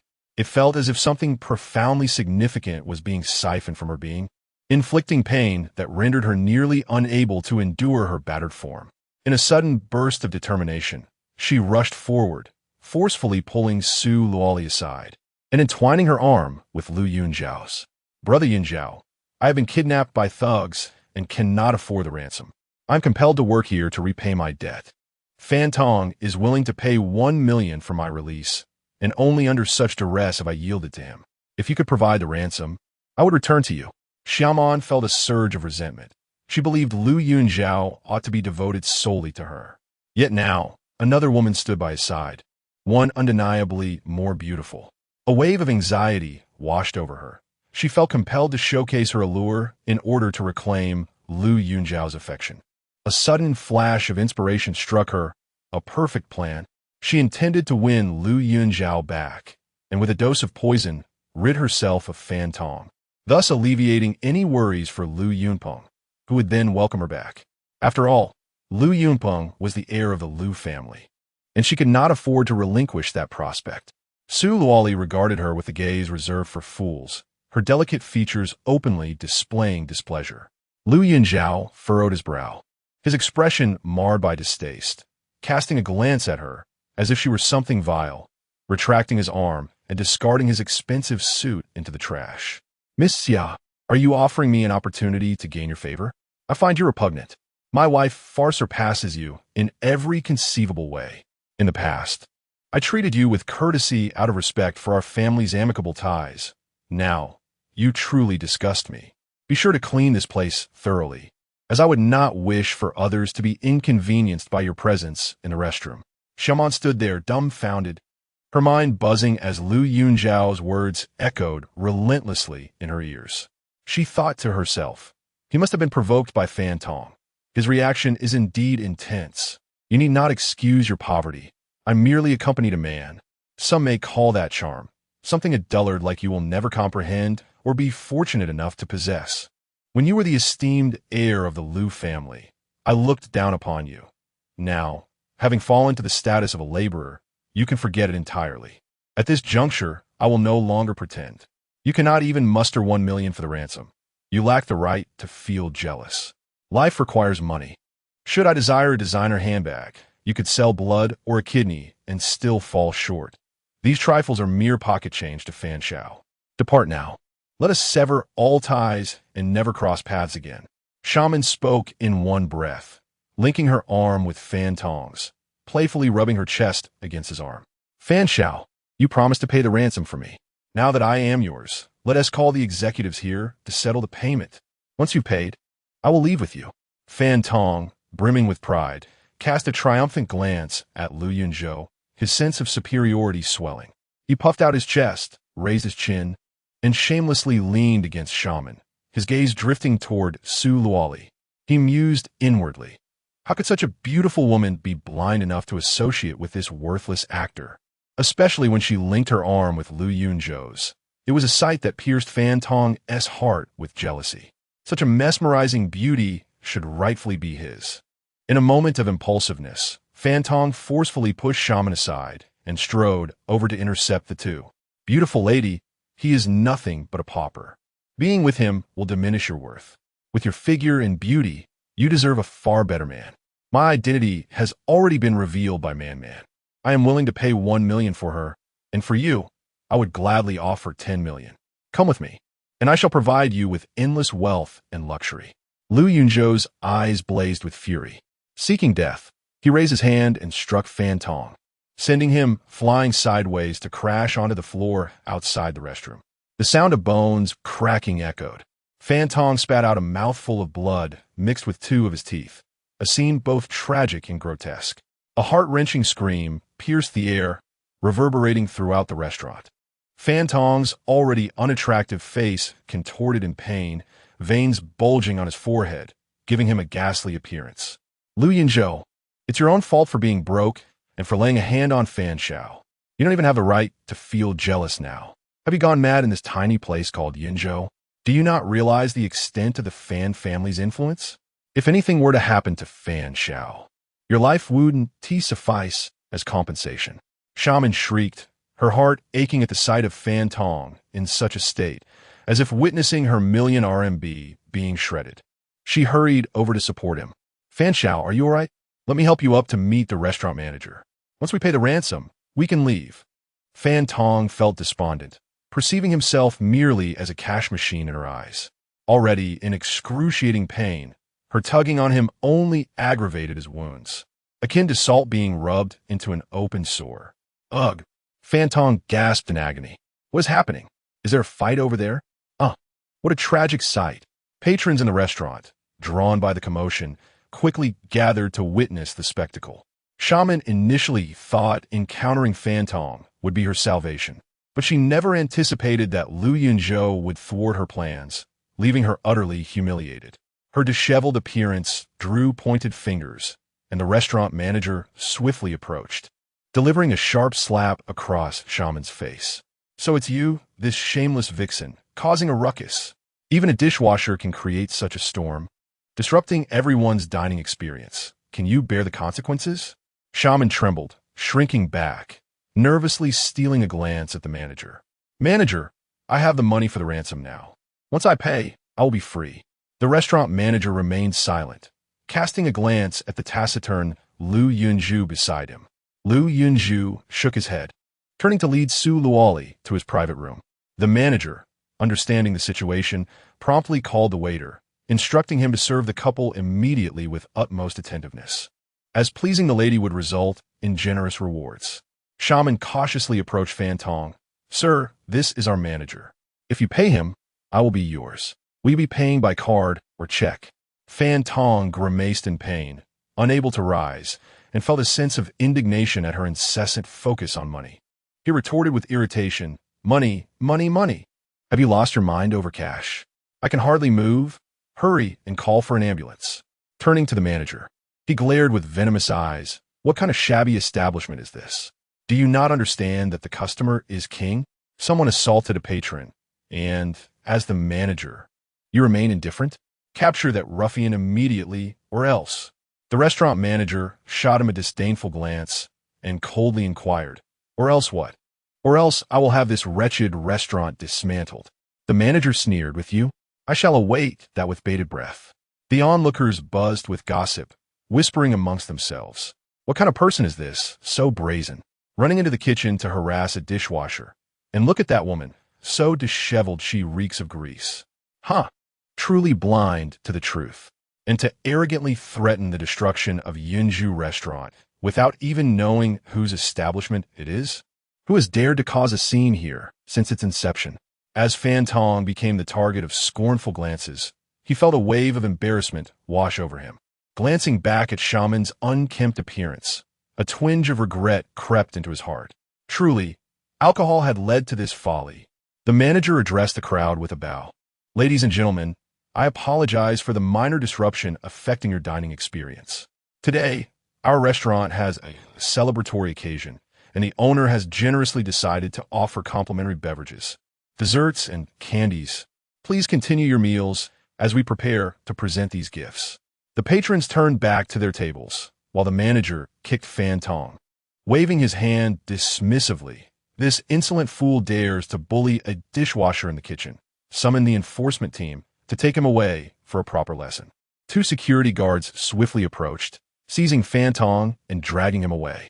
Shaman, in a frenzy, rushed to intervene, realizing she had finally encountered a potential benefactor. With the chance of escape so close, she could not afford to give up now. "No, you cannot do this. Do you know who he is?" "He is the young master of the Fan family, one of the 4 prominent families in the empire. If you kneel and apologize now, it might still be salvaged.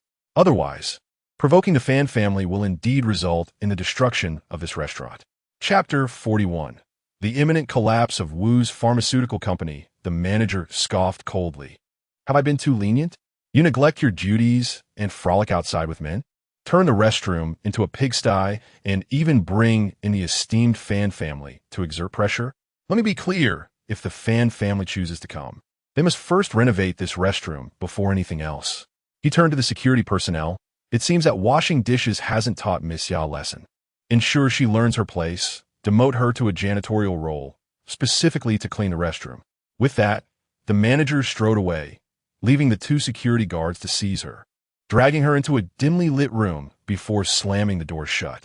A resounding slap echoed as one guard struck her. Who would have thought this woman would be so brazen? Even while customers are using the restroom, she manages to entice them. Should we assign someone full-time to supervise her cleaning duties? It seems we have work ahead of us.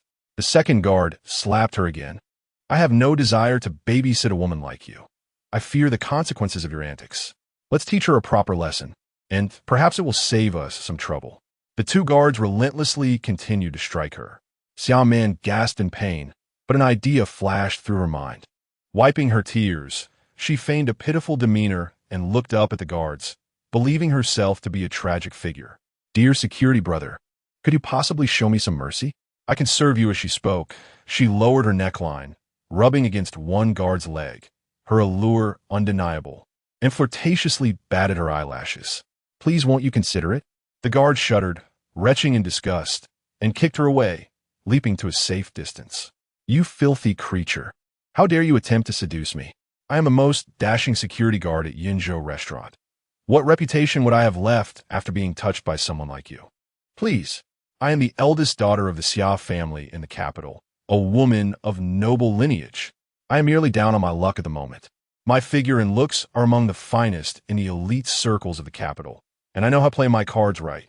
Many young gentlemen from prominent families consider it an honor to meet me. Today, to avoid more punishment, I am willing to appease you. Will it be one at a time? Or shall we all indulge at once? Xiaoman's voice took on a sultry tone, her eyes sparkling as she reached out to embrace another guard. Instantly, he tensed, retreating 2 meters in an agile leap. In a frantic gesture, he pulled out a mirror from his pocket, holding it up to the charging Xiaoman. The mirror reflected a disheveled figure with a bruised and battered visage. Xiaoman gasped in disbelief, her hands flying to her face as she cried out in despair. Yunzhou, you once cared for me the most. How could you leave with another woman without even glancing in my direction? Do you know how heartbroken I am? I am in so much pain, sob in her despair. Xiaoman recalled the tender moments she once shared with Lu Yunzhou, crying out in anguish as her heart shattered. 2 security guards exchanged glances, with one remarking, "Does she still dare to involve the boss? What if she displeases the lady?" The other raised his fist, ready to strike her. The 2 engaged in a flurry of punches and kicks.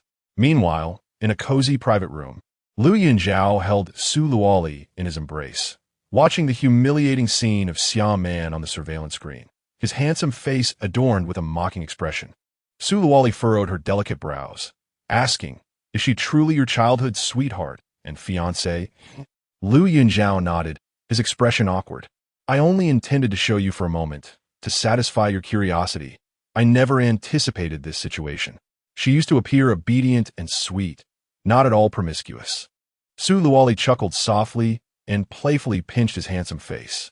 "So, the clumsy, unromantic man she spoke of is indeed you? Yet you clearly enjoy romance." Lu Yunzhou captured her mischievous hand and gently kissed it, his eyes brimming with affection. "My romantic inclinations are selective. To her, I merely regard her as a neighborly sister, devoid of any romantic feelings. I have never even held her hand, which is why she perceives me as clumsy and lacking in charm. However, with you, it is entirely different. Regardless of how the world changes or how you evolve, in my heart, you will always be that sweet girl who brought me meals during my darkest hours. In the abyss of my life, it was your care, your warmth that illuminated my path. The moment you fed me with your own hands, I felt my heart flutter, vowing to bestow upon you a lifetime of happiness and romance." Su Luoli, moved to tears, wrapped her arms around his slender waist, her voice choked with emotion. "If I chose my mother over you, I nearly lost you. Do you understand? The moment you left, my heart shattered. The billion-dollar project, the dream of elevating the Su family to a prestigious status, all turned to dust. I even hesitated to answer my mother's calls. If not for her recent misfortunes, I would not have bothered with her at all. Each day has been a torment, as I thought if I could just manage my mother, I could find you again. Yet, when I called to meet you, you refused to see me. My heart turned to ash, and I did not know how much longer I could endure." Su Luoli poured forth her feelings, tears streaming down her face like a torrential downpour. The exquisite gown Lu Yunzhou had gifted her was now stained with tear marks, creating a scene of chaos. Lu Yunzhou, equally affected, did not mind her tears and gently kissed her eyes, wiping away her tears and soothing her inner turmoil. "It is my folly. I should have realized that my Luoli is not a materialistic person, and she would never abandon her husband for a billion-dollar project. My impulsiveness provided an opportunity for deceitful individuals, causing you to suffer. Enough of the tears. If you cry any more, you shall lose your beauty." He produced a necklace from his shirt pocket, the Rose Affair necklace, a matching set with your ring. "I shall place it on you, a testament to our wedding anniversary's joy." As Su Luoli wiped away her tears and broke into a smile, she raised her hand to halt his actions, embarrassment evident on her face. "I would rather not spoil the moment with my current appearance. Please give me a moment." She swiftly stood up and dashed into the bathroom to freshen up and apply her makeup. Lu Yunzhou's gaze turned icy as he observed the electronic screen displaying the barely conscious Xiaoman, who had just been assaulted by 2 security guards. He retrieved his phone and made a call. He instructed that Xiaoman be transferred to the position of a waitress at my bar. claiming ignorance when the Xia family came knocking, suggesting they should seek Lu Yunpeng for assistance. The Fan family and Lu Yunpeng were entangled in a fiery conflict. The earlier incident involving the Wen family bore the mark of the Fan family's influence, and it was time to escalate matters. With his orders given, two men clad in black swiftly appeared, seizing Xiaoman and dragging her outside to a waiting vehicle. Moments later, Su Luoli emerged from the bathroom, adorned in a dreamy starry dress that swayed gently with her every step, reminiscent of twinkling stars in the night sky. Her eyes sparkled with a crystalline light, embodying the beauty of a celestial goddess. Lu Yunzhou smiled as he placed a rose-themed necklace around her flawless, swan-like neck, enhancing her noble elegance. Captivated by her beauty, he was reminded of the romantic moments they had shared, once more experiencing the enchantment and mystery of love. Su Luoli, with her delicate arms resembling lotus roots, wrapped them around Lu Yunzhou's neck. The rose symbolized the sweetness and preciousness of their love, a promise of eternity. With such a wonderful husband, she felt a sense of completeness, vowing never to part from him again. Lu Yunzhou chuckled softly. You said it yourself, to ensure you do not have second thoughts. I shall fortify our bond. With a flourish, he produced a matching bracelet and gently clasped it around her wrist, leaning in to kiss her tender lips. Reminiscent of a rose in bloom. I only wish to be your princess, to possess that simple happiness. Just then, Su Luoli's phone rang, interrupting their passionate kiss. She smiled awkwardly, rushing to check her phone, only to find it was a call from her mother. Noticing her discomfort, Lu Yunzhou smiled reassuringly. Go ahead and answer. She might be facing some overwhelming issue. With a radiant smile, Su Luoli pressed the answer button, and a tearful voice filled the phone. Luoli, Wu's Pharmaceuticals is on the brink of collapse. Chapter 42. Admitting a mistake and calling him back in the past upon hearing such words.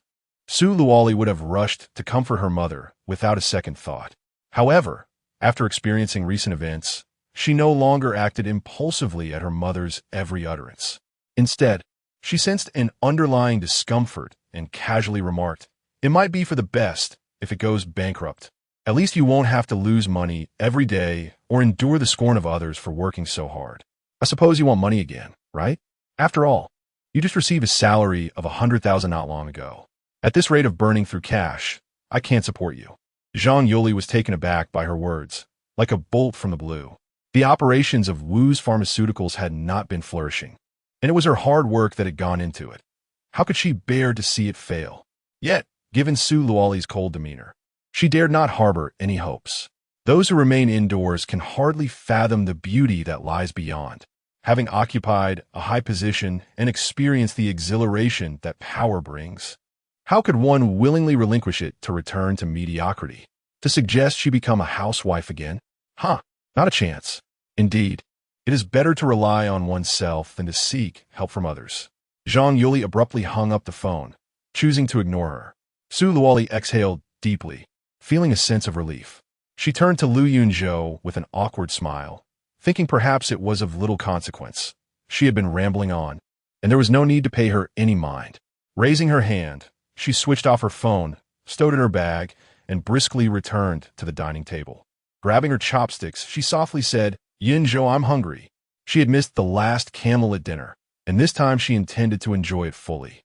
Lu Yunzhou picked up a piece of food and offered it to her mouth, to which Su Luoli instinctively opened wide. Unexpectedly, he teased, "Call me brother, and I'll feed you." Su Luoli's cheeks flushed crimson, her eyes sparkling with youthful shyness, completely shedding her icy CEO demeanor. She playfully punched him. "Haven't you grown tired of being called brother by Xiaoman for 20 years? Some words sound best when spoken by a beloved. Lear, call me Zhou brother. I love to hear it." He gazed intently into her eyes, filled with unwavering anticipation. This man had become increasingly adept at creating romance following his divorce. Feeling somewhat embarrassed yet unwilling to dampen his spirits, Su Luoli softly uttered 3 words, "Zhou brother." A flicker of excitement danced in Lu Yunzhou's eyes as he gazed at her charming demeanor, a fleeting sensation of happiness coursing through him. He feigned ignorance, saying, "Ah, what did you say? I didn't hear you." Leaning closer to his ear, She raised her voice slightly and sweetly declared, "Zhou brother, I'm so hungry." Uh. Lu Yunzhou chuckled in response, opening his mouth to eat the food himself before feeding her. Su Luoli blinked, somewhat perplexed. Suddenly, his handsome face loomed closer, warmth enveloping her as his lips brushed against hers. At the same time, his tongue nudged her slightly open mouth, and a morsel of food found its way inside. Lu Yunzhou kissed her lips briefly and pulled back, insisting that this manner of feeding made the food taste better. Su Luoli chewed her food and nodded in agreement. "It tastes wonderful when you feed me." Lu Yunzhou scooped her up and placed her on his lap, declaring that this way of feeding was even better. He picked up another piece of food and offered it to her again. Su Luoli blinked in disbelief, seriously suspecting that this man had been possessed. How could he be so carefree today? Alas, enough already. I understand you wish to spoil me like a princess, but how can I eat like this? Let us dine first and then indulge later. Suddenly, her words faltered as they seemed to carry a more intimate connotation, almost inviting him for the evening. A hint of embarrassment crept upon her face. Although they had been together for 3 years, sharing tender embraces and playful lifts, uttering such words still felt somewhat awkward. "Very well. Let us eat and then play at home." Excitement flickered in Lu Yunzhou's eyes as he planted a gentle kiss on her lips and continued to feed her. "I not only wish to pamper you like a princess, but also desire to keep you close, like a piece of candy in my mouth or a jade ornament hanging by my side, to ward off all those pesky admirers who covet you. Yeah. Do you know? Recently, there have been incessant attempts to tease you, driving me nearly to madness. I wished I could castrate them all and send them to become eunuchs." Su Luoli was at a loss for words. Previously, she had only perceived him as gentle and considerate. But now she realized that this man was not merely a jealous one. He possessed a terrifying sense of possessiveness. Lu Yunzhou's phone vibrated slightly. After feeding Su Luoli another morsel, he glanced at his device and saw a message from Zerial. There had been a crisis at Wu's Pharmaceuticals. Many agents had been poached, and the products they manufactured were left unwanted, becoming unsellable. Now, panic reigned, and shareholders were demanding to withdraw their investments. Lu Yunzhou swiftly typed a response, urging a thorough investigation into who was orchestrating the underhanded dealings that led to the agent's departure, to maintain basic order and prevent any further exploitation. Curious, Su Luoli inquired, "Brother Zhou, what are you busy with?" She had never called him brother before, always feeling that work took precedence and that a mundane relationship between spouses was sufficient. Hearing Xiaoman refer to him as Brother Yunzhou today stirred discontent within her. Her husband was hers to call brother, not a woman like her. Lu Yunzhou promptly tucked away his phone with a light chuckle. "Your sweet words are becoming increasingly delightful. From now on, when we're alone, you should address me this way." Su Luoli felt no embarrassment. Realizing that romance was indeed contagious, she was becoming more open with him. "As long as you enjoy it, why aren't you eating?" Lu Yunzhou leaned closer to her ear and whispered, "First, I'll fill you up, and then I'll feast on you at home." Unable to contain her fluttering heart, she playfully retorted, "Can this even be considered a meal? Indeed, you are the exquisite delicacy of your brother Zhou." Their teasing flowed effortlessly, each remark bolder than the last. Today, they had meticulously prepared to celebrate their wedding anniversary, aspiring for a joyful occasion untainted by trivial matters. While they basked in romance, Zhang Yuli was facing a grave situation. Wu's Pharmaceuticals convened a shareholders' meeting where respect for her had evaporated. Shareholders pounded their fists on the table. Confronting her, Zhang Yuli, after just a month as chairman, the company has collapsed. All agents are refusing to renew their contracts, rendering the sales department paralyzed. If you cannot manage, step aside for someone who can. You can afford the losses, we cannot. Indeed, it is this woman who has caused the chaos, ineptly leading us into turmoil, and now the company lies in shambles, compelling us to incur losses. You must compensate us for our damages. Merely compensating for losses is insufficient. I demand to withdraw my shares and have my capital returned, freeing me from the anxiety of following your mismanagement and further financial loss. Yes, I too demand to withdraw my shares. I want to withdraw my shares. Withdraw my shares. The meeting room was a cacophony, with shareholders clamoring, each fiercely insisting on divesting their shares. Zhang Yoli was as restless as an ant on a hot pan, while Su Luoli remained unreachable, her phone switched off. Su Luqin was utterly useless. What was she to do? Previously, she believed that holding the titles of CEO or chairman bestowed a certain grandeur, where everyone would bow and scrape in her presence. Yet here she was, disregarded by nearly all, with creditors demanding payment at regular intervals. She had no idea how much it would cost to buy these shareholders out, but she suspected it was not a trivial sum. However, if she refused to acquiesce to their demands, it seemed another uproar was imminent. Just last month, those agents had threatened to sever her fingers over debts. Would these shareholders resort to similar extremes? The mere thought sent a chill down Zhang Yoli's spine, and even in the sweltering summer heat, she felt as though she were encased in ice. She paced anxiously, suddenly reminded of someone. Yunzhou. Wasn't he quite capable? Whenever Luoli faced difficulties, he always stepped forward, resolving matters with ease. With his presence, the issue of shareholders withdrawing their shares would pose no threat. If they sought refunds, he had ample funds. If they resisted, his formidable strength could easily shatter the conference table, instilling fear in all present. At that point, who would dare to protest? Perhaps she could admit her fault and persuade him to return home and remarry. Zhang Yoli promptly took out her phone and dialed Yunzhou. Chapter 43. Resolutely kneeling to plead, Yunzhou's phone chimed, and upon checking, he saw it was a call from his mother-in-law. He handed the phone to Su Luoli, saying, "Liar, you handle this." Su Luoli, upon seeing the caller ID, felt a wave of anxiety wash over her, immediately suspecting that her mother had caught wind of their relationship and was intentionally trying to intervene. This time, no matter what, she would not heed Zhang Yoli's advice to part ways with Yunzhou. With determination, she raised her hand to hang up the call and turn off the phone, then nestled into his embrace, resuming their sweet, intimate world. Yunzhou chuckled with satisfaction, relishing the fact that he had finally surpassed Zhang Yoli in Su Luoli's heart. Reflecting on the frustrations he had endured over the years, he felt a surge of relief. In truth, as long as he did not conceal his identity, even his mother-in-law would not dare to bully him.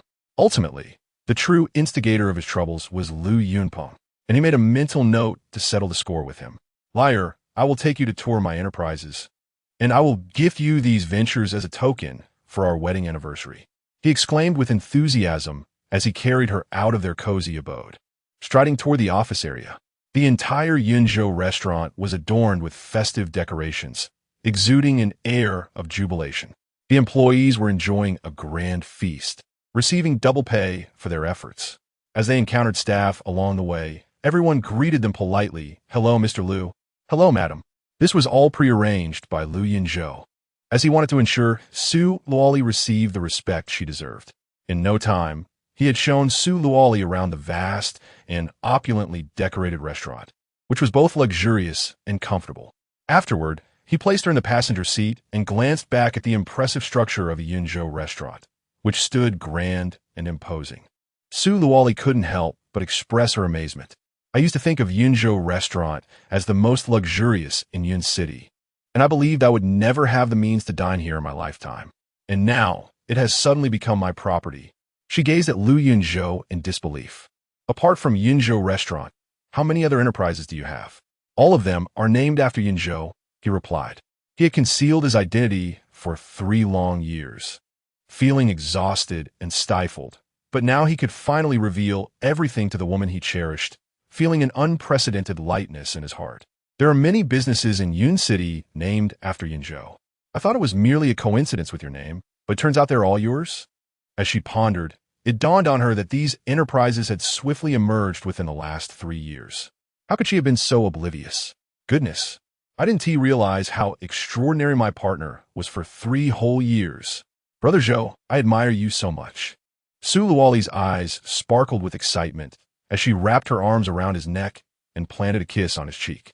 As Yunzhou drove, a smile could not help but spread across his lips, basking in the joy of Su Luoli's admiration. "Liar, I will take you on a tour of all my enterprises so you can truly admire your brother Zhou." He revved the engine and headed toward the Yunzhou Chamber of Commerce. While they reveled in happiness, Zhang Yoli was in despair, repeatedly dialing Lu Yunzhou's number, only to be met with the persistent sound of a powered-off phone. Zhang Yoli felt utterly defeated, regretting the foolish choices she had made in the past. If only she could turn back time. She would never have pressured Su Luoli into a divorce. She would never have forced Luoli to date Wu Ziyan. She would never have sought shares in Wu's pharmaceuticals. And she certainly would not have taken on the unfortunate role of chairwoman. Regrettably, there exists no remedy for remorse in this world. All events cannot be revisited. She now resembles a lamb awaiting slaughter, enduring the scorn of the shareholders.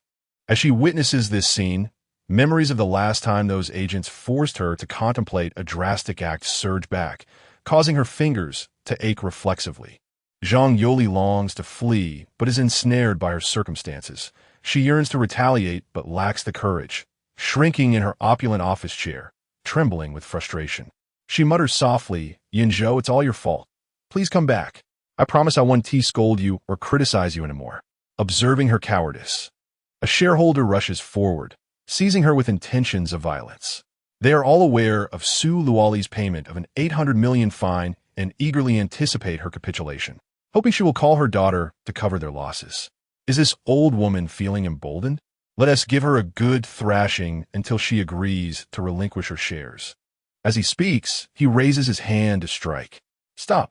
Cheryl appears at the doorway, flanked by a dozen security personnel.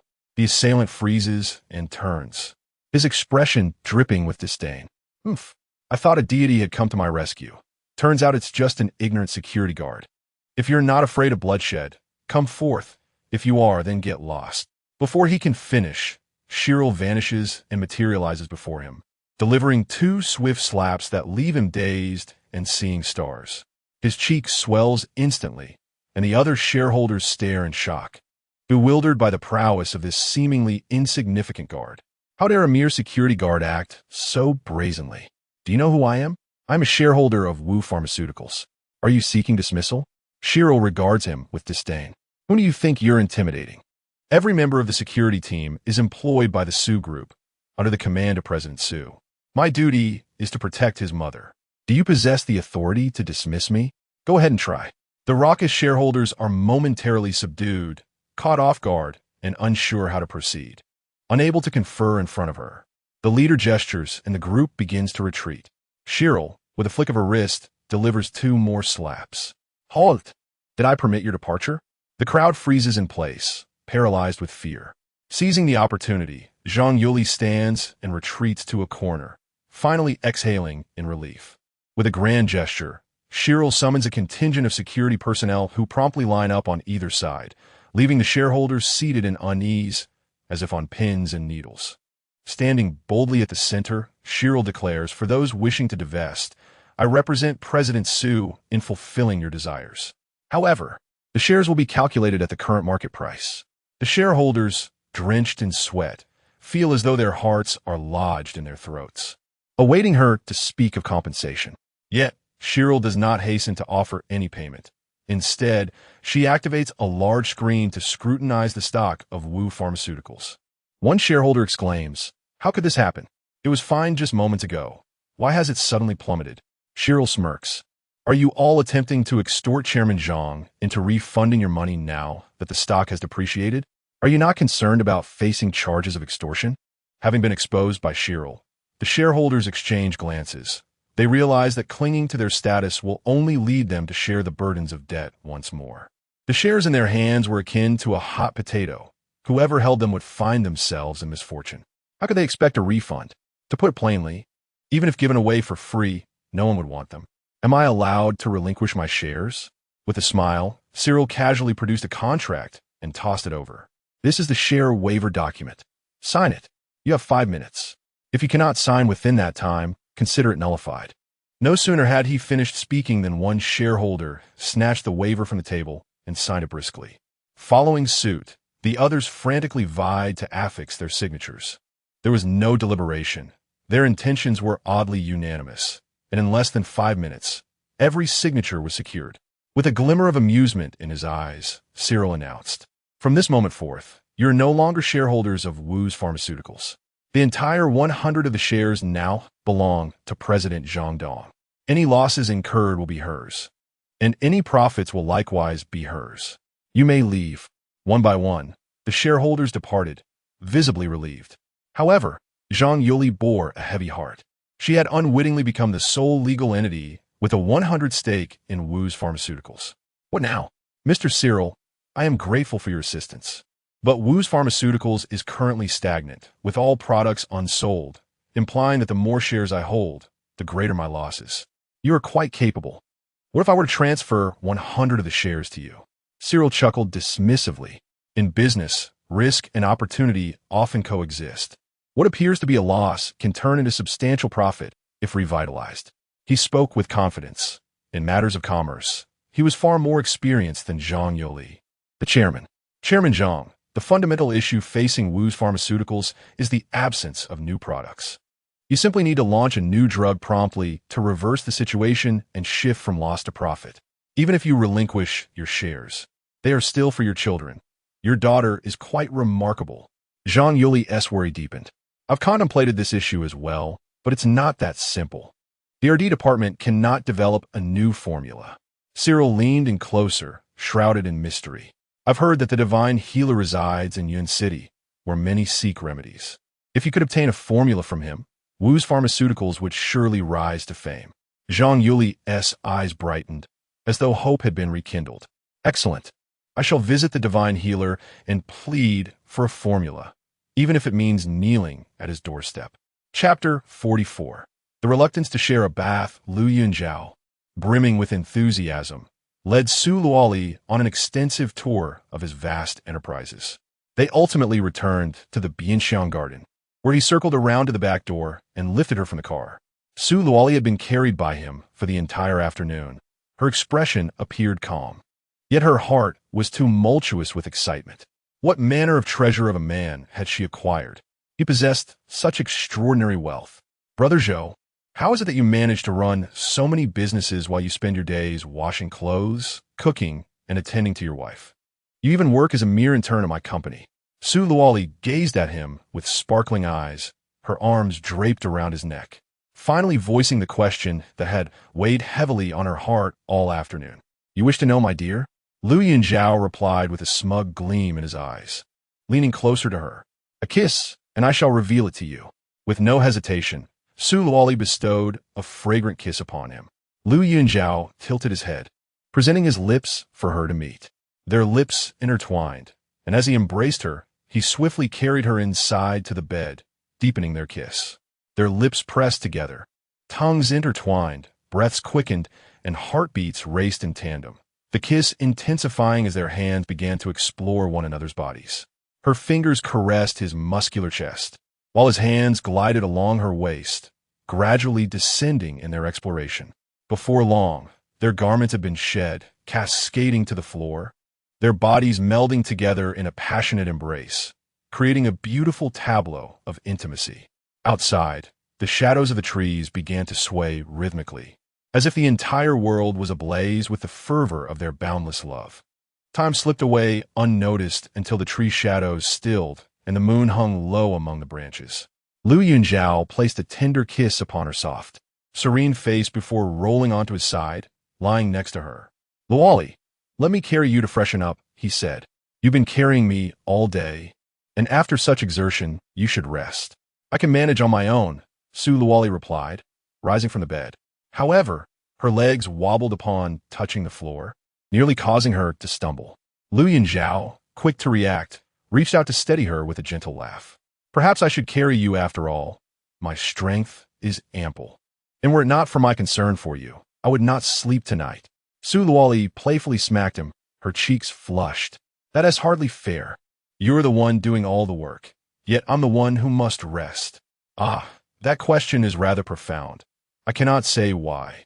We shall simply explore it together through more exercises in the future, he teased, his mischievous nature shining through.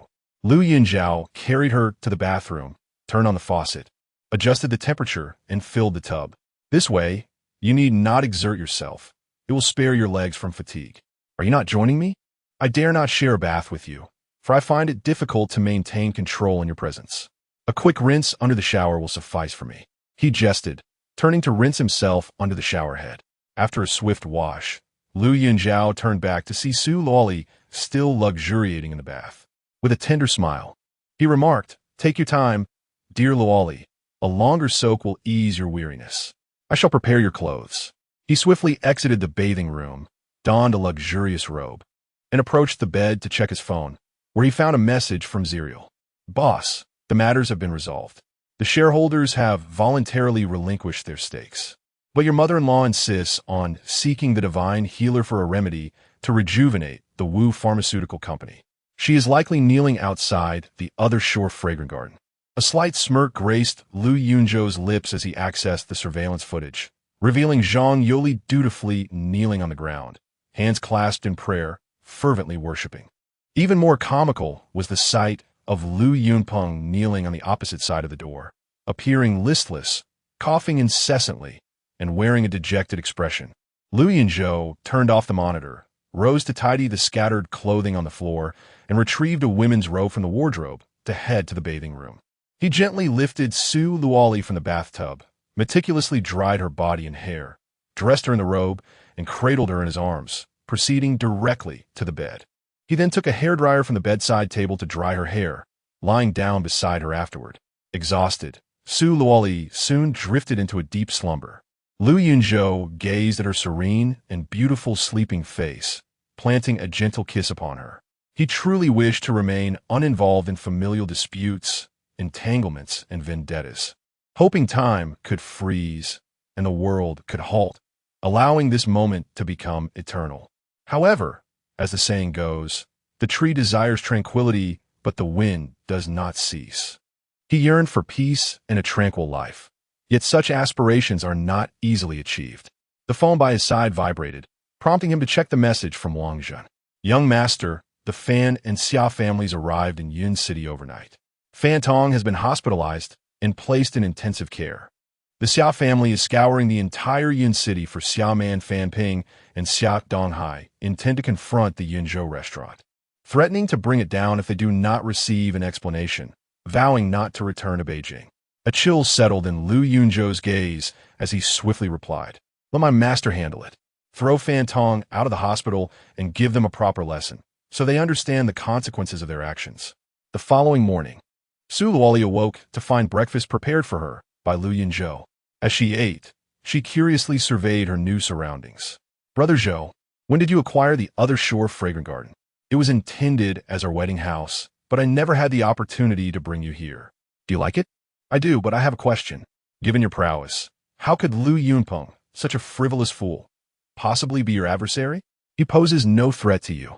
Why conceal your identity? Lu Yunpeng merely appears a fool. In reality, he is quite cunning, and one must remain vigilant. Primarily, I have grown weary of the deceitful life within the affluent circles and desire to live a simple existence with you." At this point, Lu Yunzhou looked at her with deep remorse. "Lear, I am sorry.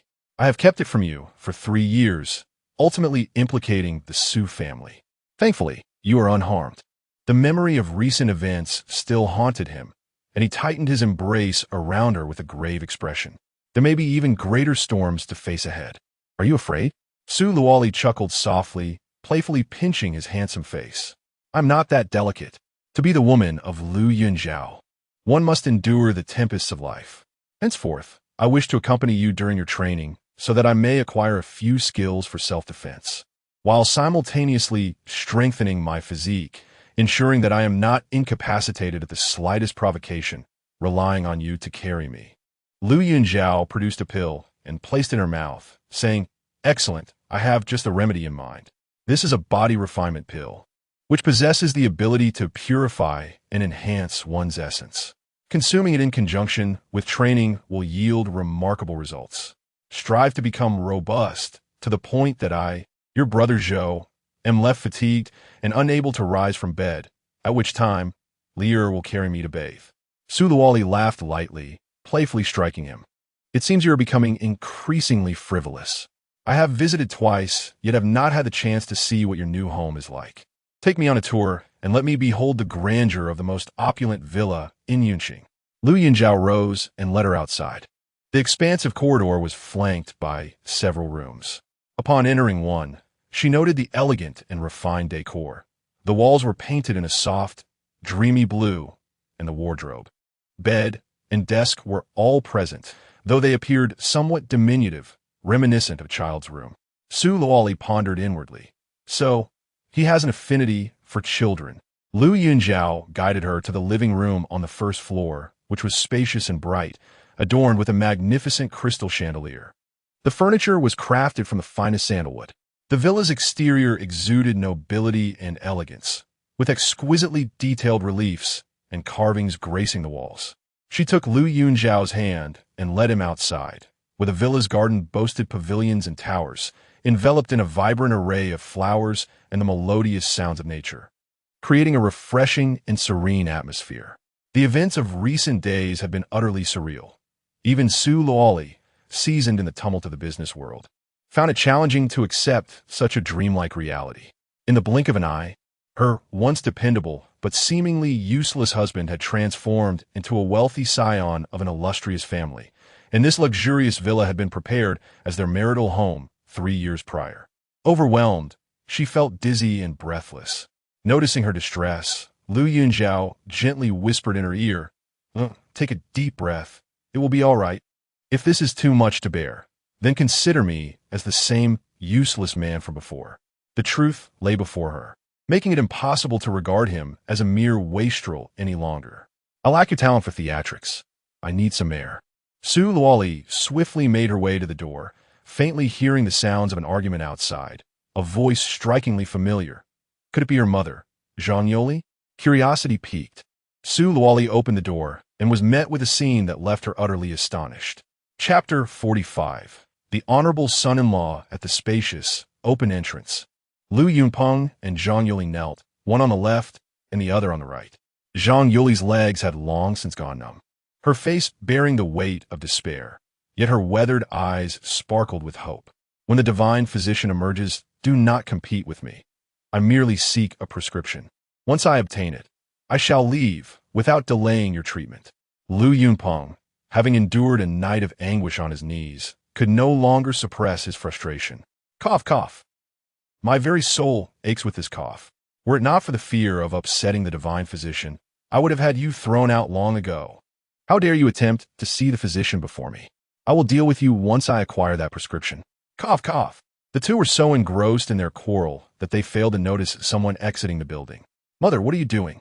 Hurry, get up." Su Luoli hurried over to assist Zhang Yoli.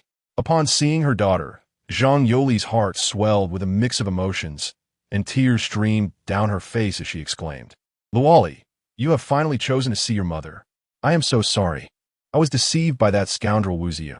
I was already aware of this matter. Has the debt not been resolved?" Zhang Yoli, overwhelmed with sorrow, cried out, "But there has been another issue. Mother called you yesterday, and you did not come. The shareholders wish to withdraw their investments." Zhang Yuli wept uncontrollably, her words barely coherent. Lu Yunzhou, hearing the commotion, rushed out, astonished to find that they had not left. Had he known, he would not have brought Su Luoli to view the villa.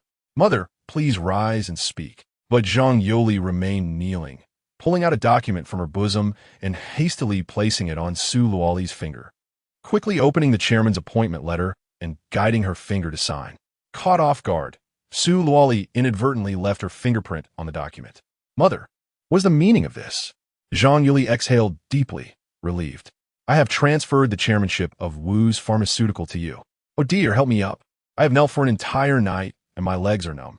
Su Luoli, both amused and exasperated, assisted her mother, who struggled to rise while still holding onto Su Luoli's hand. Lu Yunzhou approached to lend a hand, but upon seeing him, Zhang Yuli felt a rush of blood to her head and fainted. He quickly checked her pulse, realizing this time she had truly fainted, overwhelmed by a mix of shame and anger.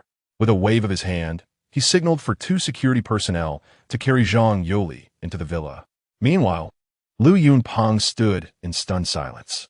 He had never anticipated that Lu Yunzhou would emerge from the fragrance garden, seemingly to procure a prescription for his former mother-in-law. But when had he entered? Fuming with rage, Lu Yunpeng exclaimed, The divine physician has not even attended to me, a legitimate heir of the Liu family. What right does a disowned scion have? A chill crossed Liu Yunzhou's gaze as he reached into his pocket and retrieved a silver needle. Yunzhou, how did Liu Yunpeng and my mother end up kneeling at her doorstep? Su Luoli asked, bewildered. It was all too theatrical. Liu Yunzhou, recalling her earlier shock, quickly tucked away the silver needle. It has come to my attention that the renowned healer has recently made an appearance in Yun City. Many individuals seeking medical assistance believe that the healer resides in the finest of abodes, prompting them to come here and plead for help. Liu Yunpeng hastily rose to his feet, eager to enter, unwilling to be outdone by Liu Yunzhou. Suddenly, two security guards emerged from nowhere, seizing Liu Yunpeng and dragging him away. He felt a surge of frustration. After a day and night of pleading, he finally awaited the opening of the healer's residence. How could he possibly leave now? Liu Yunzhou, you wretched fool, pretending not to recognize me while monopolizing the healer's favor? You shall not succeed. In the Liu family, I alone am the rightful heir, and it is only I who is worthy of meeting the esteemed healer. However, Liu Yunzhou did not look back. He simply walked inside and slammed the door shut with a resounding thud. The security guards carried Zhang Yoli into the guest room, where she remained with her eyes tightly shut. Su Luoli called her name several times, yet received no response. Liu Yunzhou entered, producing a pill to administer to her, which would soon awaken her. Su Luoli felt her eyes redden with gratitude, thanking him for not holding her in disdain. However, she feared that upon awakening, she might find it difficult to face him. Perhaps it would be wise to keep her distance for the time being. As Liu Yunzhou prepared to ascend the stairs, Su Luoli grasped his arm, insisting that they would eventually have to confront the matter of their reconciliation. It was essential that she be informed, lest she unwittingly introduce him to other promising suitors. Liu Yunzhou took a seat, while Su Luoli administered the medication to Zhang Yoli, who gradually regained consciousness and surveyed her unfamiliar surroundings. Suddenly, she caught sight of Liu Yunzhou seated in the chair and promptly shut her eyes. Good heavens! Why is this wretched man everywhere? No, it is my esteemed son-in-law. After pretending for a while, Liu Yunzhou showed no signs of leaving, and she found the charade exhausting. She cautiously opened her eyes and discreetly tugged at Su Luoli's sleeve. Mom, you're awake? Hush! Zhang Yoli quickly raised her index finger, urging her to remain silent, and whispered to her, Luoli, I think I saw Yunzhou, but I can't face him. If he still has feelings for you, you should remarry. I shall no longer interfere in your affairs. If he finds me displeasing, I will simply avoid him and not trouble you both. Her words were tinged with despondency, no longer resembling the once arrogant mother-in-law. Liu Yunzhou, being a martial artist with keen hearing, caught every word. He stood to leave, wishing to spare Zhang Yoli the embarrassment of facing him. Suddenly, Zhang Yoli sprang from the bed and rushed to block his path. Son-in-law, no, esteemed son-in-law, I still wish for Luoli to be with you. Do not ignore her out of anger towards me. If you find me distasteful, I shall remove myself from your sight. As she spoke, she slapped herself twice and fell to her knees. Esteemed son-in-law, in the past, I foolishly tore you apart. My daughter is so beautiful, and you two are a perfect match. She has always loved you. I have given her the position of chairperson of the company, knowing your capabilities. Please assist her in managing Wu's pharmaceutical, so she no longer incurs losses. Otherwise, I shall never find redemption in this life. Zhang Yoli continued to ramble, tears streaming down her face. She grasped Su Luoli's hand, placing it in Liu Yunzhou's, wiped away her tears, and stood to leave. Su Luoli was momentarily taken aback. She had never anticipated that her typically unreasonable mother would suddenly act in such a manner. Hastily, she rushed after her, pleading, Mom, please don't leave. We are already together. This is our home. Zhang Yoli could hardly believe Su Luoli's words were genuine and turned to look at Liu Yunzhou. The latter, slightly amused yet bewildered by her expression, nodded reassuringly to her. Zhang Yoli was once again overwhelmed with emotion, tears brimming in her eyes. Had the situation been reversed, she knew there would be no room for negotiation. Internally, she mused, what a splendid son-in-law, handsome, capable, and a scion of a wealthy family. How could one ever consider mistreating such a gem? He deserves to be esteemed. Zhang Yuli returned, her eyes gleaming with joy. Dear son-in-law, it seems I was blind to your true worth, preoccupied with climbing the social ladder, not realizing you are indeed from a prestigious family. I entrust my daughter and our company to you, but, given how things have turned out, I feel too embarrassed to remain here. I shall take my leave and not intrude upon your intimate world. Observing her timid demeanor, Yunzhou found himself stifling a laugh. It was remarkable how his status had shifted in his mother-in-law's eyes, all because of a mere title. Did it truly hold such significance? Mother, please sit. I have something to discuss, he urged. Zhang Yuli, visibly anxious, sat down, appearing quite uneasy. Please, dear son-in-law, go ahead. I am the eldest son of the Liu family from the imperial capital. 3 years ago, I fled to Yun City to escape the treachery of my half-brother. Liu Yunzhou recounted his lineage and the complicated history with Liu Yunpeng, explaining his reasons for concealing his identity. He concluded with a caution. The world of the affluent is fraught with peril. In the future, remember to maintain a low profile when out and about, refrain from boasting. Avoid trouble, and consider hiring bodyguards. Zhang Yuli nodded earnestly, her heart swelling with delight, a smile spreading across her lips. She quietly explored the villa, and upon discovering the children's room upstairs, it dawned on her. It was indeed time to consider having grandchildren. After bidding them farewell to afford them more privacy, Zhang Yuli departed. Liu Yunzhou thought to himself, Xia Donghai and Fan Ping are still causing a ruckus at the Yin City restaurant. He made no effort to retain her. Once Zhang Yuli had left, Liu Yunzhou embraced Su Luoli and said, Come, my dear, I shall take you to see a show. Chapter 46. Substantial compensation. Liu Yunzhou swiftly escorted Su Luoli to the Yunzhou restaurant, navigating through the back entrance with ease, and carried her directly to the top-floor CEO office. The decor of his office exuded understated luxury, which captivated Su Luoli's attention. However, Liu Yunzhou did not pause. He continued to carry her deeper inside. To her surprise, the office also contained a spacious and bright bedroom, furnished with a double bed adorned in her favored dreamy blue linens. As Su Luoli settled onto the bed, she felt an overwhelming sense of homeliness. Liu Yunzhou removed his shoes and joined her on the bed, nonchalantly pressing a switch that caused the walls to come alive with video footage. Look, Lily, the show is about to begin, he remarked as he held her close.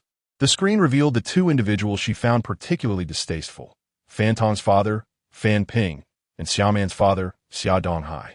Curiously observing the video, Su Luoli inquired, Has the manager been replaced? That is my mentor, Fu Zhixing. Though I refer to him as mentor, he has always treated me with utmost care. More like a father than that, man, Liu Yunzhou explained. He has specially come to address this matter on my behalf.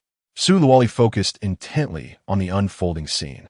Xia Donghai, seated in his office chair, arrogantly glared at Fu Zhixing, slamming his hand on the table with a thunderous bang. In this tiny Yin city, how dare you compel my daughter to work as a dishwasher? Are you tired of living? Do you believe I cannot obliterate you? Fu Zhixing remained seated on the sofa, his gaze filled with venom, coldly confronting Xia Donghai. What audacity! Who do you think you are, storming into Yunzhou restaurant? Do you believe I will allow you to swagger in and crawl out instead? Having endured 3 years of disability and waiting over a month for this cunning old fox, Fu Zhixing would not let this opportunity slip away. The atmosphere was charged, on the brink of eruption. Xia Donghai dismissed him with a glance. A mere restaurant owner in this insignificant Yin city? You are beneath my notice. If I wish to destroy you, I shall. Fan Ping, standing beside him, echoed the sentiment with disdain. I support this. How dare they injure my son? They must be annihilated. I have heard this restaurant is the most upscale in Yin City, generating considerable revenue. I demand a modest sum of 20 million. If they refuse, I shall raise the place to the ground, ensuring that not even the police can uncover evidence. Xia Donghai's eyes gleamed with malice as he commanded his dozen or so henchmen, search every corner, spare no detail. Find the young lady, and we demand 20 million in compensation. Otherwise, I will set this place ablaze. Understood, master, his bodyguards responded in unison, promptly exiting the office to conduct their search. Fan Ping turned to his own entourage, instructing, Go, assist in locating Miss Xia. and feel free to wreak havoc on this wretched restaurant. Fu Zhixing remained unperturbed, boldly asserting, the Fan family and the Xia family, right? I have taken note of your reckoning. He casually seized a teacup and hurled it at Xia Donghai's face. Xia Donghai screeched, blood immediately staining his mouth. With a sidelong glance at Fan Ping, Fu Zhixing declared, now, it is your turn. He leisurely retrieved his phone, stating, have Fan Tong expelled from the hospital for her feigned ailments, occupying valuable resources. Fan Ping smirked contemptuously. Do you think this hospital is yours to command? Who would dare to remove my son merely on your word? The phone rang, and Fan Ping's expression shifted upon seeing it was his beloved son calling. He promptly answered. On the other end, Fan Tong's voice trembled with distress. Dad, the hospital has discharged me. Where are you? Fan Ping's countenance hardened as he cast a wary glance at Fu Zhixing. Xia Donghai's gaze was sharp, and his words were vague. Old Fan. He's just a pest from a small place. How much trouble can he really cause? Indeed, Fan Xiao had no significant issues. It was merely a matter of the hospital's scarcity of resources necessitating their need for space, coinciding perfectly with the pest's earlier remarks. Fan Ping replied to Fan Tong. I'm at the Yunzhou restaurant. Come here, and I'll confront them on your behalf. 10 minutes later, Fan Tong arrived. Xia Donghai immediately inquired, Fan Xiao, did you meet my daughter here yesterday? Where's Man? Fu Zhixing glanced at Fan Tong and asked Fan Ping, is this your son? Fan Ping, with a sense of pride, lifted his chin. Do you know him? Quickly, kneel and apologize to my son and compensate us. And I might consider sparing your restaurant from ruin. Fu Zhixing couldn't help but chuckle. With a son like that, I feel embarrassed for you. He was here yesterday, performing a live show with a female beggar, turning our restaurant into a chaotic mess. Who doesn't he know him? He retrieved the surveillance footage and played a scene featuring Xia Man and Fan Tong in the restroom. In an instant, their flirtatious banter, Xia Man's moans, and the cacophony of running water intertwined, audible to all. The duo's provocative postures and explicit performance left everyone present in shock. Xia Donghai's face flushed with anger as he shouted hoarsely, turn it off, turn it off. Fu Zhixing smirked, why should I turn it off? Your daughter and this young master fan engaged in lewd acts in our restaurant's restroom, leaving it filthy and disturbing our other patrons' dining experience, tarnishing our establishment's reputation. Bring in the legal team with this footage to file a lawsuit demanding compensation for the restroom and the restaurant's losses this afternoon, plus a 40 million reputation damage claim. Fan Tong, infuriated, exclaimed, you beat me and then demand compensation? Our restaurant was turned into a filthy mess because of you. A beating is a light punishment. If young master fan is dissatisfied, let him argue his case in court. I'll provide you with more leverage. Suddenly, Fu Zhixing sprang to his feet, appearing before Fan Ping like a specter, and kicked him down. Fan Ping fell with a cry. Seeing the situation deteriorate, Xia Donghai hurriedly attempted to flee. But Fu Zhixing swiftly blocked his path, a chilling smile on his face. Now you choose to run? It's too late. He replicated his earlier action, delivering a kick that sent Xia Donghai sprawling outside, crashing to the ground with a resounding crack of breaking bones. Xia Donghai struggled to rise. We were unaware of the circumstances that led to our offense against your esteemed restaurant. May I ask, where's my daughter? I will compensate. Please let me take Man away. Fu Zhixing coldly retorted, what kind of person is your daughter? Don't you have an inkling as her father? Who did she follow from the capital? Who are you going to ask for her? Suddenly, the image of Lu Yunpeng flashed through Xia Donghai's mind. Xia Man had come to Yun City with him. Immediately, he extracted a check from his pocket, inscribing an amount of 20 million, and placed it upon the table. After a brief hesitation, Fan Ping also produced a check, filling in the same amount before laying it down. Fu Zhixing, with a cheerful smile, declared that they could leave, reminding them to take their dog, which had been discarded at the entrance. The manager, apologizing, pleaded for the destruction of the video recorded earlier, offering compensation and an apology. Xia Donghai hesitated, attempting to negotiate. Fu Zhixing, with a sense of triumph, accepted the compensation but insisted that the video must remain intact. He warned that any future mishap at Yunzhou restaurant would see that video making headlines. The Fan family, along with Xia Donghai, awkwardly scuttled away. Su Luoli laughed uncontrollably on the bed, exclaiming how formidable her master was. Lu Yunzhou chuckled softly, remarking that his master was inherently kind, but had been driven to such measures by their actions. Su Luoli suddenly recalled her first encounter with Lu Yunzhou 3 years prior. He had been pale and unconscious for days, having been rescued just in time. The individual accompanying him had suffered even more grievously, ending up in a wheelchair, with physicians declaring a potential lifetime of disability. In hindsight, that person was none other than Fu Zhixing. Feeling a surge of sympathy, she embraced Lu Yunzhou tightly, wondering aloud if the perpetrators of their past misfortunes still lurked around. Lu Yunzhou reciprocated the embrace, softly affirming that there were indeed those responsible. Xiaoman was merely a spoiled young lady. Despite her wickedness, she would not dare to poison him, the young master of the Lu family. Without the influence of Xia Donghai, Fan Ping, being Lu Yunpeng's maternal uncle, and Fan Xianxian, Lu Yunpeng's mother, had elevated the entire Fan family by leeching off the Lu family's resources. Su Luoli, filled with righteous indignation, could hardly fathom the suffering endured by the once proud young master of the Lu family, who had willingly become a mere consort, subjected to her mother's scorn. To lead an ordinary life. With a quivering voice, she expressed her remorse, stating that it was her family's materialism that had forced him to reveal his identity and become entangled in such turmoil. However, she resolved that the past was behind them, and they would face any challenges that arose. Lu Yunpeng, eager to inherit the Lu family fortune, was intent on impressing his grandfather and had come to Yun City to seize opportunities from the Wen family. She pondered how she could prevent him from achieving his desires.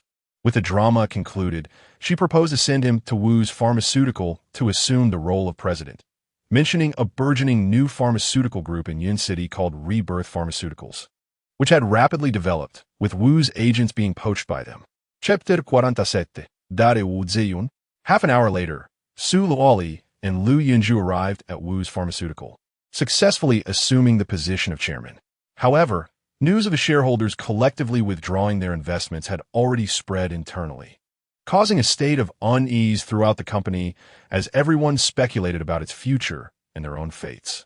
Many employees had even begun to prepare for resignation, actively seeking new opportunities, while she silently maintained order amidst the chaos. Without the immediate launch of a robust new product to stabilize the situation, Wu's pharmaceutical was on the brink of bankruptcy. Shirue sighed deeply, articulating her concerns and views. Su Luoli felt a stirring in her heart. Shirue was not only capable, but also possessed unique insight and vision, a talent worth nurturing. Shirue, thank you for holding the fort for me in this critical time. I would like to promote you to the position of president here, with an additional annual salary of 1 million. Would you accept?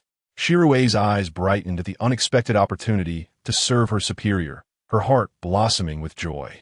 Hesitating for a moment, she turned to Lu Yunzhou for confirmation.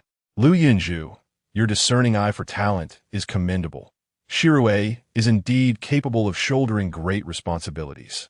If she finds herself overwhelmed, we can call upon Xiao Chun to assist her and learn from her. With Lu Yunzhou's support, Su Luoli felt an inexplicable sense of reassurance.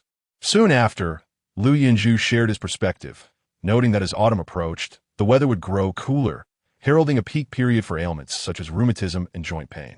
If we introduce a new pain relief patch, it is bound to capture the market and turn our losses into profits. He then presented a box to Su Luoli, containing the formula for the pain relief patch. What a treasure of a man, always knowing how to care for her and soothe her worries. Thank you, my dear, Su Luoli exclaimed, handing the prescription to Shirue for verification by the research department. Old Shin from the RD team was ecstatic. Whose brilliant mind crafted this prescription? The ingredients are inexpensive, yet the formulation is exquisite, promising low costs, high efficacy, and substantial profits. If we could have this esteemed healer guide our RD team, we could continuously release new products, and Wu's pharmaceuticals' rise to prominence would be imminent. Shirue sprang into action. Within just a week, they procured the raw materials, expertly produced and packaged the patches, and prepared for the perfect launch of the first batch. Eagerly, Shirui approached Su Luoli and Lu Yunzhou to discuss the upcoming product launch conference. However, upon receiving a piece of news from her subordinates, her expression turned grave as she handed her phone to them. Su Luocheng couldn't help but softly read the message aloud. General Manager Shirui, Rebirth Pharmaceutical is also launching a new product named Gout Patch, which purportedly has similar effects to our pain relief patch. It is said to be based on a prescription from the Divine Doctor and will hold its launch conference on the same day, at the same time as ours. Shirui's brows furrowed, her voice somber. This is clearly a direct confrontation. Wu Ziyun truly has not given up. Upon hearing Wu Ziyun's name, Su Luocheng leapt up in outrage. What? Wu Ziyun? He is behind Rebirth Pharmaceutical? This time, we must ensure this scoundrel's downfall to satisfy my anger. No, I shall personally send him to hell. Su Luo Li's delicate face clouded with a hint of frustration, her fists clenched tightly, with her knuckles turning pale, the fury in her eyes unmistakable. Tomorrow, the product launch will proceed as planned. We shall vanquish Rebirth Pharmaceuticals with our prowess. The following day, at the product launch, the auditorium was filled to capacity, with a throng of journalists poised with their cameras, eager to capture the momentous occasion. Dressed in an exquisite gown and adorned with meticulous makeup, Su Luo Li gracefully ascended the podium to address the audience.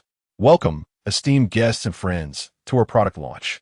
In this exhilarating moment, I sincerely express my gratitude for the unwavering support of my husband, the resolute leadership of President Heir, and the tireless efforts of our team. After enduring the test of time, Wu's Pharmaceuticals has faded into the annals of history, and I am proud to announce the birth of our new pharmaceutical company, which shall henceforth be known as Yunzhou Pharmaceuticals. Lu Yunzhou, seated in the front row, gazed at her with fervent admiration, nodding in approval as a smile graced his lips. Rising to lead the applause, his strikingly handsome appearance, coupled with his height, commanded a powerful presence that drew the attention of all. As he clapped, the audience followed suit, their applause resonating through the room. Su Luo Li raised her voice. Thank you, everyone. Now, let us officially commence the inaugural product launch of Yunzhou Pharmaceuticals. Amidst the enthusiastic applause, she slowly drew back the crimson curtain concealing today's new bone pain patch, eliciting another wave of applause. With a polite smile, she bowed in gratitude before gracefully descending the podium, handing over the stage to Sierra. Suddenly, a voice from the guest area erupted. What is this Yunzhou Pharmaceuticals nonsense? Nonsense. All agents have switched to Rebirth Pharmaceuticals. A mere name change cannot alter a destined demise. Bone pain patches? Huh. Deceptive, I say. If memory serves, this place was just raided last month for counterfeit drugs. Such a disreputable company holds no credibility. These words were akin to a drop of water into a boiling pot of oil, instantly igniting a commotion among the audience. Those who had arrived with skepticism now found themselves regretting their attendance. Following this, another individual stood, vociferously proclaiming, "This place is indeed unreliable. Had I known, I would have gone to Rebirth Pharmaceuticals, where their new products surely come with promotional offers." I missed the chance to purchase their gout patches at a low price due to believing in this company's advertisements. He lamented dramatically, striking his chest in regret. At that moment, someone chimed in, "What are you waiting for? It's just a 10-minute journey to Rebirth Pharmaceuticals. We can still make it." Indeed, such an opportunity is rare. Miss it today, and the prices will soar in the future. Let's hurry. Several individuals rose, preparing to leave. A cacophony erupted in the audience as everyone began to stir, discussing their intention to depart, threatening to spiral the event into chaos. Su Luo Li gestured to Sierra, signaling encouragement amidst the turmoil. Cyril approached the center of the podium with an air of composure, his voice resonating with quiet strength. The efficacy of a medicine cannot be judged by its appearance alone. I have invited 10 patients from the rheumatology and pain department of the hospital to testify to the effectiveness of the Yunzhou pharmaceutical bone pain patch. What? Can a drug's efficacy truly be tested live? Is this pretty boy putting on a show? The crowd, previously restless, halted in curiosity, eager to witness Cyril's next demonstration. Soon, a dozen patients emerged from backstage, some assisted by caregivers, others seated in wheelchairs. They recounted their medical histories, expressing the torment inflicted by their ailments, each fervently hoping to discover a remedy for their rheumatic pain. The drug testing phase commenced. The staff distributed the patches to each caregiver, who then applied them to the patient's areas of discomfort. 5 minutes later, the faces of those who had tested the patches lit up with joy as they stood, tentatively taking steps forward. Why doesn't my leg hurt anymore?" exclaimed an elderly man, cautiously moving his joints, disbelief etched on his face. With each subsequent step, his astonishment grew. "Wow, I can really walk again. Am I dreaming?" I haven't felt the joy of walking in 3 years. At over 70 years old, he was overwhelmed, tears glistening in his eyes. The other patients, too, cast aside their caregivers and began to strut across the stage, their faces alight with delight. The previously boisterous instigators in the crowd were rendered speechless, sinking back into their seats, discontented. This must be a hoax. Surely, such miraculous medicine does not exist. Rheumatic pain is a chronic condition. As the saying goes, illness strikes like a mountain, while recovery is as slow as pulling silk. Even if the efficacy is genuine, it cannot be immediate. How could one simply apply a patch and walk? They speculated that these were merely actors hired by Yunzhou Pharmaceutical. The crowd erupted once more. So it was all an act? I was almost convinced. They cried out against the dangers of counterfeit drugs, declaring that Yunzhou Pharmaceutical should be shut down, labeling the company a bane to society, claiming that without its closure, the public would remain restless and suffer. In that moment, the once positive atmosphere created by the drug testing was shattered. Meanwhile, Rebirth Pharmaceuticals was also holding a new product launch. Wu Ziyun, upon receiving the latest news, smiled slyly. "Su Luoli, the woman I desire will not evade me. What if you have developed a new product? You shall still find no footing in the pharmaceutical realm. My dear, prepare to beg for mercy beneath my dominance." Chapter 48. Is the ointment toxic? The audience was filled to capacity as Wu Ziyun, brimming with confidence, proclaimed the commencement of the product launch, dramatically unveiling the offerings of the day. However, instead of focusing on the products, the attendees were engrossed in their mobile devices. Suddenly, a notification rang out. Everyone received a cash transfer of 1,000 yuan. The venue erupted with thunderous applause and deafening cheers. Rebirth Pharmaceuticals was achieving new heights, and young master Wu Ziyun was gaining fame in a single stroke. Rebirth Pharmaceuticals was on the rise. The new product from Rebirth Pharmaceuticals was exceptional. The transdermal patches for rheumatism and gout worked wonders. The clapping and shouting intertwined in a jubilant symphony as Wu Qiangshui surveyed the overwhelming turnout of over 1,000 spectators. Envisioning the glorious future of Rebirth Pharmaceuticals, his aged face blossoming into a radiant smile. Next came the medicinal trial segment. 10 elderly individuals, trembling as they ascended the stage, were introduced by the host as volunteers suffering from rheumatic pain. Following them were 10 young, stunning women, gracefully bearing trays that held boxes of the gout patches. With theatrical flair, they performed an exuberant dance, kneeling to roll up the trousers of the 10 elderly participants, affixing the patches to their knees. The elderly men simultaneously crossed their legs, arms folded proudly across their chests, reciting the advertisement in unison. What to do about rheumatic pain? Just apply a gout patch. What if your old back and legs ache? Rebirth Pharmaceuticals Gout Patch. Rebirth Pharmaceuticals Gout Patch. Scientifically formulated for effective pain relief. A century-old brand you can trust. Swift pain relief and anti-inflammatory effects. A miraculous solution with just one patch. The applause from the audience was thunderous and relentless. The host's sweet voice resonated once more, warmly congratulating Rebirth Pharmaceuticals on the grand unveiling of their miraculous gout patch, inviting Wu Ziyun to elaborate on its medicinal properties and efficacy. With an air of self-assurance, Wu Ziyun took the stage, grasping the microphone from the host and clearing his throat. Esteemed guests and friends, it is with great honor that I introduce our new product, the gout patch. This innovative item has been developed using the formula of the divine healer, boasting unparalleled efficacy, enhanced absorption technology, nanotechnology, and a natural herbal composition. It can swiftly alleviate joint pain and swelling, aiding patients in regaining their health and vitality. making it ideal for long-term use. I am confident that this gout patch will become a bestseller in the market, assisting countless gout sufferers in easing their pain and swelling, allowing them to reclaim their health and vigor. Today, we offer significant discounts at this launch event, so those with family members suffering from rheumatic pain may consider purchasing, and even those without gout issues might want to stock up, just in case of an accidental sprain. Thank you all. Upon concluding his speech, Wu Ziyun handed the microphone back to the host, taking the opportunity to lightly touch her hand as he exited the stage. Almost immediately, a wave of eager patrons began to purchase the patches, recognizing their practicality, with many intending to buy 2 boxes for their mothers and wives. A throng of people emerged, lining up to acquire the product. Wu Ziyun gazed with satisfaction at the bustling scene before him, relishing the thought that Su Luoli, cornered and desperate, had no choice but to seek his assistance.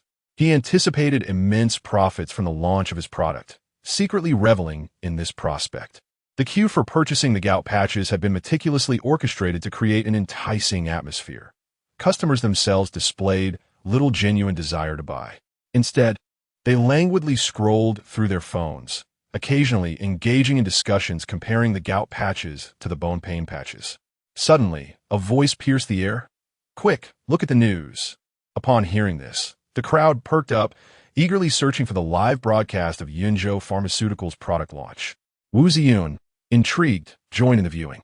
The scene from the press conference unfolded before them, where Zyril stood at the podium, extolling the virtues of the bone pain patches, only to be met with a barrage of criticism from the audience. A cryptic smile curled at the corners of Wu Ziyun's lips as he observed the unfolding drama. The atmosphere shifted dramatically when a loud shout echoed from outside. "Professor Zhang, the foremost expert from Yun City Hospital, has arrived." Professor Zhang entered, flanked by a dozen doctors, their white coats exuding an air of solemnity as they marched in unison to the podium. Bowing respectfully to Zyril, they greeted, "Hello, General Manager Zyril." The doctors lined up with precision, and Professor Zhang addressed the audience, introducing himself as a specialist from the City People's Hospital.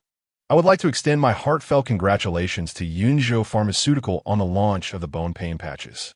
One by one, the other doctors echoed similar sentiments, representing their respective hospitals in congratulation. Clearing his throat, Professor Zhang proclaimed, "I can attest that the elderly patients on stage are all from the rheumatology and bone pain department of Yun City's First People's Hospital. They have suffered from their afflictions for many years, and it is truly commendable to see such remarkable efficacy from a single patch."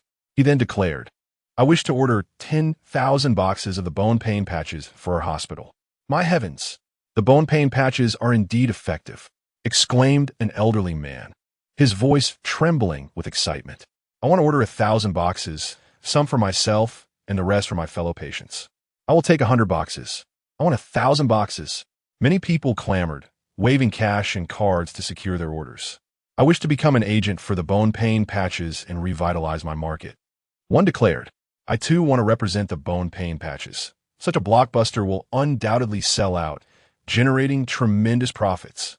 Zyril, observing the unfolding spectacle, felt a surge of exhilaration. For those interested in ordering the bone pain patches or becoming agents, please proceed to the sales department to negotiate a partnership before finalizing the agency procedures. The crowd erupted in a wave of excitement, with murmurs of admiration rippling through. Those who had been doubtful began to fret about missing out on the coveted product, hurriedly pushing toward the display area. For those unable to reach, all that remained was awe. "Wow, Yunzhou Pharmaceutical is truly remarkable. They even have the city's leading professor here to celebrate. It seems Yunzhou Pharmaceutical is poised for greatness." Indeed, ultimately, the expenditure behind ostentatious displays fails to achieve genuine recognition. Observe how Yunzhou Pharmaceutical truly commands respect. As the crowd swells, those eager to witness the live demonstration of the miraculous bone pain patch begin to converge, yearning to procure this extraordinary remedy. It appears not merely as a plaster, but as a vessel of health and hope for all, coveted by many. Those fortunate enough to have acquired the bone pain patch eagerly unwrapped it, applying it to their afflicted areas. Suddenly, a voice rang out amidst the throng. "Someone has died. A death has occurred here. The crowd parted in alarm, revealing an elderly man, perhaps in his 70s or 80s, collapsed on the ground. His face was ashen. Black blood oozed from his mouth, and his expression was one of excruciating agony, his body curled in a contorted posture. "Elderly sir, what has transpired? You were just fine moments ago. How have you suddenly come to this?" It appeared as if he were poisoned. "Have you consumed anything?" A concerned individual cautiously inquired, stepping forward anxiously, only to halt abruptly, recalling something, torn between the impulse to assist and the fear of doing so, frozen in indecision. "It hurts. I am in excruciating pain. I cannot move. I have consumed nothing, only the bone pain patch I just purchased." The crowd erupted in a frenzy. What? It was the bone pain patch. Is Yunzhou Pharmaceutical distributing counterfeit medicine? A flicker of clarity momentarily illuminated the old man's clouded eyes. He appeared even more frail, his speech fragmented and labored. "Yunzhou Pharmaceutical's counterfeit drugs harm people. I shall haunt you in death." With great effort, he uttered this final sentence before succumbing to his anguish, closing his eyes in despair. Chapter 49. To tread upon Lu Yunzhou's feet, alas. It has come to this. Death has struck. Some individuals, ever eager to incite chaos, began to shout, and in an instant, order disintegrated. Those who had been patiently queuing for the bone pain patches scattered like leaves in the wind, exhaling sighs of relief, thinking to themselves, "What a close call. Thank heavens I didn't purchase one." Meanwhile, those who had successfully acquired the patches stood in a daze, clutching the items in their hands, utterly at a loss for how to proceed. Suddenly, a voice rang out. "Counterfeit medicine is harmful. A double refund is in order." The purchasers of the bone pain patches surged forward, clamoring for their refunds. Professor Zhang, accompanied by a team of doctors, hastened down from the stage to attend to the elderly man, striving to mitigate the crisis. Professor Zhang ascended the podium, raising his voice to quell the rising panic, urging everyone not to act rashly, as there must be some misunderstanding. All matters would be addressed once the individual was revived. Despite his fervent attempts to restore order, the gravity of life and death rendered his pleas ineffective. In times of peace, one might promote counterfeit medicines without a care. Yet now, when urgency beckons, he implores us to remain calm. "I have invested over 1,000 boxes of bone pain patches. This is no trifling sum. To remain calm is one thing. Reimbursement is another matter altogether." Several employees from Yunzhou Pharmaceuticals swiftly transported emergency equipment, and the doctors commenced their life-saving efforts. Alas, the patient's complexion grew increasingly pallid, dark blood seeping from the corners of his mouth, a clear indication of poisoning. Identification of the toxin would require time, and the condition of the patient suggested he might not endure much longer. As the emergency physician wiped the cold sweat from his brow, he cast a glance at Lu Yunzhou, seemingly seeking assistance.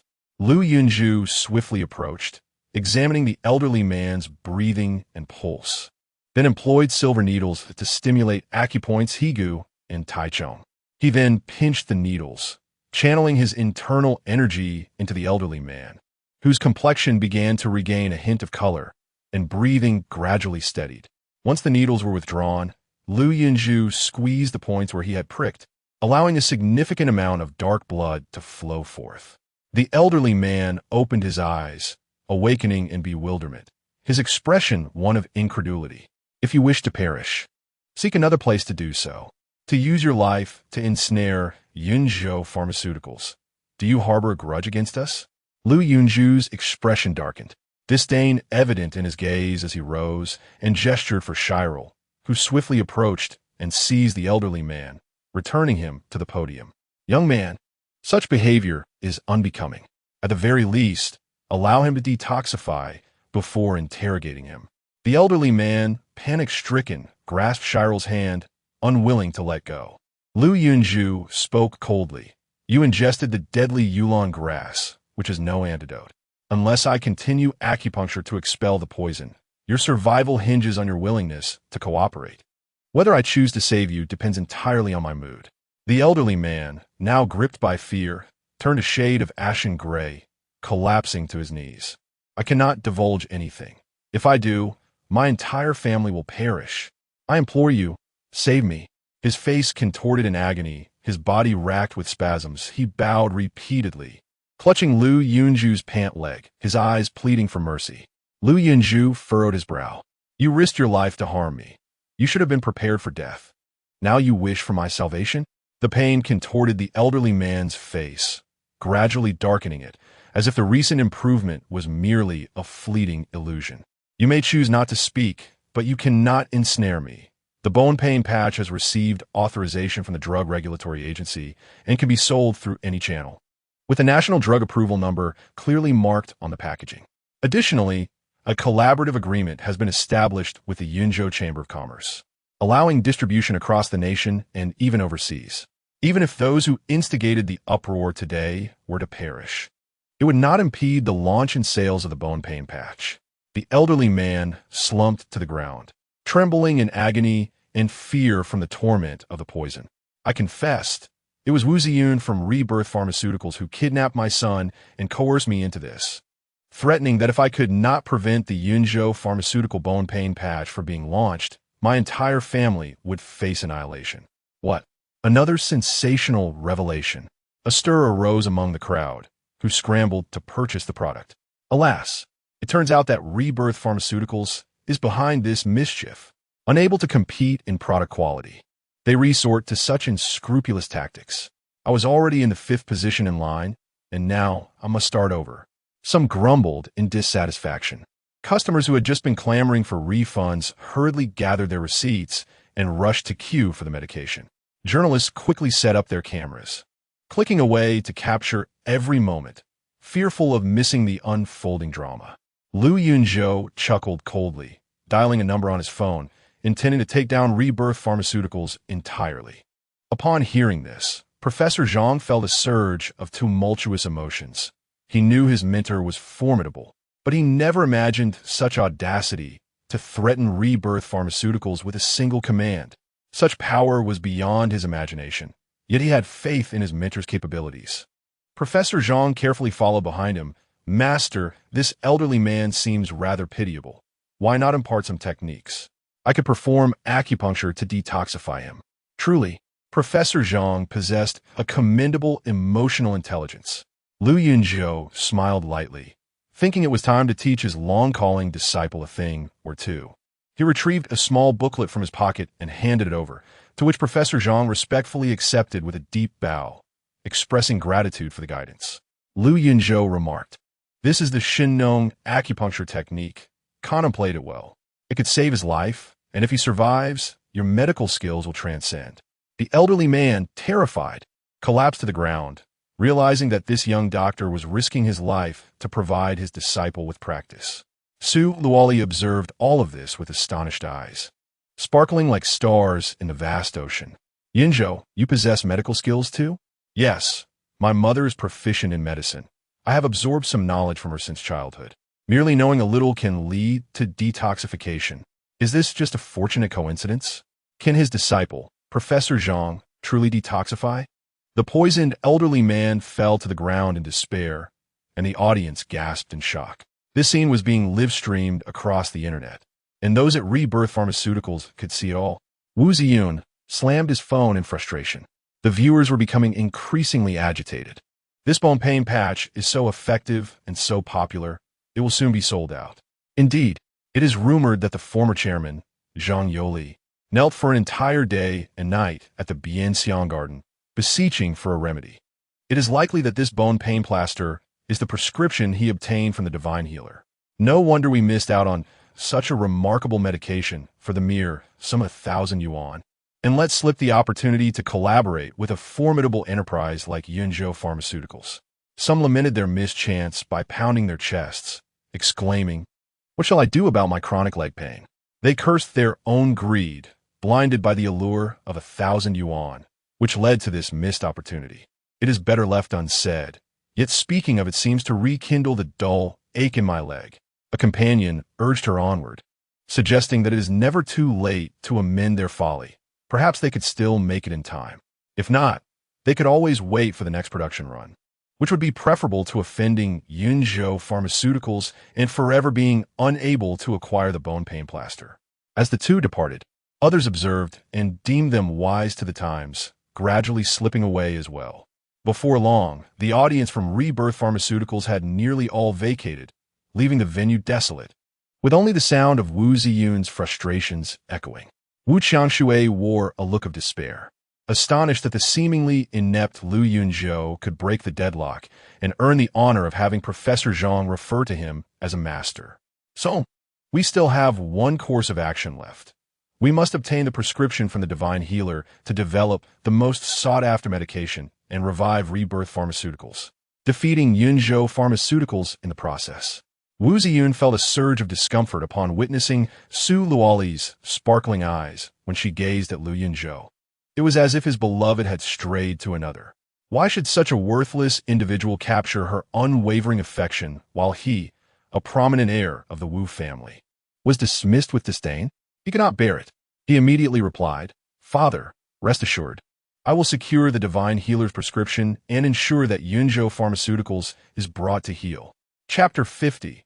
Seeking the divine physician, Wu Qiangshui solemnly patted his son's shoulder, sighed, and acknowledged that his son had finally matured, capable of standing on his own. "I have faith in you, my boy." Wu Ziyun, with unwavering determination in his gaze, nodded resolutely, assuring, "Rest assured, I shall not disappoint your expectations, father." In his heart, Wu Ziyun vowed, not only would he trample upon Yunzhou Pharmaceutical, but he would also seize that wretched Su Luoli and utterly humiliate her. He slowly opened his phone and dialed a number, offering, "Assist me with a task, and I shall reward you with 1 million. What does it matter if your new product is launched? Once you have completed your promotion and everything is in place, it shall belong to me," making it all quite effortless.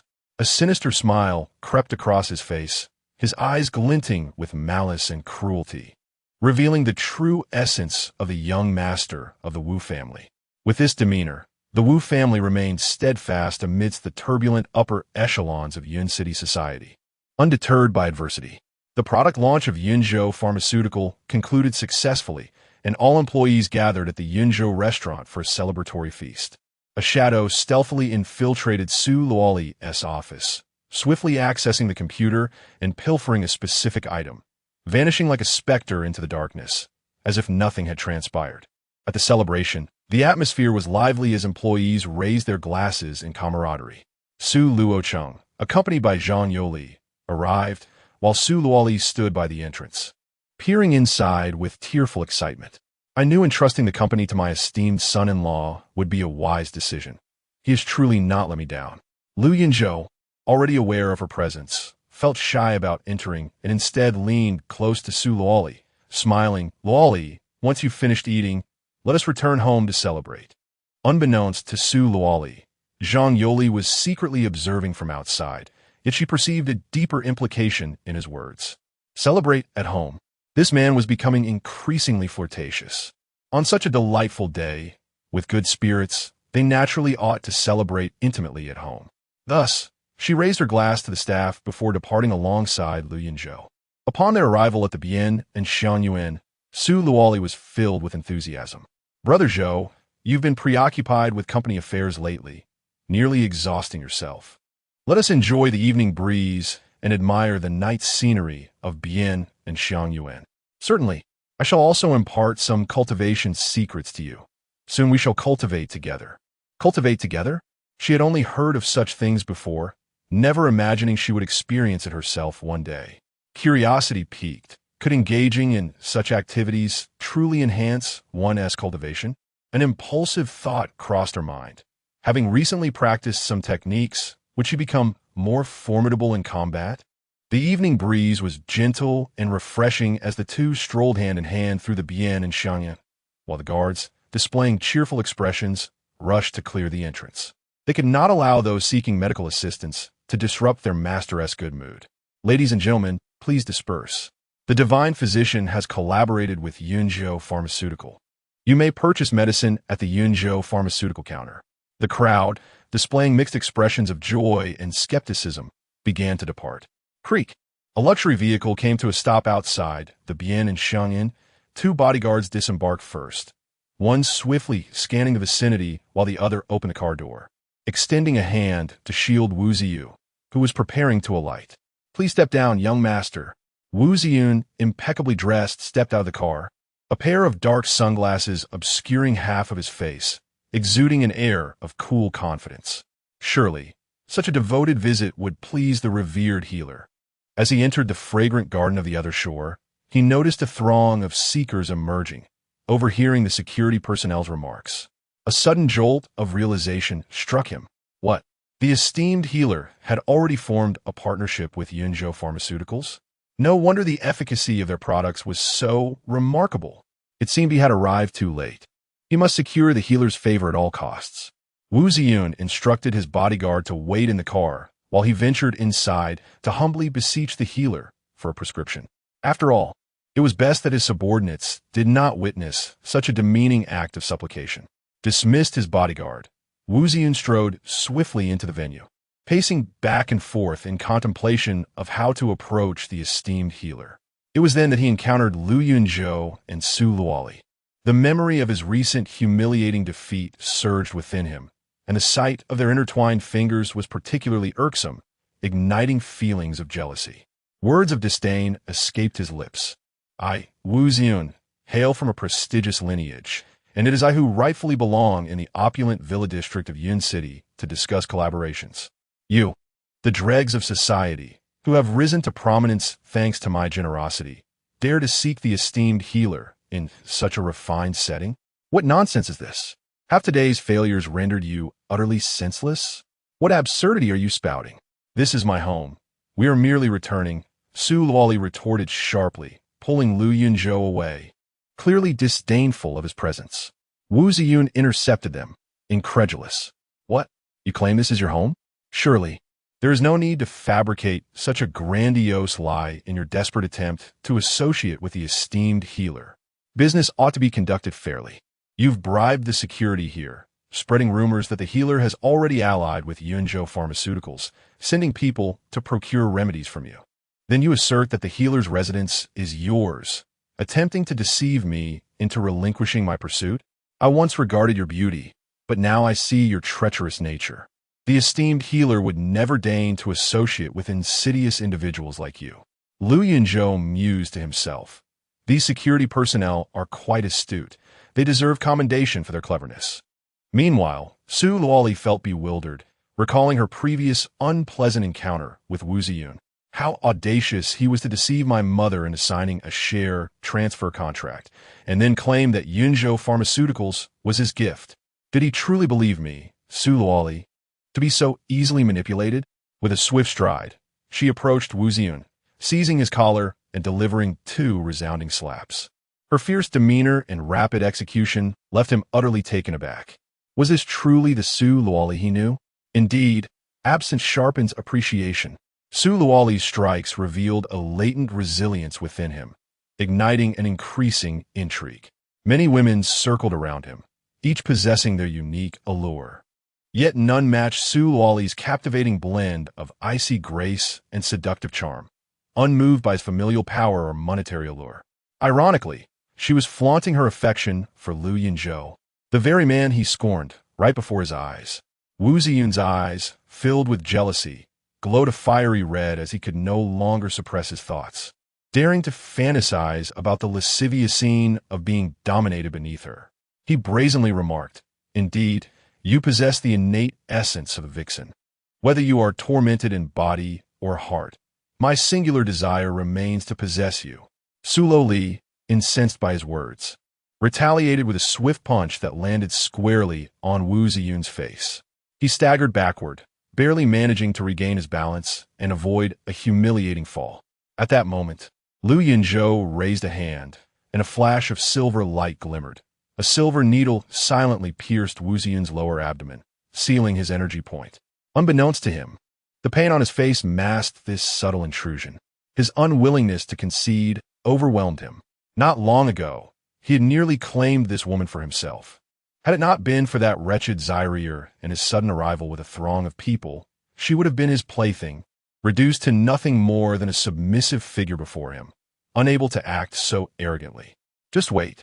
I will secure the prescription to bring down Yunzhou Pharmaceuticals, compelling you to submit to me willingly.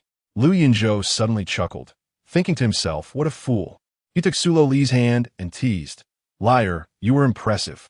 Did it hurt your hand when you struck him? If you wish to strike again, do it this way. He subtly infused his internal energy into her wrist, prompting her to swing her hand toward Wu Ziyun, sending the loathsome figure flying sideways before crashing to the ground. Su Luoli gazed at her hand in astonishment, hardly able to believe the immense power she had just wielded. How extraordinary was that? Yunzhou bent down, lifting her and guiding her through the back door. Wu Ziyun, battered and bruised, slowly rose, his face a canvas of pain. He realized he needed to forge a connection with the esteemed healer before Yunzhou could, to procure the prescription and sabotage Yunzhou Pharmaceuticals. With determination, he hurried to the entrance of the Bianxiang garden, kneeling with precision, and announced loudly, I am Wu Ziyun, the young master of the Wu family, here to pay my respects to the esteemed elder, bearing a generous gift. Chapter 51. Wu Xiao's plea to the divine Dr. Yunzhou entered the Bianxiang Yuan through the back door, gently placing Su Luoli down. He then activated the surveillance monitor, observing Wu Ziyun kneeling outside the main entrance, hands clasped in earnest prayer, which prompted a soft smile to grace his lips. It appeared he had begun to humble himself. Su Luoli chuckled as she nestled against him. Brother Zhou, what do you suppose would happen if Wu Ziyun realized that he was actually kneeling before you? He would likely be struck by lightning, stunned into silence. He might even lose his wits and inadvertently collide with Wu Qiangshui's trousers. She could not help but envision the scene of Wu Ziyun being struck, and she inwardly clicked her tongue. Brother Zhou, why would he meet his end in such a manner? It is simply the result of Wu Qiangshui's foolishness in bringing him into this world. Yunzhou replied with utmost seriousness, causing Su Luoli to erupt into laughter. His kneeling form outside was quite off-putting. How could one possibly sleep soundly under such circumstances? Let us retreat to the back for a dual cultivation session in the hot springs, she suggested. Yunzhou turned off the monitor, hoisting Su Luoli into his arms and swiftly making his way to the garden at the rear of the villa. To her surprise, she discovered that their garden harbored a hidden hot spring. The water was crystal clear, revealing the smooth stones and fish gliding gracefully beneath the surface. Surrounding the pool were an abundance of fragrant flowers, filling the air with a delightful aroma that invigorated the spirit. A large lounge chair and a sunshade were conveniently placed beside the pool. Rocks and stones encircled the area, creating a petite waterfall from which water cascaded, producing a melodious sound that harmonized with the dim light beside the pool, crafting an atmosphere of romance. The gentle fragrance of flowers and herbs enveloped the hot spring as Su Luoli excitedly shed her clothing and immersed herself in the warm, soothing waters. Gradually, her body relaxed, and her mind found tranquility. Yunzhou joined her, shedding his garments as well. The couple inhaled the fragrant air in silence. Under Yunzhou's guidance, their bodies connected, hands clasping tightly together. They closed their eyes and took deep breaths, attuning themselves to every facet of their beings, exchanging warmth and love. As their breathing and movements synchronized, a beautiful rhythm emerged. Soon, their thoughts began to intertwine, deepening their intimacy and understanding. 2 hours later, they opened their eyes to behold each other, feeling refreshed and spiritually aligned. Yunzhou lifted her from the water and placed her on the lounge chair, gently drying the droplets from her skin. After this period of cultivation, your flexibility and endurance have improved remarkably, and your skills have shown a significant breakthrough. The results are quite impressive. Su Luoli had initially assumed that his peculiar postures were mere jest, only to discover they held genuine merit. She recalled the incident before entering, when she had struck Wu Ziyun in a fit of anger. It turned out he had not evaded her blows out of guilt, but rather because he was wholly incapable of doing so. Her excitement surged. No wonder she had not experienced the usual aches in her waist and legs these past few days. Yunzhou's teachings had an unexpected benefit. Only then did she become aware of the fervent gaze he directed at her exquisite figure, causing her heart to flutter and her cheeks to flush. She playfully tapped his chest, saying, "Brother Zhou, after our dual cultivation, are you not tired?" Lu Yunzhou chuckled softly. "How could I ever claim fatigue in the presence of my beloved wife? You must diligently cultivate, striving to exhaust me in due time." He gently positioned her body, arranging her into a kneeling posture. This was a form of dual cultivation.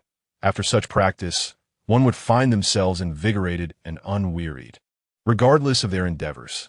He caressed her smooth, delicate skin, and as their breaths grew deeper, she felt her body and spirit gradually merging with his. To the rhythm of a captivating melody, they seemed to float together in a tranquil sea. She sensed the intertwining of his energy and radiance, creating a marvelous resonance. Within this resonance, their bodies and souls began to harmonize, akin to two dancers weaving gracefully together. Their breaths and heartbeats synchronized, their sensations and emotions melded, resulting in an unparalleled intimacy and connection. Slowly, they reached the pinnacle of relaxation and contentment within this closeness, experiencing a complete liberation and elevation of body and spirit. Afterward, they gazed into each other's eyes, filled with affection. Su Luoli realized that this dual cultivation was not merely a physical union, but a profound merging of souls, an exchange of deep emotions and spirits between two individuals. She nestled softly against Lu Yunzhou, pouting, "Brother Zhou, with such a splendid method of dual cultivation. Why didn't you practice it with me sooner? We wasted 3 precious years." Lu Yunzhou felt a twinge of nostalgia. He had once sought to conceal his identity and lead a mundane life with her. Had he known Lu Yunpeng would cause a ruckus in Yin City, he would have taught her long ago. If only Li'er had learned some self-defense, he would have felt more at ease. While they enjoyed their idyllic life as celestial partners, poor Wu Xin knelt outside the door, a pampered scion of a noble family, enduring a torment he had never experienced. After 5 long hours, his knees felt as if pierced by needles, and still no one came to the door.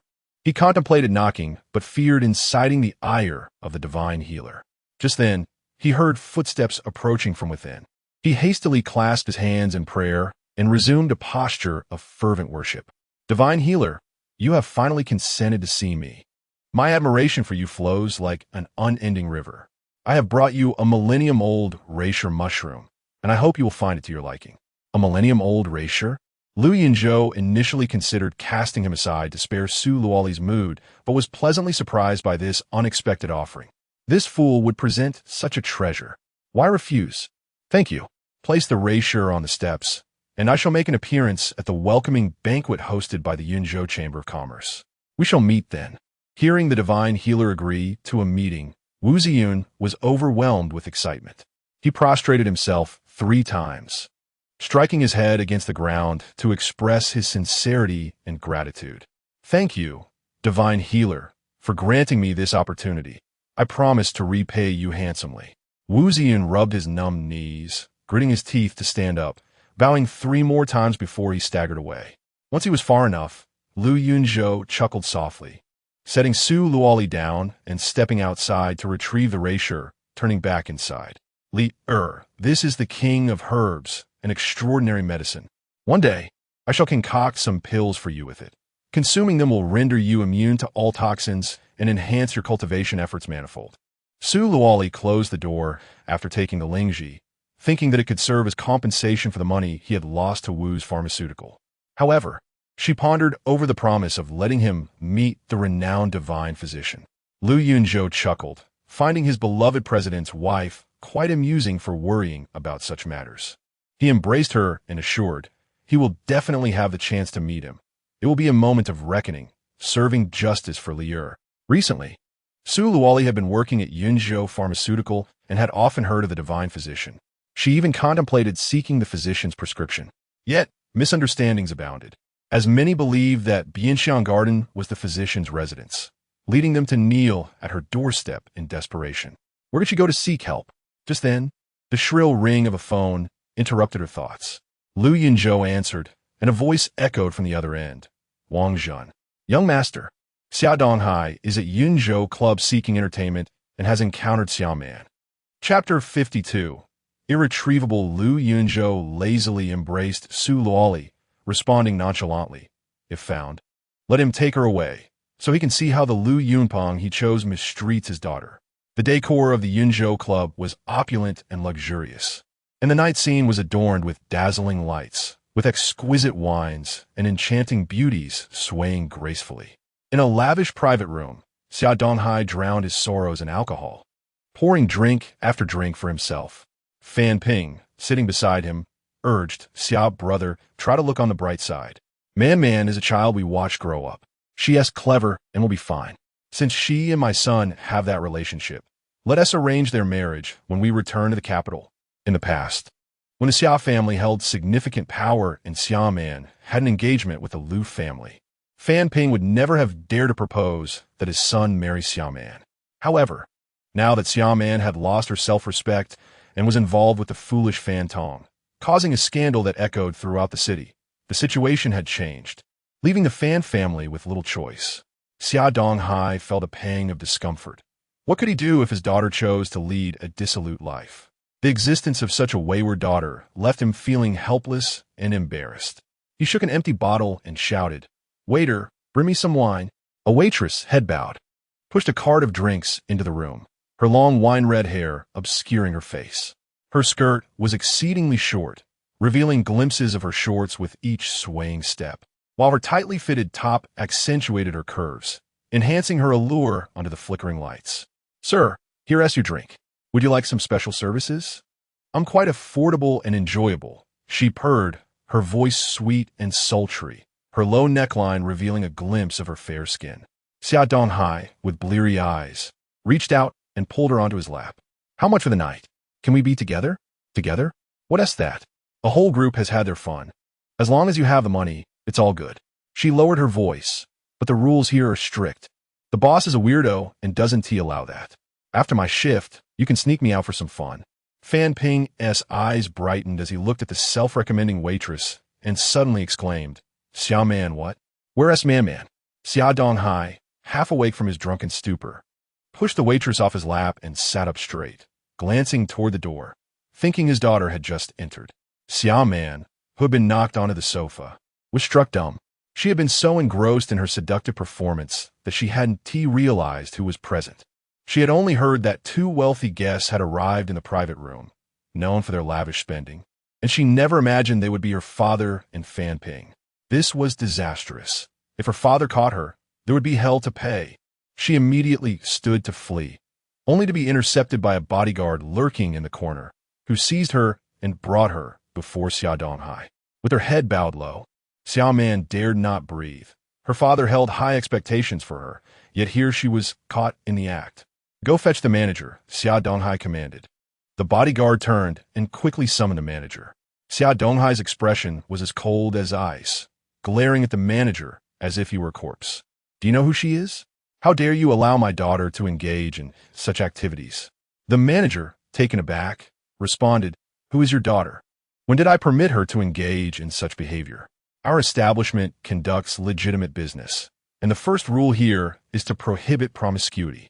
Seeing the manager feigning ignorance, Xia Donghai's anger surged, and he swung his hand to strike. The manager, however, swiftly seized Xia Donghai's wrist and, employing a subtle force, flung him away.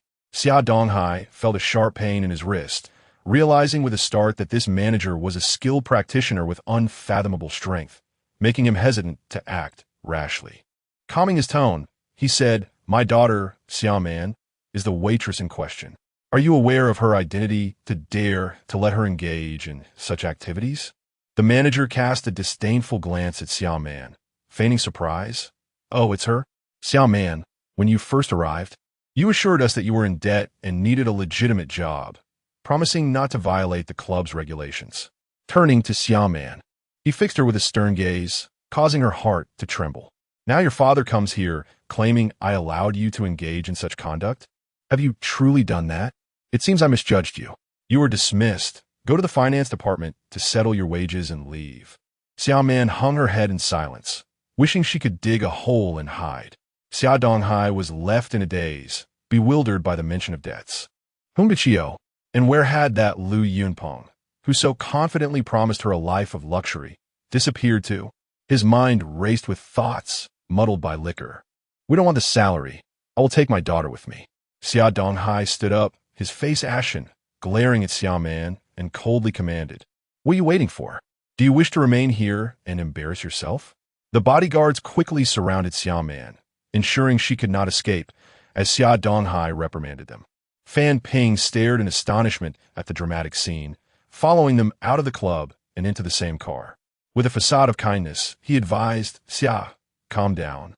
There may be more to this story." Though he spoke these words, he was calculating in his mind how to manage his son and cut ties with Xiaoman, believing that such a woman was unworthy of becoming a daughter-in-law of the Fan family.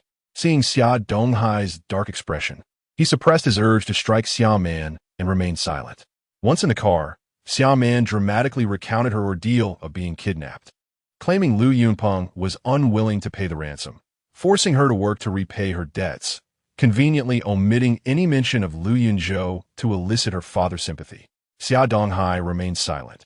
At this point, further discussion seemed futile, and Fan Ping also kept his thoughts to himself. Upon returning to the hotel, Xia Donghai cleared his throat and stated, "We must find a way to contain this news. If it reaches the capital, none of you will survive." He cast a commanding glance at the bodyguards, then bowed respectfully to Fan Ping. The bodyguards responded in unison, "Yes." Fan Ping nodded, a smirk playing on his lips as he acknowledged the command.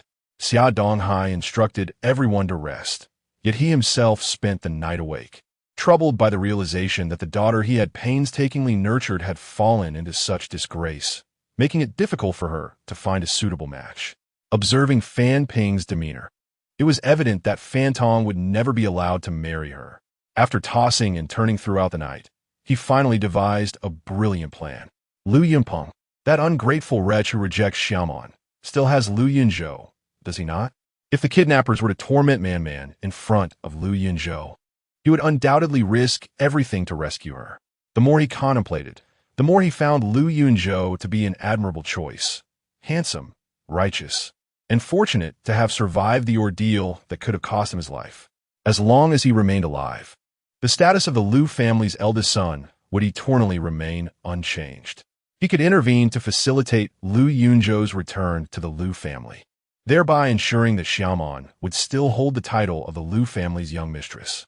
He believed himself to be exceedingly clever, navigating the situation with grace and dexterity. Early the next morning, he called the patriarch of the Lu family. "Uncle Lu, this is Xia Donghai. You have been unwell for 3 years. And do you know the cause? It is a slow-acting poison administered by Lu Yunpeng. 3 years ago, he covertly harmed your eldest grandson, Yunzhou, in anticipation of inheriting the family fortune. If you bestow the Lu family legacy upon him, he shall no longer linger on this mortal coil." After delivering his monologue, he heard a series of labored breaths before the frail and aged voice of the elder Lu emerged. "Xiao Hai, where is Yunzhou? Is he still alive? If you can help me find Yunzhou, I shall reward you with 100 million, and you may choose any project suitable for your Xia family." Upon hearing this, Xia Donghai realized he had played his cards right. The elder Lu still regarded Lu Yunzhou as the rightful heir. If he could bring Yunzhou back, Lu Yunpeng would be utterly sidelined. At that time, would not all of the Lu family's endeavors fall into the hands of the Xia family? "Uncle Lu, I have been searching for Yunzhou since his disappearance, and I have recently uncovered his whereabouts. I shall set off to bring him back. However, I have one condition. Upon my return with Yunzhou, you must allow Man to marry him. She has waited for 3 years. Further delay would hinder your hopes of holding a great-grandson." Very well, they were already betrothed. Their marriage is indeed the most natural progression. The elder Lu, coughing and gasping, uttered these words, and Xia Donghai, having received the promise he sought, ended the call. In his heart, Xia Donghai silently swore, "Lu Yunpeng, having so callously undervalued my daughter, I shall now bring you down from the heights to which I once aided you. And worse than mere downfall, I shall ensure your utter ruin." Chapter 53. Withered flowers and fallen willows at the break of dawn, Xia Donghai dispatched additional personnel to search for Lu Yunzhou. Just as he commenced his operations, Wang Zhen learned of this and contacted Lu Yunzhou to report. "Young master, Xia Donghai took Xiaoman and has not returned. Instead, he has intensified his search for you. I am uncertain of his intentions. Lu Yunzhou furrowed his brow, the greedy visage of Xia Donghai flashing through his mind. In a subdued tone, he instructed, "Leak my whereabouts to Lu Yunpeng and proceed with the acquisition of all Lu family assets in his possession. I shall confront them." 3 days later, clad in the garb of a laborer, Lu Yunzhou was found at a construction site of Yunzhou real estate, where he was forcibly brought before Xia Donghai. Xia Donghai's brow furrowed at the sight of Lu Yunzhou's disheveled appearance. He never anticipated that the once illustrious scion of the Lu family would now be reduced to such a state. It seemed that a young master of a wealthy family could hardly survive outside of it. Harboring disdain for Lu Yunzhou, Xia Donghai thought to himself that were it not for grand ambitions, he would not deign to associate with a mere laborer. "My dear nephew, you have endured much hardship these past years. Fortunately, the heavens reward the diligent. I have finally located you. Come back to the capital and reclaim the Lu family assets." As Lu Yunzhou observed the fluctuating expressions on Xia Donghai's face, he discerned his ulterior motives. A flicker of surprise crossed his features, quickly followed by a wave of despondency. After the events that transpired, he was no longer inclined to embrace the life of a wealthy heir. Being a laborer felt far more substantial, sparing him from the treachery that accompanied his former status. He deliberately emphasized the phrase treachery, which did not sit well with Xia Donghai, who inwardly cursed, a useless lump, unable to rise above his circumstances. "Were it not for that unmanageable wolf, Lu Yunpeng, I wouldn't bother seeking you out." Nonetheless, this seemingly ambitionless individual appeared easier to manipulate. Xia Donghai recalled how he had once treated Xia Man with utmost care and fidelity. Allowing Lu Yunzhou to inherit the Lu family assets seemed far more prudent, facilitating control over him in the future. "Nephew, you have been bitten by a snake and now fear the rope. It is time to return.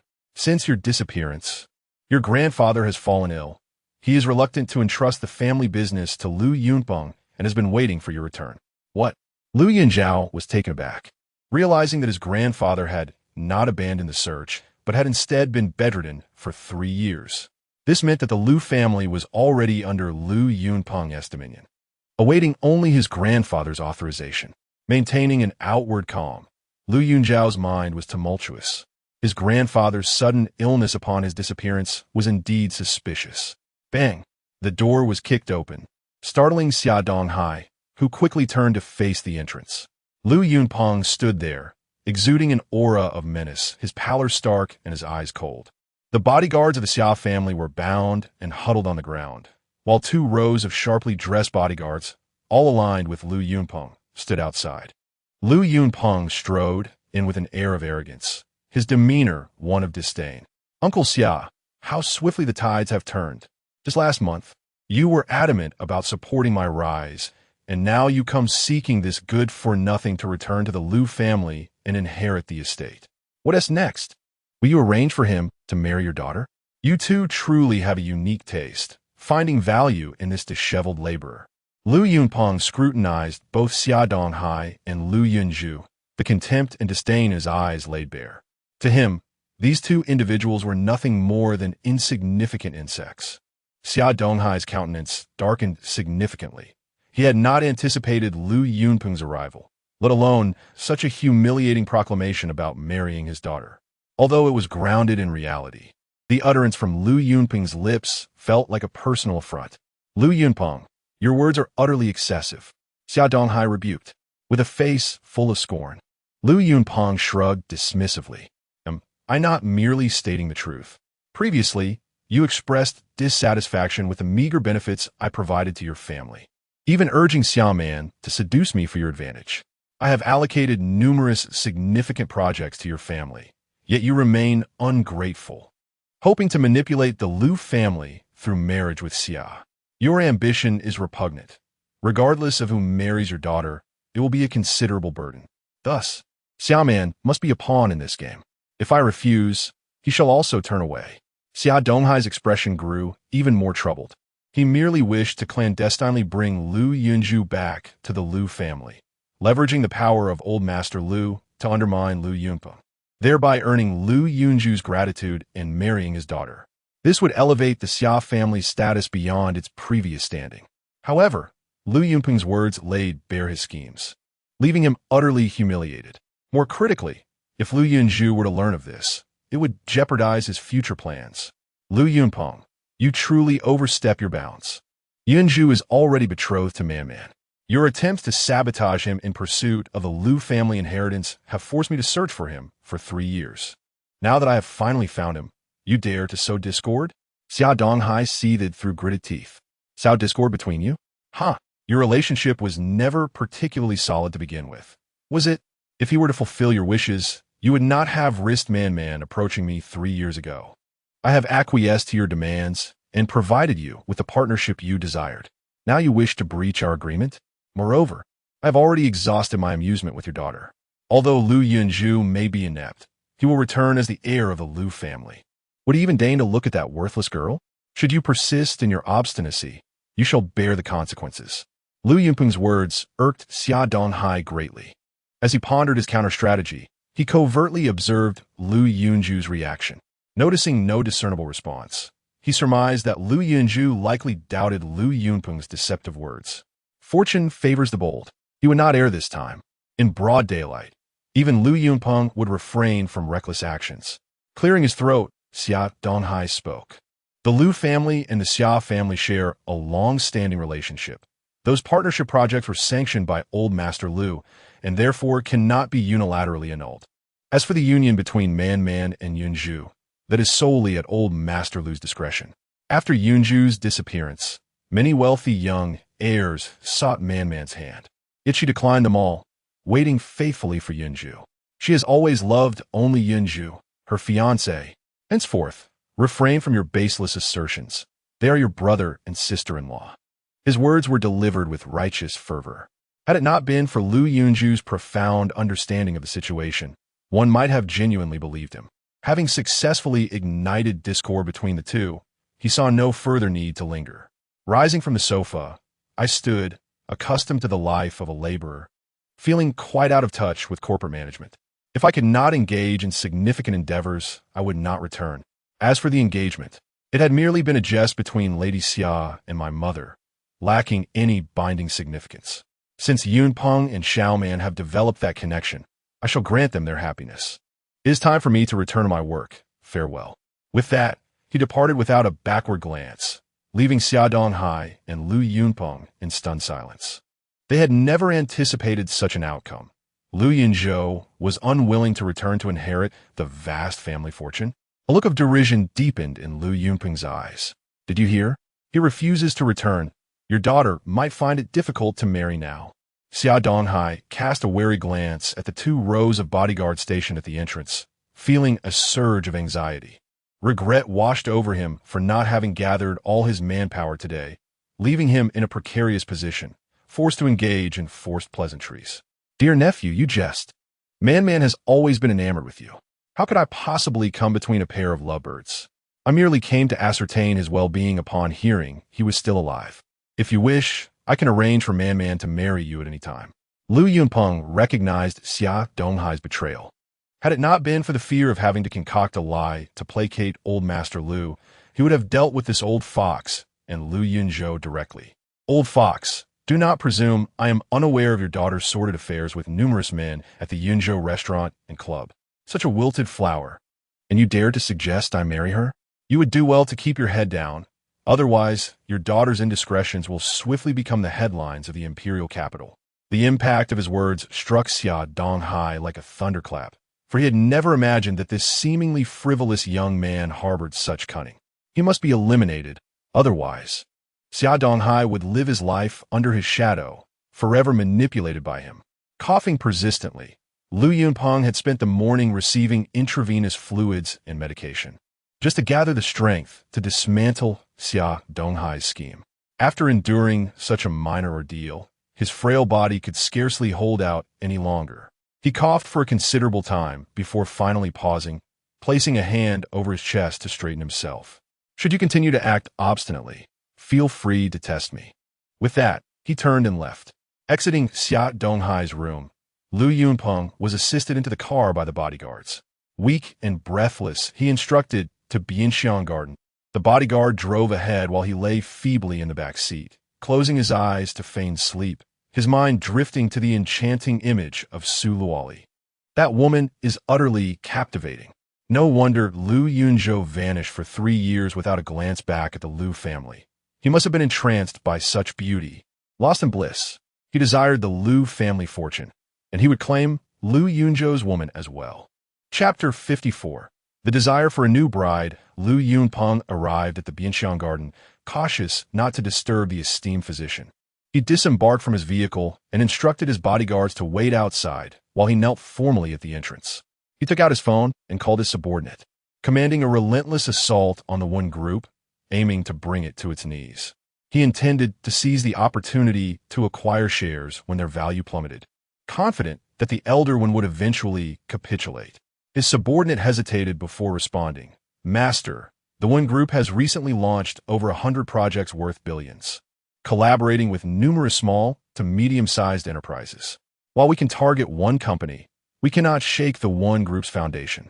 A comprehensive offensive would overextend us without making a dent in their stability, exhausting our resources. Frustrated, Lu Yunpeng nearly smashed his phone. He had envisioned taking down the one group as a testament to his prowess in Yun City, hoping to earn his grandfather's respect and expedite the transfer of the Lu family business to him. Yet, nearly 2 months into his endeavor, he had made no progress and was plagued by a persistent cough. He coughed violently, the pain radiating through his throat and chest, leaving him gasping for breath. He suspected that his ailment was of an otherworldly nature. How could such a trivial cough linger without remedy? He had even sought the help of a Taoist priest to ward off evil spirits, but to no avail. Thus, he continued to kneel daily at the Bianxiang garden, convinced that sincerity would summon the divine healer, who was merely testing his resolve. Meanwhile, within the villa, Lu Yunzhou had shed his laborer's attire for a designer casual outfit, embracing Su Luoli as they monitored the surveillance footage, which captured Lu Yunpeng's disheveled state. Brother Zhou, Lu Yunpeng harbors grand ambitions, daring to covet the one group, employing cunning and ruthless tactics. It is a pity for the beautiful Wan Xiao, as her fiancé is none other than that wastrel, Fan Tong. Wan Xiao seems quite taken with you. Will you assist her? In the recent turmoil surrounding her divorce, Wan Xiao had been seen in close company with Lu Yunzhou, a constant thorn in her side. This was one of the reasons for her eagerness to remarry. While it was unlikely that Lu Yunzhou would quickly fall for another woman, Wan Xiao was a rare beauty, fervently devoted to him. With her captivating charm, who could resist her for long? Her tone was a mix of jest and inquiry. Though she felt a tinge of sympathy for Wan Xiao, she hoped for her swift marriage, believing that a husband would sever any lingering feelings for Lu Yunzhou. Lu Yunzhou gently grasped her chin, playfully biting her soft lips. This is a punishment. After all this time together, you harbor no trust in your brother Zhou? Wan Xiao is indeed stunning, but my heart is already filled by you, this enchanting creature who captivates all. What began as a mere reprimand turned into a passionate embrace, as the tender sensation ignited his primal instinct, and he kissed her deeply, savoring the moment in a whirlwind of affection. For a long while, he only released her lips when he sensed that Su Luoli was on the verge of breathlessness. He held her tightly in his embrace, whispering in her ear, "The one who could jeopardize our marriage is not Wan Xiao. It might be Xiaoman." Su Luoli smiled sweetly, her curled lashes fluttering as she retorted, "What are you saying? You would actually take a liking to that woman? Just thinking of her reminds me of that repulsive scene with Fan Tong. Look at her casual demeanor. Her men are not limited to Lu Yunpeng and Fan Tong, are they? She is utterly unconcerned. And if Wan Xiao couldn't win over a man like Lu Yunzhou, how could someone like Xiaoman, who is known to be available to all, pose a threat? The idea that Xiaoman could intrude upon our marriage is laughable. She has been flirting with numerous men during her month-long stay at the club. Now that Xia Donghai has severed ties with Lu Yunpeng, she has turned her attention towards me, invoking our old marriage contract and striking a deal with my grandfather to retrieve me, insisting that I marry Xiaoman. I have no interest in Xiaoman. My only fear is that my family will pressure me to change brides. What a ridiculous situation. Su Luoli was momentarily taken aback. In her 20-plus years of life, she had never encountered such shamelessness. to covet the Liu family's wealth and use their daughters as bargaining chips. Scheming between the two brothers of the Liu family was beyond comprehension. Therefore, under no circumstances must you abandon me, even if my family pressures us or the Xia family exerts influence. You cannot leave me as you did last time. No matter what happens, you must believe that the only one I love is you. And we must hold fast to our love until I can marry you into the Liu family as the eldest son.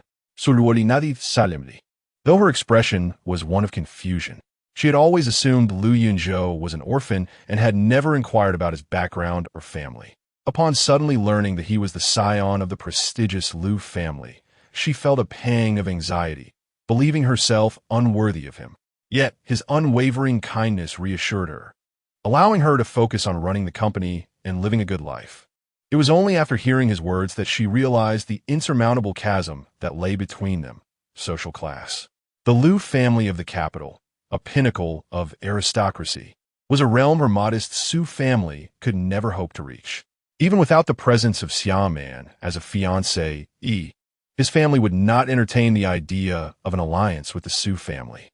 Wrapping her arms around his neck, Su Luoli clung to him tightly, as if he would vanish the moment she let go.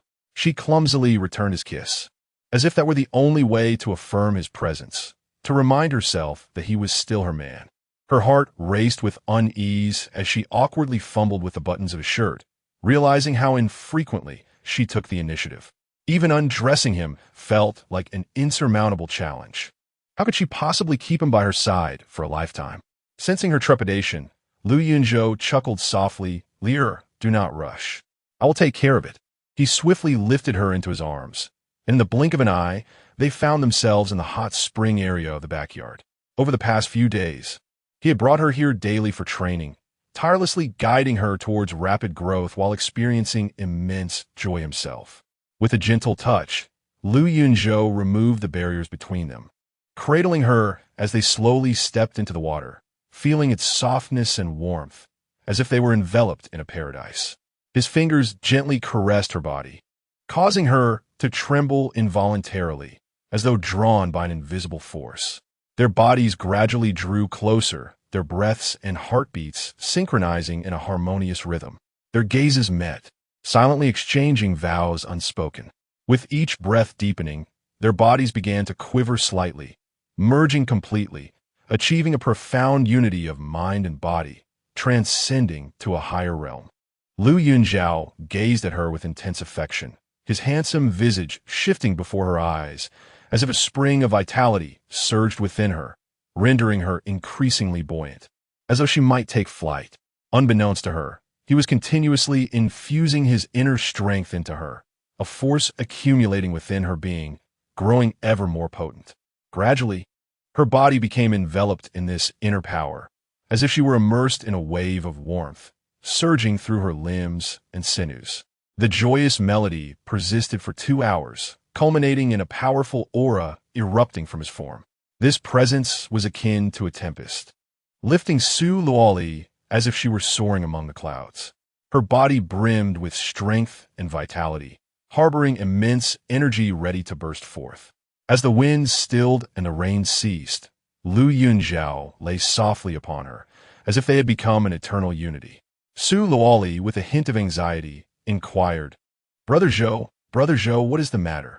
Liu Yunzhou, content, turned to embrace her while lounging in the hot spring, his complexion somewhat pale, breathing lightly, and with a playful smile said, "Liu, you are truly remarkable.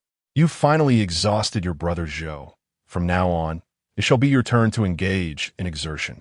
Su Luoli's cheeks flushed with a rosy hue. Her eyes, sparkling with charm, replied, "If I take the lead, I cannot provide you with the inner strength to make you feel euphoric. To be honest, did you transmit your inner strength to me? I feel invigorated, as if I could fell a bull with a single punch." "You caught me," he confessed. "I must take you to meet grandfather before Xia Donghai does, so he may see that you, my granddaughter-in-law, surpass Xia Man 1,000-fold. Once you earn his approval, no force can tear us apart. Let us rest for a moment, then we shall set forth." Chapter 55. Remove your dirty hands. 3 hours later, Liu Yunzhou and Su Luoli disembarked from the aircraft. greeted by a Rolls-Royce Phantom that whisked them away to the most opulent villa district in the capital, Yunzhou Manor. The estate was adorned with a vibrant array of blossoms. A red carpet laid out before them, while butler Wang Ku, accompanied by over 100 impeccably dressed bodyguards, knelt in unison, hands clasped in salute, welcoming the young master and mistress home. Su Luoli was taken aback by the spectacle, her heart racing with trepidation. She mused to herself about the man's ostentatious display for merely returning home. Unsure of how to respond, she allowed Lu Yunzhou to lead her down the red carpet and through the grand entrance of the villa. Inside, the sight was mesmerizing, pavilions and corridors filled with the sweet melodies of birds and the fragrance of flowers. The interior was a haven of luxury, resplendent chandeliers and extravagant furnishings exuding an air of noble elegance. Su Luoli sighed inwardly, acknowledging the stark contrast between the Su family and the Lu family. Even if the Lu family members would treat her as her mother once treated Lu Yunzhou, she would reluctantly accept it. The couple hastily freshened up before retreating to the bedroom to rest. Just then, Lu Yunzhou's phone rang. Su Luoli glanced at the caller ID, her heart tightening upon seeing the name Wen Xiao. Unbidden, anxiety washed over her. The previous Lu Yunzhou had been a carefree youth, unnoticed by others. But times had changed. Even before reclaiming his status as a scion of high society, he had already attracted attention, with the matter of Xiao Man unresolved. Here came Wen Xiao to complicate things further. Yet, she resolved to be magnanimous, suppressing her unease as she handed the phone to Lu Yunzhou. Indeed, Wen Xiao's sultry voice echoed through the receiver. "Mr. Lu, I find myself in a bit of a predicament. My fiancé in the capital has unexpectedly dropped by, insisting on marriage. Could you pose as my boyfriend and intervene?" "What is it?" Lu Yunzhou responded, intrigued. "If you're willing, I can call off my engagement and marry you instead." "One, I am married. You should seek assistance from someone else," Lu Yunzhou asserted, tightening his embrace around Su Luoli, his tone resolute and dismissive. Unexpectedly, Wen Xiao's laughter rang out, even more beguiling than before. "Mr. Lu, I know you're still hung up on that materialistic girl, Su Luoli, which is why you haven't confessed your feelings. Now that the Fan family is involved, help me annul this marriage and let us officially establish our relationship." Su Luoli, who had just resolved to be magnanimous, found herself unable to remain calm at such words. She discreetly pinched the soft flesh at Lu Yunzhou's waist, expressing her discontent. "Ah!" Lu Yunzhou inhaled sharply. Wen Xiao's demeanor shifted, her voice tinged with disappointment. "You have a woman by your side? Mr. Lu, how hypocritical. You gaze upon me, yet feign virtue in my presence, while secretly seeking solace in another's arms. Instead of casually pursuing other women, why not settle for me? It matters not if you do not marry me. The Fan family is merely a puppet of Lu Yunpeng, and their intention in marrying me is to aid him in swallowing the one family whole. My grandfather, after enduring this struggle for so long, has finally been forced to compromise." Lu Yunzhou was taken aback, nearly forgetting this crucial detail. Lu Yunpeng was eager to consume the Wen family and dominate the business landscape of Cloud City, and he would soon return to pressure his grandfather for the authorization to inherit the Lu family. If he succeeded, it would spell trouble. "Wait, we are merely business partners. My personal affairs are not your concern. I will send someone to resolve the Wen family issue," he replied. He hung up the phone, seized Su Luoli's delicate hand, and pressed a kiss upon it, chuckling. "Are you plotting to murder your devoted husband, my dear liar?" Su Luoli's complexion turned pale, her entire body trembling. She had always believed that Lu Yunzhou was steadfastly devoted to her, but when she overheard Wen Xiao revealing that she had seen everything, her mind exploded in a cacophony of disbelief. Unable to suppress her spiraling thoughts, images of Wen Xiao's enchanting and seductive demeanor flooded her mind, and she could hardly fathom what they had conspired against her. "Lu Yunzhou, how can you reconcile with me after what you have shared with her? You truly are remarkable. Are you attempting to indulge in both worlds, relishing the pleasures of both? You feign sincerity while asking me to meet grandfather? Is it that you find Xiao Man beneath you and wish for me to serve as your shield? Had she not been so promiscuous, you would have likely welcomed both her and Wen Xiao into your harem." Su Luoli, already beset by insecurities, now felt even more despondent and helpless. Perhaps it was commonplace for affluent young masters to be surrounded by numerous charming women, but she simply could not bear it. Liar, it is not as you imagine. I assure you, there is nothing between us. How can you claim there is no relationship after having seen everything? What constitutes a relationship, then? If we delay our reconciliation, I fear you may grow closer to her still. When Xiao was right, you merely pretend to be sincere, yet deep down, you possess the very nature of all men. Ha ha! Seeing her pouty demeanor, Yunzhou could not help but chuckle. Liar, it brings me joy to see you jealous. By the way, your jealous expression is quite endearing. You are aware of my medical expertise, correct? Do not change the subject. What does your medical knowledge have to do with this? Lu Yunpeng intended to annex the Wen family and had drugged Wen Xiao, compelling her to return home in desperation. Her sister had called me to assist in detoxifying her. It is said that one can only purge the effects of such drugs by engaging with a man. It seems their connection exceeds mere voyeurism. Su Luoli's face turned ashen, retreating as if he bore some vile taint. Lu Yunzhou reached out to embrace her, but she resisted, unwilling to draw near him again. What are you thinking? At that moment, she was in distress and had torn her clothes. I merely averted my gaze and hastily covered her with a sheet, performing acupuncture through the fabric. Her sister was present, witnessing it all. He playfully tapped her forehead and pulled her back into his embrace, calling Shirel. Fan Tong has gone to the Wen family to pressure them into marriage. You ought to assist in resolving this. After hanging up, Lu Yunzhou switched off his phone, playfully biting her cherry lips as a form of punishment. Is this the extent of your trust in your brother Zhou? It seems I must re-establish my authority. He feigned anger, leaning in closer. Su Luoli was startled, realizing she had indeed overstepped. Quickly wrapping her arms around his neck, she planted a kiss on him, offering a sheepish smile. I believe you. I truly do. You just imparted your inner strength to me today.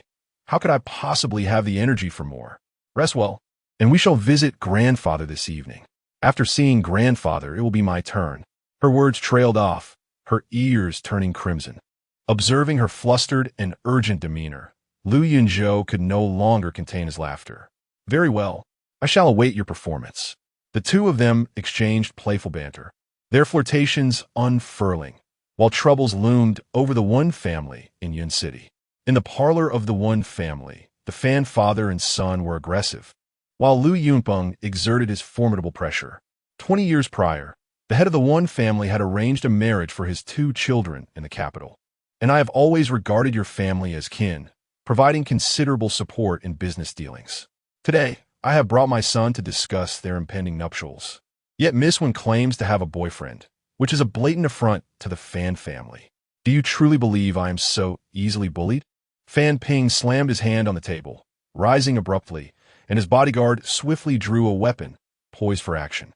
Lu Yunpeng secretly reveled in the situation, as this was precisely the outcome he desired. The Wen family of Yun City, it appears, is composed of untrustworthy and treacherous individuals. How dare you defy the dignity of the Fan family? Have you truly assessed the consequences? Today, either you solidify the marriage or compensate Fan Tong with 50 of the Wen family shares for the emotional and reputational damages incurred. Lu Yunpeng fixed an ominous gaze upon the elder one, rising to place his foot atop a chair. The Wen family's bodyguards quickly brandished their weapons, forming a protective barrier around the elder one, braced for confrontation. Beads of sweat trickled down the elder's forehead, uncertain of how to navigate this escalating conflict. A violent clash was imminent, and the ensuing commercial warfare would be relentless, should the Lu family be provoked. The Wen family could be obliterated with a mere snap of the fingers. Yet, the atmosphere was tense, both sides poised for an explosive encounter. When Xiao emerged from within, casting a cold glance at Lu Yunpeng, her hand instinctively reaching into her pocket to grasp her pistol firmly. The moment the Fan family arrived, she had resolutely declined, confidently reaching out to contact Lu Yunzhou. With his skills, dealing with these ruffians would be a trivial matter. However, to her astonishment, he had refused to come. This was a disaster. As soon as she appeared, Fan Tong's gaze was fixated upon her. The fleeting panic in her eyes did not escape Fan Tong's notice, and he felt a surge of satisfaction.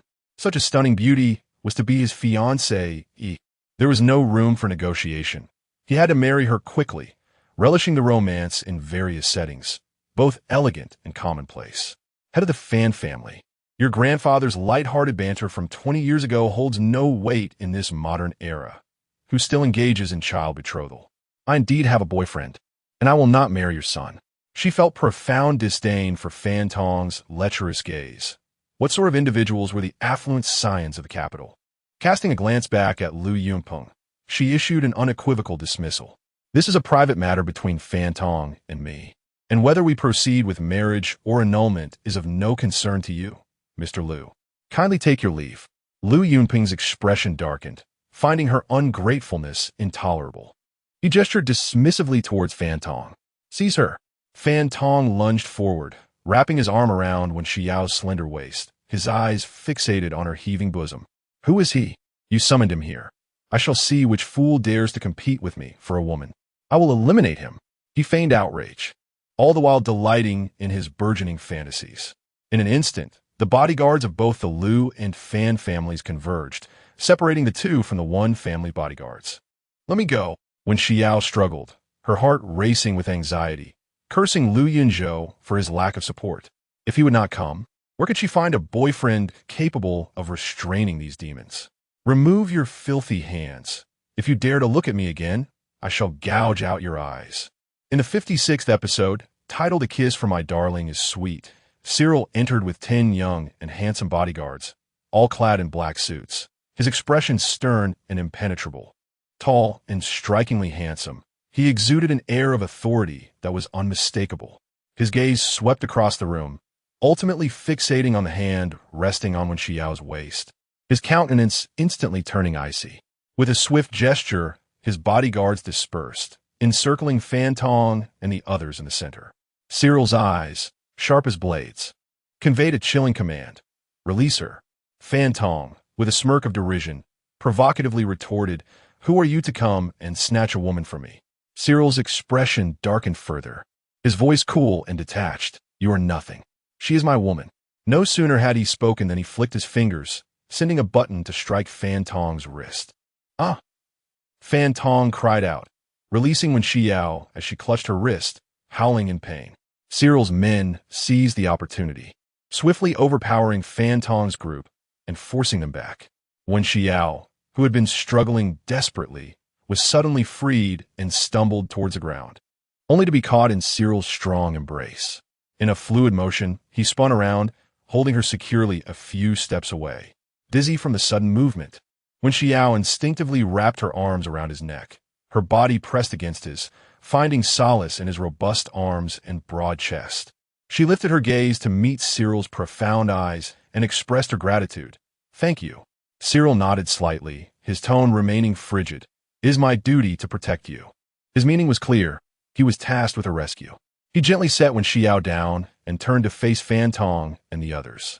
His gaze sharp and unyielding. Yao Yao is my woman. Should you dare to harbor any ill intentions towards her, I will not hesitate to sever your hands.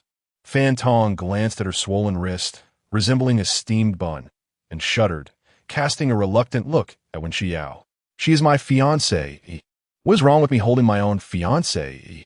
What business do you have, an outsider? Cyril paused, realizing that despite his authoritative declaration, the truth was more complex. If Wen Xiao were to resist, he would be in the most vulnerable position. Sensing his discomfort, Wen Xiao quickly interjected, My grandfather just said that was a joke. Marriage can be dissolved, and engagements can be called off. I will not marry you based on a jest from over 20 years ago, especially since I have someone I truly care for. Fan Tong fixated on her captivating face, silently admonishing himself, I must not lose. Before coming here, he had conducted research and knew that the eldest daughter of the Wen family was notoriously proud and had no boyfriend. You must have hired a pretty boy to distract me, he thought. Observing his relentless demeanor, Wen Xiao raised her hand, wrapped it around Cyril's neck, and stood on her tiptoes to kiss him on the lips. Cyril, skilled in martial arts and possessing remarkable intelligence, found himself momentarily taken aback by the unexpected intimacy. He was enveloped by a captivating fragrance as two soft lips pressed against his own, sweet and alluring, compelling him to instinctively wrap his arms around her delicate waist. Sister. In the shadows, when Yao could no longer contain herself and cried out, prompting Su Luocheng to swiftly pull her closer and cover her mouth with his hand. Tears streamed down Yao's face as she struggled fiercely. She understood the pride of her sister, who had been forced to kiss a stranger in public. Su Luocheng had long admired Zyril, viewing him as both an elder brother and a mentor. When he finally witnessed Yao leaning towards him, he was delighted, contemplating how if Zyril truly captured this enchanting creature, it would spare her from pursuing her brother-in-law, thus eliminating a rival for his sister's affection. Yet, how could he allow this little girl to ruin everything? Yao, unable to break free, bit Su Luocheng fiercely, who stifled his pain and swiftly lifted her, escaping through the back door. All eyes in the hall were fixated on Zyril and Yao, oblivious to their commotion. Fan Tong's eyes were ablaze with anger, his face flushed with rage. How dare this wretched woman brazenly betray him in such a manner? He would rather endure physical harm than allow a woman to humiliate him. As the esteemed heir of the Fan family, he was accustomed to seizing others' women, never having been subject to such disdain. His wrist had only felt a twinge of pain. He had not even noticed his bodyguard being vanquished in a single stroke. You shameless harlot, daring to flirt with another man in my presence? You desire men, do you? Very well, I shall grant your wish. He glared at his bodyguards, barking orders for them to act. What are you waiting for? Take this wretched woman back. Once I'm done with her, you can have your turn. Let us see if she dares to misbehave again. The bodyguards trembled at the sight of Zyril. Fan Tong's fury escalated, his gaze blazing like fire. What are you staring at? He is merely a pretty boy, unworthy of competing with me for women. Even if he begged for forgiveness, I would not relent. I will have him torn apart and fed to the dogs. Zyril regarded Fan Tong with calm composure, tightening his embrace around Yao provocatively. He deliberately kissed her deeply, savoring the moment, then languidly licked his lips. My darling's kiss is simply exquisite. He then cast a scornful glance at Fan Tong. Still barking, are we? It seems the lesson I imparted earlier was insufficient. Maddie, deal with him until he submits. In an instant, Maddie appeared before Fan Tong, delivering 2 resounding slaps that sent him reeling, stars dancing before his eyes. Dazed, he stumbled and collapsed to the ground, motionless, blood trickling from the corner of his mouth, his eyes wide open in a lifeless stare. Yao clung anxiously to Zyril's neck, her body pressed against his, her heart racing wildly, each beat resonating with a strange thrill as she felt the warmth of his thin clothing against her soft form. A peculiar sensation coursed through her, causing her ears to flush slightly. Turning her gaze to Yao, he noted her pale complexion and frantic eyes, her delicate helplessness evoking a sense of pity. Her tender, alluring lips moved softly, making him wonder if he had truly died. A life lost in my home would be disastrous. Cyril instinctively tightened her embrace, soothingly murmuring, Do not fear. He has merely fainted and will be fine. We shall manage. Upon hearing Cyril's words, Yao felt a modicum of reassurance. She lifted her gaze to Cyril's handsome visage, her eyes brimming with gratitude. Fan Ping rushed over, collapsing to the ground, cradling his son and shaking him, his trembling hands gently patting the boy's face, his eyes filled with fear. Son, how are you? Fan Tong, swayed by his father's motions, exhibited no signs of awakening. Fan Ping, in a fit of hysteria, shouted, Call an ambulance, quickly. If anything happens to my son, I will ensure the Wen family pays dearly. The bodyguards of the Fan family were instantly thrown into a panic. Their failure to protect the young master was a grave dereliction of duty. While the master might not be able to wreak havoc upon the Wen family, the threat of their own demise was a very real concern. 2 rushed to assist in supporting Fan Tong, one anxiously dialing for emergency help, and the other, more dramatically, yanked Fan Tong onto the ground, kneeling on one leg, pinching his nose and leaning in to administer mouth-to-mouth resuscitation. A few others helped Fan Ping into a chair, patting his shoulders and giving him gentle encouragement. Maddie could no longer bear to watch. He kicked Fan Tong in the side, causing him to roll over, narrowly avoiding the bodyguard's intense kiss. You're not even trying. Wake up. If you don't, I'll kick you again, turning your feigned death into a real one. He threatened, again raising his foot to deliver another kick. The wind from his motion palpable. Fan Tong rolled away just in time, scrambling to his feet, limping awkwardly as he approached Fan Ping, flailing his arms in desperation. No, no, please stop. I concede. I apologize. I will never dare to pursue Miss One again. Maddie cast a scornful glance his way. The one you ought to apologize to is not me. If our esteemed Mrs. She does not forgive you, I shall continue. Fan Tong trembled uncontrollably, his legs quaking, a large stain forming in his trousers as a yellowish liquid streamed down his legs, filling his shoes and spilling onto the ground. However, he paid no heed to his predicament. His legs gave way, and with a thud, he collapsed, only to clamber up once more, using both hands and feet to swiftly crawl to Wen Xiao, repeatedly banging his forehead against the ground. Miss Wen, esteemed Mrs. Shi, I am a wretch, unworthy of being called human. I shall never covet your beauty again. I implore you, in your magnanimity, to let me off lightly. Chapter 57. The rascally suitor Fan Ping observed his son's cowardly demeanor and realized that today's plans could not proceed any further. He hastily interjected to mediate the situation, suggesting that since Miss Wen already had a beloved, they ought to annul the marriage. From that moment onward, both parties would marry at their discretion without interference. Old Master Wen glanced at Fan Tong, then at Shirel, secretly admiring his granddaughter's discerning taste.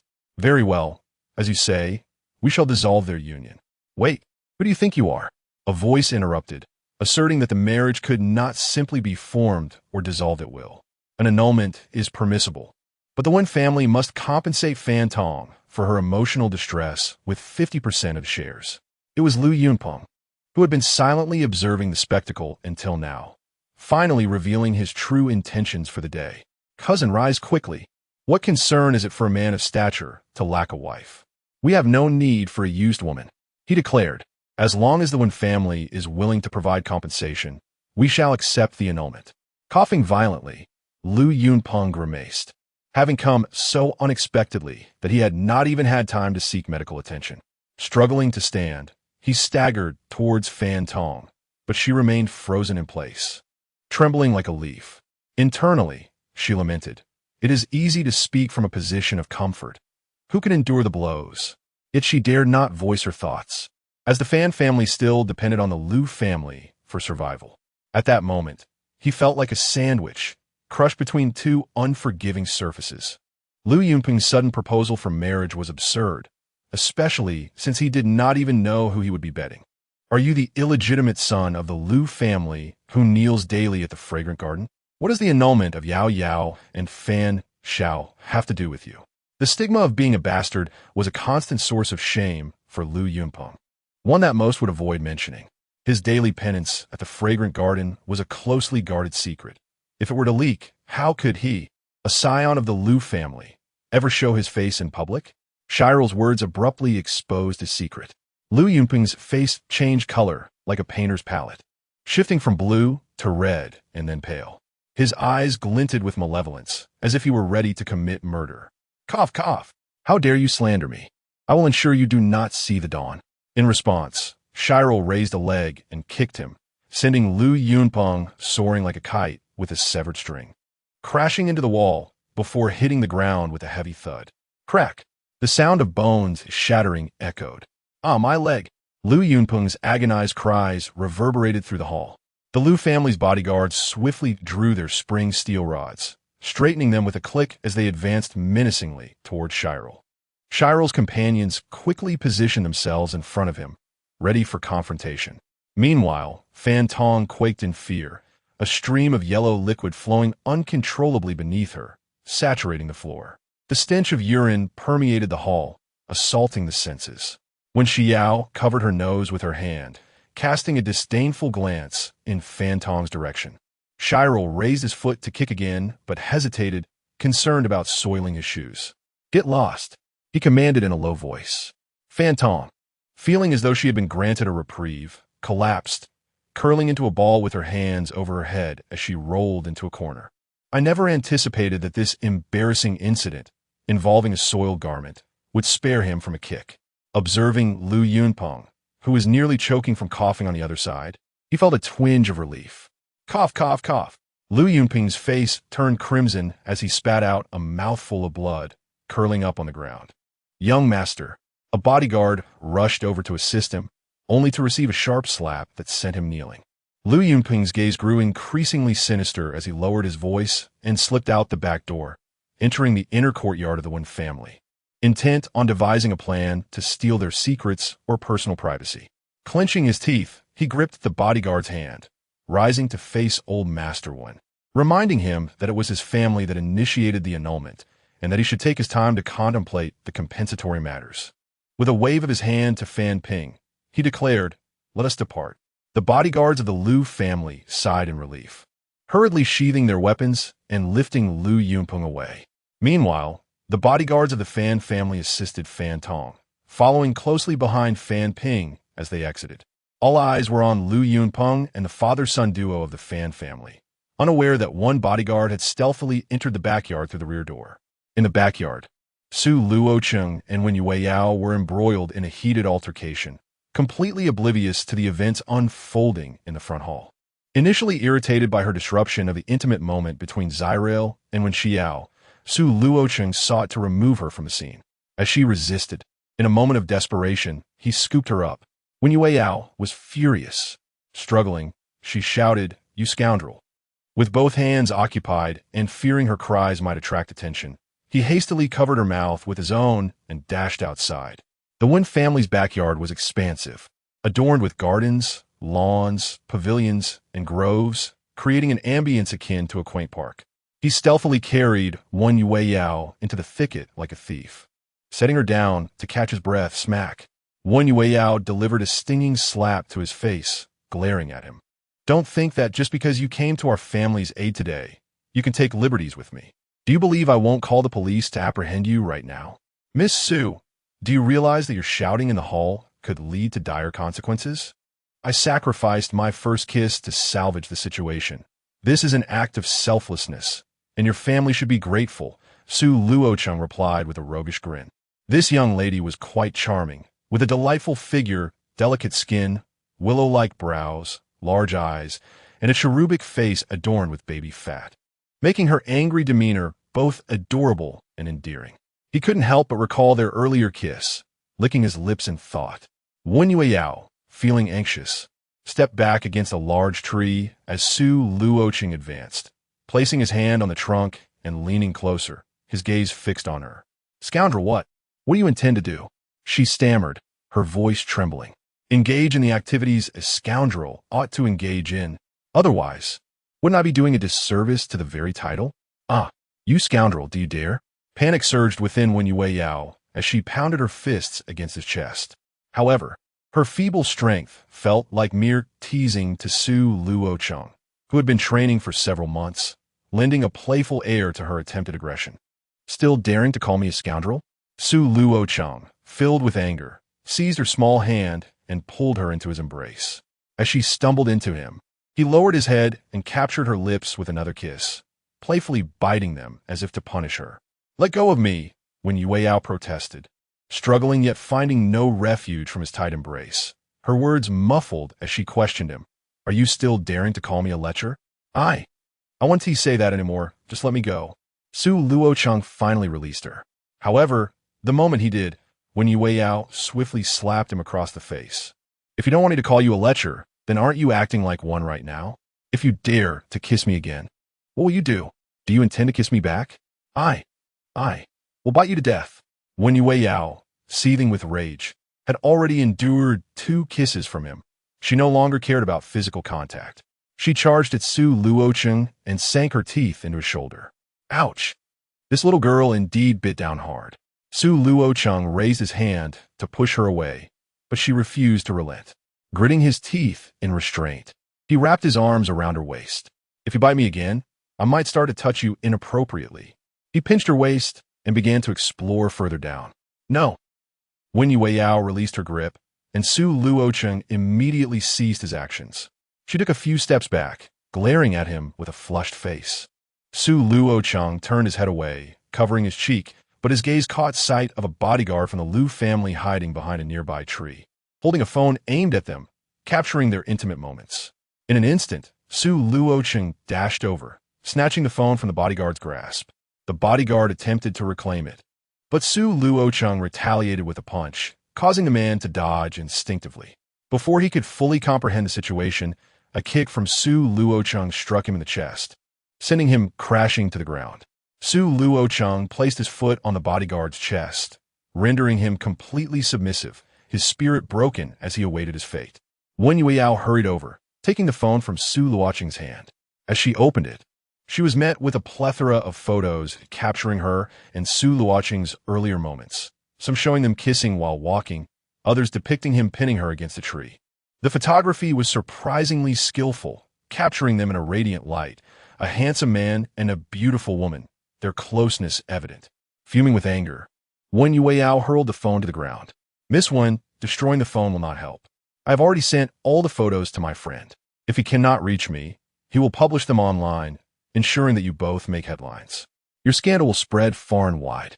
If Miss Su does not wish to achieve overnight fame, then kindly release me. Chapter 58. The second young lady captures a thief fuming. Wen Yueyao lifted her foot as if to kick him, but Su Luocheng raised his hand to stop her, cautioning that this fellow was rather tough, and he would not want her to injure her foot. Allow me to handle him, he declared, lifting the bodyguard off the ground and striding deeper into the woods. Hey, what are you taking him into the woods for? She inquired. To dispose of some trash, he replied, quickening his pace, while Wen Yueyao had to jog to keep up. Wait for me. Upon entering the depths of the woods, Su Luocheng tossed the bodyguard onto the ground, stepping on his chest with forceful pressure, causing blood to trickle from the corner of the bodyguard's mouth.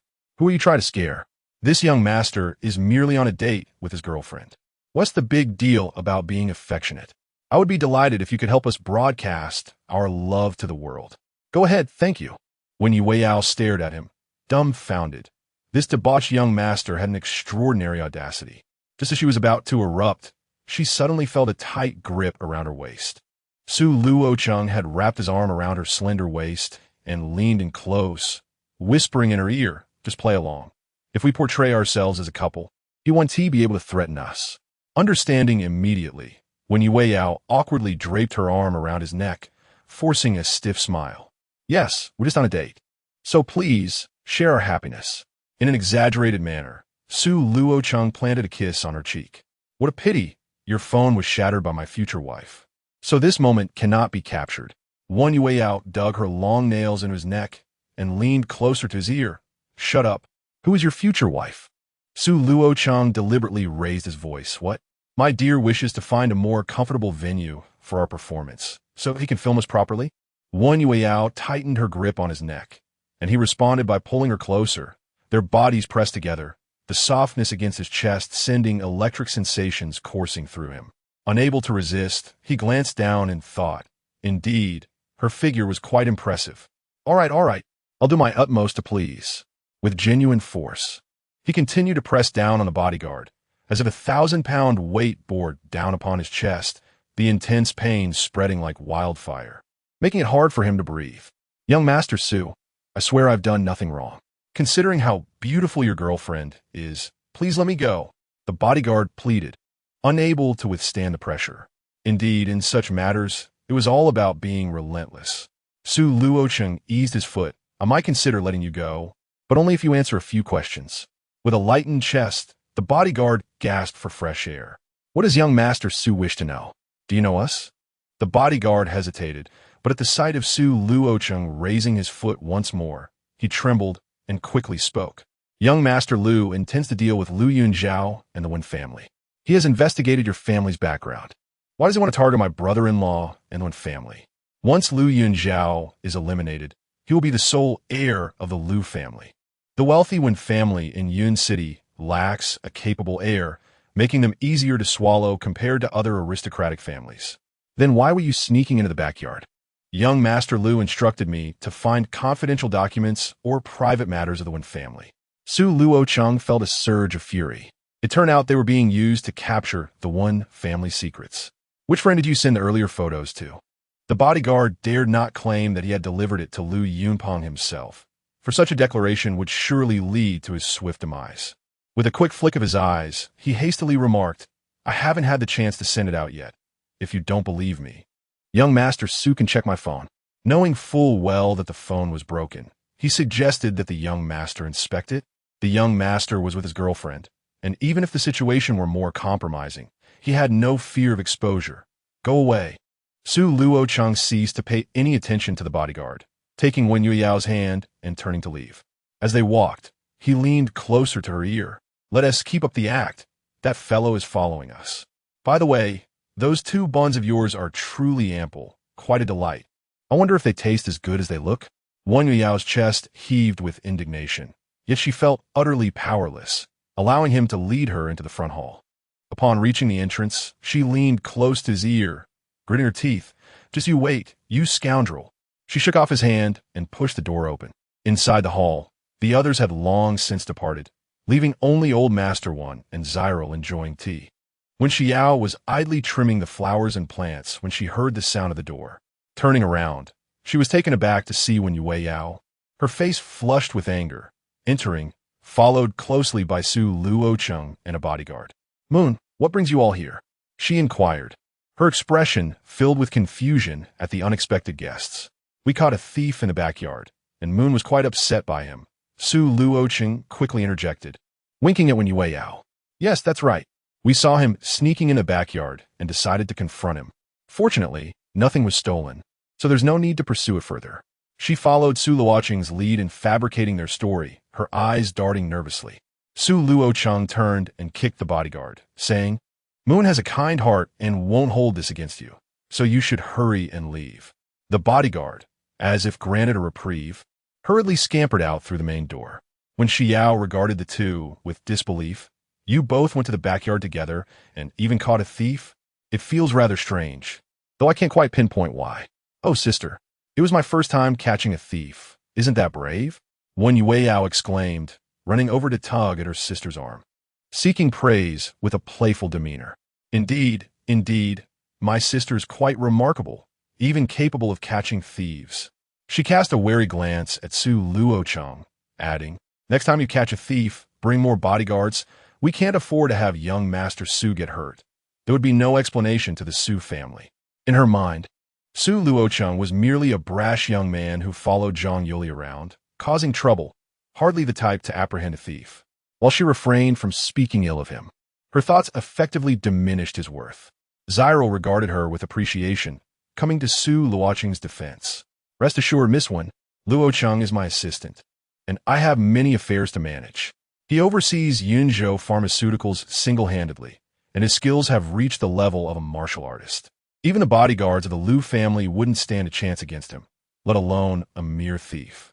When Xiao scrutinized Su Luocheng anew, he appeared impeccably dressed, tall and statuesque, with a strikingly handsome face that bore a newfound air of composure. Due to her previous unfavorable impression of him, she silently mused 4 words: all appearance, no substance. However, out of respect for Zyril, she smiled charmingly and remarked, after parting for 3 days, "One must surely see one another in a new light. It has been a while since we last met, and naturally, Su should have emerged from his mother's nurturing, transformed into a young talent."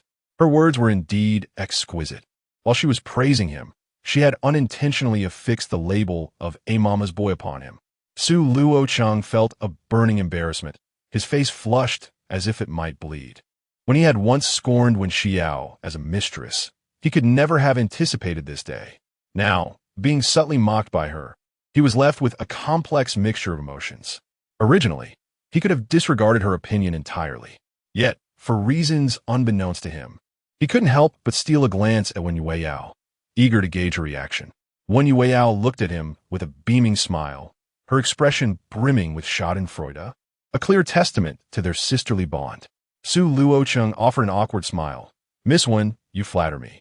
Recently, I have learned much from General Shi, and I will strive not to disappoint my brother-in-law's expectations. Next time Fan Tong bothers you, I promise to single-handedly make him regret it." Wen Xiao was momentarily taken aback, cursing this mischievous boy for his sharp tongue. Not only did he draw a clear line between himself and Lu Yunzhou, but he also invoked Fan Tong to discomfort her. Shirel, unaware of their grievances, chuckled. Well done. You are quite the responsible one. Next time, don't hesitate to take action. Old Master Wen watched Shirel and Su Luocheng with a jovial expression, believing they were a perfect match for his granddaughters. If they were to become son-in-laws, he needn't worry about the preservation of the one family's legacy. Just as he was about to inquire about their family backgrounds, Shirel stood and clasped her fists in greeting. Grandfather Wen, the hour grows late. We must take our leave. Should the one family require assistance in the future, do not hesitate to call upon me. When Xiao pressed further, but what of Mr. Lu? Why has he not come? She still recalled her phone call, during which Lu Yunzhou was accompanied by a woman. Could it be that he was too preoccupied with her to assist her? The whereabouts of the boss are not convenient to disclose. He truly is very busy and has entrusted many matters to Luocheng and me to manage. When Xiao felt a sudden heaviness in her heart, Lu Yunzhao's kindness towards Su Luocheng indicated he still harbored feelings for Su Luoli. During her phone call, he had indeed been with Su Luoli. Coming to this realization, a subtle sense of disappointment washed over her. As Shirel took her leave, she settled into the driver's seat and began to drive. Luocheng, please report today's events to the boss. Su Luocheng acknowledged and promptly called Lu Yunzhou, but to his dismay, there was no answer. He tried several times, yet the result remained the same. With a sigh, he thought, brother-in-law is still angry with me. Consequently, he composed a message to send via WeChat. At that moment, Lu Yunzhou had already entered Old Master Lu's bedroom with Su Luoli. To avoid disturbing the conversation with his grandfather, his phone had long been set to silent. The long-awaited sight of his eldest grandson after 3 years was overwhelming for Old Master Lu, who was moved to tears, grasping his hand tightly. Yunzhou, you have finally returned.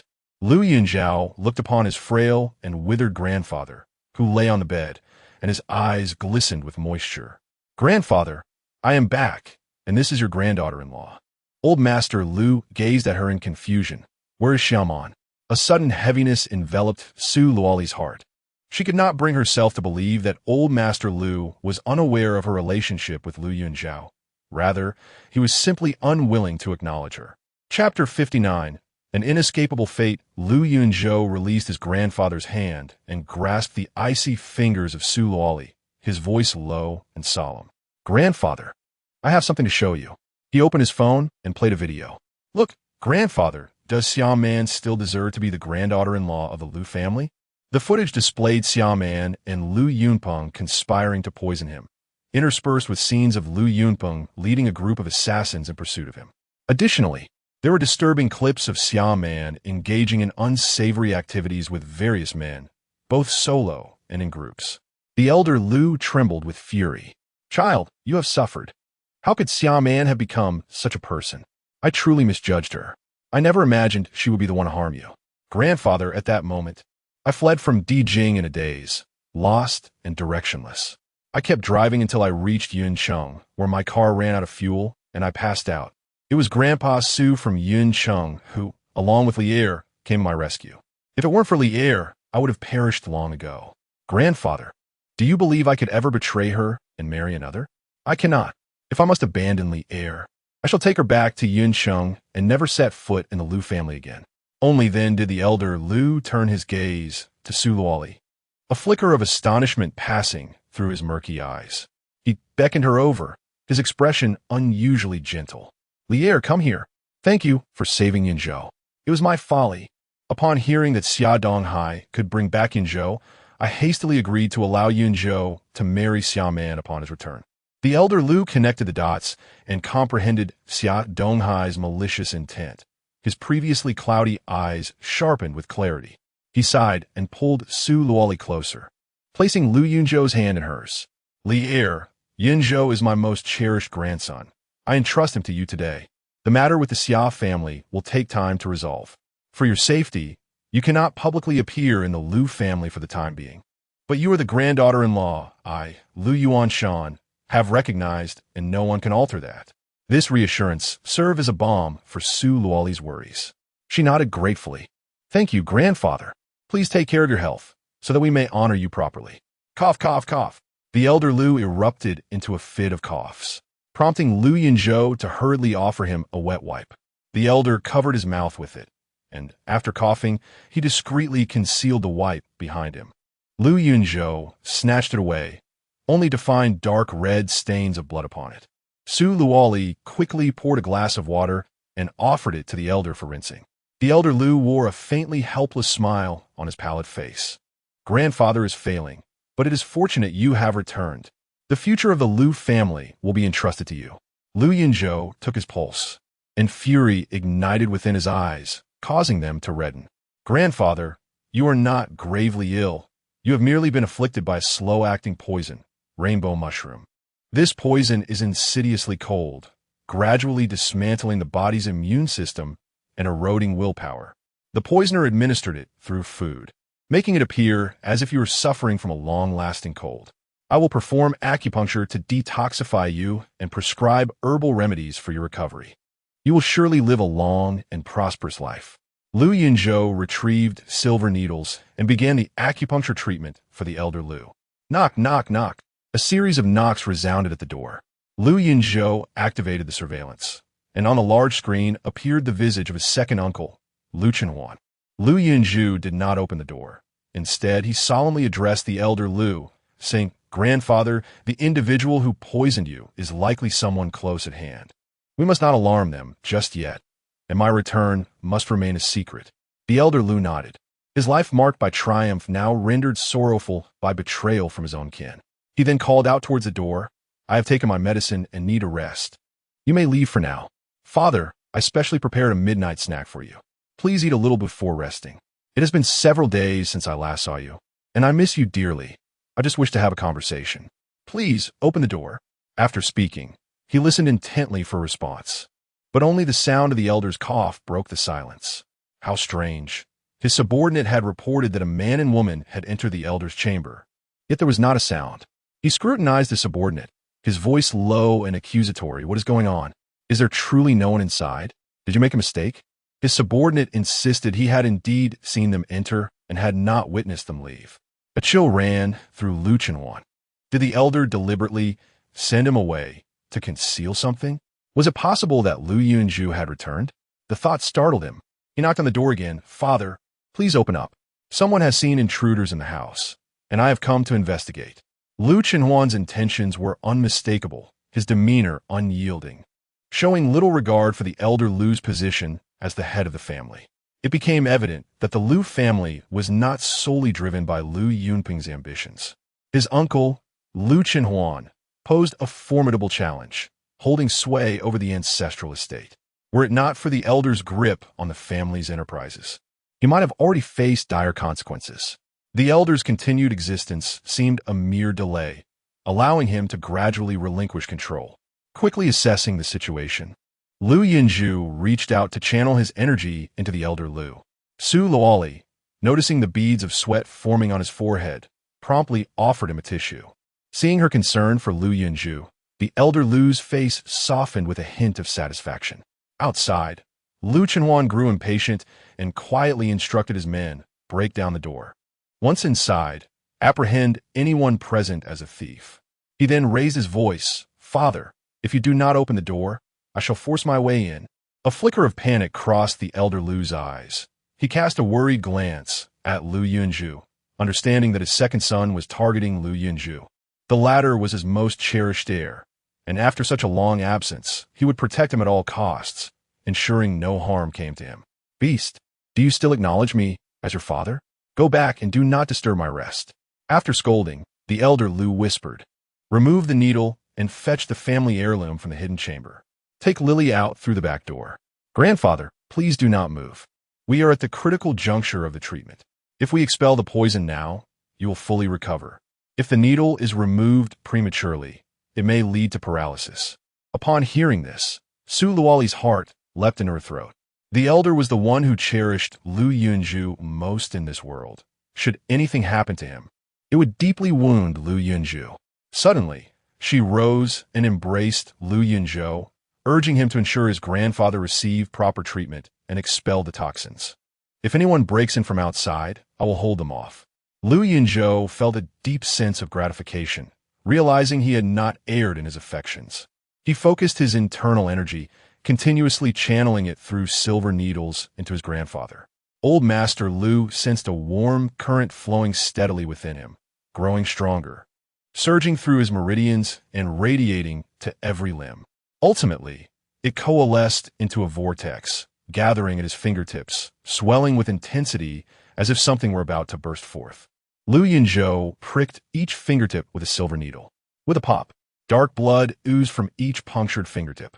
Old Master Lu felt a wave of relief wash over him, as the meridians and vital energy within him began to flow freely, and his previously rigid muscles softened with newfound strength. "Father, what is wrong? Have you been taken hostage?"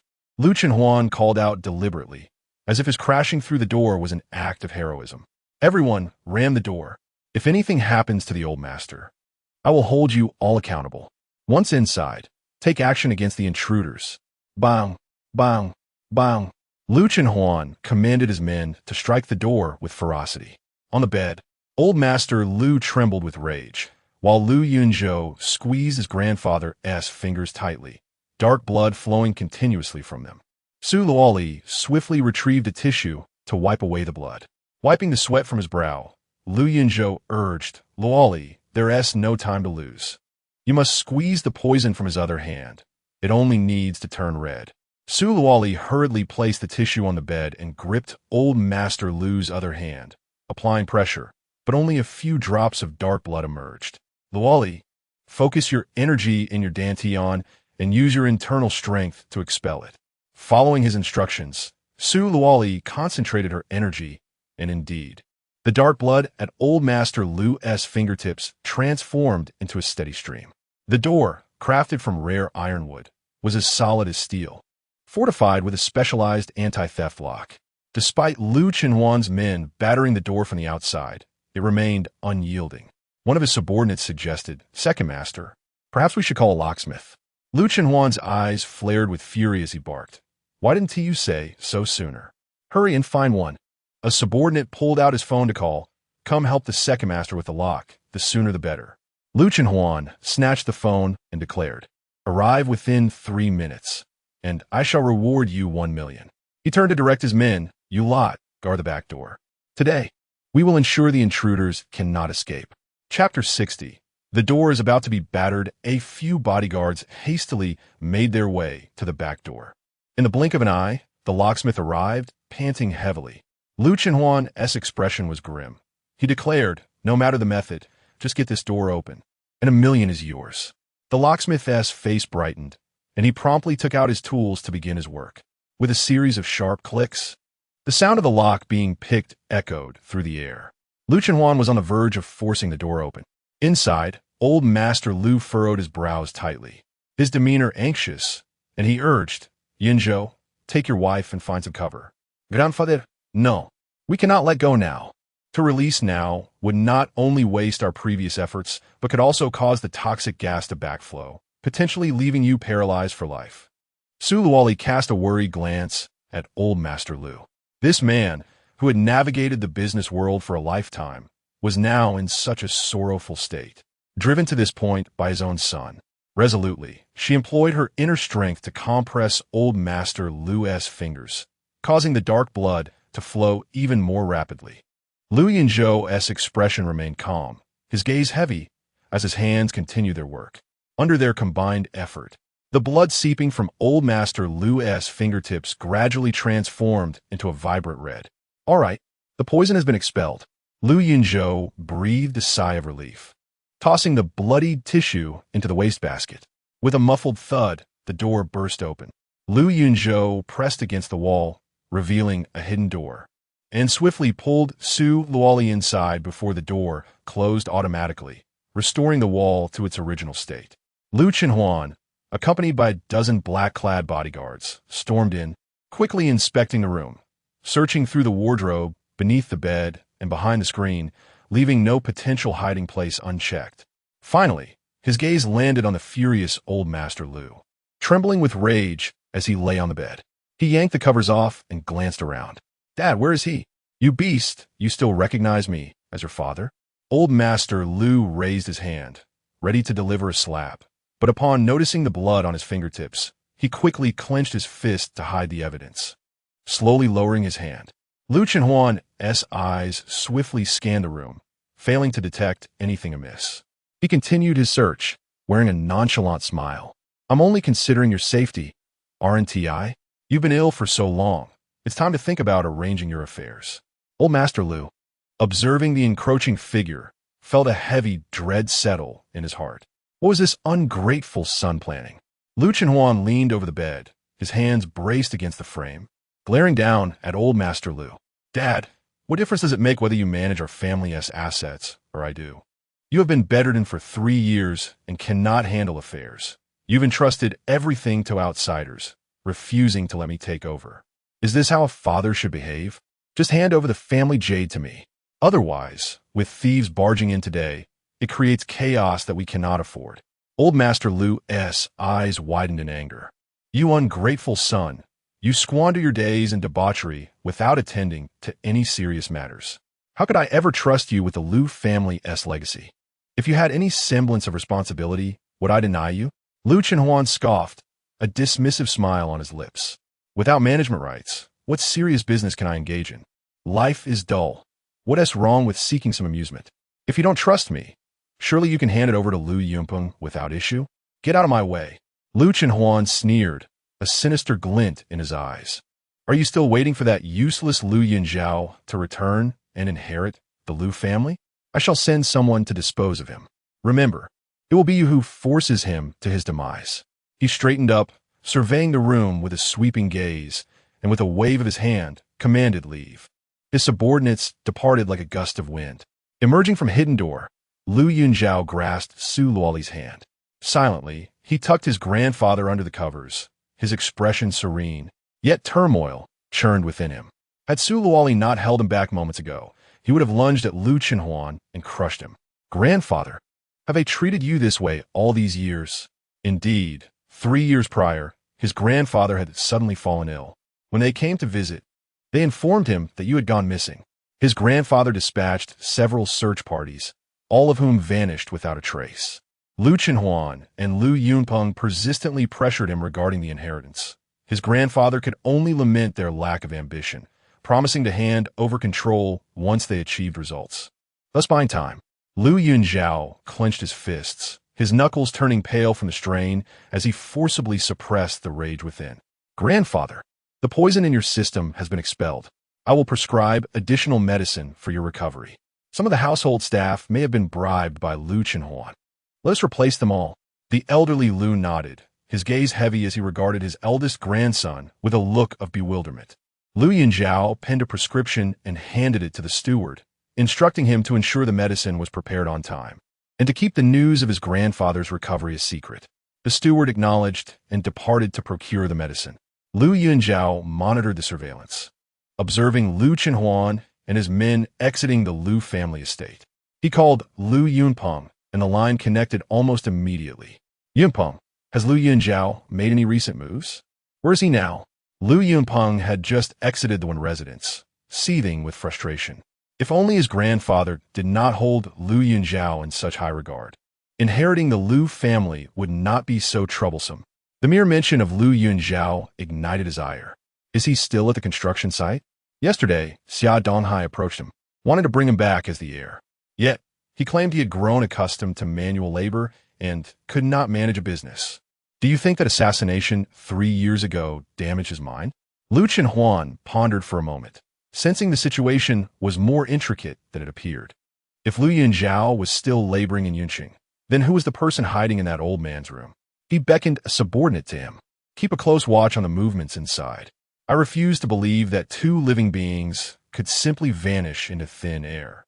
As soon as they emerge, apprehend them immediately. I am curious to know who has captured the old man's favor." Following this, he instructed his men to discreetly conceal themselves nearby, surveilling the Lu family estate while he feigned departure in his vehicle. He then had the driver take a detour, positioning them not far from the Lu family estate to await further developments. Lu Yunzhou approached the broken lock, inspecting the room's arrangement once more. "Grandfather, there are traitors among the household staff. For safety's sake, let us replace them all. The elderly Lu nodded gravely, acknowledging the truth in his words. You may handle the arrangements. Lu Yunzhou made a call to install a state-of-the-art security system in the Lu family estate and to deploy 100 bodyguards for daily security measures. In a brief moment, the steward returned with the medicine. Lu Yunzhou solemnly addressed him.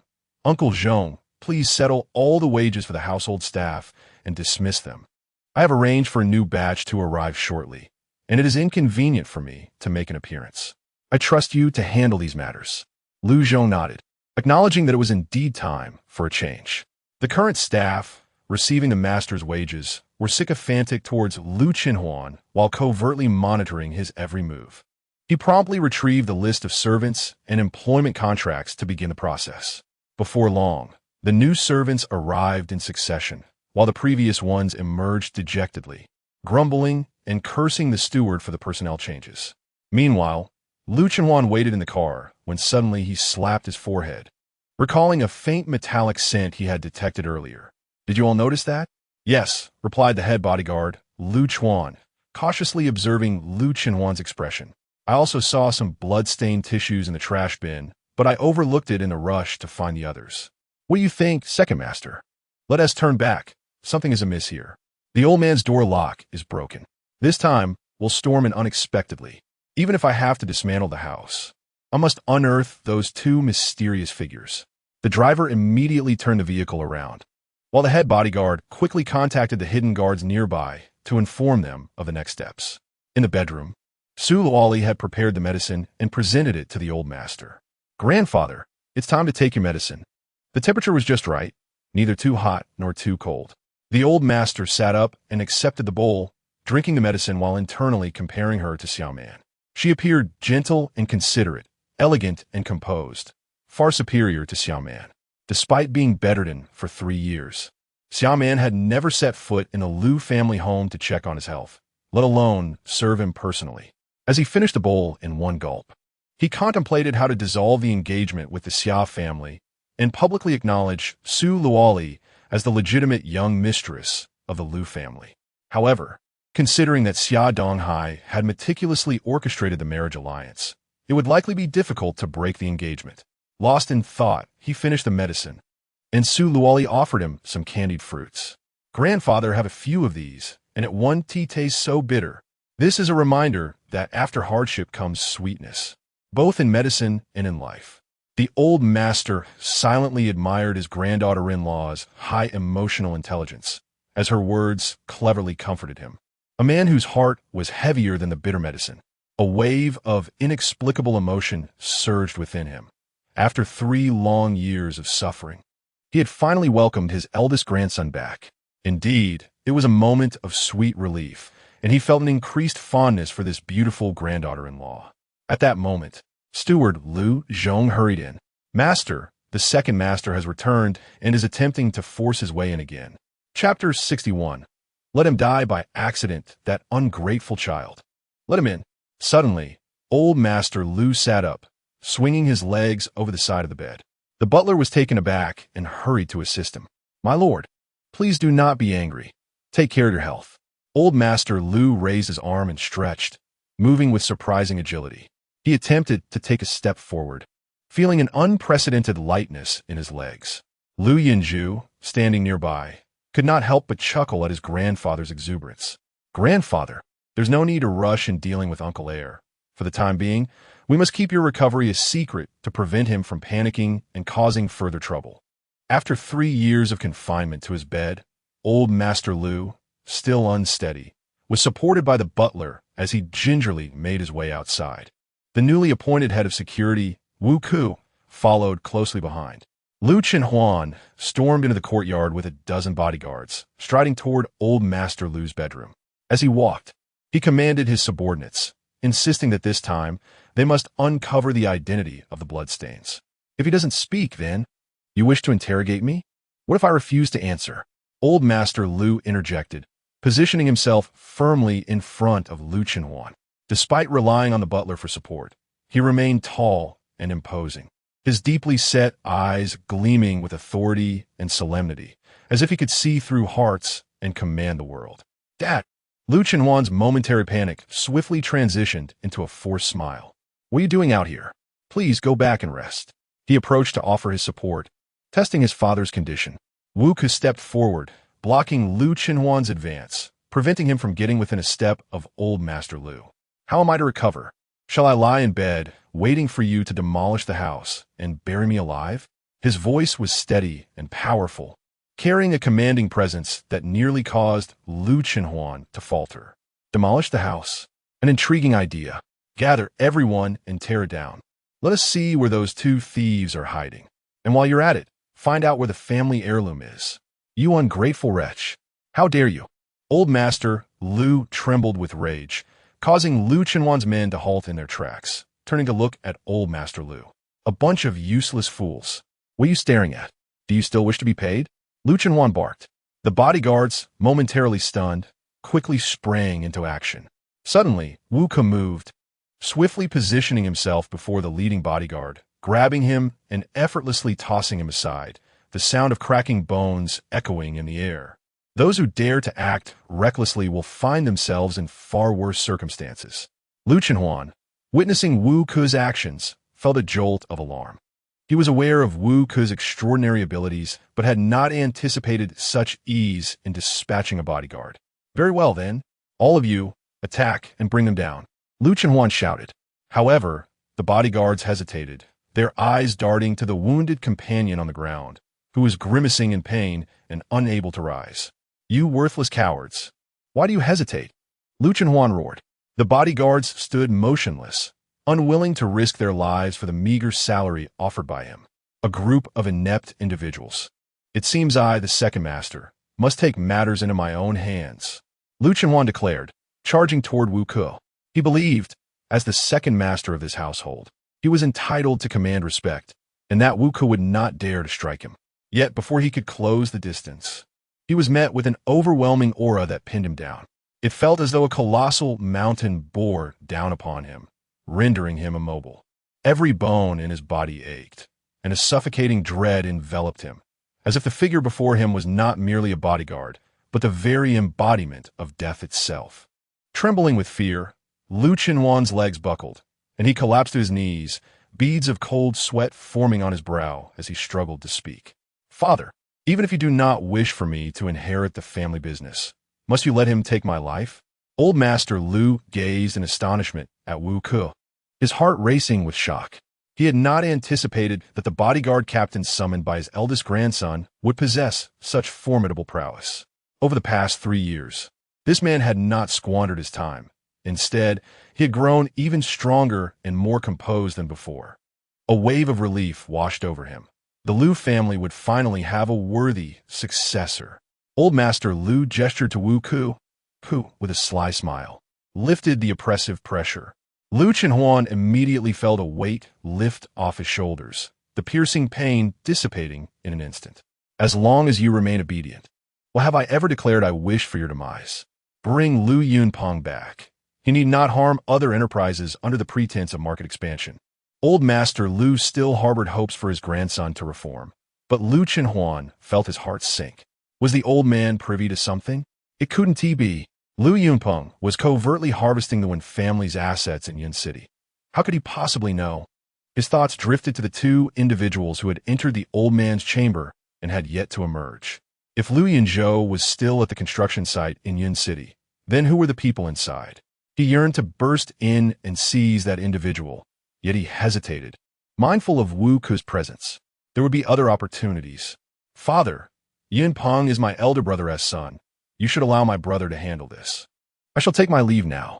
With a dismissive wave, Lu Chenhuan exited, accompanied by the bodyguards in a state of disarray. Though he outwardly feigned compliance, inwardly, he seethed with resentment. How could he treat his own flesh and blood in such a manner? What infuriated him further was the old man's hope for Lu Yunzhou to return and inherit the family legacy. That was a hope he would have to extinguish. Upon stepping out of the Lu family estate, he immediately dialed Lu Yunpeng. Yunpeng, the old man has replaced all the servants and heightened the defenses. Send someone to eliminate that useless fool. Once Lu Yunzhou is completely dead, the old man will lose all hope and be disheartened. At that point, I will have your mother and grandmother speak favorably of you. The heir to the Liu family must be you. Liu Yunpeng had just emerged from the one family estate and was in the hospital receiving in 4 drip, finding even speech taxing. Rest assured, second uncle, I will promptly attend to these matters. After hanging up, he took a moment to catch his breath before instructing Lei Chun, who was at his side, send someone to the construction site to dispose of Liu Yunzhou without leaving a trace. Make it look like an accident. Lei Chun nodded and swiftly departed to make the necessary arrangements. At this moment, Liu Yunzhou, the target of a meticulously plotted assassination, was still in the ancestral residence of the Liu family, attending to his grandfather. He had conducted a thorough examination and administered acupuncture once more. Grandfather, I hurried back upon learning of your illness. Now that you have recovered, I shall return with Liu. Any matters can be entrusted to Wu Ku. And once we conclude our affairs in Yun City, we will return to the capital to be with you. Although the elder Liu was reluctant to see them depart, he understood that Liu Yunzhou must have pressing matters to attend to. He refrained from insisting they stay and instead advised, you may head back now. Do take care. Once the affairs in Yun City are nearly resolved, return. And remember to bring the jade your mother left for you. A wave of curiosity washed over Su Luoli as she impulsively inquired, Grandfather, is that jade of great significance? The elder replied, it is the token of the head of the Liu family. Regrettably, my 2 sons have not lived up to expectations. I sought to arrange a marriage for my eldest son with the talented heiress of the Yun family, who is Yunzhou's mother, and entrusted the family jade to her in hopes that she would elevate the Liu family. Alas, she passed away at a young age. Upon hearing this, Su Luoli felt a profound heaviness in her heart, her gaze shifting to Liu Yunzhou, filled with remorse. She finally grasped why he held that jade in such high regard. He had, from the very beginning of their union, entrusted her with the entirety of the Liu family. It was her foolishness that had led her to instigate a divorce with him over her mother. Liu Yunzhou, aware of her current emotions, gently took her cold hand in his. Grandfather, we are in a hurry to return. If we linger any longer, we shall miss our flight. Next time, I will bring Liu back, and you can regale her with the entrepreneurial tales of our Liu family. She would be captivated. The 2 bid farewell to the elder Liu and hastened towards the entrance. Unexpectedly, as they stepped outside, several luxury vehicles approached and blocked their path. The doors swung open, and Liu Chenhuan along with his bodyguards emerged, advancing toward them step by deliberate step. Chapter 62, He is dead. Now it is my turn to take care of you. You wretched cur, let us see where you can hide. I am determined to uncover the true nature of the one who has earned such unwavering trust from that decrepit old man.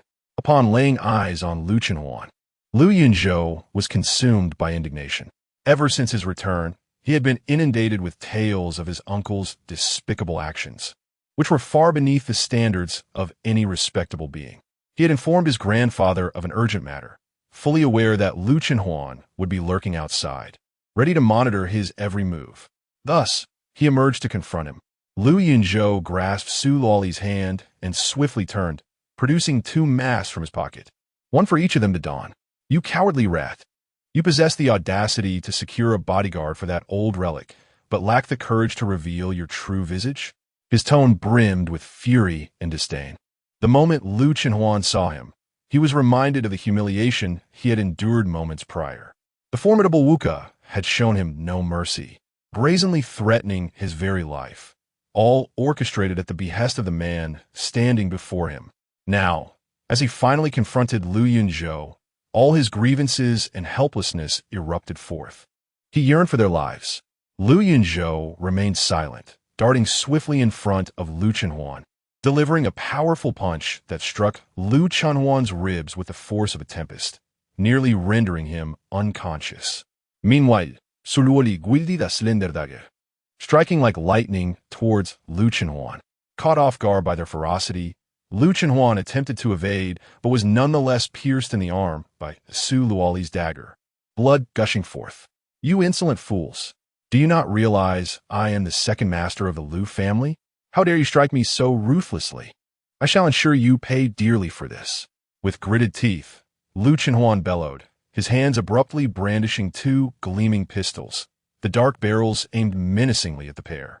Lu Yunzhou and Su Luoli instinctively took a few steps back, sensing the chilling aura of death emanating from Lu Chenhuan. He was indeed intent on taking their lives. Have you stirred the Lu family into chaos and think you can escape so easily? Lu Chenhuan declared coldly. Who are you truly? What is your purpose in the Lu household? In his eyes, the two before him were as good as dead. He merely kept them alive to extract information for his next move. Suddenly, a bolt of lightning illuminated the sky, casting an even more sinister shadow upon Lu Chenhuan's twisted face. The torrential rain poured down, drenching everyone, their garments clinging to their bodies. Amidst the downpour, Su Luoli observed Lu Chenhuan raising his weapon. Tension surged through her as she stepped forward, positioning herself protectively behind Lu Yunzhou. Lu Yunzhou was taken aback. This foolish woman dared to shield him from gunfire. He quickly grasped her, flicking his fingers to release two silver needles that struck the muzzle of Lu Chenhuan's gun with unerring precision. Choosing silence, are we? Then I shall compel you to speak, Lu Chenhuan said, raising his weapon towards Lu Yunzhou. In a swift motion, Su Luoli turned, embracing Lu Yunzhou, her frail back facing the gun's barrel. Run, she urged urgently. The anticipated pain did not arrive, and she looked up in astonishment at the man before her, her expression a mix of delight and suspicion. His gun was a mere prop. Did her man not possess the strength to protect himself? He tenderly lifted his hand to brush aside her hair, embracing her gently. Observing their flirtatious banter and their obliviousness to the world around them, Lu Chenhuan's anger flared. He discarded his firearm and, with a decisive wave of his hand, commanded, "Get rid of them." The bodyguards surged forward. Yet, Lu Yunzhou and Su Luoli remained utterly composed, exuding an air of calm. A cold glint flickered in Lu Yunzhou's eyes as he swiftly dodged, delivering a powerful punch to one bodyguard's face, sending him crashing into the muddy ground. Su Luoli demonstrated remarkable agility, deftly evading the bodyguard's assaults and brandishing her dagger, targeting their vital points. In an instant, bodyguards fell to the ground, blood splattering amidst the chaos, only to be washed away by the rain. Witnessing this scene, Lu Chenhuan seethed with fury, gritting his teeth as he shouted, "You will pay for this. Just wait." Suddenly, he unleashed a formidable aura, his figure lunging forward like a fierce tiger towards Lu Yunzhou and Su Luoli. They remained unfazed, bracing themselves for his onslaught. Lu Yunzhou's heart sank as he realized his uncle had reached a masterful level of skill, having concealed his true power all along to lower their guard. Such depth of cunning was remarkable. He engaged in combat with keen interest, keen to discern his uncle's martial prowess, before delivering a blow that sent him flying, swiftly pulling Su Luoli away to escape. Lu Chenhuan watched them vanish into the shadows of the rain-soaked night, his teeth clenched in rage. "Let's go to the airport and intercept them," he ordered, hastily gathering a few uninjured bodyguards and driving towards the airport. Along the way, he glanced at the feeble bodyguards and made a call to summon reinforcements. He mobilized all available personnel to intercept those two masked individuals at the airport. As Lu Yunzhou exited the old residence and descended into the underground garage, he entered a car with false plates and set off. Where are we headed? Are we rushing back to Yun City tonight? Yes, he replied. That old fox Lu Chenhuan is likely heading to the airport to block our path. We'll take a private plane. Su Luoli nodded, overwhelmed by the events of recent times. She struggled to keep pace with the unfolding drama. This was indeed his life. Suddenly, Lu Yunzhou's phone rang. He gestured for Su Luoli to answer on speaker. "Boss, Lu Yunpeng has sent someone to assassinate you at the construction site. He's bribed 2 laborers to orchestrate an accident." Lu Yunzhou's gaze turned icy, as frigid as snow. "Let us arrange an accident that fulfills his wish. The laborer guys must go. Should I drive? You need to rest. This relentless pace will wear you down." Su Luoli looked at him with concern, eager to share some of his burdens. "Lear, are you worried about me? Don't you know how resilient a man can be, even after an entire day of fatigue? I remain vigorous and can still engage with you in 100 bouts." The man had become increasingly persuasive, effortlessly steering the conversation toward that topic at any given moment. Su Luoli felt her heart flutter, a blush creeping onto her cheeks. They soon arrived at an open area on the outskirts, where a private jet awaited them. The pair disembarked and swiftly boarded the aircraft. To her surprise, the interior of the jet was simple yet cozy, reminiscent of her own bedroom. One glance, and it felt as though she had returned home.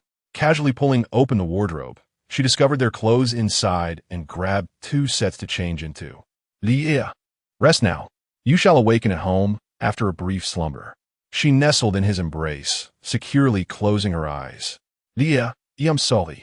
I never anticipated that after 3 years of being a coward, I would still drag you into this turmoil. In her drowsy state, she heard him whisper tenderly in her ear. Indeed, when she awoke, daylight flooded in. Heir, it's time to rise for breakfast. Yunzhou greeted her with a smile. She blinked in confusion. Why had the cabin transformed into such a spacious and bright setting? Rushing out of bed, she hurried to draw back the curtains, revealing a familiar garden outside. How did I wake up at home? When did we return? We arrived home around 4 in the morning. Seeing you sleep so soundly, I didn't want to disturb you, so I simply carried you in. During breakfast, she glanced at the news, where a beautiful anchor was reporting a story. This is breaking news. A major fire incident occurred last night at the West City project site, resulting in the tragic death of a migrant worker. Leaving no trace behind, Su Luo turned to the man beside her, her expression grave, her confusion evident. The report was accurate. Indeed, the West City project had suffered a fire, yet there were no casualties among the workers. This information was deliberately leaked to make Lu Yunpeng believe I was dead. We shall have a few days of peace. Su Luo nodded, proceeding to eat and prepare for her day at work. Upon her arrival at the company, the employees regarded her with peculiar glances, some envious, others mocking, and many simply intrigued. What was happening? Had they all turned against her after just 1 day away from the office? She surveyed the room, and everyone quickly returned to their tasks. Luli, you finally arrived. When someone dies, they cannot return. I offer my condolences. Lu Yunzhou, that good-for-nothing is gone, but you still have me. From now on, I will take care of you. Suddenly, a voice she found particularly repugnant echoed through the air. Lu Yunpeng, clad in a pristine, tailored white suit, approached her with a bouquet of flowers in hand. Chapter 63. The villain's trap. It seemed that Lu Yunpeng had been waiting at the company for quite some time, and the unusual behavior of the employees stemmed from his flamboyant demeanor. Su Luoli furrowed her brow, as memories of the unpleasant incident when Lu Yunpeng had kidnapped her resurfaced. Her delicate face turned cold, her voice icy, and the disdain in her eyes was unmistakable. Mr. Lu, we are not acquainted. Please address me as General Manager Su. I have no belief in hearsay, nor do I require anyone's assistance. Security, please escort him out. With that, Su Luoli cast a glance at the employees and strode inside without looking back. Lu Yunpeng, unfazed, followed her in, but was intercepted by 2 security guards. Mr. Lu, please leave. Lei Chun, standing beside Lu Yunpeng, could no longer maintain his composure and retorted, "You lowly creatures, do you realize who he is? How dare you try to expel him?" The 2 security guards exchanged glances and simultaneously inquired, "Who is he?" With a smug expression, Lei Chun raised his chin. "He is the young master of the Lu family in the imperial capital. Offending the Lu family means your company can prepare for closure." The Lu family in the imperial capital was indeed a revered entity, not to be trifled with, yet the president's orders were not to be ignored. What should they do? As the 2 guards hesitated, Lei Chun charged forward, delivering 2 resounding slaps that sent the guards stumbling back to the ground. Impudent! Lu Yunpeng cast a disdainful glance and stepped inside. "Wally, wait for me." Cough, cough, cough. In his haste, Lu Yunpeng was seized by a violent fit of coughing, doubling over as his face turned an alarming shade of purple. "Did I not instruct the security to escort you out? Why'd you come back?" Su Luoli's displeasure was evident as she pondered how to rid herself of him. Suddenly, a throng of reporters burst in, thrusting microphones in front of Su Luoli and bombarding her with questions. "Miss Su, is it true that your ex-husband, Lu Yunzhou, perished in a fire last night? Did you divorce him because of his humble status? Miss Su, what are your thoughts on Mr. Lu's death? It is said that he loved you dearly and continued to support you after your divorce." Though Su Luoli was already aware of the fire incident and Lu Yunzhou's arrangements, Hearing the reporters incessantly speak of his demise stirred an unsettling feeling within her. Miss Su, you appear unfazed by the news. Have you truly moved on from Lu Yunzhou? It is rumored that your affections lie with Lu Yunpeng. Lu Yunpeng, standing nearby, wore a satisfied smile, nodding in agreement.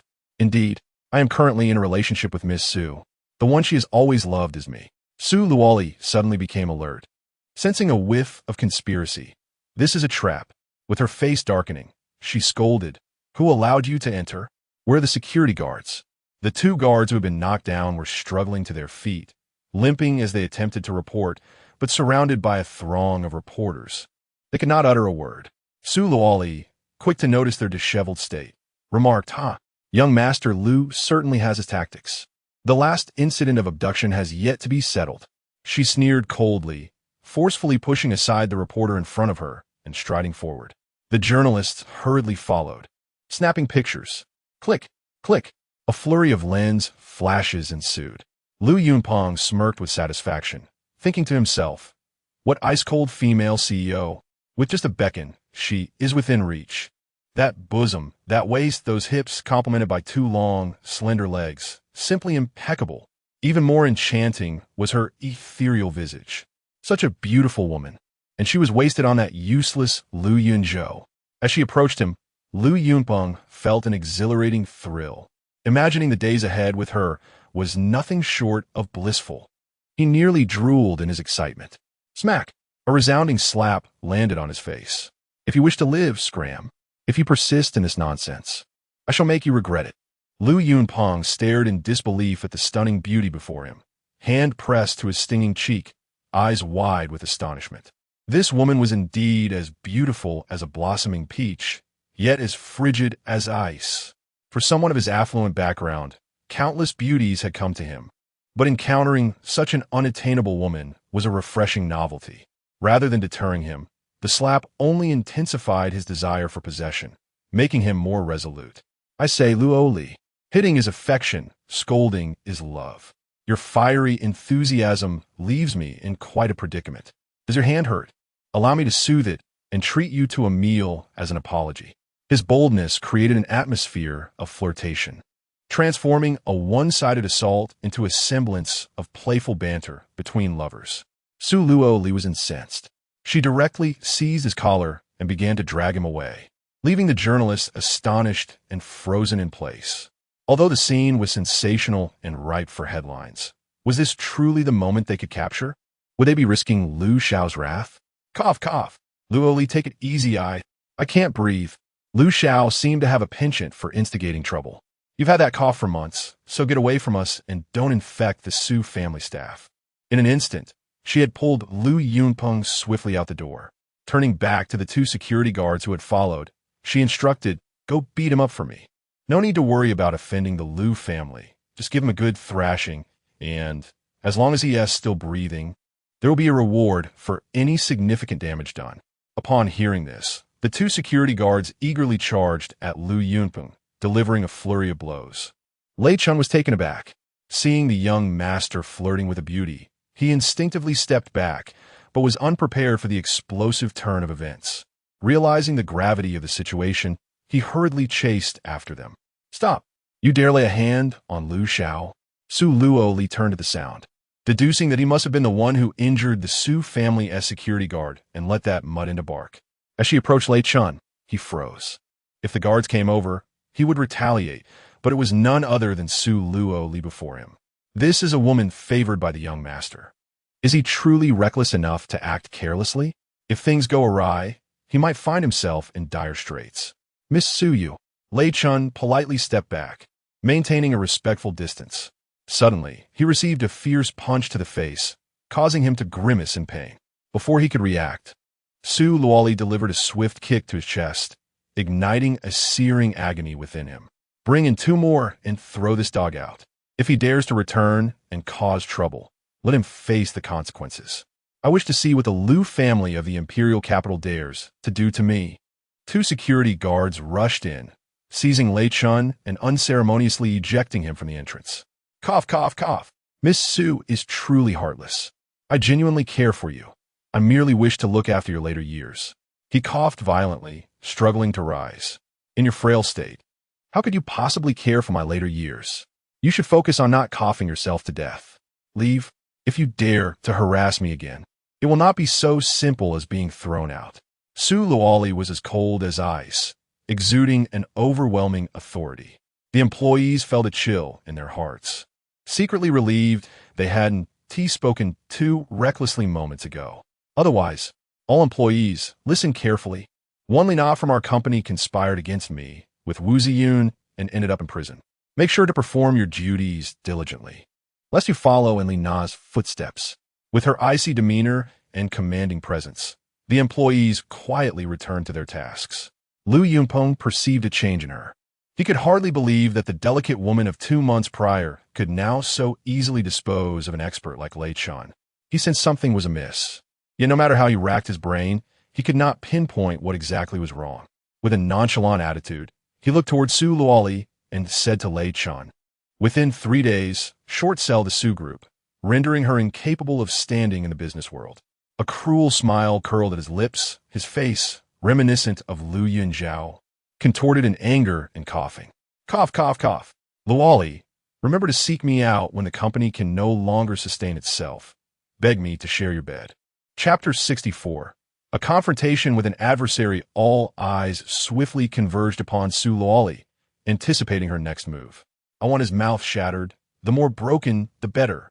With this fierce declaration, Su Luoli strode forward in her high heels. The good mood, once fostered by Grandpa Lu's approval, was obliterated as memories of all the grievances suffered by Lu Yunzhou surged in her mind, igniting a seething hatred that nearly shattered her silver teeth. She retrieved her phone and dialed Lu Yunzhou. The call connected swiftly, and his deep, melodious voice resonated through the line. "Lia, are you already missing me so soon after our parting?" The teasing tone softened her heart in an instant, and her voice turned tender and sweet. "It's Lu Yunpeng. He is waiting at the company entrance with flowers, claiming he will care for me for the rest of my life, while orchestrating a media frenzy to suggest we are together." "What? He dares?" Lu Yunzhao's concern was palpable. "Are you all right? I will send someone to deal with this immediately." "I'm fine. I just got so angry that I hit him. He threatened to undermine the Su Corporation, shorting our stocks within 3 days, insisting I beg him to sleep with me." The last words emerged like a whisper, laden with grievance and defiance, igniting Lu Yunzhou as fury. He endeavored to temper his tone, reminding himself that Lier had become quite the martial arts adept. She could handle herself. He could overlook Lu Yunpeng's ambition to monopolize the Lu family's enterprises and his 3-year hiatus from revenge, but Su Luoli was his bottom line, the woman he vowed to protect with his very life. Upon concluding the call, Lu Yunzhou promptly contacted Song Jian, with Zyril now the president of Yunzhou Pharmaceuticals. The security of Yunzhou was entirely under Song Jian's purview. Upon recognizing the call from his superior, Song Jian answered immediately, selecting several elite fighters to report to the security department of the Su Corporation. Understanding the significance of Su Luoli in his boss's heart, Song Jian wasted no time, dispatching 10 master-level fighters to the Su Corporation. By the time they arrived, Lu Yunpeng had already endured a thorough beating, his face bruised and swollen, coughing incessantly as he reported to the security department. Lei Chun supported the limping Lu Yunpeng into a vehicle, offering him a special cough remedy, which he swallowed immediately to alleviate his symptoms. "I shall once again seek the revered physician at the Bianxiang Garden. I believe that sincerity will eventually move him to grant me medicine." 20 minutes later, the security at Bianxiang Garden contacted Lu Yunzhou. "Boss, Lu Yunpeng has returned to kneel at our gate, and we cannot shoo him away. He is inquiring if the esteemed physician is selling the special remedy, stating he is willing to pay any price." Lu Yunzhao's eyes darkened, his heart a tumult of emotions. When did his once lively and adorable younger brother transform into such a ruthless figure? He pondered whether it was the corruption of wealth and desire that tainted his soul, or the pernicious influence of a morally flawed stepmother that had led him astray. Very well. The 100 Her pill will be auctioned at the Yunzhou Chamber of Commerce in 3 days, to the highest bidder, the security informed Lu Yunpeng, who was overwhelmed with joy.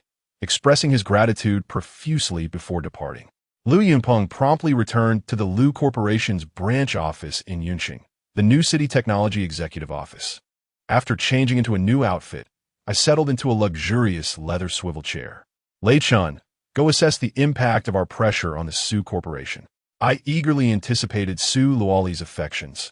Even the icy beauty would exhibit a different charm in bed. Lei Chun wore a troubled expression, his demeanor weary. Young master, Xinjiang Technology is currently overwhelmed and cannot possibly exert pressure on the Su Group. Lu Yunpeng was taken aback. The Lu family of Dijing, a titan in the business world, commanded respect from all merchants. Ever since he took over Xinjiang Technology, everything had been progressing smoothly. How could they be overwhelmed? What was happening? Half an hour ago, hackers infiltrated the company's system, encrypting all valuable data, rendering it inaccessible. The company could not operate normally, and all employees were temporarily suspended. The technical department was in disarray. They were hardly in a position to attack the Su Group. Lu Yunpeng felt as though he had been doused with icy water, a chill penetrating his core. He had intended to swallow the Wen family whole, expanding his business across Yin City, hoping that his grandfather would witness his remarkable achievements and smoothly hand over the Lu family legacy. The inability to conquer the formidable Wen family was already a source of anxiety, and now Xinjiang Technology faced its own crisis. This company was his greatest support. Bring me the finest technical talents to unlock the system. Additionally, send someone to investigate. I want to uncover the puppet master behind this and ensure they meet a gruesome end. Coughing, Lu Yunpeng angrily tossed the water cup from the table, reigniting a cough that had just been subdued by medication. Lei Chun silently offered him the special medicine and bent down to clean up the shattered pieces of the cup. What news from Su Luoli? He inquired. Ensure someone remains vigilant. I am determined to have the woman belonging to Lu Yunzhou. Lai Chun Sai Dinwardli, perplexed by his young master's peculiar preferences. Despite the many distinguished ladies in Dijing, he was fixated on Lu Yunzhou's women. Previously, it was Xiaomon, and now, with Lu Yunzhou no longer associated with her, he had turned his attention to Su Luoli, perhaps even more obsessively. As Lei Chun was about to respond, Lu Yunpeng interjected. You personally lead the surveillance. Report to me immediately at the slightest sign of activity from Su Luoli. With a resigned sigh, Lei Chun exited the office, accompanied by a few subordinates, heading straight to a nearby CAF adjacent to the Su Group. The group of men, devoid of any purpose, chose a table with a broad view, sipping coffee while keeping a steadfast watch on the Su Group across the street. They observed a luxury car come to a halt, and Wu Ziyun, impeccably dressed, with slicked-back hair and a bouquet in hand, entered the building. He had previously visited the Su Group, where Li Na and the doorman had recognized him and allowed him passage without delay, unaware of the recent events involving Yunzhou Pharmaceuticals. Wu Ziyun approached the door to Su Luoli's office and knocked. Assuming it was one of her secretaries or assistants, she casually replied, "Come in." As Wu Ziyun entered, he gracefully presented the flowers, exclaiming, "Luoli, it's been so long. You are as beautiful as ever." Upon seeing Wu Ziyun, the man she had once despised with a passion, her delicate features instantly clouded over with frost. "Wu Ziyun, how dare you show your face here?" Wu Ziyun smiled with an air of charming confidence, as if he could usher in the warmth of spring. "Luoli, is it not you I've been longing for? One day apart feels like 3 seasons, and after months without seeing you, it seems as though a century has passed. This morning, upon reading the news of your worthless husband's demise, I hasten to celebrate this moment with you. At last, no one can obstruct our union." Su Luoli had never encountered anyone who could utter shamelessness with such refreshing eloquence, nor express profound animosity with such ambiguous undertones. Fortunately, it was she who heard it. Had it been another, they might have believed there were unspeakable secrets between them. One can only imagine the torment that once plagued Lu Yunzhou's heart. "What do you wish to do?" She nearly ground her silver teeth to dust, forcibly suppressing the urge to strike him dead, and articulated 4 words with deliberate clarity. Typically, she concealed her emotions, yet now, gazing at Wu Ziyun, her heart quivered, her eyes glistening with unshed tears. Hatred burgeoned within her like a sprouting seed. conjuring countless visions of his demise. The specifics of his death required careful consideration. After all, how could she satiate her vendetta if he were to perish too swiftly? Wu Ziyun's eyes narrowed with a sly smile as he placed the flowers atop the table. Of course, I've come seeking your collaboration. I practically gifted your family a company, and now that your bone pain patches are flying off the shelves, surely you must share a portion of the profits with an old friend like me? Gifted? So all those billions she amassed simply fell from the sky, did they? After such a prolonged absence, it appears he had been biding his time for this very moment. Su Luoli found herself both amused and infuriated. Were these truly your final words? Would you care to elaborate further? Wu Ziyun was taken aback. Luoli, what do you mean? The literal meaning. I am about to dispose of the trash. Suddenly, Su Luoli rose, her figure flashing before Wu Ziyun. With a resounding slap, she struck him across the face. Chapter 65. A tarnished reputation. Su Luoli glared with wide, beautiful eyes, her slap aimed at the heartless destruction of her family. Wu Ziyun staggered back, landing heavily on the sofa, only to be met with another fierce strike as Su Luoli grasped his collar. The impact turned his face away, blood trickling from the corner of his mouth as he collapsed onto the floor. This slap is for deceiving my mother and my brother into signing the share transfer agreement for Wu's pharmaceutical. How audacious of you to brazenly deceive the Su family. Do you truly believe I, Su Luoli, am so easily trifled with? Wu Ziyun wiped the corner of his mouth, looking at Su Luoli with a mocking smile, showing no sign of fear. Luoli, the reason I acted as I did was because I have deep feelings for you. My return is to rekindle our past connection. Su Luoli's anger flared. She raised her high heel and pressed it firmly against his chest, applying pressure. Wu Ziyun felt a searing pain as if fire coursed through him, struggling to catch his breath, nearly succumbing to the pressure. With a slight parting of her lips, Su Luoli declared, between us, it is a matter of life and death, devoid of any destiny. The moment I paid that 800 million penalty, you have died in my heart countless times over. Wu Ziyun, undeterred, retorted with a grin. If I died, what will you do? With you standing over me like this, I might mistake your intentions. Truly, he was the most notorious scoundrel of Yun City, exhibiting shamelessness to an artful degree. Su Luoli's blood pressure surged with indignation. She turned and seized a chair, hurling it toward Wu Ziyun's head. Very well, I shall deal with you right now. Wu Ziyun gasped for fresh air, about to retort, when he saw a beautifully carved sandalwood chair descending toward him. He rolled away just in time. Crash! The chair shattered upon impact with the floor. Trembling with fear, Wu Ziyun clutched his chest, attempting to rise, only to find Su Luoli with reddened eyes and clenched teeth, raising the chair once more. Stop! Please stop! I'll say whatever you want. Panic surged within him as he pleaded, rolling away desperately. The chair struck the ground again, splintering the floor into fragments. Months of fear and humiliation transformed into unbridled rage, compelling her to disregard her own well-being as she wildly swung the chair. Wu Ziyun, rolling about on the ground to evade her, soon found himself breathless and exhausted. A sharp pain pierced his chest as he attempted to move. Just as Su Luoli prepared to swing the chair again, Wu Ziyun, unable to roll away any longer, gasped. Don't want to know why your mother acted that way? Su Luoli paused, and with his last ounce of strength, Wu Ziyun rolled once more, narrowly dodging the chair. I have photos of you in the nude.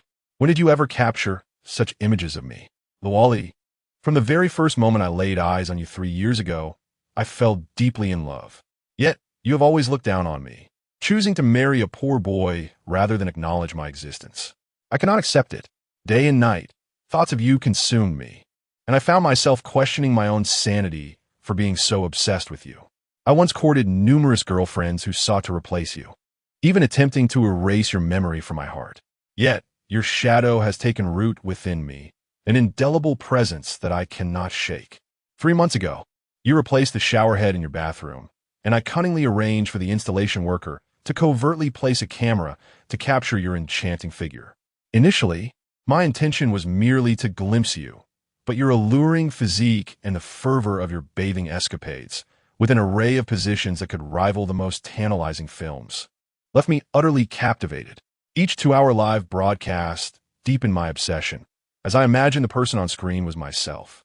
Wu Ziyun gazed at Su Luoli with a lustful glint in his eyes, his tongue flicking over his lips as he struggled to swallow. I approached your mother, threatening her to find a way to marry you to me, for I yearn to revel in the pleasures of the night with you. Coincidentally, the one family's billion-dollar project chose you, and I professed my affection to her, claiming it was a gift for you. She believed my deceitful words and acquiesced to my demands. Su Luoli was taken aback. No wonder her mother had behaved so oddly a few months ago. She had been coerced. The threat combined with the allure of the billion-dollar project had driven her to take the perilous step of dismantling her bond with Lu Yunzhou. Do not harbor delusions of threatening me. I shall never marry you, even if it means my life. Should misfortune befall you, would it not resolve everything? Su Luoli brandished a chair once more. If I were to die, those videos and various explicit photographs would surely be exposed across all media. With a crash, Su Luoli hurled the chair aside, gritting her teeth and demanding, "What is your price? How much to acquire those videos? I desire the secret formula for the bone pain plaster. You truly possess no shame. How dare you set your sights on the formula? Yet, in such extraordinary circumstances, one's face becomes the least significant concern. Here is my proposition. If you provide me with the formula ensuring the prosperity of the rebirth pharmaceutical business, nothing untoward shall occur. Should you agree to marry me and become my wife, I shall naturally safeguard your privacy." How could such audacity exist in this world? Her fists clenched so tightly that her knuckles turned white, and after a prolonged silence, she replied, "Allow me to contemplate." "Very well. I shall grant you 3 days. If I do not receive the formula by then, I will have no choice but to share your exquisite performances with the entire internet." Wu Ziyun rose, his once pristine white suit now soiled, his meticulously styled hair resembling a bird's nest, and half of his already unremarkable face swollen. He limped toward the door, turning back to force a smile more sorrowful than tears. "Luoli, remember our agreement. I shall return in 3 days. Get out. Sulwolidas forbar amingakik." But Wu Ziyun deftly dodged. "Call the cleaning staff. I demand a thorough cleansing from top to bottom, and the air must be disinfected." That night, Su Luoli tossed and turned, unable to sleep. Lu Yunzhou wrapped his arms around her and asked, "Do you have something on your mind?" Su Luoli tried to relax. "Brother Zhou, when we stayed at my villa, could we engage in a 2-hour battle in the bathroom?" She posed the question suddenly, prompting Lu Yunzhou to chuckle. "We certainly can now.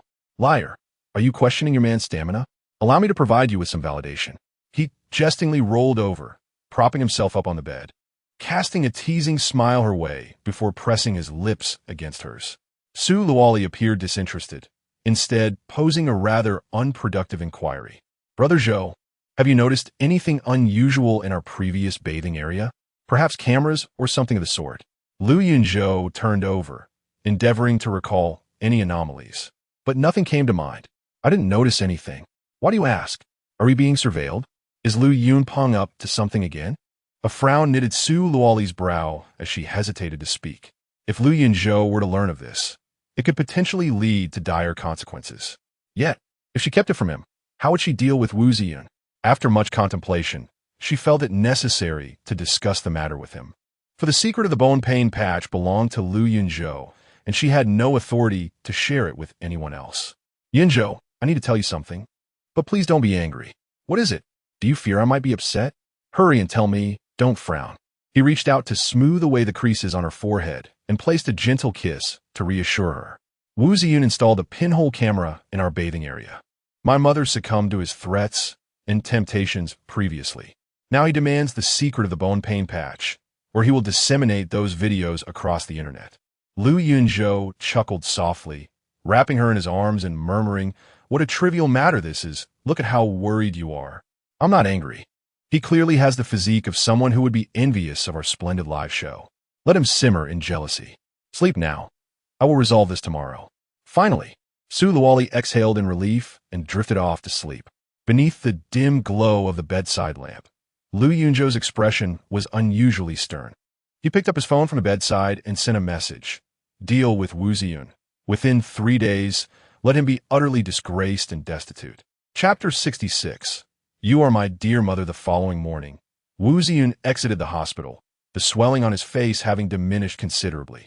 He boarded his vehicle and made his way directly to the Yunzhou shopping mall, where he purchased an exquisite suit, intending to wear it when he met Su Luoli in 2 days. With the garment bag in hand, he envisioned the forthcoming acquisition of the secret formula for the bone pain patch, and perhaps even a deeper connection with Su Luoli, which filled him with elation. The shadow of recent business failures lifted, leaving him in high spirits. As he emerged from the shopping mall and descended the steps, he encountered a striking man with well-defined features and an impressive presence. He couldn't help but steal a glance, feeling a twinge of envy. What set him apart from Lu Yunzhou was merely his appearance. If he possessed the same allure as this man, perhaps Su Luoli would not have turned him down. The man offered a slight smile and remarked, "Sir, would you like to transform your image and demeanor? Our esteemed gentleman's beauty salon is celebrating its 3rd anniversary with a grand promotion. Membership cards are available at a 50% discount. Our experienced professional beauticians are here to serve you, providing high-quality products and equipment, ensuring a unique beauty experience for men, and crafting a perfect image to boost your confidence before the woman of your dreams, making it effortless to win her heart." Wu Ziyun's interest was piqued, and he inquired, "Is that truly possible? Could I become as charming as you?" "Certainly. I used to be rather unremarkable apart from my height, and despite pursuing my girlfriend for 5 years, she remained indifferent, scoffing at me. I was despondent and considered giving up. Then someone recommended the gentleman's choice to me. It was the beauticians there who transformed me, elevating my overall image. Many acquaintances remarked that I seemed like a different person, and now my girlfriend is quite affectionate towards me." Wu Ziyun regarded the man with suspicion, questioning why he, unlike a typical salesperson, had instantly recommended a beauty salon upon meeting him. "Sir, who are you?" "I'm about to get married and was shopping for clothes when I saw you." It evoked memories of my own past. Noticing your half-worried, half-joyful expression, I surmised you were anxious about your appearance for a date. Wu Ziyun cast a grateful glance at him, feeling fortunate. It seemed fortune was smiling upon him, even in the midst of a casual outing.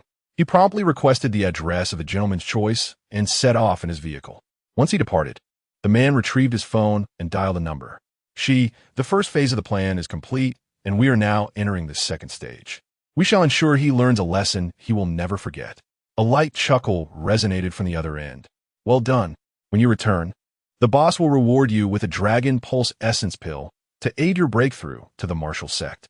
Upon arriving at the gentleman's choice, Wu Ziyun was immediately struck by the ambience.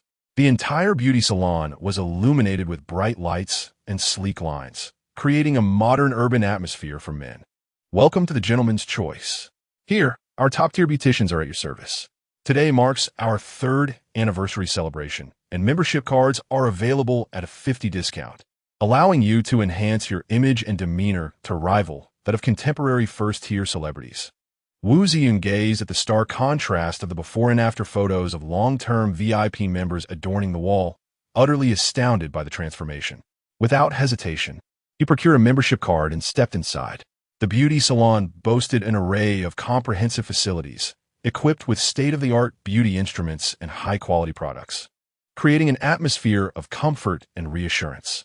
As he entered, a provocatively dressed woman sauntered in, her gossamer short dress more revealing than if she were bare, accentuating her alluring curves and the deep V-line of her décolletage, complemented by her long, fair legs and a slender waist that radiated charm. Wu Ziyun was left spellbound, contemplating how worthwhile it would be to pay any sum for such a beauty to attend to him. The enchanting woman approached, resting her hand on his shoulder and casting a flirtatious glance. "I am Lena. Shall we indulge? I know many captivating princesses who can join us." A wave of elation washed over Wu Ziyun as he marveled at his own ignorance. A dandy who frequented such establishments was blissfully unaware of this hidden gem. With a broad smile, he replied, "In my eyes, nothing in this world should be forsaken but wealth and beauty. Miss Lena, lead the way." Just then, a beautician interrupted. Addressing him, "Mr. Wu, I am your professional beautician. Would you like to proceed with your beauty treatment today?" Wu Ziyun glanced at her, contrasting her earnest, professional attire with Lena's alluring presence. The beautician's serious demeanor rendered her otherwise charming visage somewhat rigid. He wrapped his arm around the waist of the alluring beauty beside him and declared, "Let her attend to me today." The beautician smiled and replied, "She is not a technician from our establishment and cannot provide you with beauty services. I have matters to attend to with her. Perhaps we can reschedule your treatment." Lena, with a playful smirk, entwined her arm with Wu Ziyun's and led him into a private room. Inside the room, a spacious, sturdy bed lay adorned with numerous, intriguing items. In the decor, from the curtains to the sheets, was a vivid and opulent shade of lavender, exuding an unmistakable air of intimacy. Lena promptly guided him onto the bed, straddling him as she leaned closer to whisper in his ear, "Young man, I can tell you're quite the connoisseur of pleasure. Youth and wealth are indeed the currency of indulgence. Here, each princess costs 1,000,000. How many would you like? I can arrange it. Select the most exquisite ones, preferably those with an ethereal grace akin to Su Luoli, and bring me 2 more." Since selection was an option, he chose 2 beauties who embodied a serene and elegant aura. After today, he would devote himself solely to her. It was time to bid farewell to the past. Lena clapped her hands twice, and 2 statuesque women with an otherworldly presence entered. Had he not encountered them in such a setting, he would never have imagined them as princesses of this realm. "This is Monroe and Meng Shan. Mr. Wu, are you satisfied?" Wu Ziyun nodded in approval, pulling out a check for 3 million and handing it to Lena as a token of his sincerity. The 3 women exchanged knowing glances, almost in unison, proclaiming, "Let the festivities commence." They swiftly pounced on him, tearing at his clothing. In an instant, Wu Ziyun found himself stripped bare, yet composed. The trio worked in unison, lifting him and spinning him on the bed, leaving Wu Ziyun dizzy and exhilarated. At first, I thought it was merely a playful indulgence, not paying it much heed. Gradually, however, I sensed something amiss. As I attempted to rise, Lena firmly restrained me. Her cool fingers caressed my body, sending tremors coursing through me, akin to an electric current that surged throughout my being, extending to every limb. Her touch was as gentle as a spring breeze, composing an entire symphony of spring for me. I let out a sigh of contentment, feeling that the 3 million spent today was indeed worthwhile. Deep down, I harbored a faint hope that Meng Lu and Meng Shan would elevate my happiness to new heights. They certainly did not disappoint, using various objects from the bed to create a symphony of sensations upon my body, triggering wave after wave of psychological ecstasy. Meng Lu playfully chided me, urging me to call her sister. Without hesitation, I complied. "Sister?" Meng Shan tugged at my arm, twisting it with considerable force, and although pain shot through me, I remained blissfully ignorant, chuckling foolishly. "If you call me mother, I shall spare you." "Oh dear, you are indeed my mother. Wu Ziyun, please allow me a kiss." A flicker of disdain passed through Meng Shan's eyes as she kicked me to the ground. Meng Lu seized my belt, striking me with vigor. The atmosphere shifted dramatically. I felt as though the world had turned upside down, pain radiating through my body, and I hastily cried out, "Mama, my dear mother, please stop. I will call you mother. Is that not sufficient?" Meng Lu smiled sweetly. "Calling me aunt is of no use. Aunt, my beloved aunt, please help me up." Meng Lu ignored my plea, intensifying her strikes with the belt. Lena and Meng Shan joined in, wielding various chaotic objects from the bed against me. I howled in despair, struggling in vain, like a lamb led to slaughter, completely at their mercy. Unbeknownst to me, a pinhole camera in the corner was capturing the entire scene. Suddenly, the door was flung open with a loud bang, and the 3 of them discarded their implements and slipped away. A swarm of reporters rushed in, snapping photos of me incessantly. I shielded my face with one hand while desperately attempting to cover myself with the other. However, my hands were insufficient to conceal all that ought not to be revealed. Why did this happen? In an instant, a strikingly beautiful face flashed across my mind. I silently vowed, "Su Luoli, how dare you orchestrate this against me? I shall ensure your downfall." Chapter 67. Wu Xiaohua takes the internet by storm. Wu Ziyun harbored fierce resentment in his heart, yet found himself cornered and unable to move amidst the throng. A reporter thrust a microphone towards him, inquiring, "Mr. Wu, Do you often indulge in such extravagant pastimes? Wu Ziyun's face flushed crimson, leaving him speechless as he silently cursed Lena and her ancestors 1,000 times. He vowed that if fate ever allowed him to cross paths with her again, she would find herself in a dire predicament. Suddenly, the chaotic assembly of reporters fell into a hush, parting to make way as Wu Ziyun attempted to rise. Kubei, accompanied by a squad of police officers, burst in, commanding, "Don't move. We have received reports of illicit activities occurring here. It appears you are the individual in question." Kubei reached down, retrieving Wu Ziyun's clothing from the bed and tossing it to him. Wu Ziyun quickly donned the garments. An assistant beside Kubei produced handcuffs and secured them around Wu Ziyun's wrists, causing his complexion to resemble that of a bruised liver. He struggled momentarily, his expression one of defiance. "I believe there has been a misunderstanding. I was merely engaging in playful banter with my girlfriend." Kubei offered a casual glance in his direction, remarking, "Many apprehended individuals make similar claims. Once a report is filed, an investigation must ensue. Kindly accompany us for further questioning. Rest assured, we shall uphold justice, ensuring that no innocent soul is wronged, nor shall any malefactor escape." With a flicker of uncertainty in his eyes, Wu Ziyun lowered his head as he was escorted out, flanked by Kubei and his assistant. The assembled reporters, momentarily stunned, quickly raised their cameras to capture the sensational unfolding events. Such a scandal could not be missed. Upon arrival at the police station, Wu Ziyun complied with the inquiry, providing a statement that cleverly sidestepped the more sordid details. Due to insufficient evidence, he was subjected to a 10-day administrative detention. In an instant, news of the Wu family scion being detained for public indecency surged to the top of trending headlines.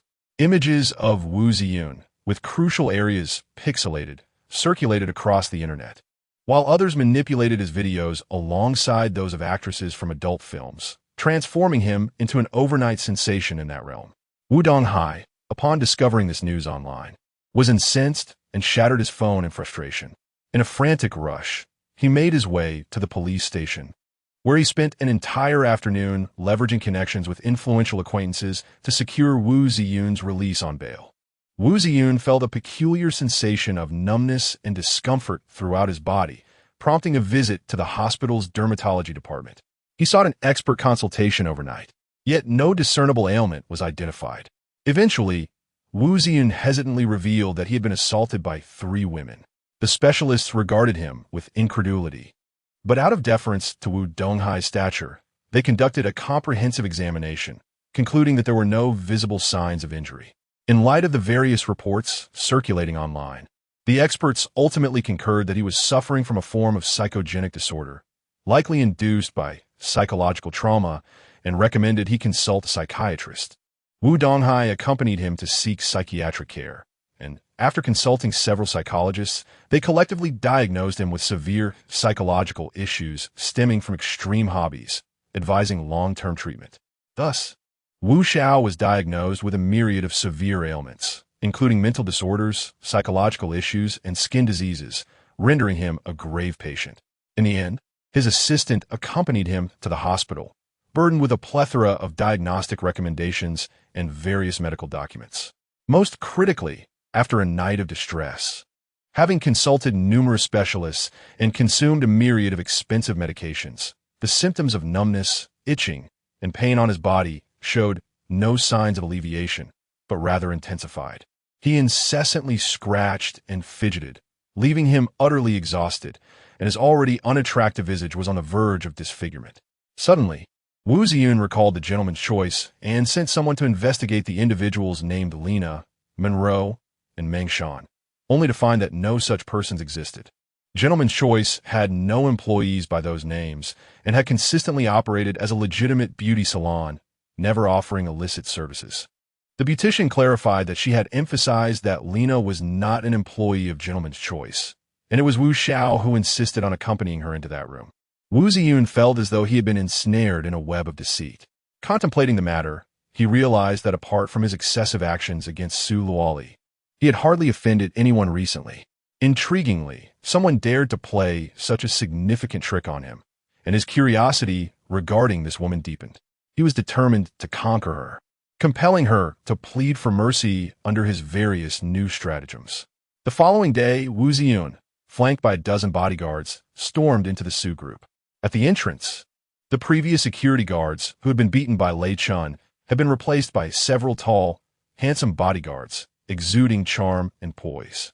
Upon seeing these guards, Wu Ziyun felt a wave of dizziness.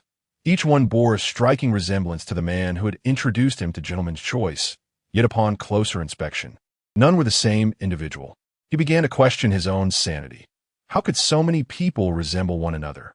Steeling himself, Wu Ziyun approached and announced his name, instructing them to inform President Su that he, Wu Ziyun, had arrived. However, the lead security guard did not even glance up, brusquely stating that President Su had instructed that Wu Ziyun and dogs were not permitted inside. Wu Ziyun was taken aback, while his bodyguards struggled to stifle their laughter. In a moment of frustration, he dialed Su Luoli's number, only to be met with a cold, mechanical voice indicating he had been blocked. He never anticipated that the woman would dare to gamble with his reputation. Very well, you have spirit. I shall not hesitate to ensure mutual destruction. Enraged, Wu Ziyun declared, Su Luoli, you audaciously reject me at the door. Even if you were to kneel and beg for my favor now, it would be of no avail. Henceforth, I shall no longer protect your privacy. The entire world shall behold your exquisite figure, leading to your utter disgrace and ruin. With that, he promptly called his assistant, instructing, release all the videos and photos I previously sent you onto the internet, and ensure that the sensationalism is maximized. The assistant hurriedly opened the computer, clicked send to various major media outlets, and even paid for promotional booze to escalate the situation to a frenzy. After a series of maneuvers, the assistant returned his call, informing him, Young Master Wu, I have executed your instructions. Those videos will undoubtedly gain immense popularity across the internet. Wu Ziyun nodded in satisfaction, but after hanging up, an inexplicable sense of loss and regret welled up within him. Heaven knows how deeply he cherished Su Luoli. If it weren't for dire circumstances, he would never have resorted to such measures. Oomph! It is you who have forced my hand. Are there not countless flowers in this world? Why should I, Wu Ziyun, sacrifice an entire garden for a mere blade of grass? With newfound clarity, he waved his hand dismissively and turned to leave with his entourage of bodyguards. In a short while, various media outlets released an extensive 2-hour video, revealing the unspeakable past of Wu Ziyun within the confines of a gentleman's beauty parlor. The assistant, eager to secretly admire the elegance of the woman who occupied his young master's thoughts, was startled when an inappropriate video unexpectedly popped up on the trending feed. As he tapped to view it in full screen, his hand trembled, causing his phone to crash to the ground. Frantically, he opened his computer and navigated to the page containing the previously sent video, only to find himself utterly dumbfounded. Meanwhile, in the car, Wu Ziyun's bodyguards stumbled upon the video, their jaws dropping in shock. Young Master, we must urgently find someone to manage the viral video online. One exclaimed, Manage it? You all should promote it. Share it widely. Wu Ziyun commanded, as his bodyguards immediately pulled out their phones to comply, only to discover. Suddenly, Wu Ziyun's phone rang. Upon seeing it was his father calling, he swiftly answered, only to be met with a torrent of wrathful rebukes from Wu Donghai. Chapter 68. The Fall of the Wu Family Little Brat. Are you trying to drive me to madness? The recent scandal had barely settled when yet another scandalous video surfaced online, severely tarnishing the company's image. The stock of Wu Group plummeted, nearing a halt. The Wu family was finished. Wu Ziyun was taken aback. Dad, what is going on? I don't have any scandalous video. Wu Donghai was on the verge of exploding, lamenting how he had raised such a foolish son. You are my father. No, you are my ancestor. Always causing trouble. Are you not satisfied until you ruin the Wu family? Wu Donghai cursed vehemently before hanging up. Wu Ziyun's heart was tumultuous as he hastily opened his phone, only to be bombarded by his embarrassing videos and related articles flooding the internet. Boom! Wu Ziyun's head felt as if it were bursting. The world spun around him, and he fainted. His bodyguards rushed him to the hospital. After an emergency rescue by the doctors, he finally regained consciousness. As Wu Ziyun opened his eyes, he hoarsely shouted, Where's my assistant? Bring him to the hospital. I'll have him torn to pieces." His assistant, bloodied and trembling, entered with his head bowed, a pallor of despair on his face. "Young master, I had never seen that video before. Upon receiving your order, I clicked send immediately."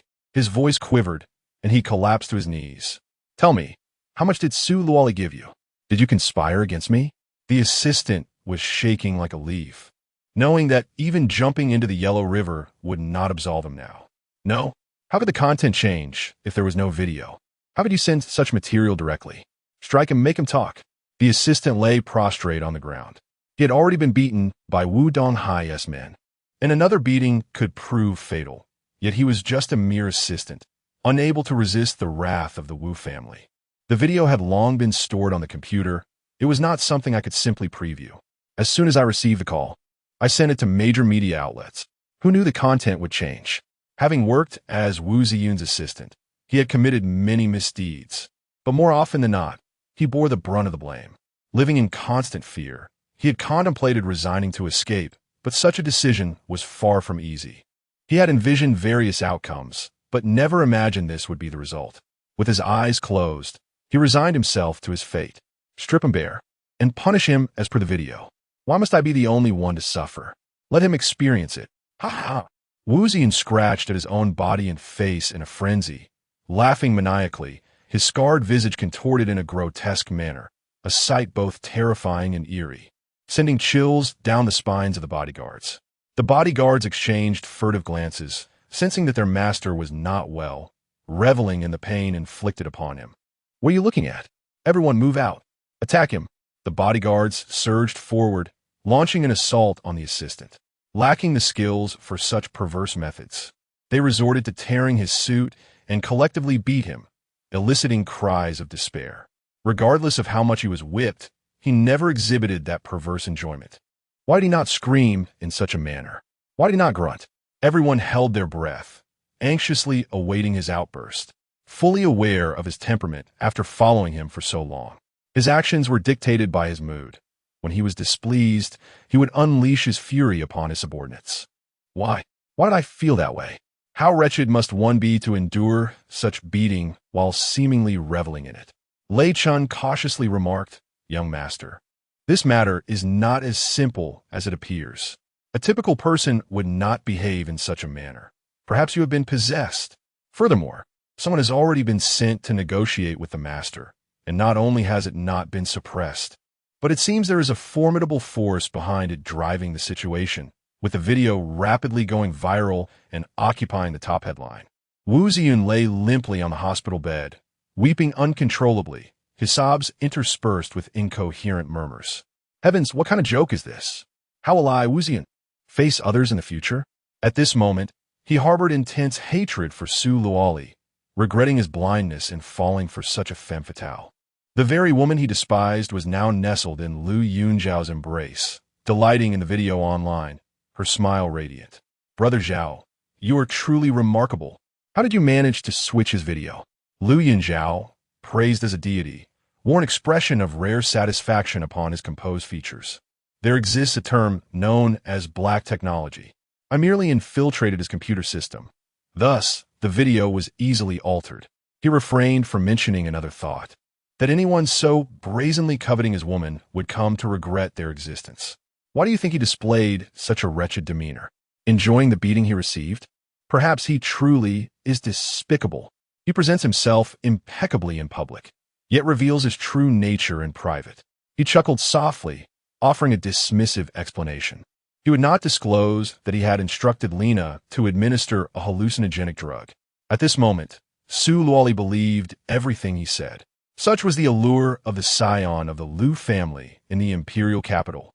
In the past, during his time as a meek son-in-law, she loved him, but lacked such trust and fervor. It seemed that after weathering the storm of their divorce, their relationship had only strengthened, their affection sweeter than during their honeymoon phase. In his presence, she was never the icy CEO, but rather a blissful woman nourished by love. "Let us visit our old home," he declared, lifting her effortlessly and striding out the door like he did when carrying her into their bridal chamber. Once outside, he set her gently in the back seat of the car before taking his place beside her. Wang Zhen, in the driver's seat, observed their rekindled romance with relief. Recalling the time he had nearly jeopardized their beautiful union by taking on the one family's billion-dollar project, he silently raised the partition between them, focusing intently on the road. Within minutes, they arrived at the villa where they once resided. Yunzhou emerged, cradling her in his arms as he had on their wedding day. Once inside, he made a beeline for the bathroom. Upon checking the shower, he discovered a pinhole camera glimmering with a faint light. Inwardly vexed, he, who had always been meticulous and possessed remarkable insight, astonishingly failed to notice the surveillance. He removed the camera and discarded it into the toilet, pressing the lid down, the sound of rushing water obliterating all traces. Su Luoli exhaled a long sigh of relief. Upon reflection, it was terrifying to realize that their past days had been lived under the watchful gaze of Wu Ziyun. Had he deleted those disturbing videos he recorded? She glanced up at the showerhead. The thought of their clandestine intimacy being observed by that veilleur made her feel utterly uneasy. I deleted them right away, fearing it would upset you. Did he truly witness everything? Naturally, it was a continuous recording, capturing every angle. He must have endured a torment of envy and resentment, driving him to such madness and reckless actions. Su Luoli's face turned pale, her body trembling with rage. The desire to flay Wu Ziyun alive could not quell her hatred. Yunzhou wrapped his arms around her waist, whispering in her ear, "I am so sorry. My carelessness has caused you this harm. Forget that scoundrel. Forget those unhappy memories. Our future is still long." He lifted her effortlessly, placing her on the sink, skillfully unfastening her belt. As he traced his hands along her waist, she appeared as flawless as a peeled egg. What are you doing?" Revisiting sweet memories and bidding farewell to the past, engaging in joyful activities without the fear of being watched. With that, he leaned down to kiss her tender, delicate lips, transitioning from gentle to fervent, leaving her breathless yet yearning. Soon, Su Luoli's mind went blank. The previous discomfort vanished, her body melting into a puddle beneath his passionate advances, her heart already soaring into the cosmos. Suddenly, the sound of Yunzhou's phone ringing interrupted the moment. He furrowed his brow, reaching for the device to see it was Song Jian. He pressed the answer button. Su Luoli quickly held her breath, fearing to make even the faintest sound. "Boss, Lu Yunpeng is hiring security personnel through Yunzhou, intending to take action against the one family." Chapter 69. Vibrant life, let us indulge him, assigning him 10 master-level experts, allowing him to experience firsthand the consequences of harming others and oneself, digging his own grave. Su Luoli intentionally opened her mouth to gently nibble on his Adam's apple, causing his mind to waver, his throat to roll, nearly prompting him to toss aside his phone in surrender. Inside, Yunzhou playfully deemed her mischievous. Yet the call remained uninterrupted as he continued to instruct Song Jian. Make the contract more dynamic, ensuring no flaws are evident, with a particular note that no heinous acts shall be undertaken nor assassination tasks accepted. Let him taste the bitterness of his own actions. He found himself momentarily at a loss for words as Su Luoli's delicate hands ignited sensations across his body, caressing his Adam's apple and creating electric friction elsewhere. Her fingers, like wildfires, set ablaze his entire being, his blood surging as if ready to explode. One hand held the phone while the other captured Su Luoli's playful hand, pressing it down softly. Moreover, the acquisition of the Wu Group and the Lu family enterprises managed by Lu Yunpeng must be executed surreptitiously, shorting them without their knowledge. Previously, these tasks were undertaken by Wang Zhen, but recently he had assigned Wang Zhen to keep an eye on the Lu family in the capital, comprehensively understanding their enterprises and planning a return to the Lu family. Cyril was still to manage Yunzhou Pharmaceuticals and oversee significant projects in collaboration with the Wen family, leaving these trivial matters to Song Jian. He ended the call, powered down his phone, and cast it aside. After such prolonged anticipation, his body felt ablaze, warm enough to cook a box of instant hot pot. The sensation of her tender, smooth hands was intoxicating. Today, Lear was anything but obedient, yet I find it delightful.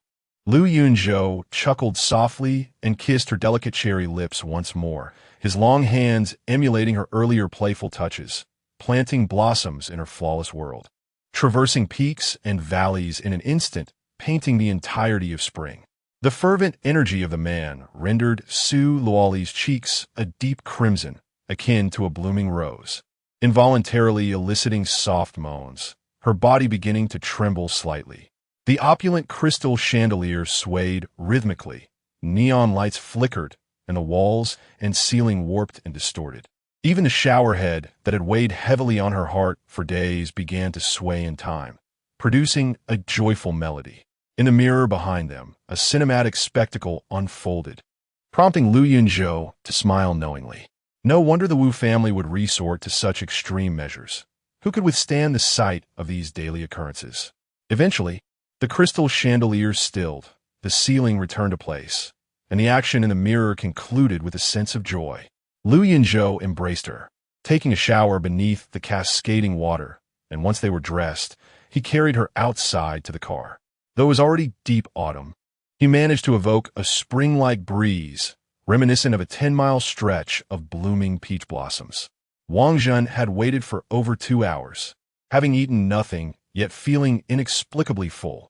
Ever since the young master had married into the Su family, he had been sustained daily by their affectionate displays. Despite often being berated by Zhang Yoli, he found joy in the experience.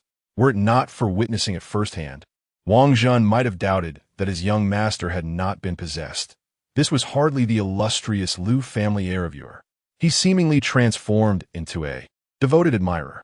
No, it is the power of love that serves as the sole beacon of joy amidst the abyss of darkness. Wang Zhen raised a partition, separating the two and granting them a moment of privacy as he commenced his report. After Lu Yunzhou's identity was revealed, Su Luoli became aware of the existence of his former subordinates, and there was no longer a need to obscure the situation from her. Young master, we have successfully infiltrated the Lu family assets. Many subsidiaries are essentially under our control. However, the industries managed by your stepmother remain challenging to navigate. Additionally, Xia Donghai and his daughter are still in Yun City. They have even hired a private investigator to probe into the construction site fire incident. Today, they approached Yunzhou restaurant to negotiate, seeking to purchase the video footage of Xiaoman and Fantong at a high price. A chill flickered in Lu Yunzhou's eyes at the mention of Xia Donghai, his suspicion towards him growing decidedly unfavorable. Perhaps it was the mere mention of the Xia father and daughter that incited his aversion. No need for interference. If he cannot uncover the truth, lend him a subtle hand, allowing him to report the facts to that individual in the capital. The invitations, which have been under tight control for so long, must now be dispatched. The video of Xiaoman and Fantong will be auctioned at the Yunzhou Chamber of Commerce tomorrow, with a starting bid of 100 million. Su Luoli was taken aback by this revelation. With such an arrangement, wouldn't the Xia and Fan families go to great lengths to inflate their bids? She had always thought of Lu Yunzhou as pure-hearted and kind, never realizing he possessed such a ruthless and cunning side. Steadying her thoughts, she inquired, Brother Zhou, why is the auction starting tomorrow when the invitations are only being sent out today? Su Luoli found this perplexing. Shouldn't the invitations have been distributed weeks in advance? Lu Yunzhou affectionately brushed his fingers along her finely sculpted nose and smiled indulgently. A month ago, we leaked news about the auction, continuously escalating the hype and igniting the public's desire to acquire the invitations. Those who have yet to secure one are now growing anxious and will naturally seek ways to procure them. If all goes as anticipated, today's invitation could be auctioned for over 1 million. For the first time in 3 years, Lu Yunzhou engaged her in a discussion about business, broadening her horizons. The eldest son of the Lu family in the capital truly is a commercial prodigy. No wonder he is so nonchalant about money. He effortlessly manipulates the business world as if it were within the palm of his hand. How blind I was to have ever deemed him ineffectual. I only wish to be your princess. Su Luoli's thoughts were interrupted by the ringing of her phone. It was a call from Su Luocheng. She answered eagerly. Sister, the Yunzhou Chamber of Commerce is holding an auction tomorrow, featuring the miraculous Wanling Dan, which is said to have the power to revive the dead. We should go see it. However, the invitations are 1 million each, and it's not easy to obtain one. Can you ask brother-in-law for 2? Glancing at the strikingly handsome face beside her, she felt a thrill of excitement. All right, I'll have him request them for you. But why do you need two for yourself? Are you planning to bring a friend? Su Luocheng hesitated for a moment before breaking into a bright smile. I was just thinking of the last time we helped the one family out of a predicament. Old Master One treated us quite well, establishing a deep cooperative relationship. This time, I want to send an invitation to the one family to solidify our friendship. Lu Yunzhou discerned the underlying intent. While the invitation was difficult to obtain, the Wen family should be capable of securing one. It was evident that Su Luocheng wanted to see Wen Yueyao.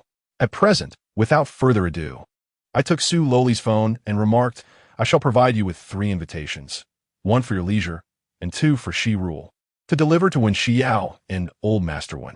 Upon hearing this, Su Loli was suddenly reminded of the phone call Wen Xiao had made to him during their time in the capital. A wave of bitterness surged within her. Just a moment ago, her countenance was as radiant as spring blooms, but in an instant, it wilted. Lu Yunzhou ended the call and drew her into his embrace, asking, Are you feeling jealous? How could she not be? That day, he had explicitly turned her down, yet within mere days, he had Shi Rule deliver an invitation to her. Did they maintain contact behind her back? She pouted, her face a canvas of discontent, a stark contrast to her usual stoic demeanor, deliberately showcasing her emotions. I am already taken. Even if I were to divorce, I would merely be a second-hand item, somewhat sought after. But how could I possibly compare to the distinguished and capable Shi Rule? She mused, contemplating the situation. He patiently elucidated, casting a sidelong glance at her pouting, luscious lips before planting a kiss upon them. They're already involved, so why should Lily still harbor jealousy? Su Loli's astonishment rendered her mouth into an O shape, allowing him to seize the opportunity to kiss her fervently.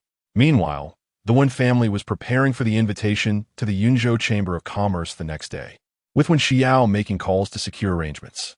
Lu Yunpeng, accompanied by the Fan family and a dozen new bodyguards, forcefully kicked the door open and tossed a red invitation embossed with gold onto the table. Miss Wen, I am aware that you're scheming to spend money on this endeavor. If you wish for your sister Wen Yueyao to marry me, this invitation is yours for the Wen family. Chapter 70. Determined to succeed, Wen Xiao subtly furrowed her brow, her gaze frosty, and her red lips slightly parted as if she were about to speak. Suddenly, Wen Yueyao burst into the hall like a whirlwind, delivering a punch directly to Lu Yunpeng's face. He staggered, his frail body swaying, and reached out to steady himself against the table. Lu, are you suffering from some grave illness? You keep coming to my house and causing discomfort. Get your people out of here immediately, or I shall not hesitate to have you thrown out. With her hands on her hips, her starry eyes widened slightly, her cherubic face exuding an adorable charm. Lu Yunpeng raised his hand to cover his cheek, momentarily dumbfounded. Accustomed to flourishing amidst a sea of women, he found it quite novel to be rejected by one for the second time.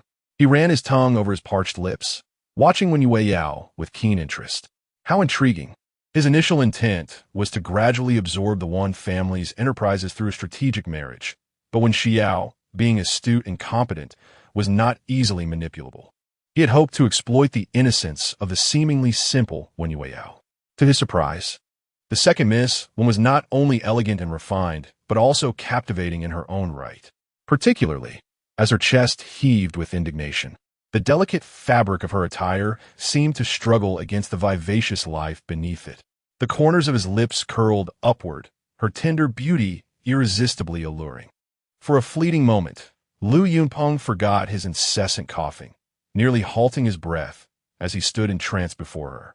In contrast to Wen Xiao's mature allure, Wen Yueyao radiated a fresh, innocent temptation.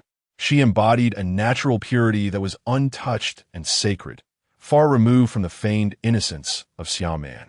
He had gazed at the photograph of her with Su Luocheng for days, unable to resist envisioning himself in her life, convinced that such a remarkable girl ought to belong to someone of noble stature. How could he allow that inferior pig, Su Luocheng, to claim her? What are you staring at? Keep looking, and I'll pluck your eyes out and make you step on them like bubbles. Wen Yueyao exclaimed angrily. her eyes fierce yet lacking true menace, her lips pouting in an even more tempting manner. Suddenly, Lu Yunpeng leaned down to kiss her. Wen Yueyao was taken aback. "Stop! You beast! How dare you!" In the next moment, Su Luocheng burst through the door, his movements swift as the wind, reaching her side in an instant. He seized Lu Yunpeng by the neck and yanked him backward, flinging him outside, and then hurriedly embraced Wen Yueyao. Lu Yunpeng, like a slender reed, was hurled against the wall with a resounding crash before tumbling to the ground. He began to cough violently, his wheezing heart-wrenching. Su Luocheng, with a worried expression, held the frightened girl in his arms, speaking softly and carefully, as if she were a precious treasure. "Yeah, are you all right?" He gazed at her alluring red lips, heart still racing, harboring a silent fury towards Lu Yunpeng's lasciviousness, yet feeling a flicker of relief that she had not fallen prey to him. Otherwise, the turmoil in his heart would have been unbearable. Wen Yueyao wrapped her arms around his neck, nestling into his embrace, her cheeks flushed with a rosy hue as she complained, "Why did you take so long to arrive?" This display left Wen Xiao beside them utterly astonished, her gaze filled with unspoken questions. Did her sister have something to hide from her? As the elderly master went hurriedly approached the entrance, a cheerful demeanor illuminated his face. Su Luocheng, agile and courteous, with striking looks and the backing of Lu Yunzhou, stood as a fitting candidate for the one family's granddaughter-in-law. Upon entering, he greeted Shirui. "Ah, Su Xiao and Shi Xiao have arrived. My apologies for not welcoming you properly. Come in, do take a seat." Releasing Su Yueyao, Su Luocheng noticed the enigmatic smile in Wen Xiao's eyes, causing his face to flush with an awkward hue as he approached Master One to extend his greetings. "Grandfather, we have come to deliver the invitation for tomorrow's auction at the Yunzhou Chamber of Commerce." Shirui produced 2 gilded invitations from his pocket, presenting them to Wen Xiao. "One for you and one for grandfather." Wen Yueyao gazed enviously, while Su Luocheng retrieved another invitation from his own pocket, taking her delicate hand in his and placing it within her grasp. "This one is for you." Her eyes sparkled with admiration as she looked at him. After exchanging pleasantries and settling down to enjoy tea, the conversation shifted towards the upcoming auction at the Yunzhou Chamber of Commerce, leaving Lu Yunpeng neglected and in a state of utter discomfort. "Ahem." He coughed violently to assert his presence. "I too have come sincerely with an invitation." Yet, his words fell on deaf ears. His invitation appeared insignificant, akin to mere scrap paper. Strangely, despite being accompanied by 10 master-level bodyguards, when he was brought low, none stepped forward to assist or protect him. These skilled guardians remained motionless, seemingly indifferent to his plight. "Are you all dead? Did you not witness my assault?" Lu Yunpeng exclaimed in frustration. The lead bodyguard approached, pulling him up. "Young Master Lu, please mind your language. We are employees of the Yunzhou Security Group, not your servants. I paid you to protect me. Indeed, we have a contractual agreement. As long as you do not engage in illegal or immoral acts, your safety is our priority. Your recent behavior towards young ladies is a matter of moral decay, which falls outside our protective remit. To receive protection, one must first behave as a decent human being." Lu Yunpeng was momentarily speechless. This was not merely hiring bodyguards, but rather appeasing ancestors. He was bound to heed their dictates and embody moral integrity. A buzzing sensation filled his mind, akin to a swarm of flies, rendering his thoughts a muddled mess. What began as a confident venture had culminated in utter humiliation. "Get away." Furious, he shrugged off the lead bodyguard and seated himself, pouring a cup of tea that he consumed in one gulp. Just as he was about to pour another, Wen Yueyao snatched the teapot from him and hurled it into the trash bin. "How dare a beast like you drink tea? You!" Lu Yunpeng was so enraged that he momentarily forgot to cough, engaging in a childish stare-down with her. "What's wrong with me? Oh, I misspoke. You are not merely a beast, but something even less." With a wave of her hand, a servant promptly brought forth a new teapot for her. She skillfully took the teapot and began to wash and brew the tea, all the while explaining that this was her grandfather's favorite berry tea. Many people neglect to wash berry tea for fear of losing its nutrients, but I prefer to cleanse it first to remove the bitterness and reveal the tea's natural fragrance. Cyril smiled, inhaling the elegant aroma that wafted from the tea. This was the finest wild berry tea, and today we were fortunate indeed. When Xiao couldn't help but glance at him again. He was remarkably handsome, calm, and composed, exuding an inherent nobility. Initially, she had thought him merely a bodyguard under Lu Yunzhao's command. Yet how could a mere bodyguard possess knowledge of berry tea? And how could he emanate such an innate air of sophistication? She had sent someone to investigate his identity and discovered that he was the illegitimate son of the former king of the underground world in Yin City. Although the young master of the Zhao family also hailed from a distinguished lineage, he would not possess such insight and grace. Cyril was truly an enigmatic man, inviting curiosity and exploration. At last, it was ready. Mr. Shi, please enjoy the tea. Mr. Su, please have some as well. Su Yueyao lifted the lid of the teapot, serving a cup to Cyril and another to Su Luocheng. Su Luocheng took a sip, the fragrance of the tea filling the air, leaving a delightful aftertaste. He shot a sidelong glance at the disheveled Lu Yunpeng and intentionally remarked, "The tea brewed by Yeya is simply delightful." Lu Yunpeng felt a pang of discomfort, yet curiously, he had not coughed at all. Having spent considerable time at the Wen residence, confronting Wen Yueyao without any romantic overtures, he hadn't tea-coughed even once. Apart from coughing a bit after being bested by Su Luocheng, he truly had not coughed since. Could it be that this girl possessed a healing quality that allowed him to refrain from coughing for such a duration? Indeed, he thought to himself, a heart that faces the sun sees light everywhere. In front of Su Yueyao, he maintained his composure, refraining from coughing. Moreover, her eyes reflected her disdain for him, her tea brewing techniques, and her unique understanding of the tea ceremony. Truly, she was a girl raised in a wealthy family, possessing extraordinary insight and a lofty mindset. Unlike other women who constantly sought to climb into his bed and covet his wealth. Initially, he had been deliberate in his approach. Now, however, he found himself genuinely attracted to the second young lady of the Wen family, determined to win her over. Chapter 71. Sweet insults. Lu Yunpeng placed his cup forward, asserting that as a guest, it was unjust for them to be served tea while he was left out. In a fit of pique, he pushed his cup towards Su Yueyao, gazing eagerly at the teapot in her hands. Without hesitation, Wen Yueyao seized his cup and tossed it into the trash, then turned to instruct the security outside. Deploy 20 security personnel to guard the entrance and erect a sign that reads, "Lu Yunpeng and dogs are not permitted entry." Understood. The security personnel outside promptly made a call. Security department? The second miss has ordered 20 skilled guards to station outside the Wen family villa at once. Before long, a synchronized sound of footsteps echoed as 20 security guards arrived at their posts. Lu Yunpeng's face turned a deep shade of purple, and casting a glance at Wen Yueyao, he forced a smile, declaring, "I, Lu from the imperial capital, have come to propose to the Wen family. I hope the elder one will grant us his blessing."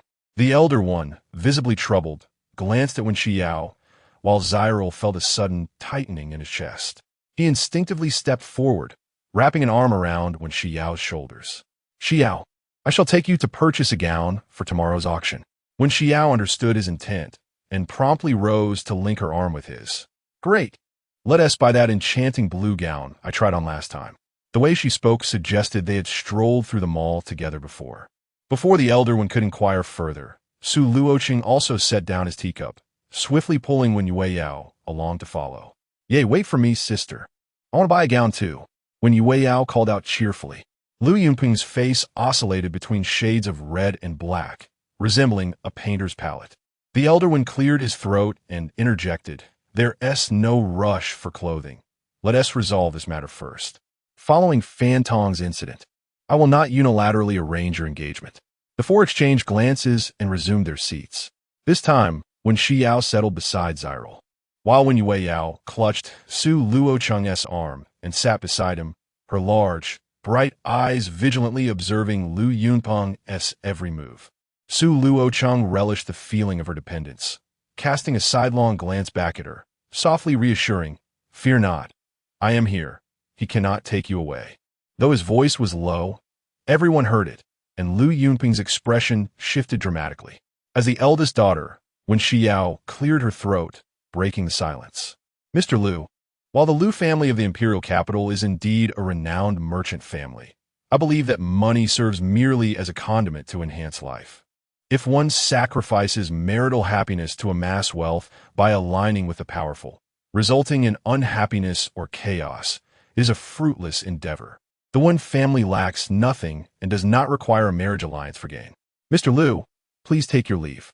When Xiao's eloquent and gentle refusal thoroughly dismissed Liu Yunpeng, who, despite his thick skin, could no longer persist in proposing. He had not anticipated that the Liu family's reputation would hold little weight here, and after being rebuffed repeatedly, he became infuriated. Casting a glance at his bodyguards, he noted their relaxed and indifferent demeanor. Elder One, Zyril is merely the illegitimate son of Zhao Batian, the king of the underground world in Yun City, unfit to be seen in public. Su Luocheng is just a scion of a declining family in Yun City, lacking any noteworthy background. Are you truly willing to reject my plea for the sake of these two inconsequential individuals, thereby opposing the esteemed Liu family of the capital? The blatant threat, laden with the weight of the Liu family name, reverberated in the air. Cyril, who had remained largely silent, chuckled softly, stating, "As far as I am aware, you are merely the illegitimate offspring of a mistress, lacking any standing to compare status with us." Liu Yunpeng could no longer contain his anger. He abruptly stood and slammed his hand on the table, exclaiming, "Cyril, what do you mean by that? When Zhao Batian was alive, you could hardly hold your head high, let alone now that your father is no longer with us. You are nothing but a dog living off others, relying on the Su family for your livelihood." The One's sisters had humiliated him, and he was determined to belittle Cyril and Su Luocheng to prove his own superiority. "Cyril has always been my mother's savior, a pillar of Yunzhou pharmaceuticals and a mentor and brother to me, Su Luocheng. It has never been a matter of the Su family providing for Cyril. Rather, it is Cyril who has upheld our family's reputation and ensured our sustenance. In the past, the Su family indeed held little status, and I often aspired to grandeur, pretending to be noble and extravagant. Now, while we still lack prominence, I, Su Luocheng, am willing to work diligently and earn my way through honest labor." Su Luocheng spoke with conviction, his words resonating deeply, prompting Wen Xiao to glance at him with a hint of admiration. This young man, once a mere dandy, seemed almost transformed from the one she had met months prior, igniting her curiosity about Cyril even further. "Young Master Liu, I have made my stance clear. The Wen family has no desire to engage in business with the Liu family, nor do we wish to enter into any matrimonial alliance. Do you truly believe that the Wen family is an easy target to manipulate? It would be wise for you to retract your repugnant demeanor and leave the Wen family." Ceasing your disturbances, Liu Yunpeng, believing himself to be above all, found himself increasingly despised by the crowd. With no prospects for business or marriage, acquiring the Wen family proved to be an even greater challenge. The current situation diverged sharply from his expectations upon arriving in Yun City. With new city technology now defunct, another failure would cost him the inheritance of the Liu family and the chance to secure the invaluable Wan Yueyao, a natural remedy for coughs. He was willing to sacrifice everything. "No, the Liu family's honor cannot be easily dismissed. You may choose to accept our proposal, but I have no interest in an alliance with you. I have come to seek the hand of Wan Yueyao." Since Wen Xiao sought to belittle him, he would retaliate in kind. Let them both inflict wounds upon each other. Who would falter first? "Please, young Master Liu, mind your words."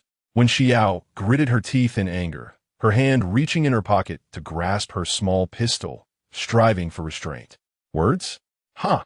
The last time we discussed collaboration, you consumed a drink laced with Hahuan powder, and it ultimately bore no fruit.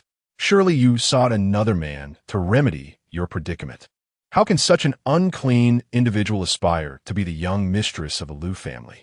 You have already squandered your opportunity. Do not envy your sister for stepping forth to disrupt." Liu Yunpeng's words sent shockwaves through the room. Old Master Wen trembled with fury, on the verge of collapsing, until Su Luocheng swiftly caught him. A fleeting glimmer of murderous intent flashed in Ziril's eyes as he reached for Wen Xiao's hand, speaking softly, "In this day and age, it would be so trivial as to concern themselves with matters of chastity. Besides, it is not your fault. Once he steps out of the Wen family door, I shall avenge you. His act as a faux boyfriend became increasingly convincing, with words that were soothing and warm. When Xiao couldn't help but feel a twinge of gratitude. Lu Yunpeng looked on triumphantly at Wen Yueyao. Yeah, this is precisely why I have come to marry you. I possess an emotional cleanliness obsession. Securing you before anyone else tarnishes you is the safest course. Wen Yueyao recalled a night not long ago when her sister, in a state of disarray from being drugged, had called Lu Yunzhou for urgent assistance. The memory sent a shiver down her spine. So, that evening when my sister was drugged, was it your doing? Fire seemed to blaze in Wen Yueyao's eyes. Yet, her innate beauty lacked any lethal impact. Despite her clear expression of disdain, Lu Yunpeng perceived it merely as a playful charm. With a resounding slap, Wen Yueyao struck him, sending him crashing into a chair, looking up at her in bewilderment. I must disappoint you. That night when my sister returned home, I summoned a miraculous physician who administered a single acupuncture treatment to counteract the poison. The miraculous physician? Lu Yunpeng exclaimed, his eyes shining with excitement as he grasped Su Yueyao's hand. You know the miraculous physician? You can summon him with just a phone call? Truly, you are the perfect bride. It feels as though I have searched for you 1,000 times, only to find you have always resided within the Wen family. His charming words ignited a sense of hope within him, and he felt enveloped in a gentle breeze of spring. In his excitement, he leaned in to kiss her, entirely oblivious to the tension emanating from Su Luocheng, whose fists were clenched, knuckles cracking ominously. Chapter 72. No removal of the child before he could draw near. Su Luocheng unleashed a powerful punch, sending Lu Yunpeng crashing once more to ground. None present could fathom the excruciating pain that left Lu Yunpeng gasping for breath. Their gazes fixed upon him in bewilderment. Lying on the ground, his chest heaving violently, he struggled to breathe. His throat burned with a relentless itch and pain, an overwhelming agony brewing deep within